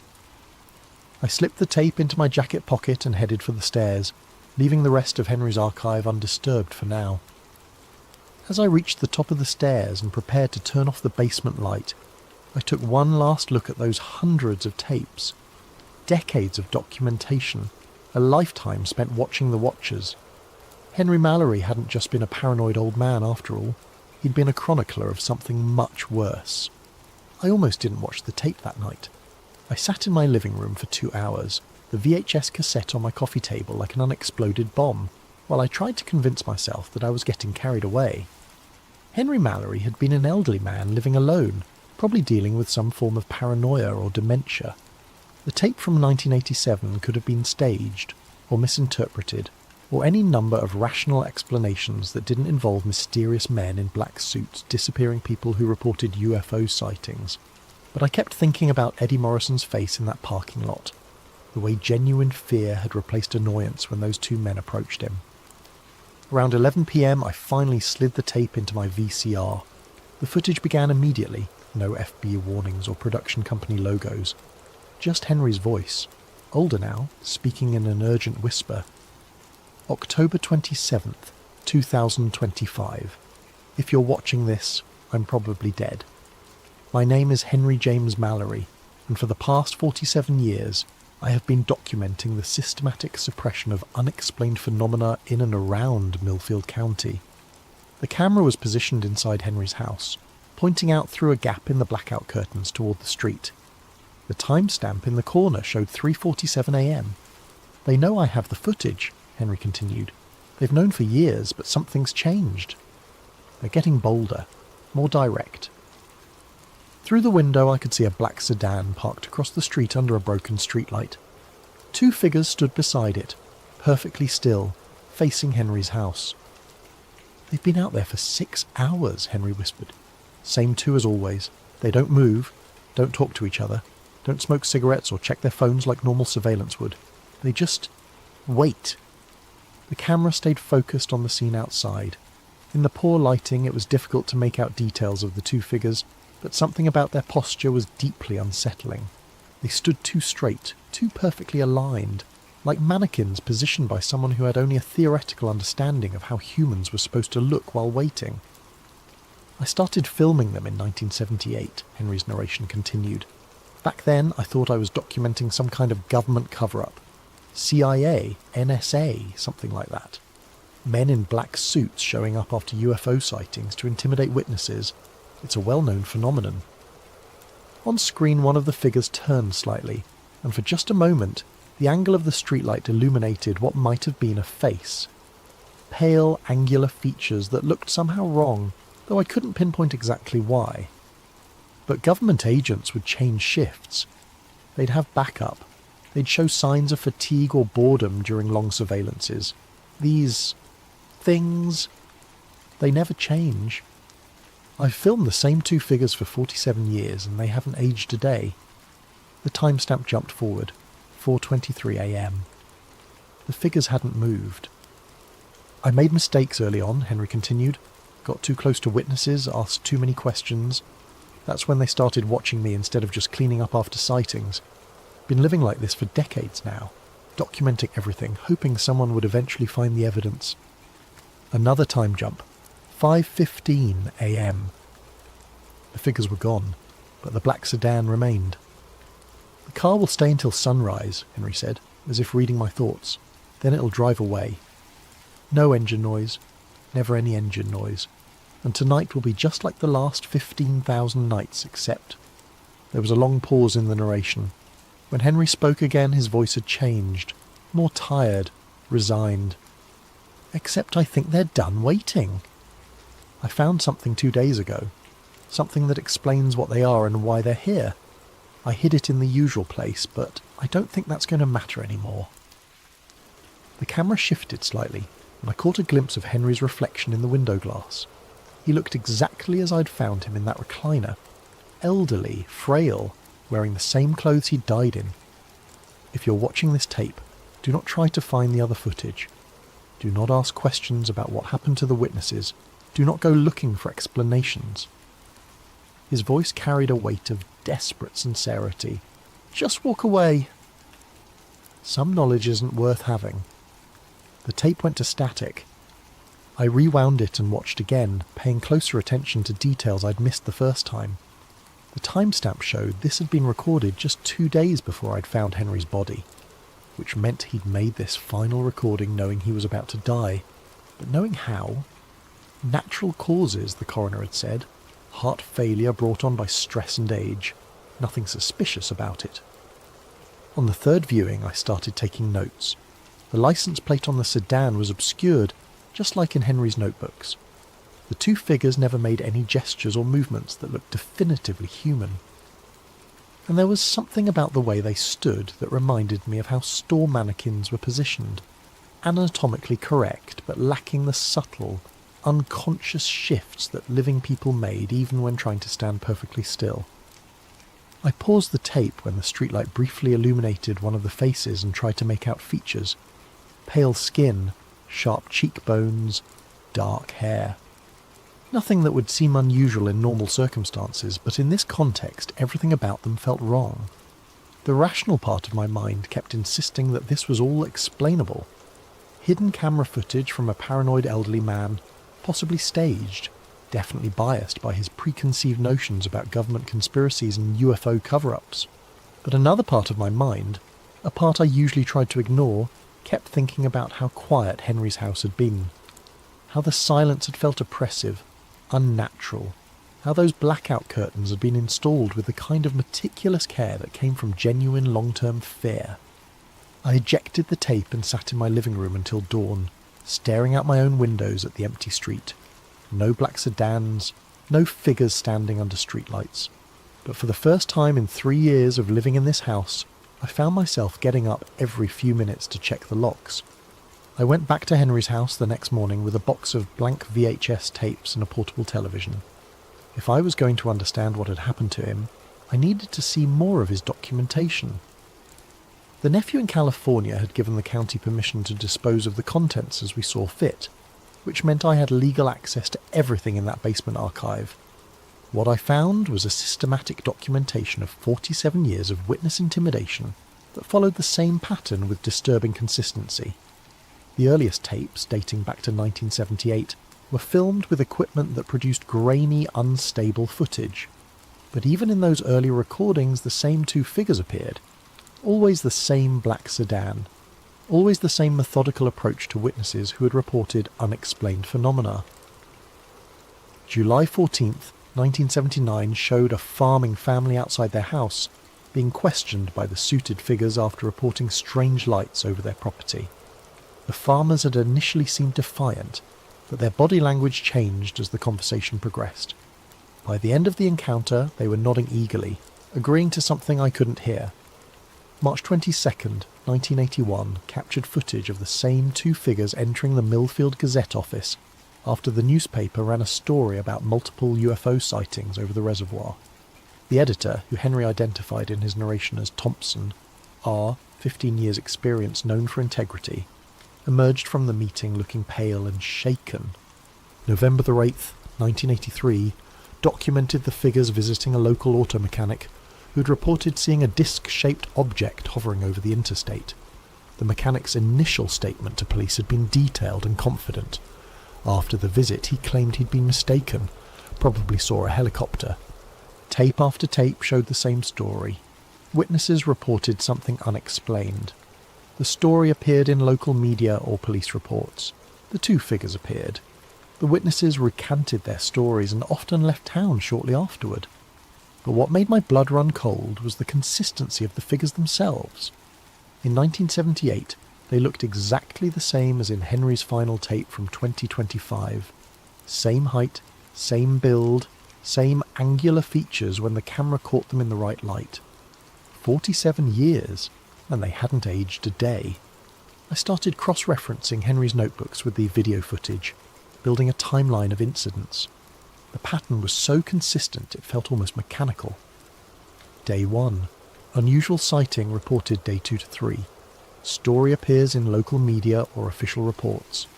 Day 4 to 5. Black sedan appears in vicinity day 6. Direct contact with witnesses. Day 7. Witness recounts story day 8 to 14. Witness often relocates permanently.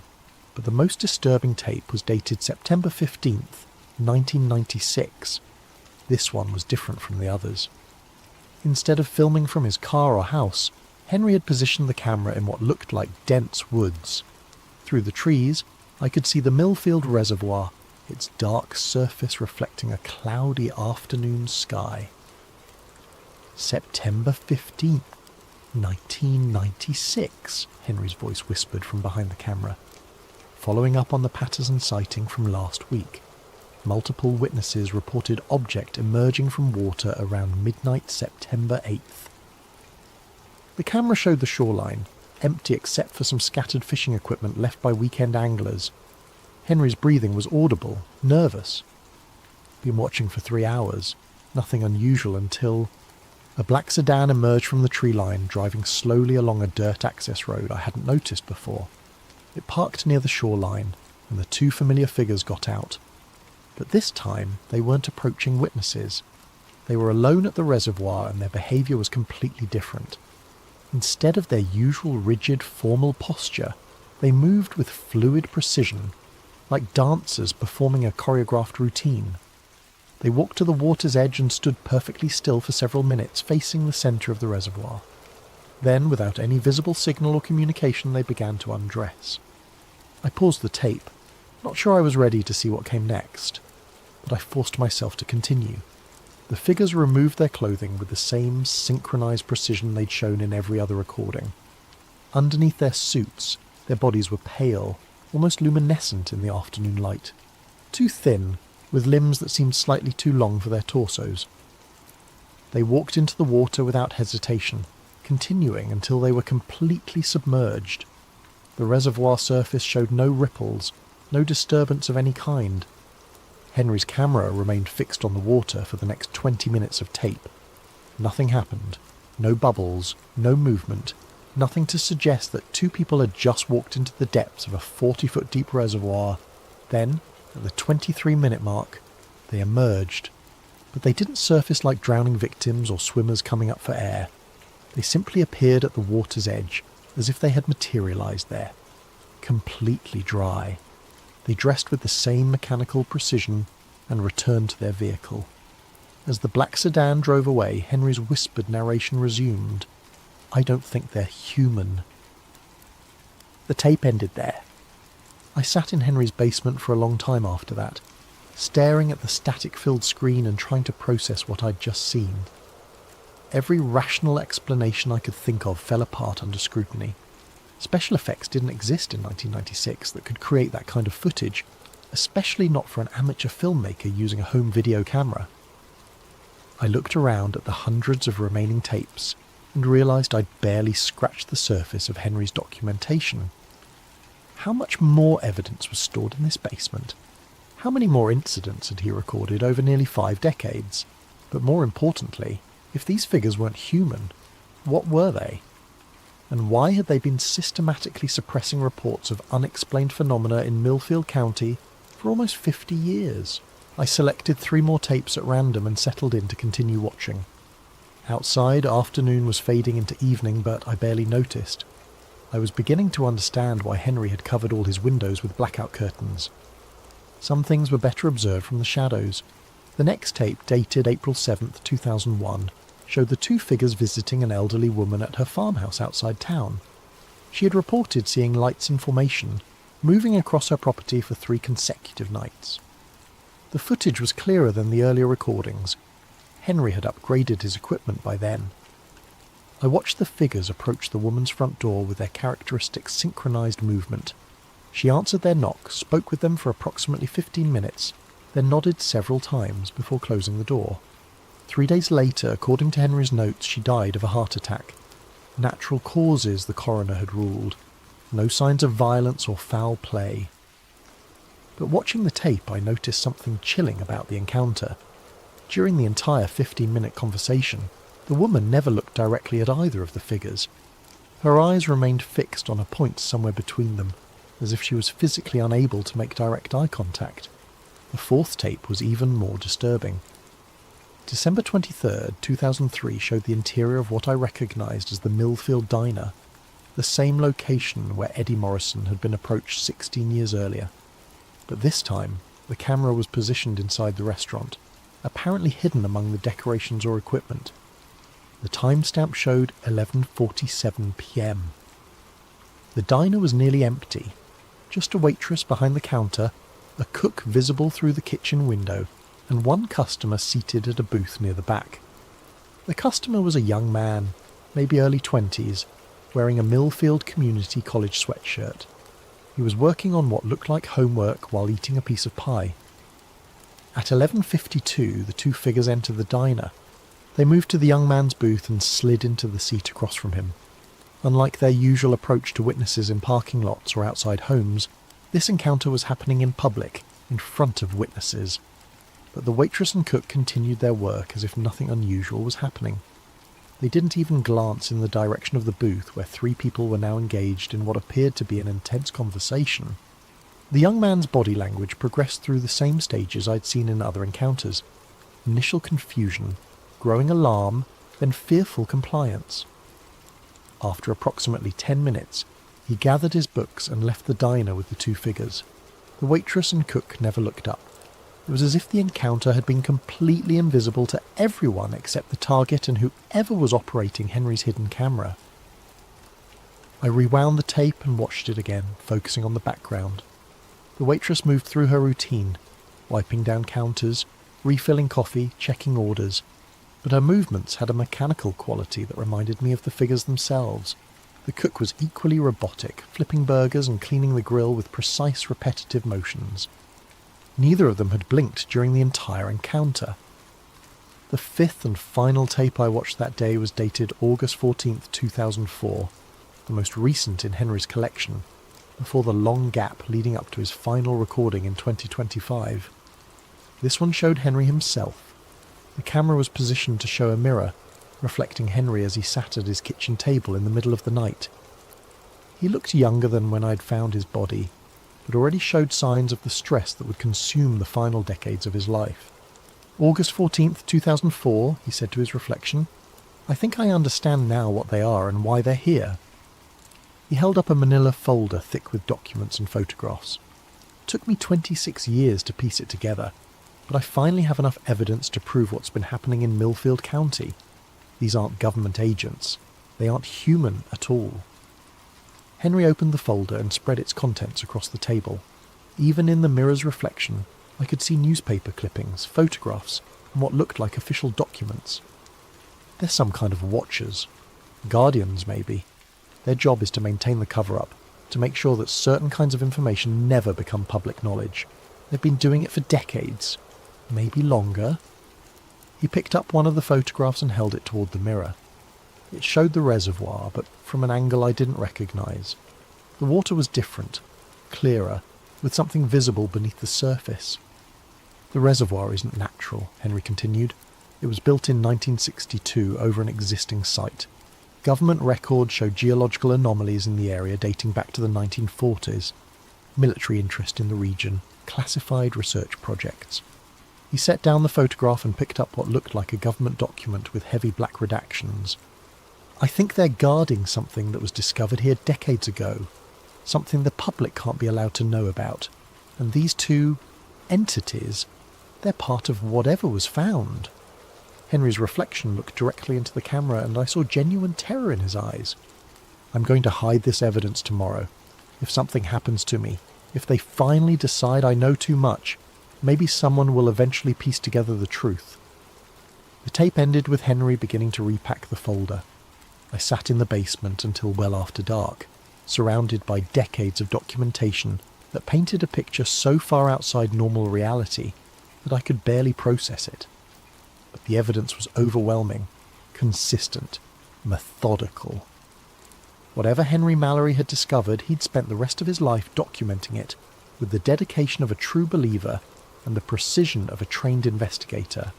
And now, 21 years later, someone had found his final message. As I packed up the tapes I'd watched and prepared to leave the basement, I noticed something I'd missed earlier. One section of shelving was completely empty, a gap where perhaps a dozen tapes should have been stored. According to the labels on either side of the empty space, the missing tapes covered the period from 2005 to 2025. 20 years of documentation gone. But gone where and when? I had a terrible suspicion that I already knew the answer.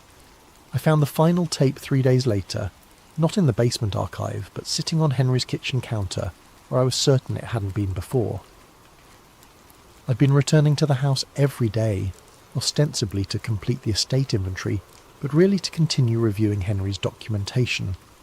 Each time I entered, I made a mental note of how everything was positioned, a habit that had developed from 3 years of conducting welfare checks in homes where details mattered. The tape sat next to the coffee maker, labelled in Henry's familiar handwriting, October 25th, 2025. Final entry. 2 days before I'd found his body. My hands shook as I carried it down to the basement and slid it into the VHS player. The footage began immediately, showing Henry in his living room, looking directly into the camera. Behind him, every window was covered with the blackout curtains, creating a cave-like atmosphere even in what appeared to be daylight. October 25th, 2025, Henry began, his voice steady but carrying an undertone of exhaustion. This will be my final recording. They're done waiting. He gestured toward the curtained windows. They've been outside for 6 days now. Not just at night anymore. Constant surveillance. 2 shifts, different vehicles, but always the same entities. The camera angle shifted, showing Henry's view through a gap in the curtains. A black sedan sat across the street, 2 familiar figures standing beside it in the bright afternoon sun. But now there was also a dark SUV parked at the corner, with 2 more figures visible near it. 4 of them now, Henry continued. In 47 years of watching, I've never seen more than 2 at a time. Something's changed. He moved back to his chair and I could see the stress of decades etched into his face. But there was also something else, a kind of resigned determination. I need to tell you about 1977, he said. The year before I started filming. The year everything began. Henry reached for a manila folder, the same one I'd seen in his 2004 recording. July 19th, 1977. I was working construction on the new water treatment facility. Standard job, nothing unusual about it. But we were digging foundation trenches near the old reservoir when we hit something that wasn't on any of the geological surveys. He opened the folder and pulled out a black and white photograph that he held toward the camera. It showed what looked like an excavation site, with several men in hard hats standing around a deep trench. Metal, Henry said, but not like any metal we'd ever seen. Dark, almost black, with a surface that seemed to absorb light instead of reflecting it. The shape was geometric, perfect angles, mathematical precision, obviously artificial. He set down the photograph and picked up what appeared to be an official document. Foreman called the county engineer called the state called someone in Washington. By the next morning, we had federal agents on site telling us the excavation was being classified under national security. Henry's voice grew bitter. They told us we'd been digging near an old military testing site. Unexploded ordnance, they said. Dangerous to continue. We were all sworn to secrecy, paid double our contracted rate, and told to find work elsewhere. He pulled out another photograph, this one showing the excavation site after it had been backfilled and covered with concrete. But I was curious. Started asking questions around town about the old military testing. Problem was, nobody knew anything about any military activity in the area. No records at the county office. No stories from old-timers who would have remembered. It was like the whole story had been fabricated. The camera angle shifted again, showing Henry's view of the street. The figures outside hadn't moved, but somehow they seemed closer than before. That's when I started paying attention to things that didn't quite fit. Strange lights, people reported, but that never made it into the newspaper. Witnesses who suddenly left town after talking to authorities. A pattern of suppression that had been going on for years before I noticed it. Henry turned back to the camera and I could see genuine fear in his eyes now. The thing is, I don't think they found what was buried that day. I think what was buried found them. He reached into the folder one more time and pulled out a document I hadn't seen before. a map of Millfield County with several locations marked in red ink. I've been tracking the incidents for 47 years, and they all centre around specific geographic points. The reservoir, obviously, but also the old grain elevator on Route 9, the abandoned mining complex east of town and the county landfill. Henry traced the marked locations with his finger. All of these sites show the same pattern of witness suppression. All of them have underground components, basement levels, mining tunnels, deep excavations, and all of them are connected by what the geological surveys call natural aquifer systems. He looked directly into the camera. I don't think they're natural at all. I think they're part of something larger, something that's been under Millfield County for a very long time. The tape jumped forward several hours. The timestamp now showed 11:47 p.m, and Henry looked exhausted. "They're moving," he said simply. Through the gap in the curtains, I could see both vehicles had repositioned themselves. The black sedan was now directly in front of Henry's house, while the SUV had moved to the back alley. The four figures had formed a perimeter around the property. "I found something yesterday," Henry continued, "in the basement of the old grain elevator. Been exploring these sites for years, but this was different. There's a chamber down there, filled with the same black metal we found in 1977. He held up a small object, roughly cylindrical, about the size of a flashlight, made of the same light-absorbing material he'd described. But this was sitting on a table in the centre of the chamber, like someone left it there for me to find. Henry turned the object in his hands, and I could see symbols etched into its surface, geometric patterns that seemed to shift and move in the camera's light. When I touched it, I saw things, understood things. This isn't just about covering up UFO sightings or maintaining some government secret. This is about keeping something contained, something that's been trying to communicate with the surface world for decades. The object began to emit a faint glow, barely visible in the dim lighting of Henry's living room. The entities outside, they're not aliens or government agents, they're guardians. Part of a containment system that's been in place since whatever's down there was first discovered. And the people who report sightings, who get too close to the truth, they're not just being silenced." Henry's voice dropped to a whisper. "They're being recruited." The glow from the object intensified, and Henry set it carefully on the table beside his chair. "I understand now why the witnesses leave town, where they go, what they become. The sightings aren't random events. They're calls for help. Communications from something that's been trapped underground for God knows how long." Outside, the four figures had begun moving toward the house. "And now it's my turn," Henry said, standing up from his chair. "I've learned too much, documented too much. But maybe that was always the plan. Maybe someone was supposed to find the evidence eventually." The camera remained fixed on Henry as he moved toward his front door. Through the curtained windows, I could see flashlight beams moving across the walls. "If you're watching this, you have a choice," Henry said, his hand on the doorknob. "You can try to expose what I've discovered. Publish the tapes, contact the media, get the truth out there. But they'll find you, just like they found me." The flashlight beams were getting brighter, and I could hear the sound of footsteps on Henry's front porch. Or you can do what I should have done 47 years ago. Walk away, forget what you've seen. Let the containment system do its job. Henry opened the door. The tape went to static. I sat in the basement for a long time after the recording ended, staring at the dead screen and trying to process what I'd just witnessed. According to the timestamp, this footage had been recorded less than 48 hours before I'd found Henry's body in his living room. But the coroner had ruled it natural causes, heart failure, no signs of violence or struggle. I rewound the tape and watched the final moments again, looking for details I'd missed. When Henry opened the door, there was a brief glimpse of the figures outside, tall, pale, wearing their characteristic dark suits. But in that instant before the tape cut to static, I caught something I hadn't noticed before. They weren't alone. Behind them, barely visible in the darkness, stood other figures, dozens of them, forming a crowd that stretched beyond the range of the camera. Men and women of various ages, all wearing the same dark clothing, all standing with the same rigid posture I'd seen in Henry's surveillance footage.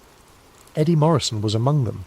I was certain of it, even though the footage was too brief and dark to make out specific faces. The same build, the same work clothes I'd seen in the 1987 diner footage. How many witnesses had been recruited over the decades? How many missing persons cases could be explained by whatever process Henry had discovered? And now they had come for him. Why leave his body to be found? Why not make Henry disappear like all the others? The answer came to me as I ejected the tape and looked around at Henry's massive archive. They wanted someone to find the evidence. 47 years of documentation, carefully preserved and organised, waiting for the right person to discover it. Someone like me. I turned off the basement lights and climbed the stairs, the final tape clutched in my hand. At the top I paused and looked back down into the darkness. Henry had spent nearly half a century documenting a containment system designed to suppress knowledge of something buried beneath Millfield County. Something that communicated through unexplained phenomena trying to reach the surface world, and now I had become part of that system. The question was, what was I going to do about it? I started asking questions the next day, against every instinct screaming at me to walk away, to forget everything I'd seen in Henry's basement. I began reaching out to people who might have known him. I told myself I was just being thorough, completing the welfare check investigation properly. The truth was, I couldn't stop thinking about that crowd of figures standing behind the two guardians at Henry's door. All those missing witnesses recruited into whatever system had been containing the thing beneath Millfield County. My first stop was Mrs. Henderson, the neighbour who had provided Henry's spare key location.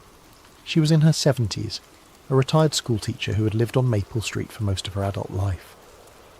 "Poor Henry," she said, serving me coffee in her immaculate kitchen. "Always seemed like such a troubled man. Paranoid, you know. Always peeking through those awful curtains, writing in those notebooks. Did he ever talk to you about what he was documenting?" Mrs. Henderson pursed her lips. "Oh, he tried to, especially in the early years, going on about government conspiracies and mysterious visitors. I told him he was watching too much television." "What kind of mysterious visitors?" "Men in suits," he claimed. Said they were watching him, intimidating people who reported strange things. Nonsense, of course. This is Millfield County. Nothing mysterious ever happens here. But as she spoke, I noticed her hands trembling slightly as she poured the coffee. And when I asked if she'd ever seen any unusual activity around Henry's house, her answer came too quickly. "Nothing at all. Very quiet neighbourhood. I mind my own business." I left her house with the distinct impression that Mrs. Henderson knew more than she was willing to admit, but whether that was from fear or something else I couldn't tell. My next stop was the Millfield Gazette, where I hoped to find archives of the UFO reports Henry had referenced in his documentation. The current editor, a young woman named Lisa Parker, was helpful but puzzled. "We don't really cover that kind of story anymore," she said, scrolling through digital archives on her computer. "Liability issues, you know. People make wild claims, we print them, then they sue us when nothing comes of it. What about historical reports? Say from the 1980s or 1990s? Lisa frowned at her screen. "That's strange. We should have digital copies of everything from 1975 forward, but there are gaps, whole weeks missing from some years." She pulled up what appeared to be a filing system showing years and months. Large sections were greyed out, marked as archived or unavailable. "I've never noticed this before," she muttered. "Let me check the physical archives." 20 minutes later, she returned from the basement storage area looking confused. "This doesn't make sense. We have boxes for every year, but some of them are nearly empty, like someone went through and removed specific issues." "Which years?" Lisa consulted her notes. "Scattered throughout the 80s and 90s, and," she paused, checking again, 2001, 2003, 2004, almost nothing from those years. The same years when Henry's documentation showed increased activity from the Guardians. I thanked Lisa and left the newspaper office, but I could feel her watching me through the front window as I walked to my car. In the reflection of the glass, I caught a glimpse of someone else watching from across the street. A tall figure in a dark suit standing perfectly still beside a black sedan. My heart rate spiked, but when I turned for a direct look, the street was empty. That afternoon, I drove to the Millfield Diner and spoke with the evening manager, an older man named Carl who had worked there for over 20 years. I asked about Eddie Morrison, the maintenance worker from Henry's 1987 footage. Eddie Morrison, Carl repeated, scratching his head. Name sounds familiar, but I can't place him. You sure he worked around here? He was a regular customer, apparently. Used to come in late at night. Carl's expression changed slightly. Oh, you mean late shift, Eddie? Yeah, I remember him now. Quiet guy, kept to himself, stopped coming around suddenly. Must have been the late 80s or early 90s. Do you know what happened to him? Moved away, I think. People do that sometimes. Get tired of small-town life, head for the city. But Carl avoided eye contact as he spoke, and his voice carried the same forced casualness I'd heard from Mrs. Henderson. I ordered coffee and sat in the same booth where I'd seen Eddie Morrison confronted by the Guardians. The diner felt normal. Typical small-town restaurant with checkered floors and outdated decor. But I found myself studying the other customers, looking for signs of the mechanical behaviour I'd seen in Henry's footage. Nothing seemed unusual until I got up to leave. As I paid my bill, I noticed Carl watching me with an intensity that seemed out of proportion to a simple customer interaction. When our eyes met, he looked away quickly, but not before I caught something in his expression that looked like recognition, like he knew exactly why I was asking questions about Eddie Morrison. I drove home as the sun was setting, checking my rearview mirror constantly for black sedans. The streets of Millfield seemed normal. Light traffic, people heading home from work, kids playing in front yards. But I couldn't shake the feeling that I was being watched. That feeling intensified when I pulled into my driveway. Sitting on my front porch was a manila envelope with my name written on it in block letters. No postmark, no return address. Someone had delivered it by hand. Inside was a single sheet of paper with a typed message. Stop asking questions about Henry Mallory. Some knowledge is dangerous. This is your only warning. Below the text was a photograph, a black and white image showing me leaving the newspaper office that afternoon. In the background, barely visible in the shadow of a building, stood two tall figures in dark suits. I went inside and deadbolted the door, then checked every window to make sure they were locked. The rational part of my mind insisted that this was just someone playing an elaborate prank, perhaps inspired by Henry's well-known paranoia. But the photograph was real, and the timing, delivered within hours of my investigation, suggested a level of surveillance that went far beyond anything a prankster could manage. I made dinner but couldn't eat it. Every sound outside made me jump. Cars passing, neighbours talking, the wind moving through the trees, normal suburban noises that suddenly felt threatening. Around 10 p.m, I turned off all the lights and peered through my living room curtains at the street outside. A black sedan was parked across from my house. Two figures stood beside it, perfectly still facing my front door. In the dim light from the street lamp, I could make out their characteristic tall, thin builds and dark suits. They weren't trying to hide their presence. If anything, they seemed to want me to see them. I watched for an hour and they never moved, never spoke to each other, never showed any of the restless behaviours that normal surveillance teams would display during a long watch. At 11:15, I decided to test them. I turned on my porch light and stepped outside, making no attempt at stealth. If they were watching me, they would know I was coming. The moment I appeared on my porch, both figures turned their heads toward me with mechanical precision. Even from across the street I could see their pale faces and dark eyes. They stood perfectly aligned, like mirror images of each other. "Can I help you?" I called out, surprised by how steady my voice sounded.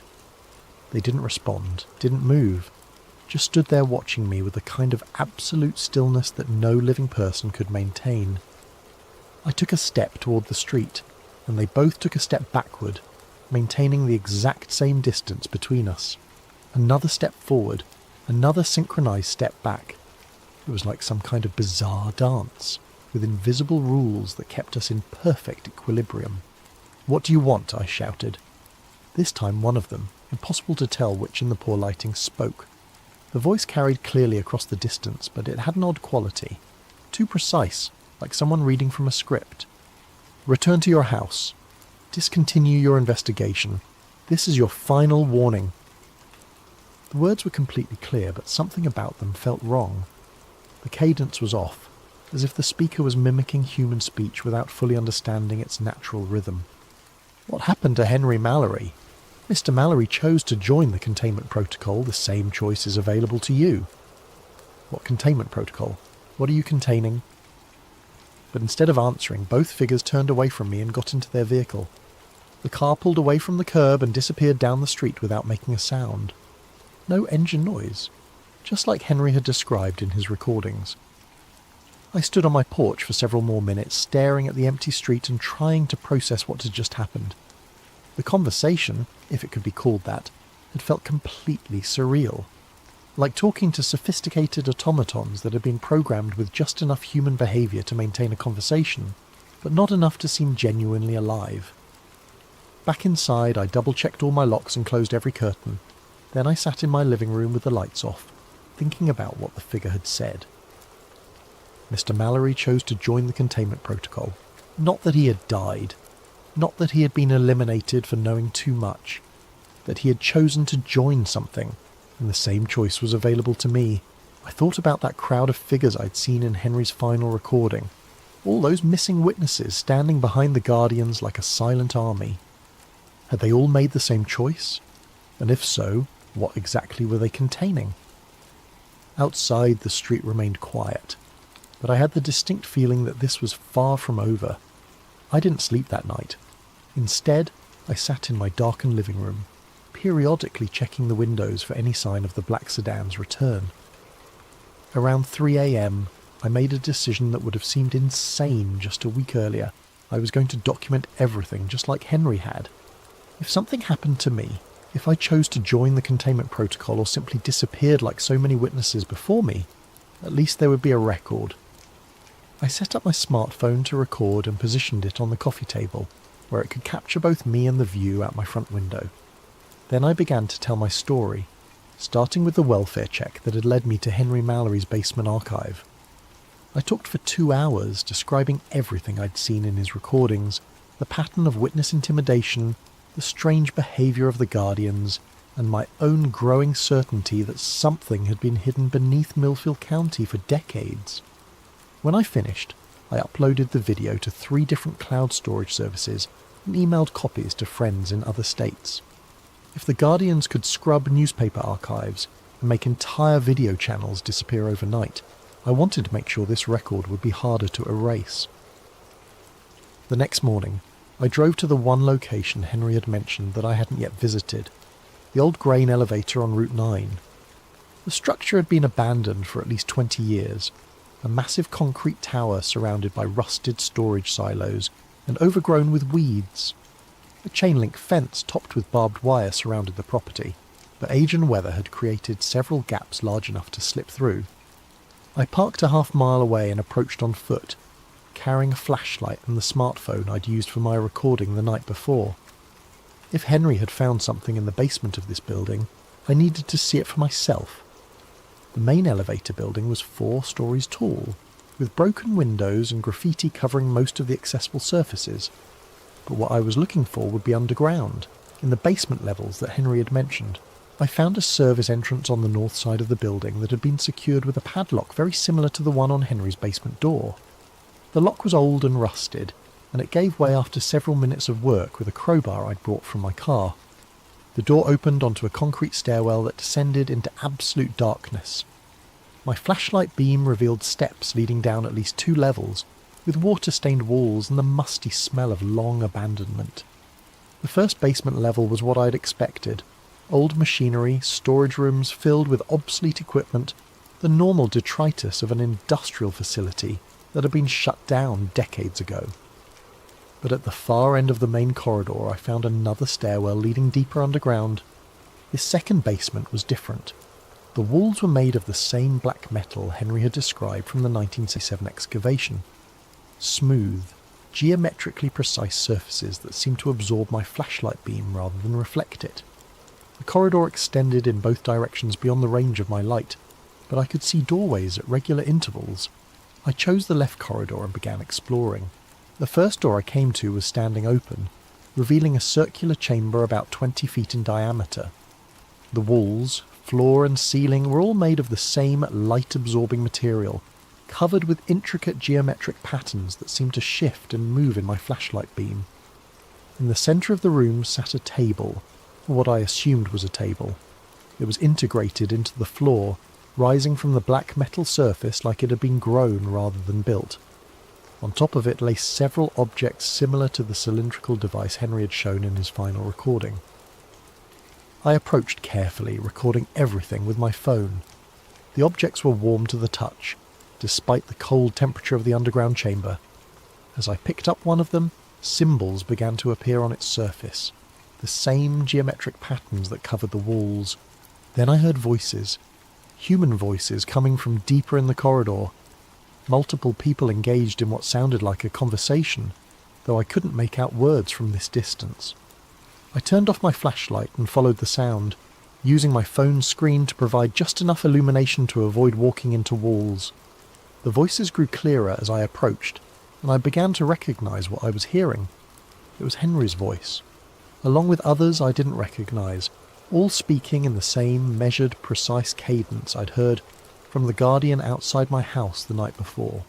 The corridor ended in a much larger chamber, this one filled with what looked like workstations. Dozens of people sat at tables similar to the one I'd found in the smaller room, all handling the cylindrical objects, all speaking in those same careful, scripted voices. I recognised several faces from Henry's documentation. Eddie Morrison was there, looking exactly as he had in the 1987 diner footage, despite nearly 40 years having passed. The young college student from the 2003 recording sat at a nearby table, also unchanged by time, and at the centre of the chamber, directing the activities with quiet authority, was Henry Mallory. He looked up from his work as I entered the chamber, and our eyes met across the room. For a moment his expression showed a flicker of the man I'd seen in the basement recordings. Frightened, desperate, human.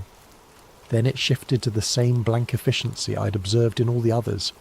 "Jamie," he said, his voice carrying that odd precision, "we've been expecting you." I took an involuntary step backward, but found my path blocked by two familiar figures. The guardians from my front porch stood behind me, their pale faces showing no emotion. "You have questions," Henry continued, standing up from his workstation. "That's natural. I had questions too when I first discovered this place." "What is this?" I managed to ask. "What are you doing down here?" "We're maintaining the containment," Henry said, gesturing around the chamber, "preventing the surface world from learning about what lies beneath. It's important work. Necessary work." "You're dead," I said. "I found your body. The coroner ruled it natural causes." Henry smiled, but it was wrong somehow. Too wide, too controlled. "Death is just another transition. Another form of service. We who have learned too much, who have seen too much, were given the opportunity to become part of the solution instead of part of the problem." Around the chamber, the other workers continued their activities with mechanical precision. No one looked up from their tasks. No one showed any curiosity about my presence or the conversation taking place. "The objects we work with," Henry continued, picking up one of the cylindrical devices, "they're communication tools, translators. They allow us to interface with the entity that has been contained here since 1962. "What entity?" "Something that fell from the sky in 1947. Something that the government tried to study and couldn't understand. They built the reservoir over the crash site, thinking they could contain it with water and concrete. But it continued to communicate, continued to try to reach the surface world." Henry held up the device, and symbols began appearing on its surface. Every UFO sighting, every unexplained phenomenon reported in this county, their attempts at communication, messages trying to reach someone who could understand, and every time someone got too close to the truth, the containment protocol was activated. "So you silence them, make them disappear." "We recruit them," Henry corrected. "We give them the opportunity to understand, to become part of something larger than themselves." Around the chamber I could see dozens of workstations, each occupied by someone who had supposedly disappeared over the past several decades, all working with the same focused determination, all speaking in the same precise cadence. "What's it like?" I asked. "Being part of this containment protocol?" Henry's expression flickered again, and for just a moment I saw genuine emotion there. Fear, sadness, regret, "It's peaceful," he said, but his voice wavered slightly. "No more questions, no more uncertainty, just purpose." But as he spoke, I noticed something that chilled me more than anything I'd seen so far. Tears were running down Henry's face, even as he smiled and spoke about peace and purpose. The containment protocol hadn't just recruited him, it had trapped him. All of them. "I don't want to join," I said.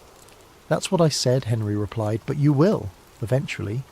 The alternative is much worse." The two guardians stepped closer and I felt their cold hands on my shoulders, but instead of forcing me toward one of the workstations, they simply stood there, waiting.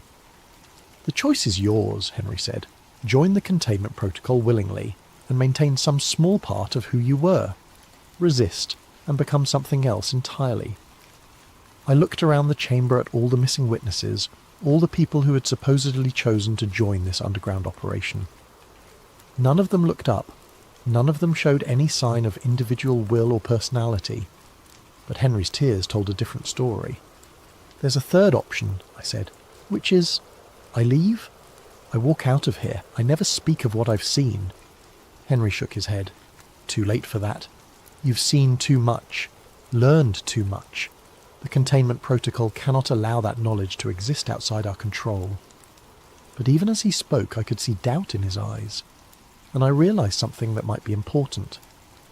"You want me to choose the third option," I said. "You're hoping I'll find a way out that you couldn't." Henry's smile faltered completely. "Don't," he whispered. "Don't give them any reason to doubt your compliance."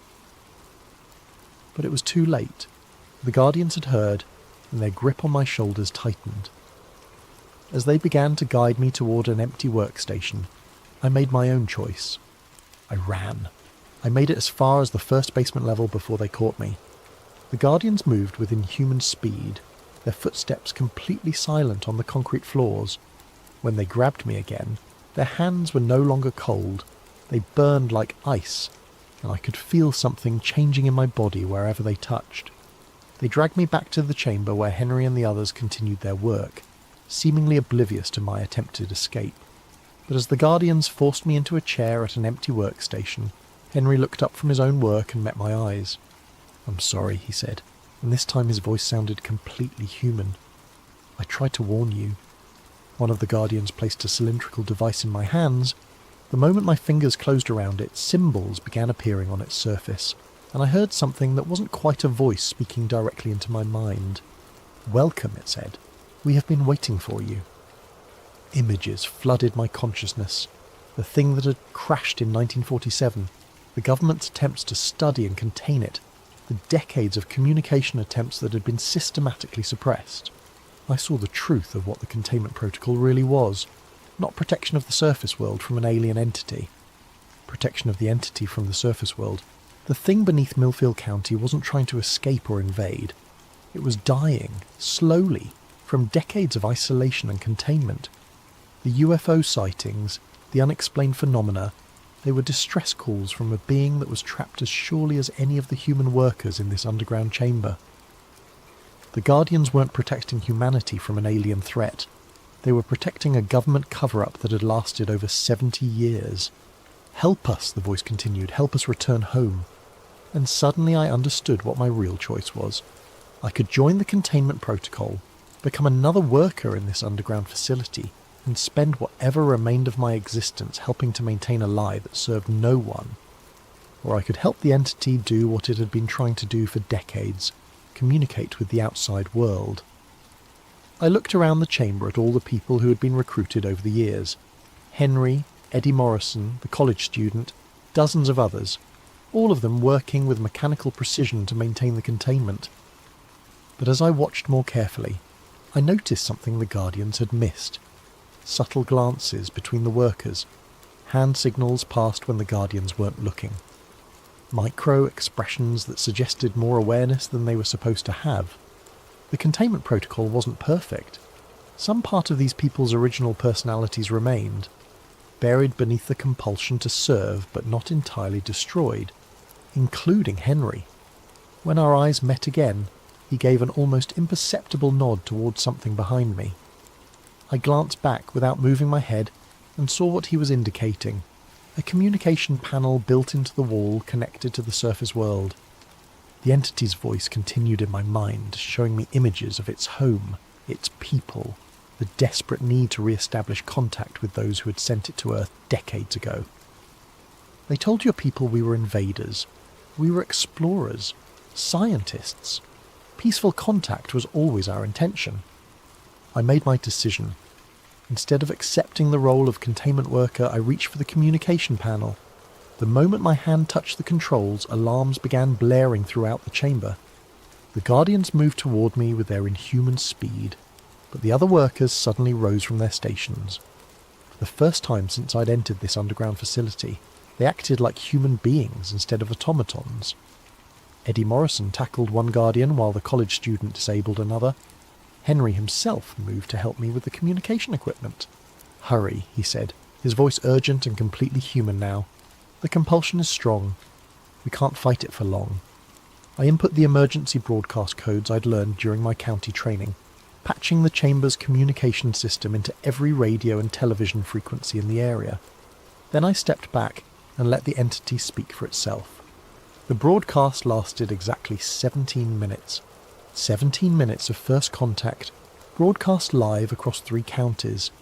The entity's voice translated through the cylindrical devices, speaking directly to anyone who was listening, explaining its peaceful intentions, its decades of imprisonment, its desperate need to return home. The Guardians eventually overcame the resistance of the recruited workers and shut down the broadcast. But it was too late. The truth was out there, recorded on hundreds of devices, witnessed by thousands of people. For the first time in over 70 years, the containment protocol had failed. The aftermath was swift and brutal. Within hours, the entire underground facility was evacuated by federal agents. The recruited workers, including Henry, were transferred to undisclosed locations. The grain elevator was demolished and the site covered with concrete. Official sources claimed the broadcast had been an elaborate hoax, possibly connected to terrorist activity. Anyone who tried to share recordings found their files corrupted or their accounts suspended. The story disappeared from news coverage within 48 hours, but not completely. I escaped during the evacuation, slipping away while the agents were focused on securing the facility and transporting the workers. I had 17 minutes of audio from the entity's broadcast saved on my phone, and copies hidden in cloud storage accounts the authorities hadn't yet discovered. More importantly, I had the truth. The entity had provided coordinates for its homeworld, mathematical proofs of its peaceful intentions, and detailed information about technologies that could revolutionize human understanding of physics and space travel. All of it suppressed by a containment protocol that served no one except the people who had built their careers on maintaining a 70-year-old lie. I tried to release the information through traditional channels, news outlets, scientific journals, government representatives. Every attempt was blocked, censored or discredited before it could gain traction. But the internet is a harder thing to control completely. Anonymous accounts, encrypted files, peer-to-peer networks that existed outside government oversight. Slowly, carefully, I began sharing fragments of the truth. Not all at once. That would have been too easy to dismiss as fraud. But piece by piece, building a pattern that people could discover for themselves. UFO enthusiasts found the audio recordings. Scientists encountered the mathematical proofs. Government transparency advocates uncovered documents related to the 1947 crash and subsequent cover-up. Each piece of evidence was authentic, verifiable, impossible to completely suppress. 3 months after the failed containment protocol, a new pattern began emerging. Instead of isolated sightings that could be dismissed or intimidated into silence, coordinated contact events started occurring worldwide. The entity I'd helped contact had shared Earth's location and situation with its people. First contact wasn't a single event. It was an ongoing process that no government could control or contain. I still live in Millfield County, though I've moved to a different house on the other side of town. Sometimes I see black sedans in my neighbourhood, and occasionally I notice figures in dark suits watching me from a distance. But they don't approach anymore. The containment protocol is broken, and trying to silence individual witnesses is pointless when the truth has taken on a life of its own. Last week I received a package with no return address. Inside was a VHS tape labelled simply, "Thank you." The footage showed Henry Mallory sitting in what appeared to be a comfortable room with large windows overlooking a garden. He looked peaceful, genuinely relaxed for the first time in any recording I'd seen. Behind him, I could see other people I recognised from the underground chamber. Eddie Morrison, the college student, all the recruited witnesses. They were free. The entity kept its promise, Henry said to the camera. When contact was re-established with its people, they came for all of us. We're being taken home, not to their world, but to a place where we can live without the compulsion, without the containment protocol controlling our minds. He smiled, and this time it reached his eyes. "You did the right thing, Jamie." The truth was worth the risk. It's always worth the risk. The tape ended with a view of the garden where former witnesses walked freely, talking and laughing like human beings instead of automatons. I keep that tape in a safe place, along with copies of all the evidence I've managed to preserve. Not because I think anyone will try to take it from me, the time for that kind of suppression has passed, but because it reminds me that even the most carefully constructed lies eventually fall apart when confronted with enough truth. The entity and its people are still here, working openly with human scientists and governments to establish formal diplomatic relations.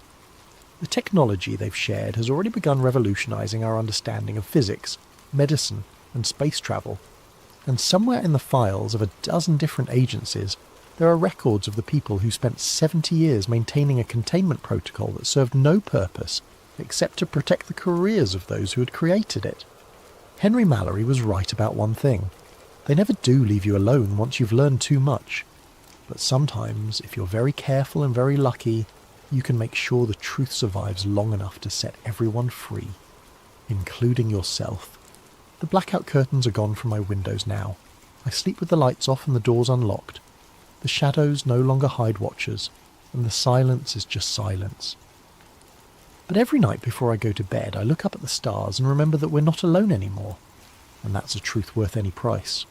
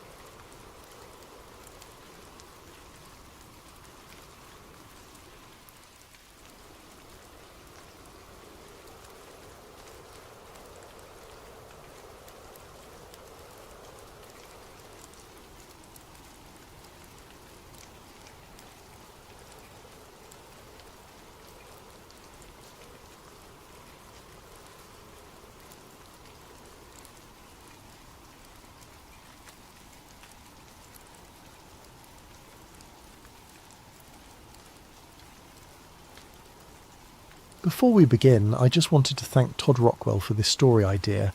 We are doing our best to make sure we hit all of your amazing ideas. Now let's begin tonight's story. They told you it was about weapons of mass destruction. They told you it was about oil, about democracy, about removing a dictator from power. They showed you the satellite photos, the intelligence briefings, the stern-faced generals pointing at maps. They gave you every reason except the real one. Because the real reason was buried 3,000 years ago, beneath the sands of ancient Mesopotamia, in a city older than the pyramids. A reason so extraordinary that it could never be spoken aloud, never written in official reports, never acknowledged by any government on Earth. On March 20th, 2003, when the first missiles streaked across the night sky toward Baghdad, cameras around the world captured the moment. Shock and awe, they called it. The beginning of Operation Iraqi Freedom. But while the world watched explosions light up the capital, something else was happening 400 kilometers to the south. In the ancient city of Ur, under cover of darkness and total media blackout, the first American Special Forces teams were already on the ground. Not in Baghdad, not securing oil fields, not hunting weapons caches. They were surrounding a massive stepped pyramid called the Ziggurat of Ur, and they were there for something that had been waiting in the darkness for 3 millennia. This is the story they never wanted you to know. A story that connects British archaeologists to ancient Sumerian kings, that links Saddam Hussein's megalomania to America's most classified military operations. A story of discovery, obsession, and a technology so advanced that it shouldn't exist at all. Thank you to Todd Rockwell for bringing this story to light. What follows is the truth they buried beneath the history books. Welcome to Ur. Welcome to the real reason for the war. Chapter 1. The Discovery. Southern Iraq, 1927. The sun beat down mercilessly on the excavation site, turning the ancient sand into something that felt like powdered glass against exposed skin. Leonard Woolley wiped his brow with a handkerchief, already soaked through with sweat, and bent closer to the tomb entrance his team had just uncovered. At 47 years old, Woolley had already made his reputation as one of Britain's finest archaeologists. He had excavated in Egypt, worked at Carchemish in Syria, and now he was leading the joint British Museum and University of Pennsylvania expedition to Ur, the legendary city of Abraham. They had been digging for 3 seasons, uncovering the remains of one of humanity's first great civilizations, but nothing had prepared him for what lay beneath the royal cemetery. The tomb of what they would later identify as Queen Puabi had yielded treasures beyond imagination. Gold headdresses, lapis lazuli beads, silver harps with gold bulls' heads, the skeletal remains of attendants who had apparently followed their queen into death with cups of poison still clutched in their bony fingers. It was a find that would make headlines around the world, but it was what Woolley found in a sealed chamber beneath the main burial that troubled him. His assistant, a young man named Thomas, called out from the darkness of the tomb entrance. His voice echoed strangely off the mud brick walls, carrying a note of excitement tinged with something else. Concern, perhaps, or fear. Woolley descended carefully, his lamp casting wild shadows as he made his way through the narrow passage. The air grew cooler as he went deeper, and there was a smell he couldn't quite place. Not the mustiness of ancient death or the mineral scent of disturbed earth. Something else. Something almost metallic. Thomas stood at the entrance to the lower chamber, his face pale despite his desert tan. He held up a fragment of something that caught the lamplight in a way that made Woolley's breath catch. It was metal, but like no metal that should exist in a tomb dated to approximately 2600 BC. The fragment was roughly triangular, about the size of a man's palm, and its surface had a peculiar quality. Not corroded despite thousands of years underground, not oxidized. Almost mirror-smooth in places, with what appeared to be geometric patterns etched into its surface with impossible precision. Woolley took the fragment carefully, noting its surprising weight. Heavier than gold, lighter than lead. The patterns weren't decorative. They were too regular, too precise. They reminded him of something, though he couldn't quite place it. Mathematical, perhaps, or technical. He looked past Thomas into the chamber beyond and felt his pulse quicken. The walls were covered in cuneiform script, the wedge-shaped writing of ancient Sumer.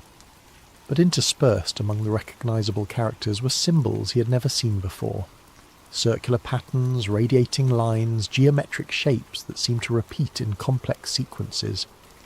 And at the far end of the chamber, partially buried in collapsed rubble, was a structure that made no sense whatsoever. It was roughly circular, about 3 metres in diameter, made of what appeared to be the same strange metal as the fragment he held. Its surface was covered in the same precise geometric patterns, and around its perimeter were dozens of symbols, each one different, each one positioned with obvious intention. And the strangest thing of all, the ground around it was scorched black, transformed into glass. Vitrified earth. The same phenomenon found at nuclear test sites, though those wouldn't exist for another 2 decades. The kind of transformation that required temperatures far beyond anything achievable with ancient technology. Woolley spent the next 3 days in that chamber, documenting everything with meticulous care. He took photographs, made detailed drawings, catalogued every artefact. He copied the strange inscriptions, noting their positions relative to the circular structure. He collected samples of the vitrified earth and more fragments of the inexplicable metal. His field notes from those days still exist, though they were sealed by the British Museum shortly after his return to London and remain classified to this day. But copies exist, passed through back channels, studied by those with the clearance and the need to know. In them, Woolley describes the metal fragments as being of unknown composition, resistant to all attempts at chemical analysis with the equipment available to him. He notes that the vitrified earth contains elements that seem anomalous for the region. He describes finding what appears to be a deliberate arrangement of the strange symbols and patterns that suggest some kind of sequence or code. And in the final entry before the section ends abruptly, he writes something that would haunt subsequent researchers for decades. The circular structure appears to be a threshold of some kind. Its purpose remains unclear, but the inscription suggests it was considered a pathway to the realm of the gods. The evidence of extreme heat indicates it may have been activated at some point in antiquity. Further study is urgently required. That further study never happened, at least not officially. Within weeks of Woolley's return to England, the chamber was quietly reburied. The excavation focused on other areas of the site.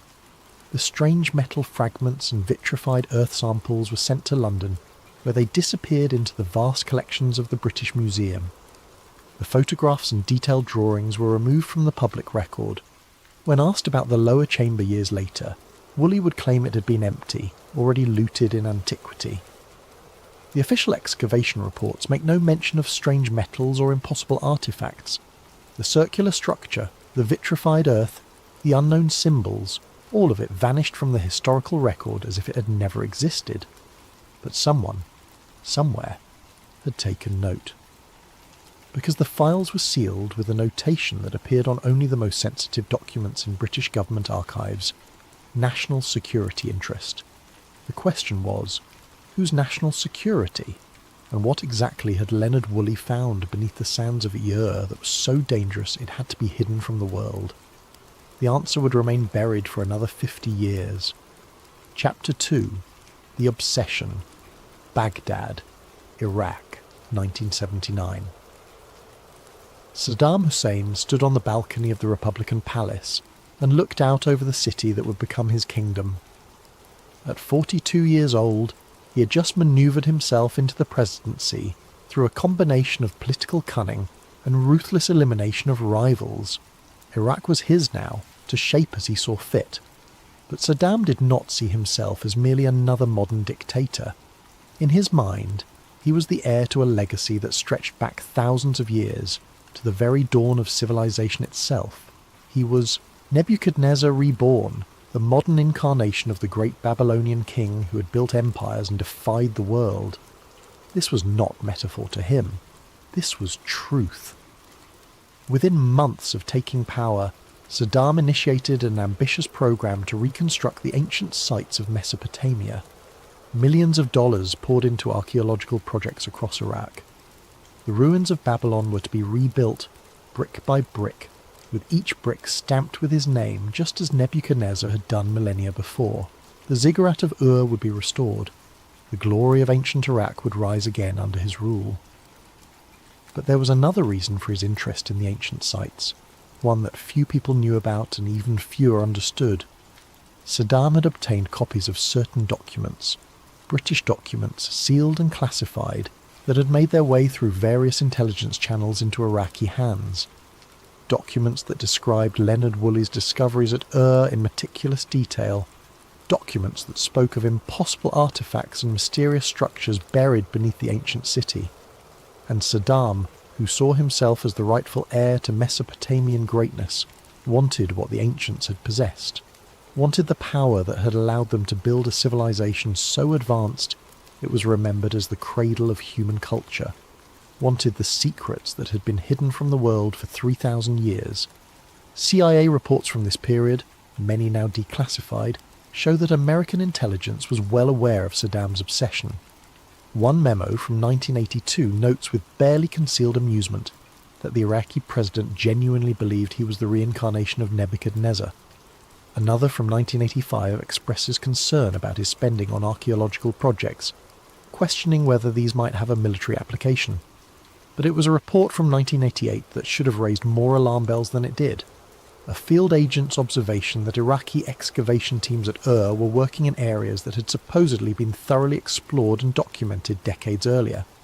That they were digging deep, far deeper than any legitimate archaeological investigation would require. That the sites were surrounded by military security far in excess of what would be needed to protect historical artifacts. The memo suggested that Saddam might be searching for something specific, something he believed would give him an advantage. The memo was filed, noted, and largely forgotten. Until 1991. Kuwait, February 1991. The Gulf War was in its final days. Iraqi forces were in full retreat. The much-vaunted Republican Guard decimated by coalition air power and the overwhelming technological superiority of American forces. General Norman Schwarzkopf coordinated the ground campaign from his command centre, watching as victory became inevitable. But as coalition forces advanced into Iraqi territory, they began encountering something unexpected.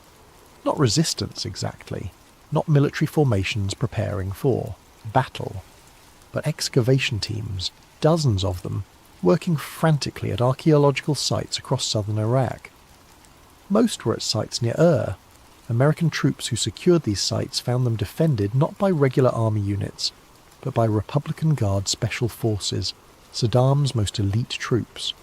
They found sophisticated drilling equipment, ground-penetrating radar, electromagnetic survey instruments. They found maps and documents written in a mix of Arabic and what appeared to be ancient cuneiform. They found evidence of excavations going down 30, 40, even 50 metres below the surface, and they found the Iraqi teams trying desperately to destroy their own records before retreating. General Schwarzkopf received reports about these discoveries and immediately classified them at the highest level. He sent an encrypted message back to Washington that contained only one line, but it was a line that would echo through the corridors of power for the next 12 years. They were not digging for oil. The recovered documents and equipment were shipped back to the United States under total secrecy. The excavation sites were photographed, documented, and then deliberately collapsed and buried. The American troops who had secured them were reassigned, scattered to different units, made to sign non-disclosure agreements that came with dire warnings about the consequences of breaking them.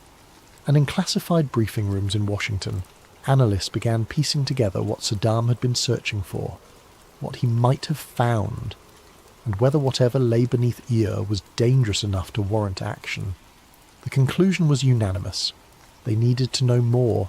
They needed to understand what Saddam had discovered, and most importantly, they needed to make absolutely certain that whatever was buried beneath those ancient sands never fell into the wrong hands. But in 1991, with the war over and Saddam still in power, there was nothing they could do. They had to wait. They had to watch. They had to be ready to act when the opportunity came. That opportunity would come 12 years later, and when it did, they would be prepared. Chapter 3. The Blackout. Tel Al-Ubaid, Iraq, August 1998. The small village of Tel Al-Ubaid sat 6 kilometres from the ruins of Ur, a collection of mud brick houses that had stood in various forms for thousands of years. Its inhabitants were farmers and shepherds, people who lived much as their ancestors had, connected to the land and the endless rhythms of the desert. On the night of August 19th, 1998, that ancient rhythm was violently interrupted. It began just after sunset. The Iraqi military had cordoned off a section of desert between the village and Ur several weeks earlier, turning away the curious with curt explanations about unexploded ordnance from the Gulf War. Locals knew better. They had seen the trucks, the equipment, the constant movement of personnel. Another excavation, they assumed. Another example of Saddam's obsession with ancient glory. But what happened that night was different.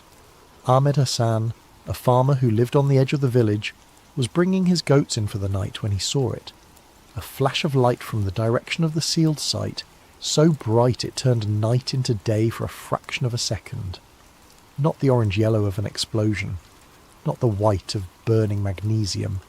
Something else. Something that hurt to look at even in that brief instant. The light was accompanied by a sound that he would later struggle to describe.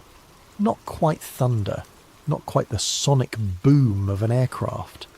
A deep resonant pulse that he felt in his chest, in his bones, in his teeth. A sound that seemed to come from everywhere and nowhere at once. And then, silence. The electric lights in the village went out. Not flickering, not dimming, just instantly dark. Ahmed's battery-powered radio, which had been playing music from Baghdad, went silent mid-song. His watch stopped. The truck he had been planning to drive into Ur the next morning would not start, its electronic ignition system completely dead. Every electronic device in the village, in the entire region, had simply stopped working. For 3 hours the blackout continued. No lights, no radio or television, no communication with the outside world. The Iraqi military trucks that had been stationed around the sealed site sat silent and immobile, their sophisticated electronics rendered useless. The people of Tel Al-Ubaid gathered in the darkness, speaking in hushed voices about what they had seen. Some claimed to have felt a strange tingling sensation pass through their bodies at the moment of the flash. Others reported that animals had behaved strangely in the hours leading up to the event, restless and agitated as if sensing something humans could not. And then, just as suddenly as it had begun, it ended. Power returned. Radios crackled back to life. Watches that had been stopped started running again, though none of them showed the correct time. By morning, Iraqi military forces had descended on the village. They questioned everyone, their questions pointed and specific. What exactly had you seen? What had you felt? Had you approached the sealed site? Had you told anyone outside the village about what happened? The message was clear. This had never happened. The flash of light, the blackout, the strange effects on electronics, all of it was to be forgotten, never mentioned again. Those who seemed inclined to talk found themselves facing implied threats about the safety of their families. But you cannot completely silence a village. Stories spread, whispered from person to person, carried by travellers to other towns. Within weeks, rumours of the event had reached Iraqi intelligence services, and from there, inevitably, to foreign intelligence agencies monitoring the region. Orbital assets, same night.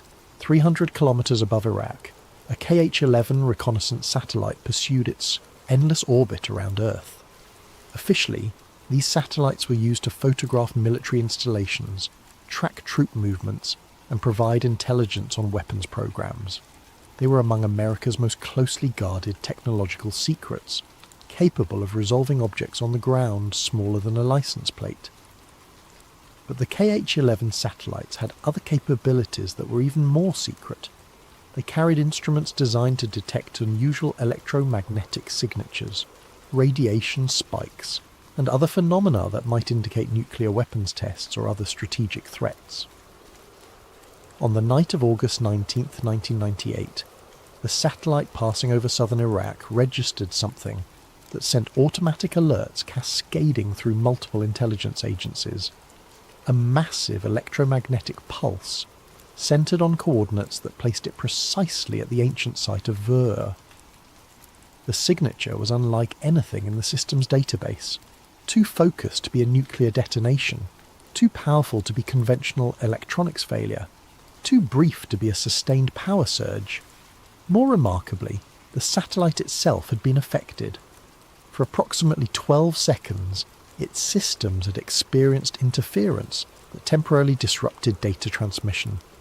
The backup systems had automatically compensated, but the primary instruments had detected what could only be described as a directional energy wave passing through its position in orbit. Within an hour, analysts at the National Reconnaissance Office were reviewing the data. Within 2 hours, the satellite had been repositioned, not to its next scheduled surveillance target, not to monitor known military installations or weapons facilities, but to maintain continuous observation of a 6-square-kilometre area centred on the ancient city of Ur. The repositioning was logged in classified records that would not be declassified for decades. The reason given was need for enhanced intelligence gathering, but those who knew what to look for could see the truth. This was not routine surveillance. This was something different. This was a watch, a vigil, a wait to see what would happen next. In the Pentagon, in CIA headquarters at Langley, in classified briefing rooms known only to those with the highest clearances, conversations began. Quiet conversations, careful conversations, conversations about ancient civilizations and impossible artifacts, about electromagnetic pulses that defied explanation, about what might lie beneath the sands of Iraq, and about what would need to be done if Saddam Hussein actually succeeded in activating whatever it was he had found. The clock was ticking. They did not know how much time they had, but they knew one thing with certainty. Whatever was happening in Iraq, it could not be allowed to continue. The question was no longer if they would act. It was when. Chapter 4. Operation Iraqi Freedom, March 20th, 2003. The world watched as shock and awe began. 2,000 bombs and missiles in the opening. Hours. Baghdad's night sky lit up with explosions and tracer fire. Embedded journalists transmitted live footage of American military might unleashed. The war, they said, had begun. But they were wrong. The war had begun hours earlier, in a place the cameras would never see. At 200 hours, 4 Black Hawk helicopters crossed into Iraqi airspace from Kuwait, flying low and dark under the desert stars. They carried members of Delta Force, America's most elite special operations unit, along with personnel who were not wearing uniforms and carried no military identification. Technical specialists, scientists, people who knew exactly what they were looking for and what to do with it when they found it. Their destination was not Baghdad. It was not the suspected weapons facilities in the north. It was not the Republican Guard positions defending the capital. It was Ur. The helicopters set down in the darkness 300 metres from the ziggurat. The Special Forces teams moved out immediately, securing a perimeter with practiced efficiency. Iraqi guards at the site, caught completely off guard by the speed and silence of the assault, surrendered without resistance. Within 15 minutes, the entire archaeological complex was under American control. This was more than 6 hours before the first bombs fell on Baghdad. More than 8 hours before major combat operations officially began. But for the teams on the ground at Ur, the operation had already achieved its primary objective: secure the site, ensure nothing could be destroyed or moved, and most critically, make certain that whatever Saddam had been excavating remained intact and under American control. Within 48 hours, as the world's attention remained fixed on the spectacular destruction being broadcast from Baghdad, something remarkable was happening 400 kilometres to the south. More troops arrived at Ur, not combat units but engineers and technicians. Heavy equipment was brought in under cover of darkness. A no-fly zone was established over the site, enforced by fighter aircraft that would engage any aircraft, friendly or hostile, that violated the restricted airspace. And the excavation began. But while Ur received this extraordinary attention, something else was happening in Baghdad that would later be cited as evidence of American incompetence or indifference. The Iraqi National Museum, home to priceless artifacts from humanity's first civilizations, was left completely unguarded. Looters swarmed through its halls, smashing display cases, stealing everything they could carry. Over 170,000 artifacts disappeared. Cylinder seals, cuneiform tablets, gold jewellery, statues, reliefs, entire collections that represented thousands of years of human history. The international community expressed outrage. How could American forces protect oil facilities, but not irreplaceable cultural treasures? But those who understood what was really happening saw the truth. The looting was not an oversight. It was a distraction. While the world focused on the chaos in Baghdad, demanding answers about why the museum had not been protected, no one was asking questions about what was happening at Ur. No one was wondering why hundreds of American troops were guarding an archaeological site in the middle of a war zone. No one was questioning why satellite imagery of southern Iraq was being classified at levels typically reserved for nuclear weapons facilities. No one was noticing that Ur had become the most heavily defended location in the entire country, with more security than even the presidential palaces in Baghdad. The misdirection was perfect. The world's attention remained fixed on the chaos, the looting, the apparent failures of post-invasion planning. And at Ur, work continued undisturbed. Captain James Martinez, commanding one of the security detachments at the site, would later describe the operation in a classified debrief. He spoke of perimeters within perimeters, security clearances checked and double-checked, areas where even he was not permitted to enter. He described seeing equipment he did not recognise, hearing conversations in technical jargon he could not understand. He talked about the sense that something extraordinary was happening, something that went far beyond normal military operations, and he mentioned the lights. At night, from his position on the outer perimeter, he could see lights coming from the excavation site. Not the steady glow of work lights or the flash of welding torches. Something else. A pulsing rhythmic illumination that seemed to come from underground. Blue-white light that reminded him of nothing he had ever seen before. When he asked his superior officer about it, he was told curtly that it was none of his concern and that he should forget he had seen anything. The message was clear. Some things were above his security clearance. Some things were not to be questioned. But Martinez was not the only one who noticed. Soldiers stationed at Ur would later report similar observations, always in quiet conversations, always with the understanding that these were not official accounts. Lights from underground, strange sounds in the middle of the night, a sense of energy, of power, emanating from the excavation site. And they all noticed something else. The specialists who worked at the site, the civilians who came and went on unmarked helicopters, they looked different when they left. Excited, frightened, changed by whatever they had seen in the darkness beneath those ancient sands. The official military logs for this period contain only routine entries. Security patrols conducted, perimeter checks completed, supply deliveries received. Nothing to suggest that anything unusual was occurring, but that was the point. Whatever was happening at Ur, it was not meant to be recorded, not meant to be remembered, not meant to exist in any official capacity whatsoever. The war that dominated headlines was a cover for an operation that would never be acknowledged. And beneath the ziggurat of Ur, 3,000 years of secrets were about to be revealed. Chapter 5. The Silent Expedition. Ur Archaeological Site, April 2003.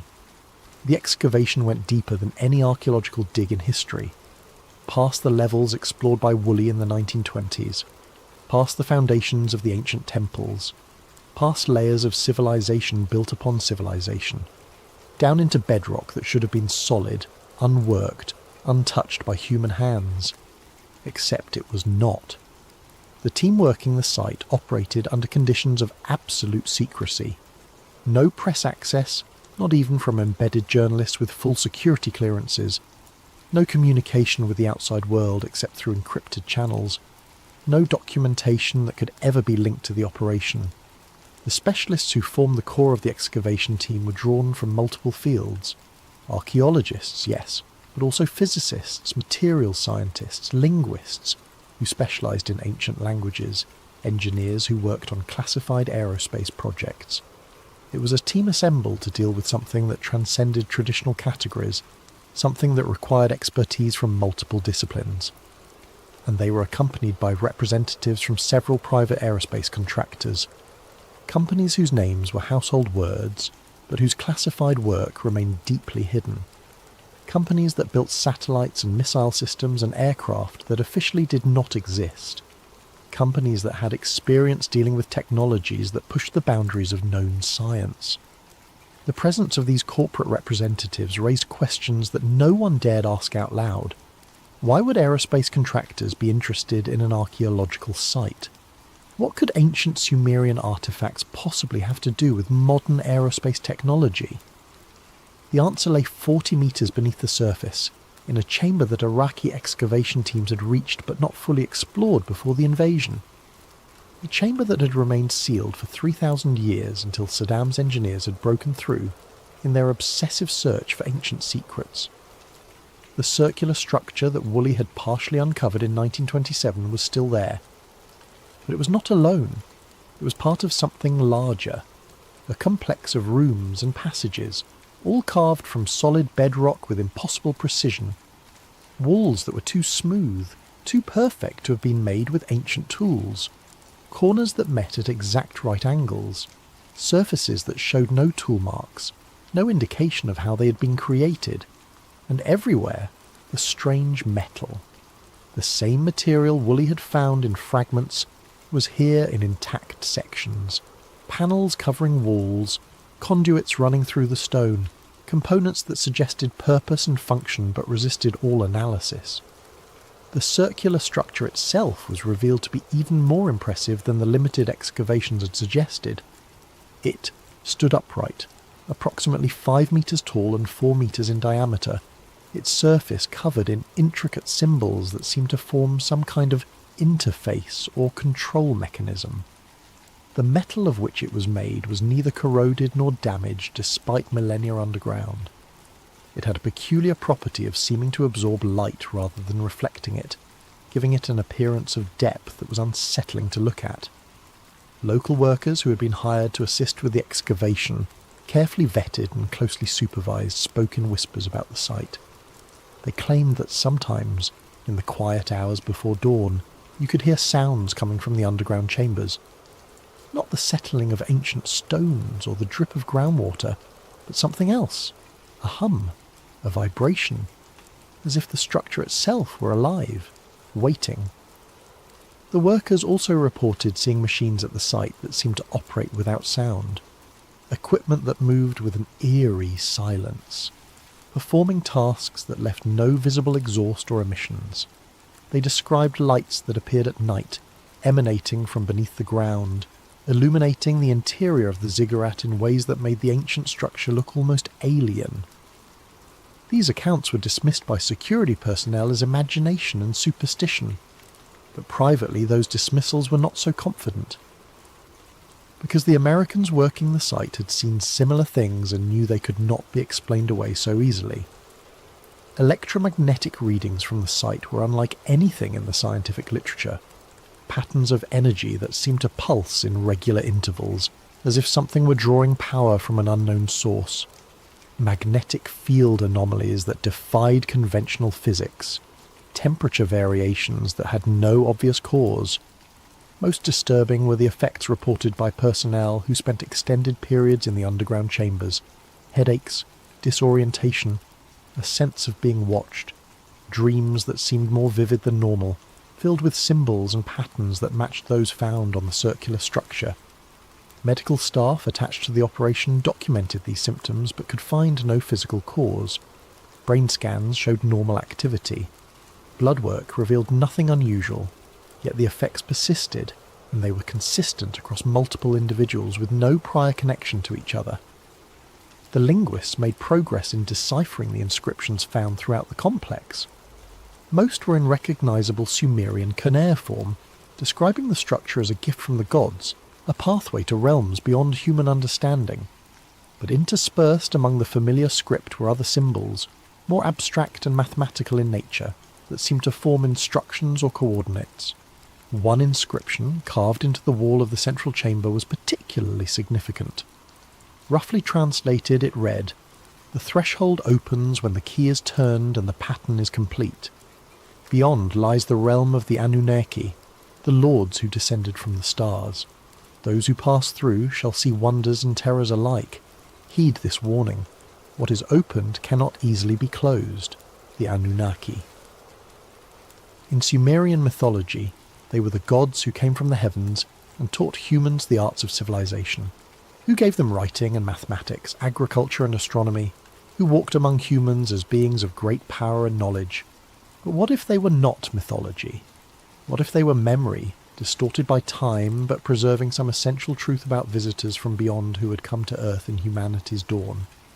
And what if this structure, this impossible artifact buried beneath was something they had left behind? Not a temple, not a tomb, but a device.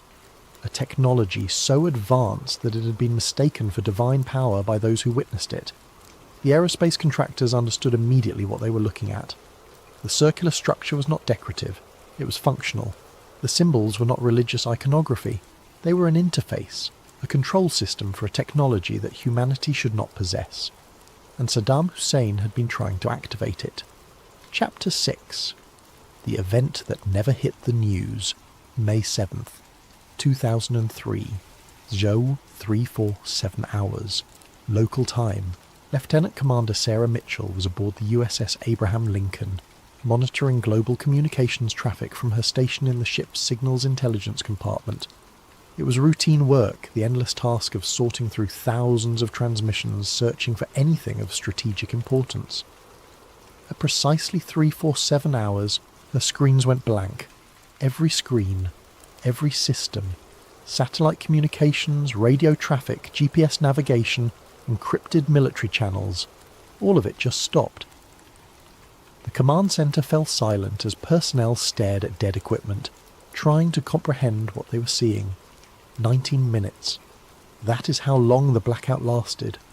For 19 minutes, every GPS satellite in orbit stopped transmitting. Every military communication system went dark. Navigation systems failed. Guidance systems for missiles and aircraft lost their references. Ships at sea, aircraft in flight, military units spread across the globe, all suddenly operating blind. And then, just as suddenly, everything came back online. Systems rebooted.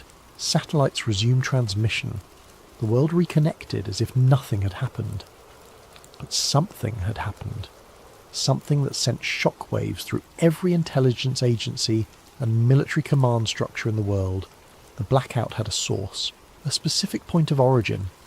Analysts traced the interference back through multiple satellite systems, correlating the exact microsecond when each system had failed. The mathematics were complex, but the conclusion was indisputable. The blackout had originated from coordinates in southern Iraq. Coordinates that matched, to within a few metres, the ancient site of Jura. Freedom of Information Act requests filed years later would eventually force the release of heavily redacted documents about this event. The documents confirm that a significant electromagnetic disruption occurred on May 7th, 2003. They acknowledge that GPS services were interrupted globally for approximately 19 minutes. They note that the source of the disruption was traced to Iraq, but the documents refuse to specify the exact location. They refuse to explain what caused the disruption. They refuse to acknowledge any connection to the archaeological excavations taking place at Ur. The public never learned about the event. News media, focused on the ongoing war and its chaotic aftermath, never reported the mysterious 19-minute blackout. If they noticed GPS irregularities or communication problems, they attributed them to the expected difficulties of military operations in a war zone. But within classified circles, the event triggered immediate action. 3 scientists were identified within hours and flown to Iraq under alias identities. They travelled on private aircraft, their names appearing on no passenger manifests, their movements documented nowhere in official records. They were specialists in fields that could not be disclosed, experts in technologies that officially did not exist. All 3 were given access to the site at Ur. All three spent time in the underground chambers, examining the circular structure and the mysterious complex surrounding it. All three provided classified briefings to officials whose names have never been released. And one of them, a physicist who had worked on classified projects related to electromagnetic pulse weapons and exotic propulsion systems, never returned to his previous life.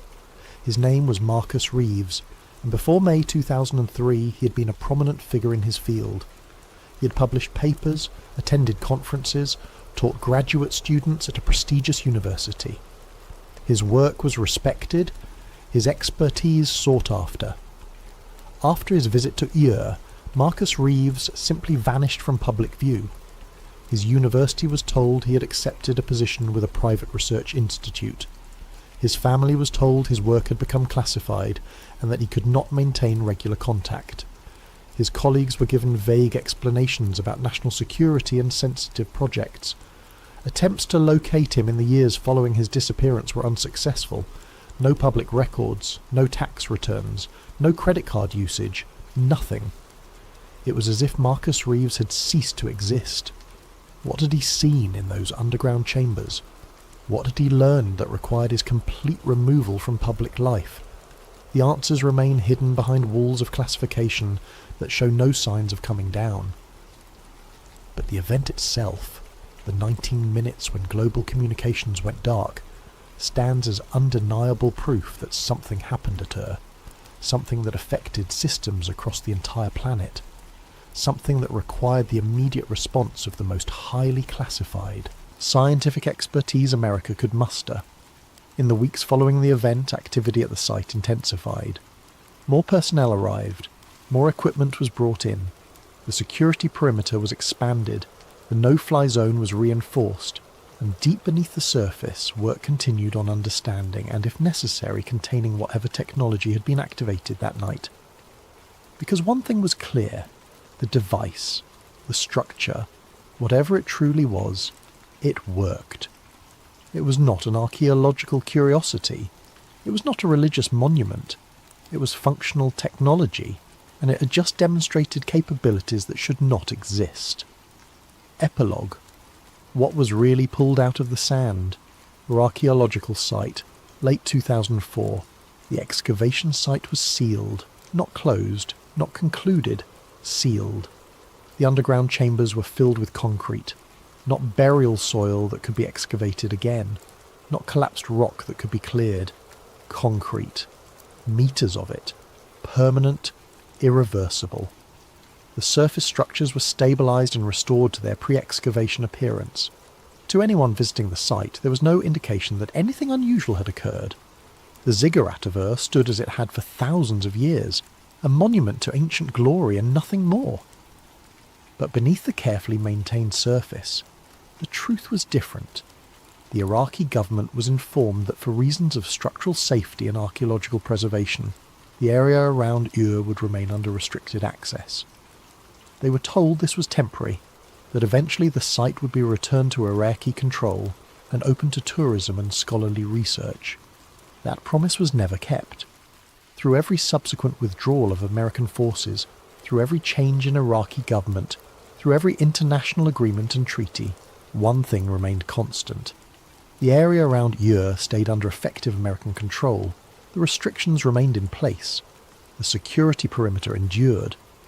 Officially, there is no American presence at Ur.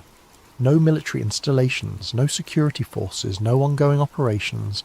But satellite imagery tells a different story. The kind of detailed analysis available to those with access to classified reconnaissance data reveals patterns that should not exist at an abandoned archaeological site. Heat signatures appear regularly beneath the surface. Not the natural thermal variations of underground spaces, but consistent, regulated patterns that suggest active power systems, equipment running, energy being consumed, as if something down there is still operating, still powered, still functional after being sealed away. Aircraft occasionally violate the restricted airspace, usually small planes flown by journalists or curious civilians.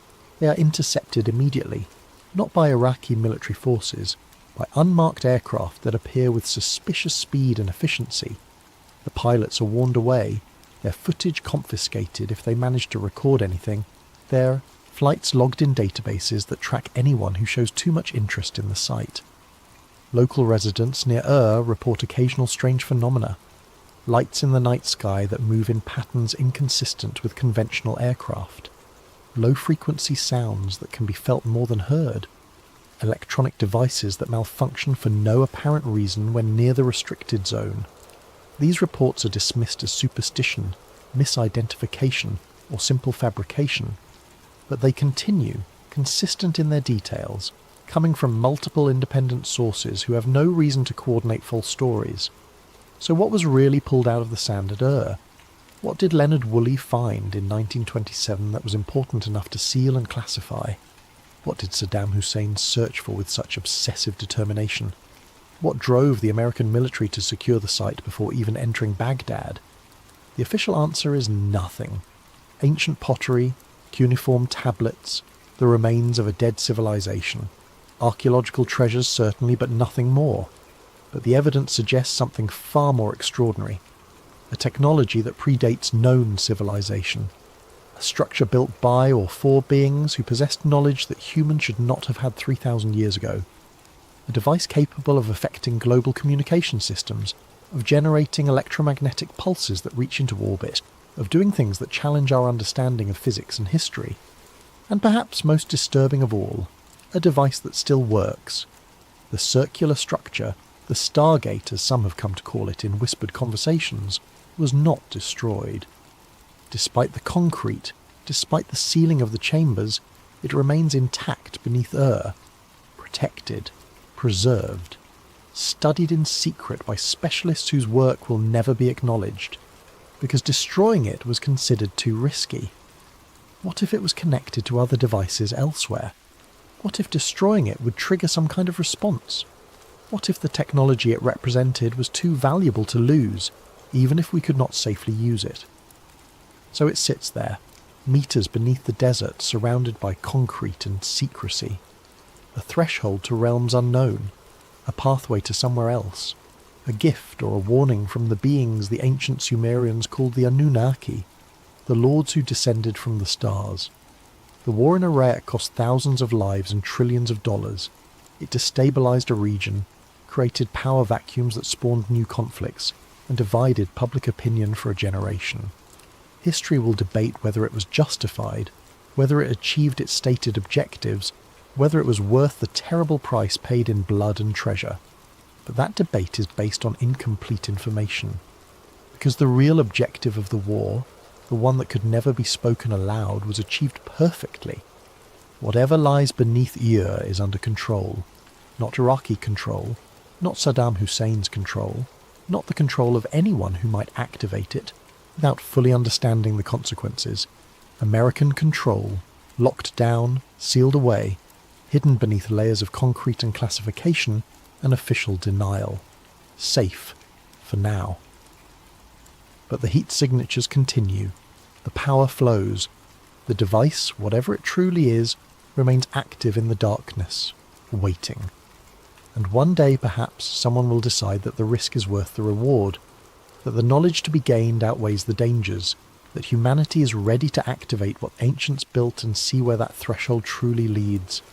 When that day comes, we will learn the final truth about the Stargate of But until then, it remains hidden beneath the sands of Iraq, a secret buried within a secret. The real reason for a war that the world thought it understood, and perhaps, in the end, that is exactly where it should stay.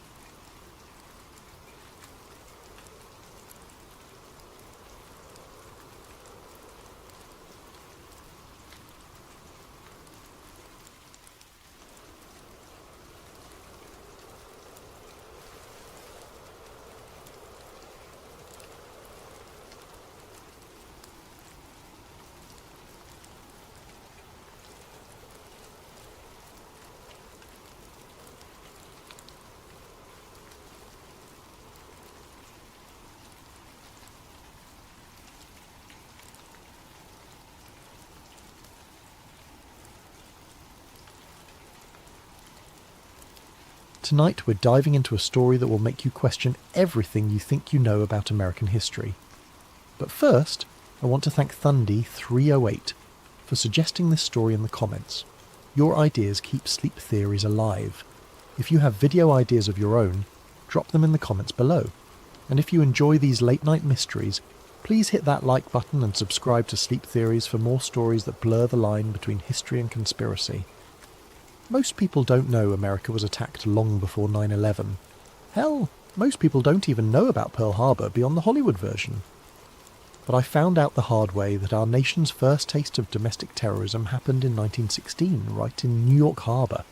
And the real story, it's so much worse than what they taught us in school. My name is irrelevant.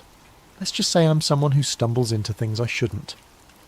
3 months ago, I was helping my grandmother clean out my grandfather's attic in Jersey City. Standard stuff. Old furniture, mouldy books, boxes of Christmas decorations from the 1970s.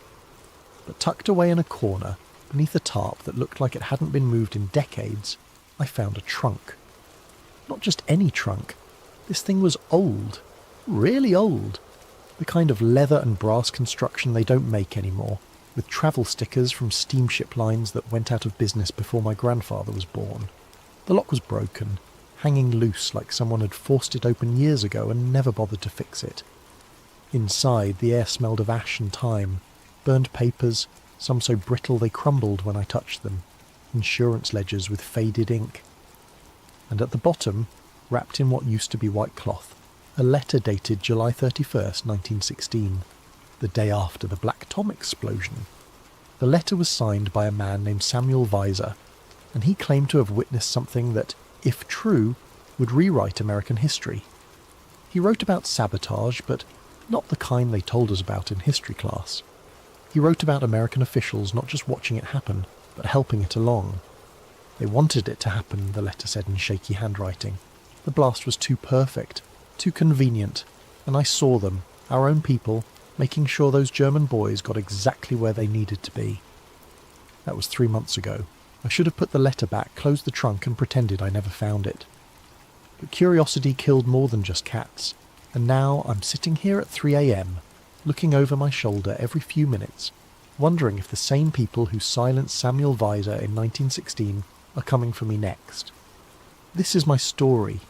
If something happens to me before I can tell it properly, at least it'll be out there. Someone needs to know the truth about Black Tom Island.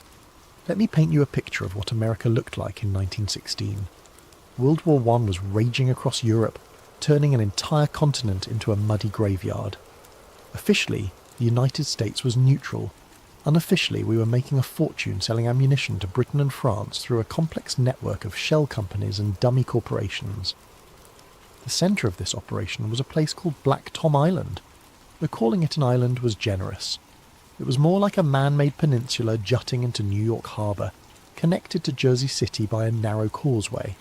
From Manhattan you could see it clearly. Massive warehouses, railroad cars lined up like dominoes, and mountains of ammunition crates waiting to be loaded onto ships bound for European battlefields. On the night of July 30th, 1916, Black Tom Island held over 2 million pounds of ammunition. Dynamite, TNT, artillery shells, rifle cartridges, enough firepower to level half of Manhattan if it all went up at once. At 2:08 a.m. on July 30th it did exactly that. The first explosion shattered windows across lower Manhattan. The second, 30 minutes later, was so powerful it registered as a 5.5 earthquake on seismographs as far away as Philadelphia. Shrapnel embedded itself in the Statue of Liberty's torch arm.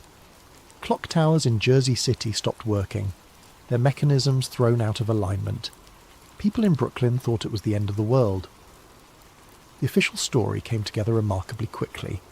German saboteurs had infiltrated Black Tom Island and blown up the ammunition depot to prevent American weapons from reaching the Allies.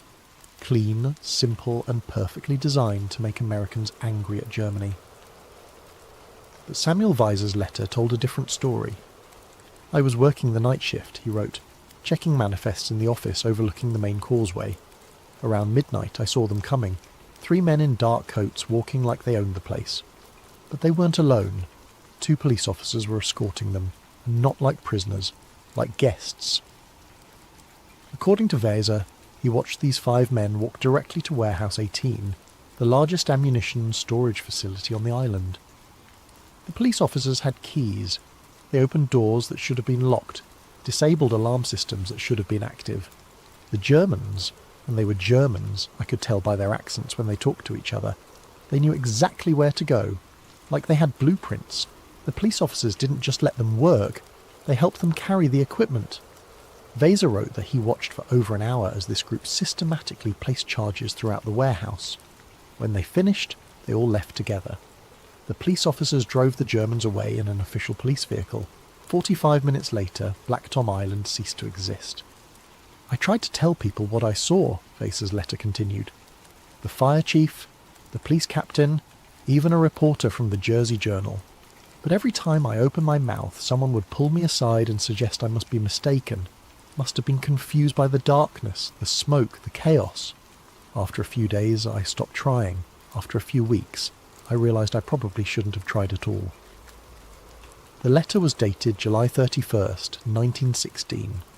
According to records I found later, Samuel Weser disappeared on August 3rd, 1916. His body was never found.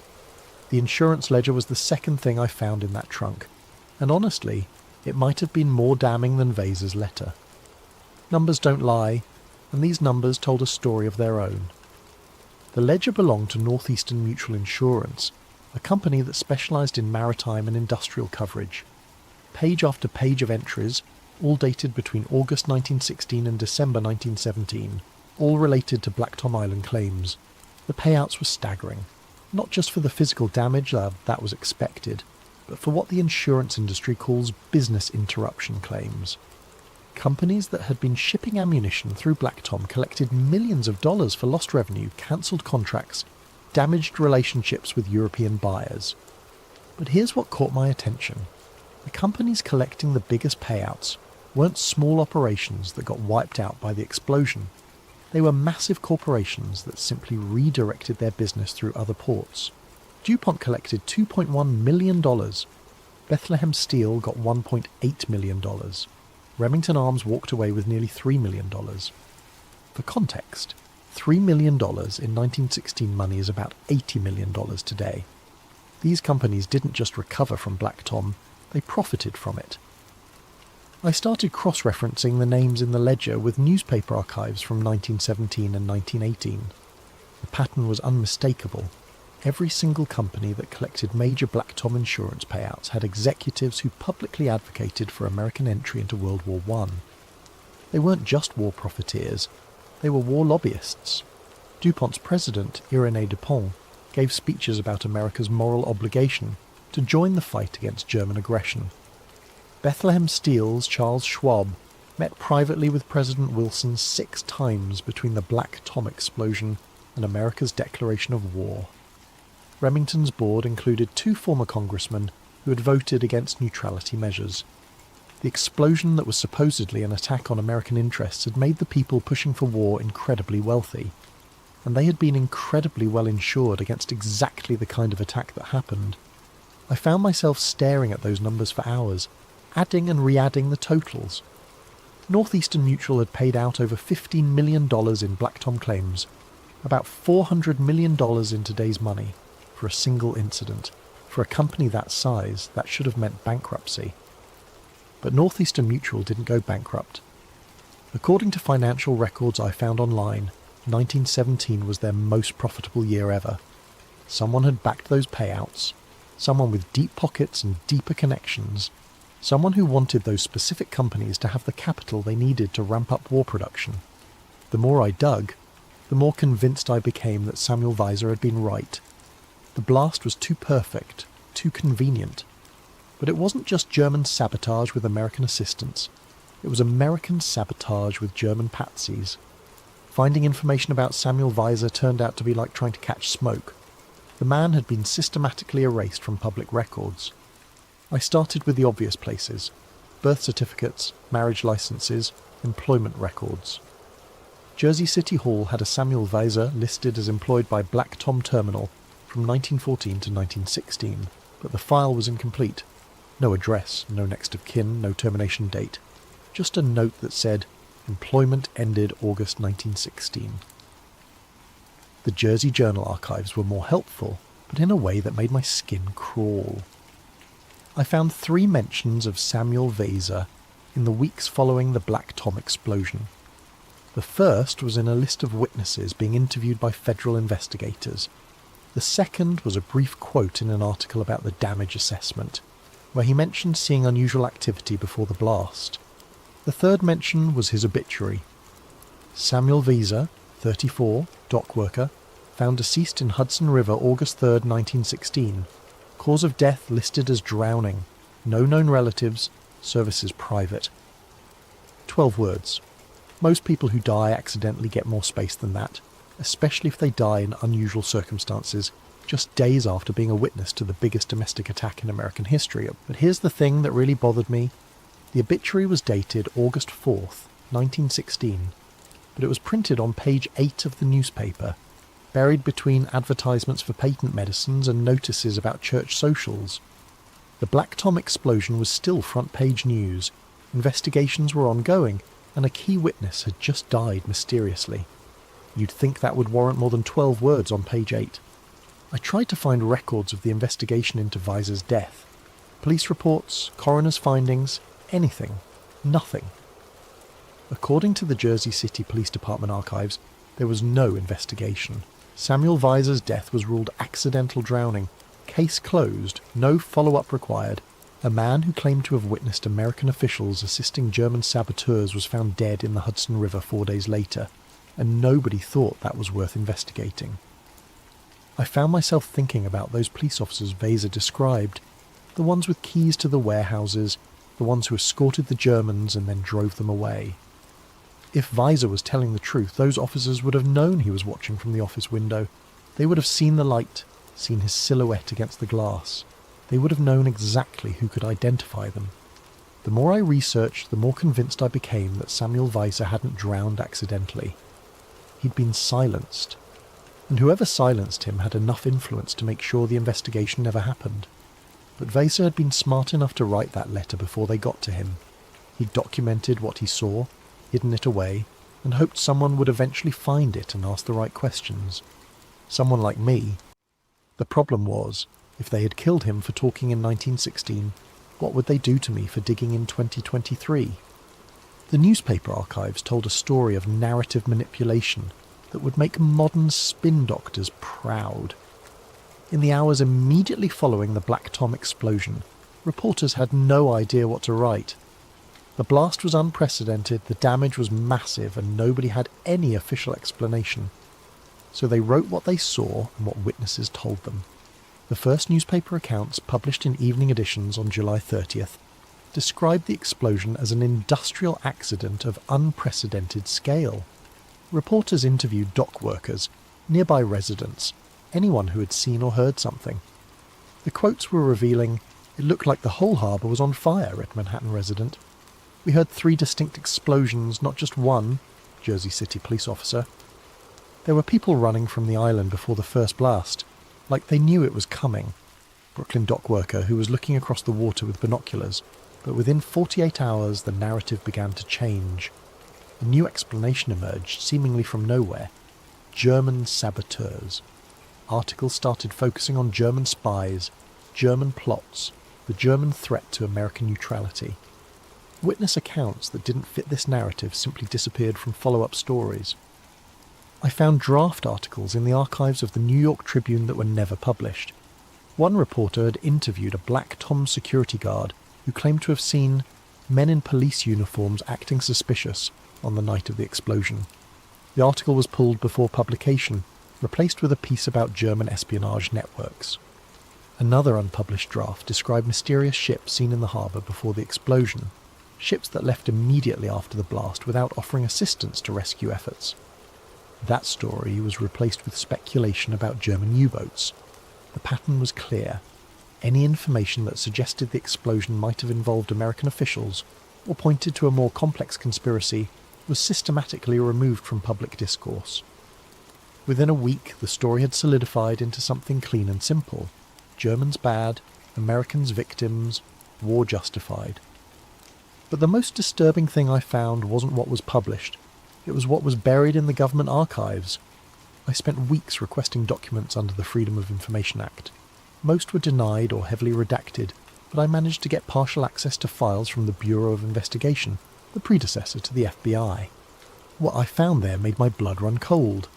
Internal memos from August 1916 revealed that federal investigators knew within days that the official story didn't add up. Witness statements contradicted each other. Physical evidence suggested multiple coordinated explosions, not a single sabotage incident, and several witnesses had mentioned seeing American officials in the area before the blast.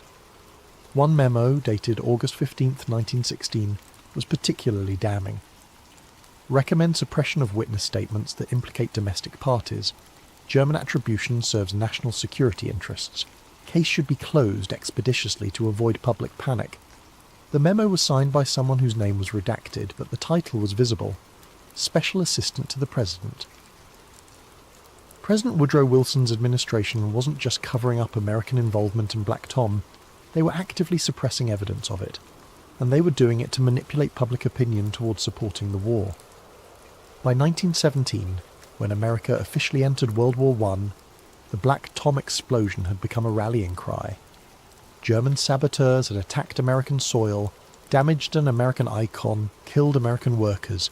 It was Pearl Harbor before Pearl Harbor, 9/11 before 9/11. Except it wasn't. It was something much worse. An attack carried out with American assistance, covered up by American officials, and used to drag America into a war that made specific American companies incredibly wealthy. The cover-up wasn't just about hiding the truth, it was about weaponizing a lie. Standing on Liberty Island, looking up at the Statue of Liberty's torch, you can see the scars if you know where to look. The official tour guides will tell you that the torch has been closed to public access since 1916 due to structural damage from the Black Tom explosion. They make it sound like a minor inconvenience, a bit of historical trivia. The truth is much more disturbing. I managed to get access to the original engineering reports from 1916, filed by the Army Corps of Engineers immediately after the explosion. What they found was structural damage far beyond what has ever been publicly acknowledged. Shrapnel hadn't just embedded in the copper skin of the torch, it had penetrated deep into the internal framework, compromising the statue's structural integrity. But here's what really caught my attention. The pattern of damage wasn't consistent with a random explosion. The shrapnel strikes were concentrated on specific sections of the torch, almost like someone had aimed the blast to hit particular symbolic targets. The report included detailed photographs that I'd never seen before. Close-ups of the damage showed pieces of metal embedded in the statue's torch arm, but also in her crown and tablet. The inscription on the tablet, July 4, Mdkaleksuski, July 4, 1776, had been partially obliterated by shrapnel. Someone had damaged America's symbol of freedom on the anniversary month of American independence. If that was coincidence, it was a hell of a coincidence. I started researching the conspiracy theories that had grown up around the symbolic nature of the attack. Some claimed the timing and target selection were evidence of ritual occultism, that the explosion had been designed as a symbolic assault on American liberty itself. Others suggested the damage to the torch, a symbol of enlightenment, was meant to represent the extinguishing of American neutrality. Most of these theories were clearly nonsense, but they all shared a common thread: the recognition that the Black Tom explosion had been too precise, too symbolically loaded to be random sabotage. The engineering reports supported this interpretation.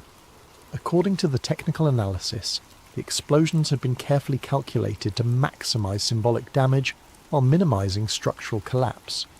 If the goal had been simply to destroy the ammunition depot, the charges could have been placed more efficiently. If the goal had been to cause maximum casualties, the timing would have been different. But if the goal had been to create a symbolic wound in America's most iconic monument, something that would remain visible for over a century as a reminder of foreign attack, then the placement and timing were perfect. The Statue of Liberty's torch remains closed to the public today, 107 years later. Every day, thousands of tourists look up at that damaged torch and remember that America has been attacked before. They remember that foreign enemies have struck at our symbols of freedom, But they don't know that the attack might have been an inside job. Standing there on Liberty Island, I found myself wondering about the people who planned this operation. They hadn't just wanted to destroy an ammunition depot or kill dock workers. They had wanted to wound America's soul, to create a permanent reminder of vulnerability and victimization. And they had wanted that wound to be visible from Manhattan forever. My grandfather had worked for Consolidated Maritime Insurance Company from 1965 to 1985.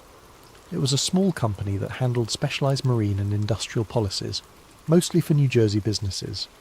When he retired, they gave him a modest pension and a company watch. When the company was bought out by a larger firm in 1995, most of the old records were supposed to be destroyed. But my grandfather had kept copies of some files. Insurance guys are paranoid about documentation. It's an occupational hazard.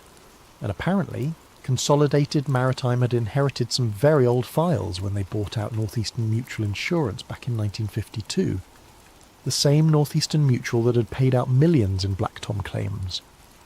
I found my grandfather's old company login credentials in a shoebox, written on a piece of paper along with his social security number and pension account information. The login was for a digital archive system that Consolidated Maritime had set up in the 1990s to digitize their older paper files. I figured the system would be long dead, but insurance companies never throw anything away. The login still worked. What I found in those digital files made everything else look like child's play.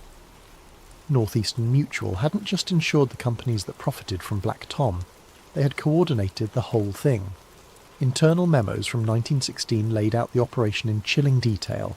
Project Torchlight, target Black Tom Terminal, date July 30th, 1916, objectives 1. Eliminate munitions stockpile preventing competitor access to European markets. 2. Generate insurance payouts to capitalise client war production. 3. Create public sentiment favouring military engagement. There it was, in black and white corporate speak. Black Tom hadn't been sabotage at all.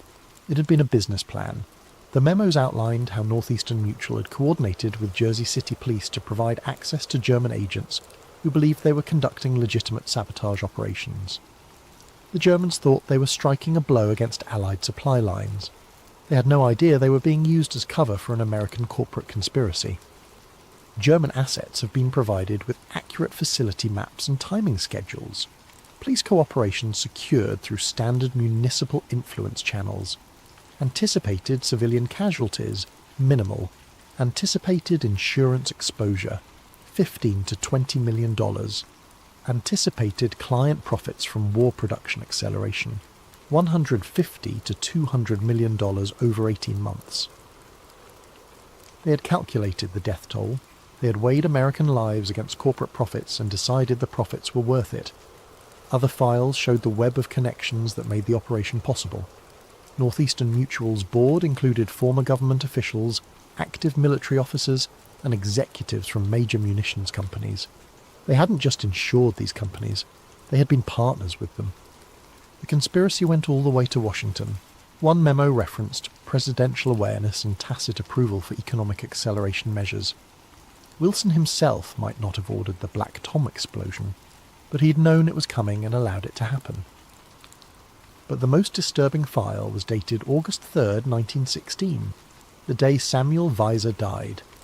It was a brief note from the company's security consultant. Witness situation resolved. River disposal successful. Recommend standard accidental death processing. No further action required. They had murdered Samuel Weiser and documented it in their corporate files like it was just another business expense. As I sat there reading these files, I realised I was looking at evidence of a conspiracy that made Watergate look like a parking ticket. American corporate and government officials had orchestrated a terrorist attack on American soil, used German agents as patsies, murdered witnesses, and used the whole thing as justification for entering a profitable war. And then I realised something else. I was accessing these files through an internet connection. Someone would have logs of my access, digital footprints, timestamps, and IP addresses. If they had killed Samuel Weiser for seeing too much in 1916, what would they do to me for seeing everything in 2023?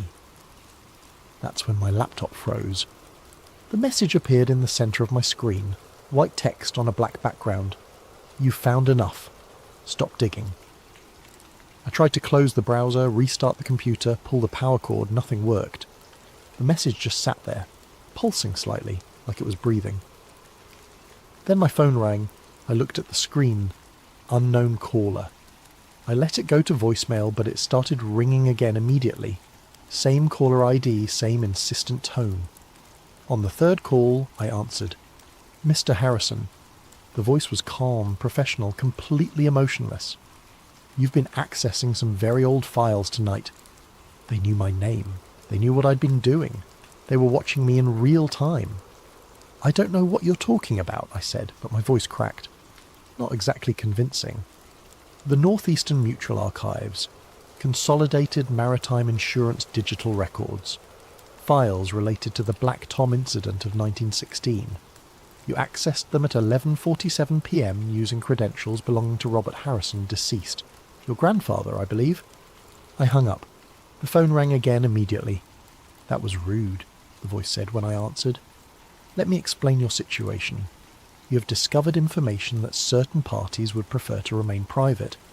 You have accessed this information through unauthorized means, which makes you criminally liable. You have also, unfortunately for you, triggered several security protocols that notify us when these particular files are viewed. Who is us? I asked. That's not important. What's important is that you understand the gravity of your situation. The Black Tom incident was resolved over a century ago. All parties involved are long deceased. The companies, the government officials, the insurance carriers, all gone. There is no one left to prosecute, no one left to blame, no one left to hold accountable. Except the people covering it up, I said. No, the voice said patiently. There is no cover-up. There is simply institutional continuity. The files you've accessed are maintained for historical completeness, not because anyone intends to act on the information they contain. They are quite literally ancient history. Ancient history that you kill people to protect. Samuel Vasa died in 1916. Anyone who might have ordered his death would be over 150 years old today. Do you see the problem with your conspiracy theory? But I was starting to understand something else. The companies might be gone, but the money isn't. The profits from World War I, the insurance payouts, the connections, all of that got passed down, didn't it? To new companies, new families, new power structures. There was a pause. You're smarter than I hoped you'd be. So what happens now? You kill me too? Mr. Harrison, we live in a different world than Samuel Vasa did. In 1916, a dock worker could simply disappear without anyone asking difficult questions. Today, a young man with a laptop and a social media presence cannot vanish without generating exactly the kind of attention we prefer to avoid. So I'm safe? You're useful. Your grandfather kept copies of files he shouldn't have kept. His login credentials provided access to archives that should have been deleted decades ago. You've helped us identify security vulnerabilities that need to be addressed. For that we're grateful. I could hear typing in the background. However, your usefulness has limits. You will not publish anything about Black Tom Island. You will not share the files you've accessed. You will not discuss this conversation with anyone. You will delete any copies you've made of these documents and return any physical materials you've found to their proper storage. And if I don't, then you'll discover that the methods we used to silence witnesses in 1916 were primitive compared to what we can do today. We don't need to throw you in the Hudson River, Mr. Harrison. We can destroy your credit, your employment, your relationships, your online presence, your entire existence without laying a finger on you. We can make you disappear into poverty and isolation while leaving you perfectly visible and alive. The line went dead. My laptop screen flickered and returned to normal, showing the insurance website I'd been browsing as if nothing had happened. But when I tried to access the Northeastern Mutual files again, I got an error message. Archive not found. They had locked me out. But more than that, they had probably deleted everything. All that evidence, all that proof, gone with a few keystrokes. I sat there in my apartment staring at my laptop screen, trying to process what had just happened. A century-old conspiracy, a corporate terrorist attack, government complicity, murder, cover-ups, and it was all just going to disappear back into the shadows where it had been hiding for over 100 years. But they had made one mistake. They had assumed that grandfather only kept digital copies of the files. I still had the trunk. I still had Samuel Vasa's letter. I still had the insurance ledger with all those numbers and names and connections. The question was, what was I going to do with them? It's been 3 weeks since that phone call. 3 weeks of looking over my shoulder, checking my credit report, watching for signs that they're following through on their threats. So far, nothing. Maybe they think they've scared me enough. Maybe they're waiting to see if I keep my mouth shut. Maybe they're planning something I won't see coming. I keep thinking about Samuel Vader, about what it must have been like for him in those final days. He had seen something he wasn't supposed to see, and he knew they were coming for him. But he wrote that letter anyway. He documented the truth and hid it away, hoping someone would eventually find it and ask the right questions. Someone like me. But here's what really keeps me awake at night. Samuel Vader wasn't the only witness who disappeared. After that phone call, I couldn't stop digging. Call it obsession. Call it stupidity. But I needed to know how deep this thing went. I started researching other people who had been in the area that night, other potential witnesses who might have seen what Vader saw. What I found was a pattern of deaths that stretched far beyond one dock worker. Margaret Flynn, a nurse at the Jersey City Hospital who treated blast victims, died in a gas leak accident in her apartment on August 15th, 1916. She had given interviews to reporters about treating patients with unusual burns that looked more like chemical exposure than explosion injuries. Thomas McKenna, a railroad engineer who claimed to have seen official vehicles leaving Black Tom Island just before the explosion, died when his locomotive mysteriously derailed on August 22nd. The accident report blamed track malformation, but the tracks had been inspected and cleared just hours earlier. Father Giuseppe Torretti, an Italian priest who ran a mission near the waterfront, had been offering shelter to dock workers who were too afraid to return home after the explosion. He wrote in his parish newsletter that several workers had come to him with stories of American officials collaborating with foreign agents. Father Torretti died in his sleep on September the 3rd, officially from a heart attack, though he was only 38 years old and had no history of heart problems. Between August and December 1916, 17 people with direct or indirect connections to the Black Tom explosion died in what the authorities classified as accidents, suicides, or natural causes. 17 people who had either seen something suspicious or had contact with people who claimed to have seen something suspicious. The statistical probability of that many connected deaths occurring by chance is essentially zero. But the most chilling discovery came when I researched the police officers who would have been on duty that night. The Jersey City Police Department roster from July 30th, 1916, listed 12 officers assigned to the Black Tom area. By January 1917, only 4 were still alive. 3 had died in accidents. 2 had committed suicide. 3 had simply disappeared. Their personnel files noted they had abandoned their posts, and warrants were issued for desertion, but they were never found. The 4 survivors all received promotions and commendations for their heroic service during the Black Tom crisis. They went on to have distinguished careers, rising to positions of authority within the department. One became police chief in 1925. The pattern was unmistakable. Anyone who might have contradicted the official story was eliminated. Anyone who supported it was rewarded. The Black Tom explosion wasn't just sabotage. It was a blueprint for how corporate interests, government corruption, and foreign threats could be combined to manipulate American public opinion and justify profitable wars.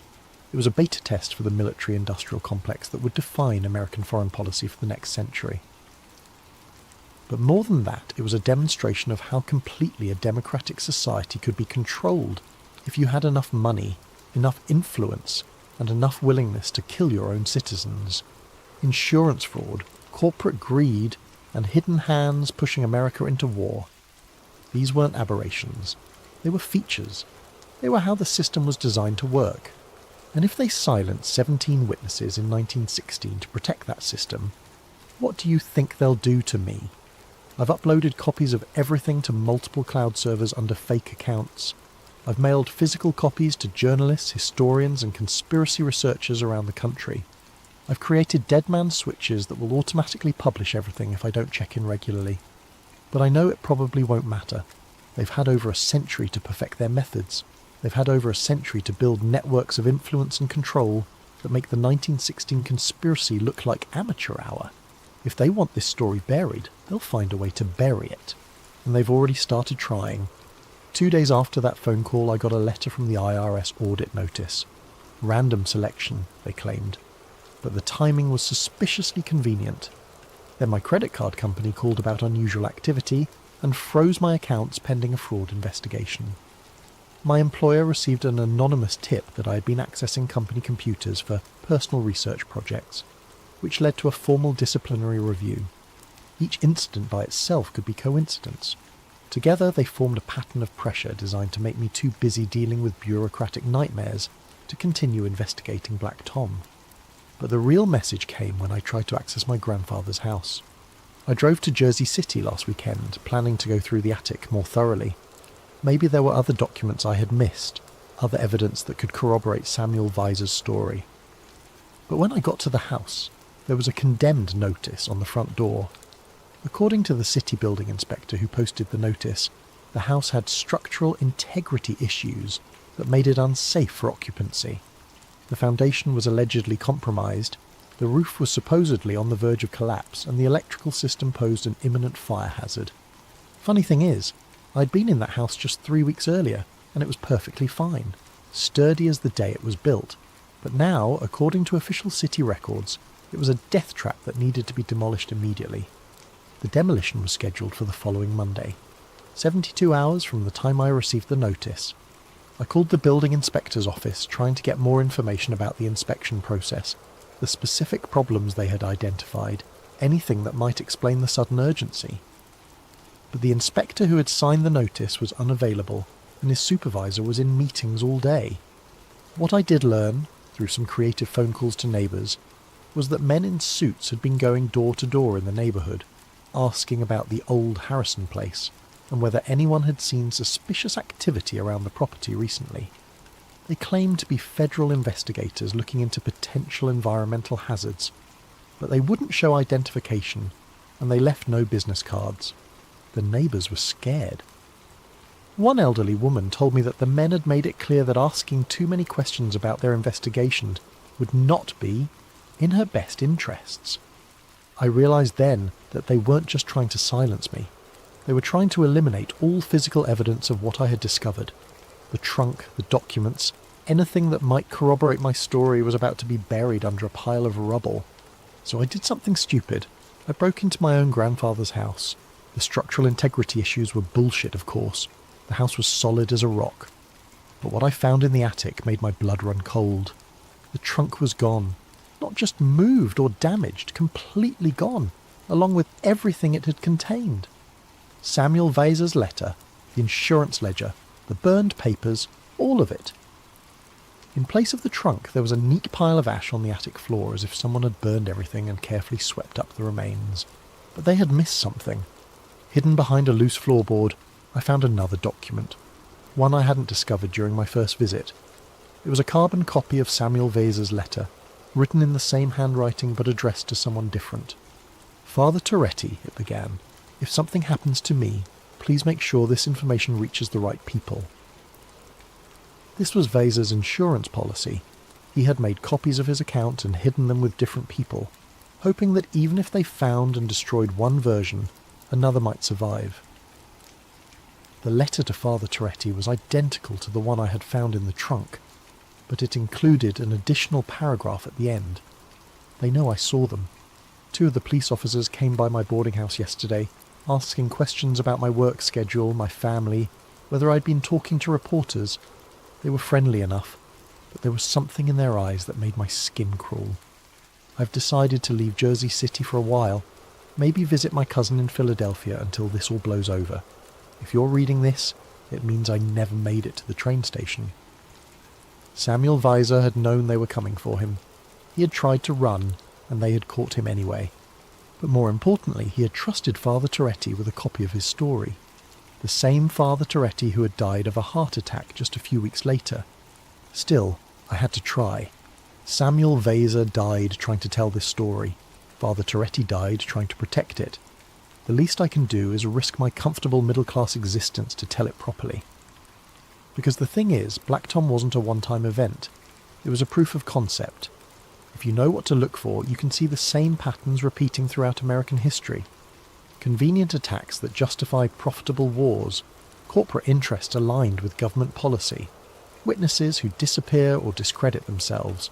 The methods get more sophisticated, but the fundamental approach remains the same: create a crisis, control the narrative, profit from the solution. How many other foreign attacks on American soil have actually been domestic operations? How many other Samuel Visas have been silenced before they could tell their stories? How many other trunks full of evidence are sitting in American attics, waiting for curious grandchildren to find them? I don't know if anyone will believe this story. I don't know if anyone will care enough to dig deeper. I don't know if I'll be around to find out. But I know this. The people who orchestrated the Black Tom explosion, who murdered Samuel Visa, who have spent over a century protecting this secret, they're still out there. Maybe not the same individuals, but the same institutions, the same networks, the same fundamental corruption. And they're still... The recording cuts off abruptly. The file is timestamped 3:17 a.m, November 15th, 2023. No further recordings have been found. What if I told you that buried beneath the frozen wastelands of Alaska lies something that could change everything we know about human history?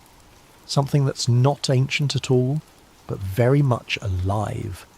Tonight's story comes from a request by Matul Patel 9283. Thank you for this incredible suggestion. If you have ideas for future stories, please leave them in the comments below. And if you enjoy these tales that blur the line between fact and fiction, don't forget to like and subscribe to Sleep Theories for more mysterious stories that will keep you wondering. My name doesn't matter for this story. What matters is what I found beneath 200 feet of Alaskan permafrost, and why the government wants me to forget it ever existed. I'm a civil engineer, nothing glamorous about it. I measure soil density, calculate load-bearing capacities, and make sure buildings don't sink into the ground. For 15 years I've worked contracts across the country, from Florida swamplands to Nevada deserts. Alaska was supposed to be just another job.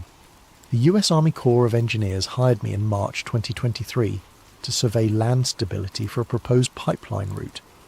Nothing unusual there. Energy companies are always looking to move oil from point A to point B, and they need someone to tell them their pipes won't crack when the ground shifts. The pay was good, the timeline was reasonable, and I needed the work.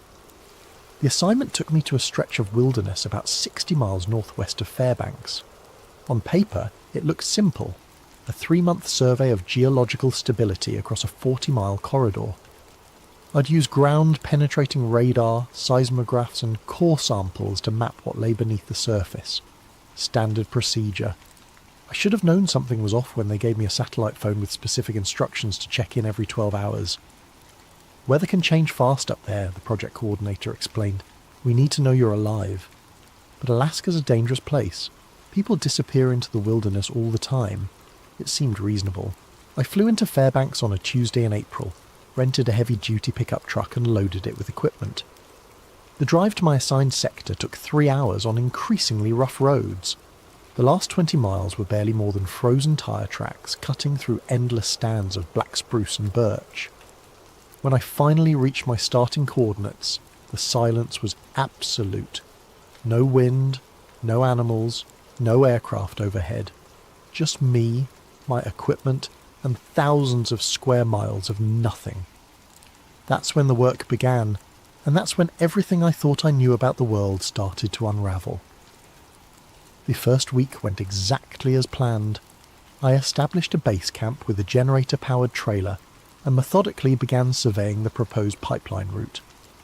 The ground-penetrating radar showed typical permafrost patterns, layers of ice and soil that had been frozen for millennia. My seismograph readings were clean, showing the kind of stable bedrock that pipeline engineers love to see.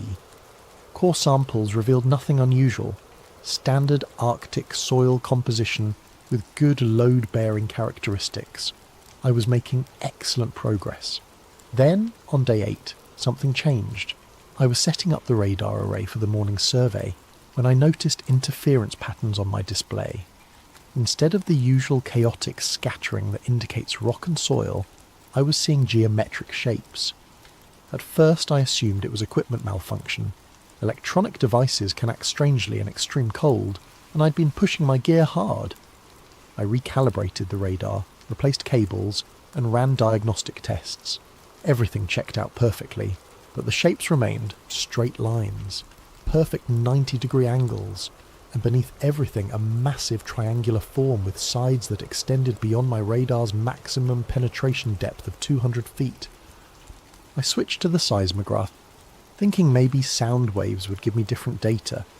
I set off small explosive charges and measured how the shock waves travelled through the ground. Standard geological surveying technique. The results made no sense. Sound waves were reflecting off something solid and geometrically perfect about 150 feet down. The reflection pattern showed clean edges, flat surfaces, and precise angles. In nature, you don't find precise angles. Rivers meander, mountains erode into curves, and rock formations crack in random patterns. This was something else entirely. I spent the rest of that day running every test I could think of. Different frequencies, multiple angles, overlapping surveys. Every single measurement confirmed the same impossible truth. There was a massive pyramid buried beneath the permafrost, and it was huge. My calculations suggested sides at least 800 feet long, significantly larger than the Great Pyramid of Giza. The depth readings indicated it was sitting on bedrock, which meant it had been built on the surface and then buried by millions of years of geological processes. Except that made no sense either. Alaska's geological history doesn't include ancient civilizations capable of megalithic construction. The entire region was under glacial ice, until relatively recently in geological terms. I sat in my trailer that night staring at the printouts and digital displays, trying to find any explanation that didn't challenge everything I understood about engineering and archaeology. Maybe it was a natural formation that just happened to look geometric. Maybe my instruments were picking up interference from buried metal or deposits. Maybe the extreme cold was affecting my equipment in ways I didn't understand. But deep down I knew I was looking at something artificial, something that had been deliberately constructed and then hidden beneath the ice. The question was, who built it, and why? I needed supplies, and more importantly, I needed to talk to someone who knew the area's history. The nearest settlement was a village called Yukon Crossing, population 127 according to the road sign. It was a 40-minute drive south on a road that tested every shock absorber in my truck. Yukon Crossing looked like a lot of rural Alaskan towns. A handful of weathered buildings clustered around a general store and a combination post office-gas station. Most of the residents lived in trailer homes or log cabins scattered among the trees. Smoke rose from chimneys in thin grey columns against the bright spring sky. The general store served as the unofficial community centre. Inside, I found an elderly native Alaskan man named Joseph Kaltag behind the counter, selling everything from canned goods to ammunition to fishing gear. He looked like he'd been running the place for decades. "You're the pipeline engineer," he said before I could introduce myself. It wasn't a question. "Word travels fast," I replied. "Not much happens around here." He rang up my purchases: batteries, fuel canisters, and enough food to last another week. "You working up in the Forbidden Valley?" I looked up from counting cash. Forbidden Valley? Joseph's weathered face remained expressionless, but I caught something in his eyes. Concern, maybe, or warning. That's what my grandfather called it. Said the spirits there were angry, animals won't go near it, and hunters who get too close. He shrugged. "Their compasses don't work right." "Magnetic interference," I said automatically. "Probably iron ore deposits in the bedrock." Maybe, he handed me my change, or maybe some things are better left buried. I was loading supplies into my truck when a younger native woman approached. She introduced herself as Marie Kaltag, Joseph's granddaughter, and a pilot who flew supply runs to remote camps throughout the region. "I heard you talking to Grandpa," she said, "about the valley where you're working." He mentioned compass problems. Marie glanced around to make sure no one was listening. "It's more than that. I've flown over that area maybe 50 times in the last 10 years. My instruments go crazy. GPS cuts out. Radio gets static. Engine RPMs fluctuate." "Electromagnetic interference," I suggested. That's what I thought too. but 3 years ago I was flying a supply run to a hunting camp about 20 miles north of your work site. Clear day, perfect visibility. I was following the river when my GPS started spinning. Compass needle was rotating like a clock hand. She paused, clearly uncomfortable with the memory. I looked down to try to navigate by landmarks, and I saw something that shouldn't have been there. Lines in the snow, geometric patterns like someone had carved designs into the landscape. They were huge, maybe a mile across and perfectly symmetrical. Could have been natural formations, wind patterns, erosion channels. Marie shook her head. I've been flying over Alaska my whole life. I know what natural looks like. This was artificial. And when I flew back over the same area a week later, the lines were gone, covered by fresh snow. I thanked her for the information and headed back to camp, but I couldn't stop thinking about what she'd said. Geometric patterns in the snow, electromagnetic interference, compasses spinning wildly. It all pointed to the same conclusion I was trying to avoid. Something beneath the permafrost was actively affecting the environment around it. That night, I reviewed my survey data again, looking for any detail I might have missed. The pyramid structure was consistent across all my measurements, but there was something else. Subtle variations in the electromagnetic readings that suggested complex internal architecture. Whatever was down there, it wasn't just a solid mass of stone. It had chambers, passages, and what looked like intricate internal mechanisms. And according to my instruments, some of those mechanisms were drawing electrical current. I woke up on day 12 to the sound of helicopter rotors. From my trailer window I could see a Black Hawk settling onto a flat area about 200 yards from my camp. No military markings, but the aircraft had the unmistakable look of government hardware. 3 men in winter camouflage climbed out as the rotors spun down. They walked directly to my trailer with the confident stride of people who expected cooperation. The leader was a tall man with close-cropped hair and reflective sunglasses. His companions looked like soldiers trying to dress like civilians, too alert, too fit, and carrying themselves like they had weapons hidden under their jackets. "Mr. Harrison," the leader said, reading my name from a tablet. "I'm Agent Collins, Department of Homeland Security. We need to discuss your recent survey findings." I stepped outside, keeping my expression neutral. I wasn't aware DHS had jurisdiction over pipeline surveys. "We have jurisdiction over potential national security threats." Collins gestured toward my equipment array. "Your seismic activity has been flagged by our monitoring systems. We need to examine your data and confiscate any materials related to subsurface anomalies." "What subsurface anomalies?" Collins removed his sunglasses, revealing pale blue eyes that seemed to look right through me. "Mr. Harrison, we know exactly what you found down there. The question is whether you're going to cooperate voluntarily or make this difficult." I had 2 choices: hand over my data willingly or watch them take it by force. Either way, they were getting what they wanted. "The hard drives are in the trailer," I said. One of Collins' men immediately headed inside while the other began disconnecting my external monitoring equipment. They worked with practiced efficiency, clearly familiar with this type of confiscation. "How long have you known it was there?" I asked. Collins was quiet for a long moment, apparently deciding how much to tell me. "The structure first appeared on our deep scanning systems in 1992. We've been monitoring it ever since." "Appeared? You mean you discovered it in 1992? "No, Mr. Harrison. I mean it appeared in 1992. Prior to that date, our scans showed normal bedrock composition. Then something changed." The man emerging from my trailer handed Collins a bag containing my hard drives and backup storage devices. They had also taken my printed survey maps and handwritten notes. 1992, I said, thinking out loud. That's when China conducted their largest underground nuclear test. Collins' expression didn't change, but I caught a flicker of something. Surprise, maybe, that I'd made that connection. "The Lopner test was 3,800 miles away," he said. "There's no possible connection." But his tone suggested otherwise. And I remembered something from my geological studies. Seismic waves from large underground explosions can travel through the Earth's crust and trigger responses in sensitive areas thousands of miles away.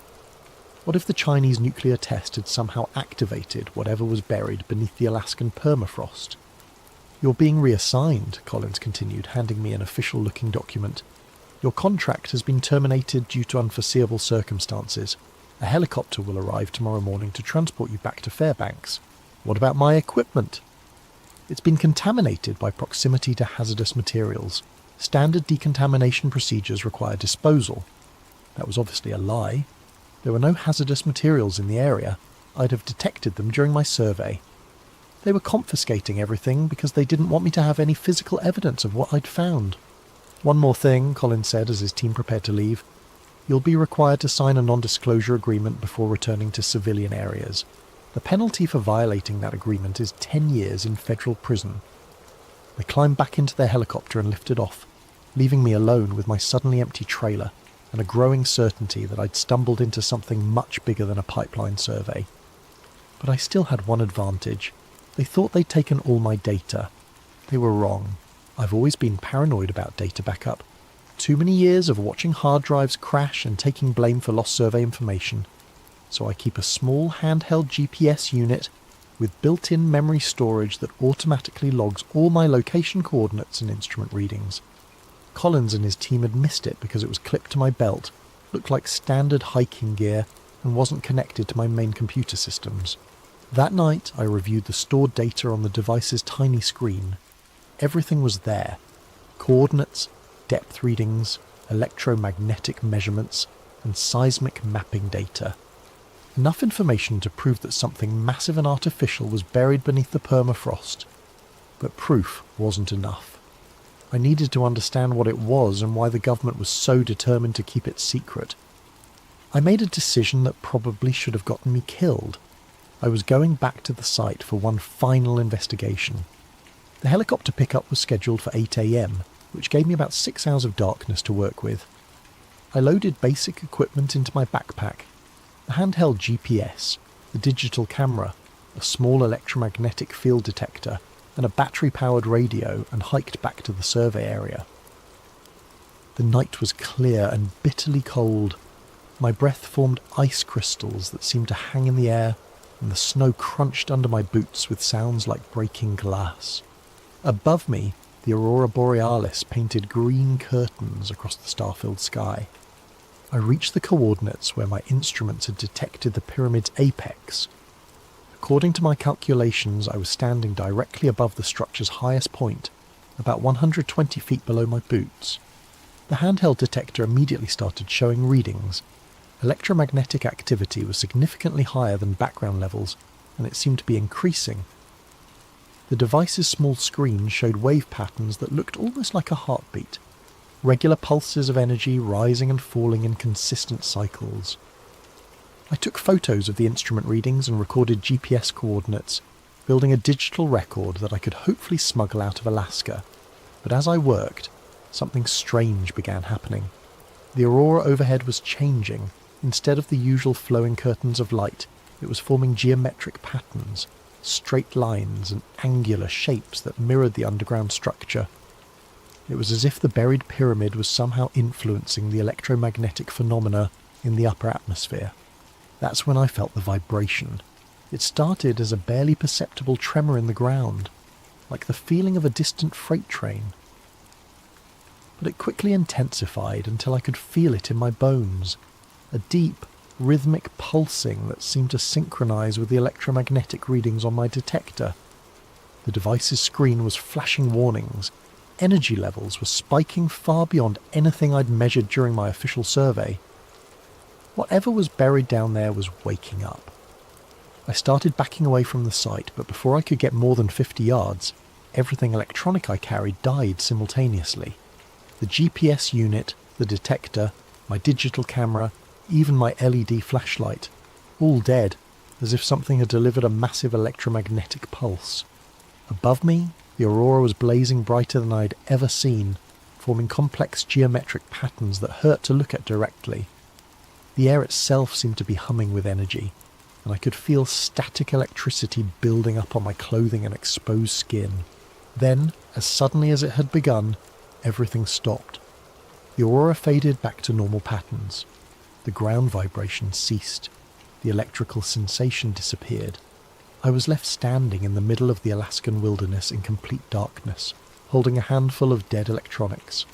I stumbled back toward camp using starlight for navigation, reaching my trailer just before dawn.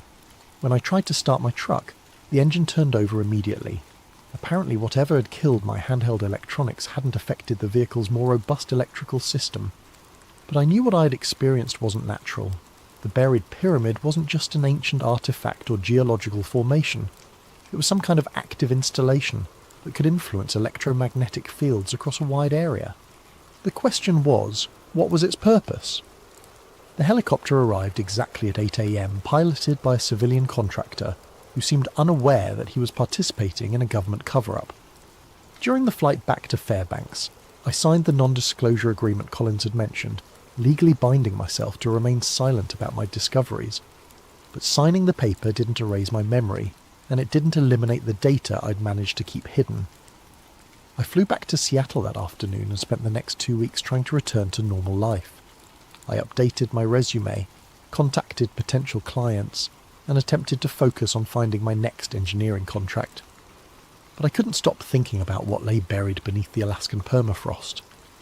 Late one night, unable to sleep, I sat down with my laptop and started researching everything I could find about electromagnetic anomalies, underground structures, and the 1992 Chinese nuclear test that Agent Collins had mentioned. What I discovered changed everything. The Chinese test, conducted at the Vol.2 facility on May 21, 1992, was indeed one of the largest underground nuclear explosions ever detonated. The blast was so powerful that seismic monitoring stations around the world recorded the shockwaves as they travelled through the Earth's crust. But that wasn't the interesting part. I found archived scientific papers describing unusual electromagnetic phenomena that occurred globally in the days following the test. Radio disruptions, satellite communication failures, and compass anomalies were reported from locations thousands of miles away from the blast site. Most significantly, several research stations in Alaska reported sudden spikes in local electromagnetic activity, beginning approximately 6 hours after the Chinese detonation. Exactly the amount of time it would take seismic waves to travel through the Earth's crust from Vol.2 to Alaska. I cross-referenced these reports with geological surveys of the Alaskan region and found something that made my blood run cold. Every single electromagnetic anomaly had been reported from locations within a 50-mile radius of my survey site. Whatever was buried there had indeed been activated by the Chinese nuclear test, just as Collins had implied, but the implications went far beyond a simple cause and effect relationship. I started plotting the locations of other reported anomalies on a world map, looking for patterns. What I found was a global network of similar sites, places where electromagnetic activity had spiked following major seismic events, underground installations that seemed to respond to specific triggers. The more I researched, the more convinced I became that the Alaskan pyramid wasn't unique. It was part of a worldwide system of buried structures, all apparently designed to respond to geological disturbances, but designed by whom, and for what purpose? I thought back to the night I'd witnessed the energy pulse, remembering how the aurora borealis had formed geometric patterns directly above the burial site. Aurora phenomena are caused by charged particles from the sun interacting with Earth's magnetic field.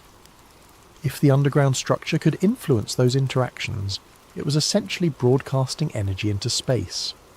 What if the buried pyramids weren't ancient monuments at all?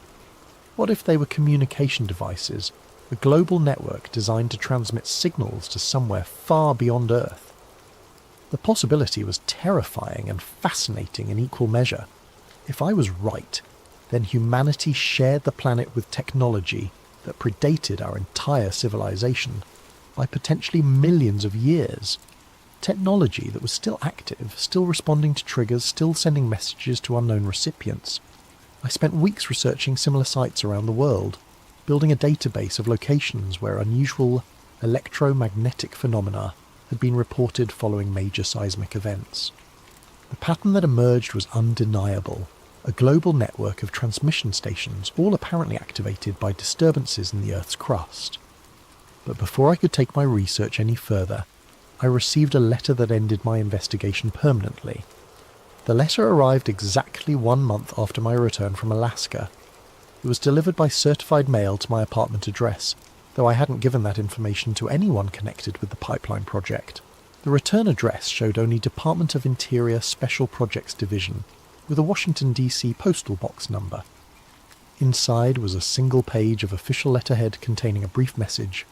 Mr. Harrison, this communication serves as final notice regarding your terminated contract with the U.S. Army Corps of Engineers, project classification, Black Ice.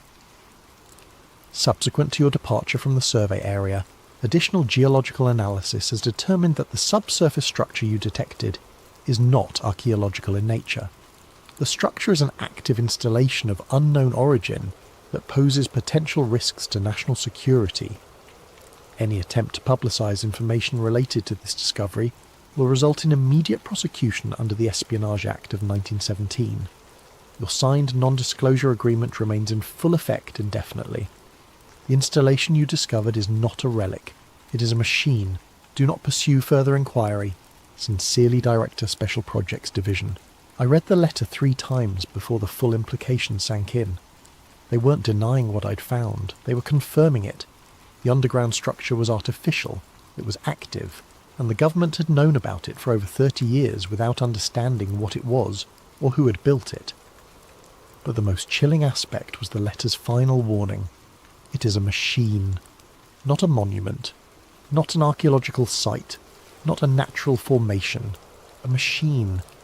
I thought about the energy pulse I'd witnessed, the geometric patterns in the aurora, the electromagnetic signals that seemed to respond to seismic events around the world. If the buried pyramid was indeed a machine, then its purpose was clear.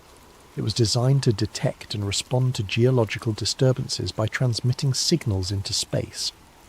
The question remained, signals to whom? I locked the letter in a safety deposit box along with copies of all my survey data and research findings. If something happened to me, at least there would be evidence that the discovery had been made. But I never published my findings. I never contacted journalists or researchers or anyone else who might be interested in the truth about what lay beneath the Alaskan permafrost. Because I realised that some knowledge carries a price too high to pay. If there really was a global network of alien communication devices buried beneath our feet, broadcasting our planet's geological status to unknown recipients in space, then humanity was living on borrowed time. We were tenants on a world that belonged to someone else, someone who had installed monitoring equipment long before our species existed. The machines weren't dormant relics of an ancient civilization. They were active components of a surveillance system that was still operational after millions of years. And every earthquake, every volcanic eruption, every nuclear test was sending updates to whoever had built them. I returned to my normal life as a civil engineer, taking contracts that kept me far from Alaska and far from any situation that might uncover similar installations. I told myself that ignorance was safer than knowledge, that some secrets were better left buried. But sometimes, late at night when I can't sleep, I think about that machine humming beneath the permafrost. I wonder if it's still transmitting. I wonder who's listening. And I wonder what they plan to do when they decide we've learned too much about the world we think we own. For 6 months, I managed to convince myself that forgetting was possible. I took contracts in familiar territories, building inspections in suburban developments, soil analysis for shopping mall construction, routine work that involved nothing more mysterious than concrete and rebar. Then the dream started. At first they were just fragments, flashes of geometric light, the sound of deep humming that seemed to vibrate through my bones, the sensation of standing on solid ground while everything around me pulsed with invisible energy. I'd wake up with my heart racing and a metallic taste in my mouth as if I'd been breathing electrified air. But the dreams became more vivid as weeks passed. I began seeing the pyramid not from above, as I had during my survey, but from within. Vast chambers carved from black stone that absorbed light rather than reflecting it. Corridors that stretched beyond the reach of any illumination, filled with the constant sound of machinery that had been running for millennia. In these dreams, I wasn't alone. Shadowy figures moved through the passages, tall, elongated forms that seemed more like geometric projections than living beings. They moved with purpose, tending to controls and displays that covered the walls in intricate patterns of light and symbol. The most disturbing part was that they seemed aware of me. In the dreams, they would pause their activities and turn toward me with attention that felt like cold judgment. Without faces I could recognise, without voices I could understand, they somehow communicated a single clear message. I had seen something I wasn't meant to see. I consulted a sleep specialist, thinking the dreams were delayed stress responses from my time in Alaska. She prescribed medication that helped me fall asleep but didn't stop the visions. If anything, the drugs made them more intense, more real, more impossible to dismiss as products of an overwrought imagination. It was during one of these medicated dreams that I saw something new, a global map covered in points of light, each one marking a location where similar pyramids lay buried. The network stretched across every continent, even beneath the ocean floors, hundreds of installation sites, all connected by lines of energy that pulsed in synchronized patterns. I woke from that dream with absolute certainty that I was seeing something real. The buried machines weren't isolated installations. They were nodes in a planetary communication grid that spanned the entire world. 3 days later, I made a decision that changed everything. I started investigating again. Using the global locations from my dreams as starting points, I began researching electromagnetic anomalies and unexplained phenomena at similar sites around the world. What I found was a pattern so consistent it couldn't be coincidental. Every location where I dreamed of seeing a pyramid corresponded to a place where unusual events had been reported. The Nazca lines in Peru, built over an area where aircraft instruments malfunctioned regularly. The underwater structures near Bimini in the Bahamas, where submarines had reported mechanical failures and compass deviations. The Giza Plateau in Egypt, where modern surveys had detected massive voids beneath the known pyramids. Each site shared common characteristics: electromagnetic interference, geometric precision in ancient or unexplained structures, and a history of covering up or dismissing scientific findings that couldn't be easily explained. But the most significant pattern was temporal.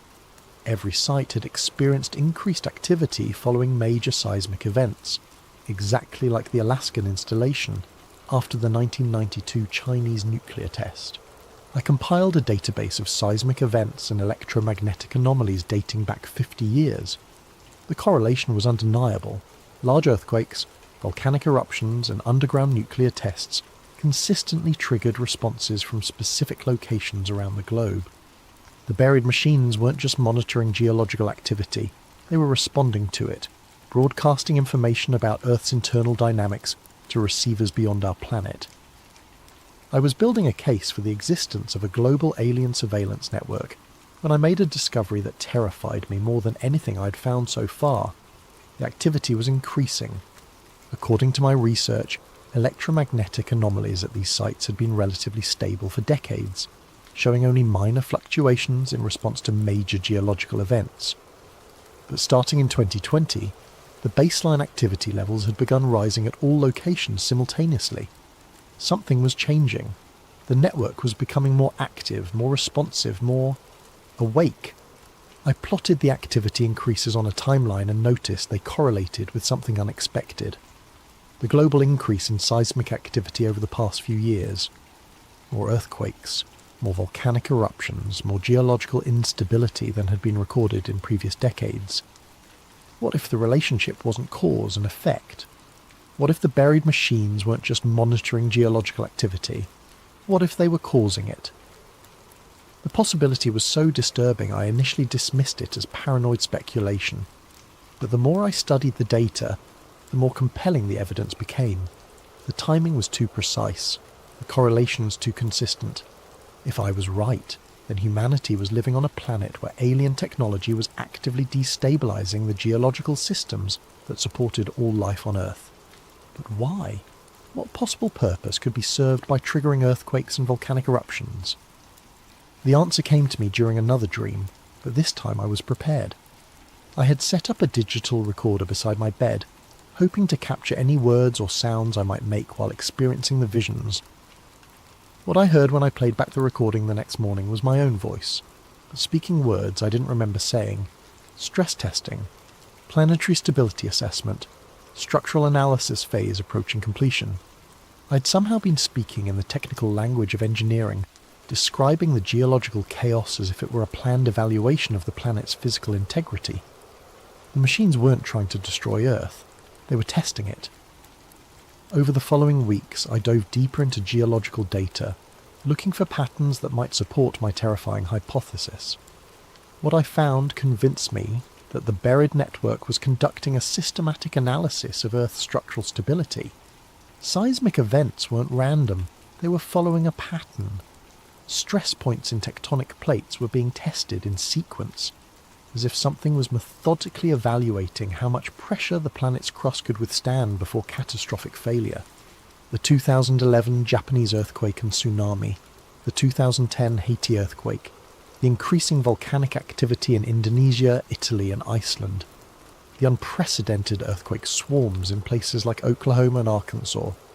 All of these events clustered around locations where I'd identified buried installations. I created detailed models showing how the network might be triggering these events through focused electromagnetic pulses directed at specific geological fault lines. The technology required would be far beyond human capabilities, but for a civilization that could build planet-spanning monitoring networks, it would be routine engineering. But the most chilling aspect of my research was the timeline. If the current rate of geological testing continued, the network would have evaluated every major tectonic system on Earth within the next 5 to 10 years. What would happen when the testing phase was complete? I spent sleepless nights imagining scenarios, planetary mining operations that required clearing the surface of inconvenient biological life, terraforming projects that would remake Earth's atmosphere and geology, or simple property reclamation by the network's builders returning to a world they had left unattended for millennia. None of the possibilities included a future for human civilization. It was during this period of growing despair that I received an unexpected contact that changed everything once again.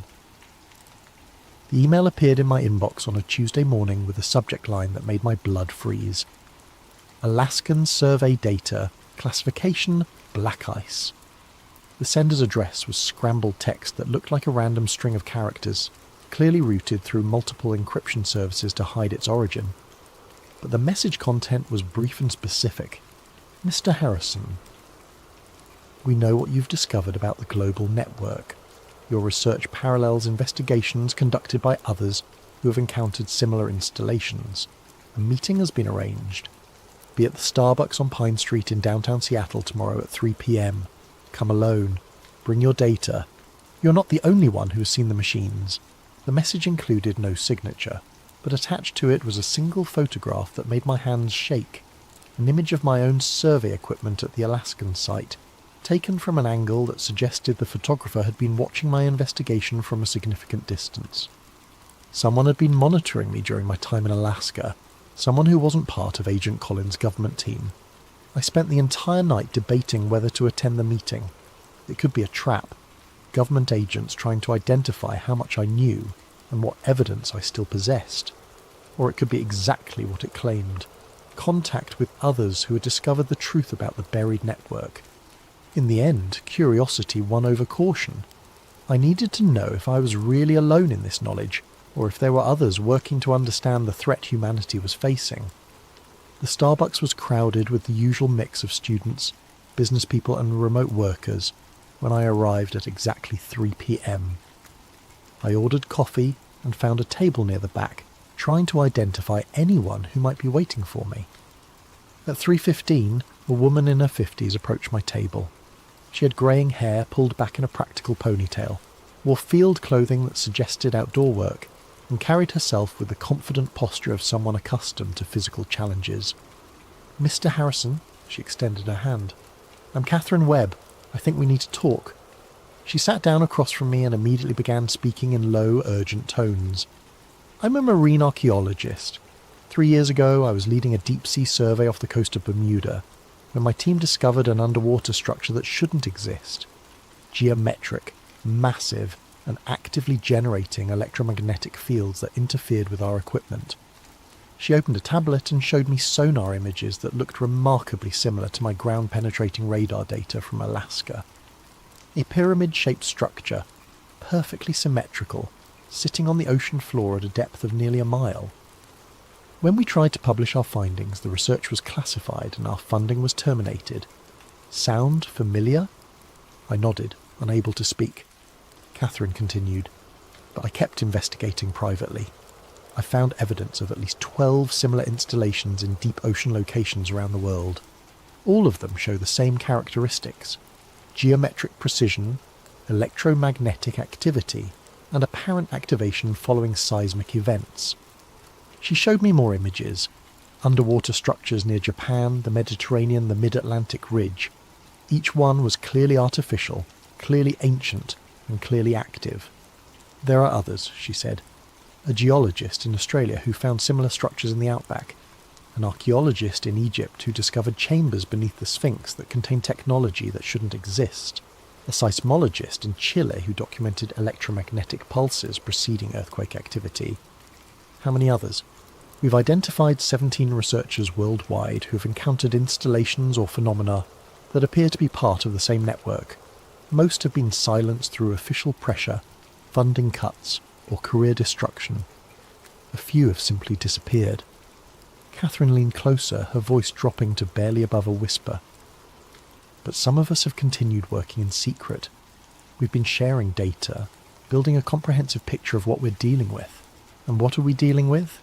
A global surveillance and control system that's been operating for thousands of years, possibly millions. The installations aren't just monitoring Earth, they're managing it, controlling geological processes, atmospheric composition, even biological evolution through environmental manipulation.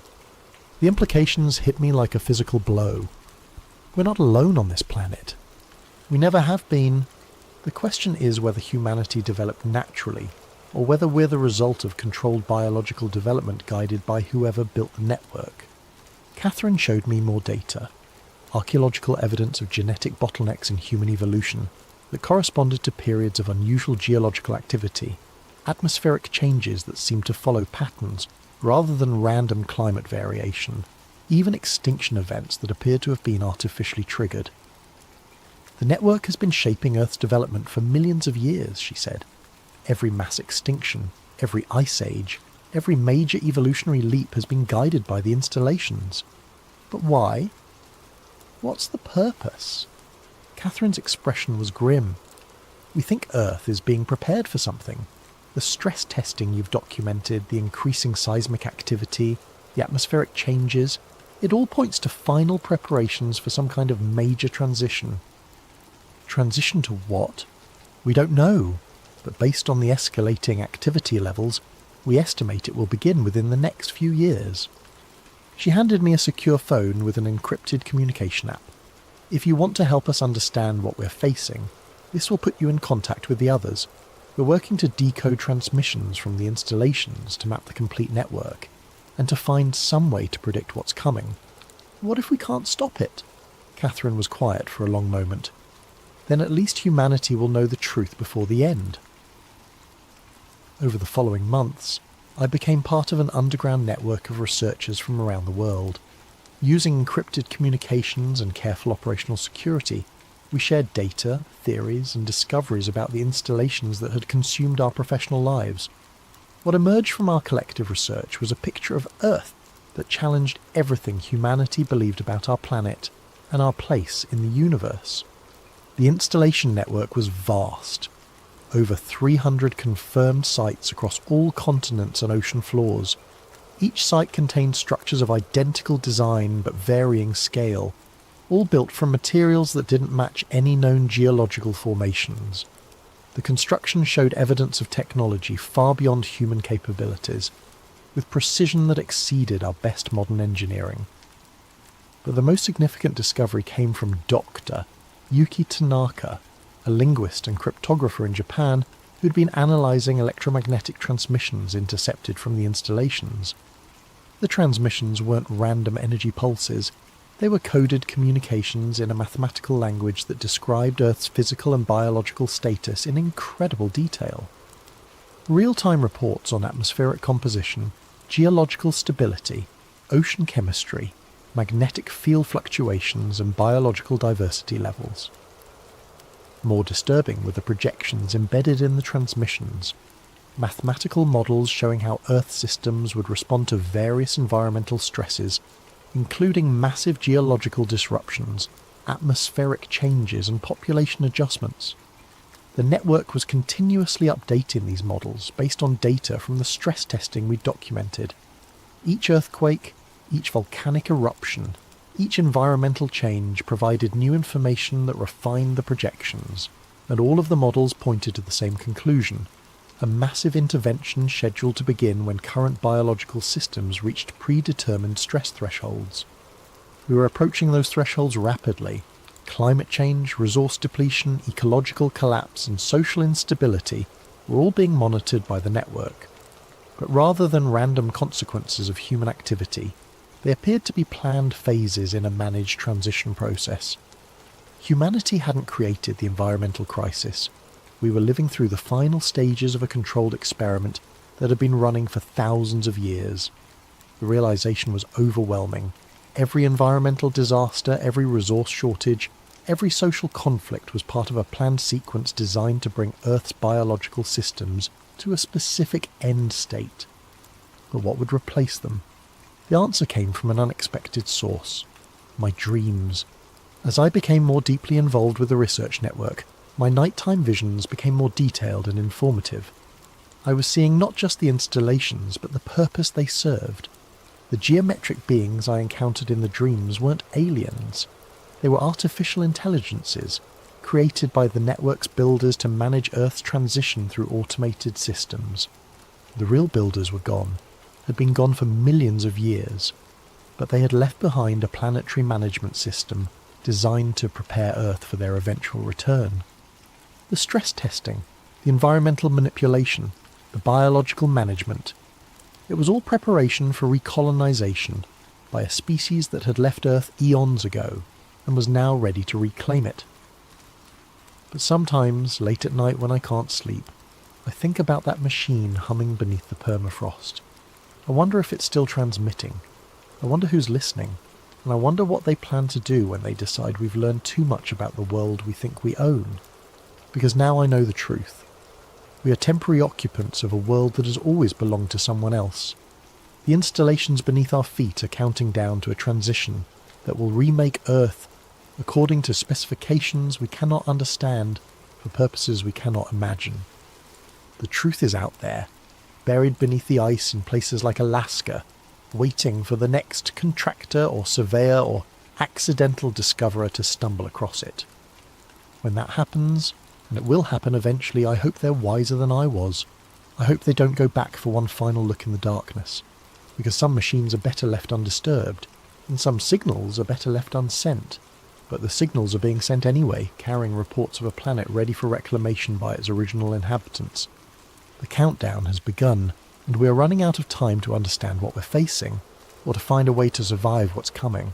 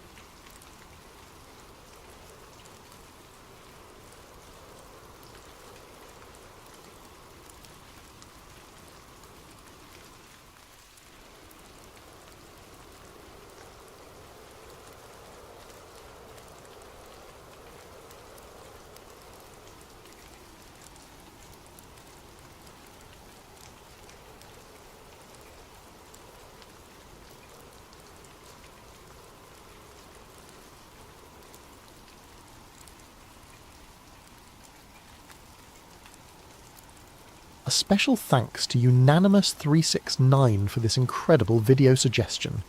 If you have story ideas you'd like to see brought to life, drop them in the comments below along with your time and location as you listen. And if you're enjoying these tales that blur the line between science and the unknown, don't forget to like and subscribe to Sleep Theories for more stories that will keep you wondering long into the night. Some discoveries aren't meant to be made, some truths are buried not because they're false, but because they're too real, too immediate, too threatening to everything we thought we knew about our place in the universe. What I'm about to tell you happened 6 months ago, but it feels like a lifetime. Every night since then, I've looked up at the moon differently. Not as Earth's faithful companion, but as something else entirely. Something that's been watching us far longer than we've been watching it. The funny thing about working nights is how alone you become with your thoughts. When the rest of the world sleeps, reality becomes more malleable, more open to possibilities that daylight would dismiss. Maybe that's why I was the one to hear it first, or maybe it chose me. I'm still not sure which possibility terrifies me more. The Deep Space Communications Array sits on a mesa in New Mexico like a metallic flower turned skyward, its massive dish perpetually searching the cosmos for whispers of intelligence. Most people imagine radio astronomy as glamorous work, first contact with alien civilizations, breakthrough discoveries that reshape human understanding.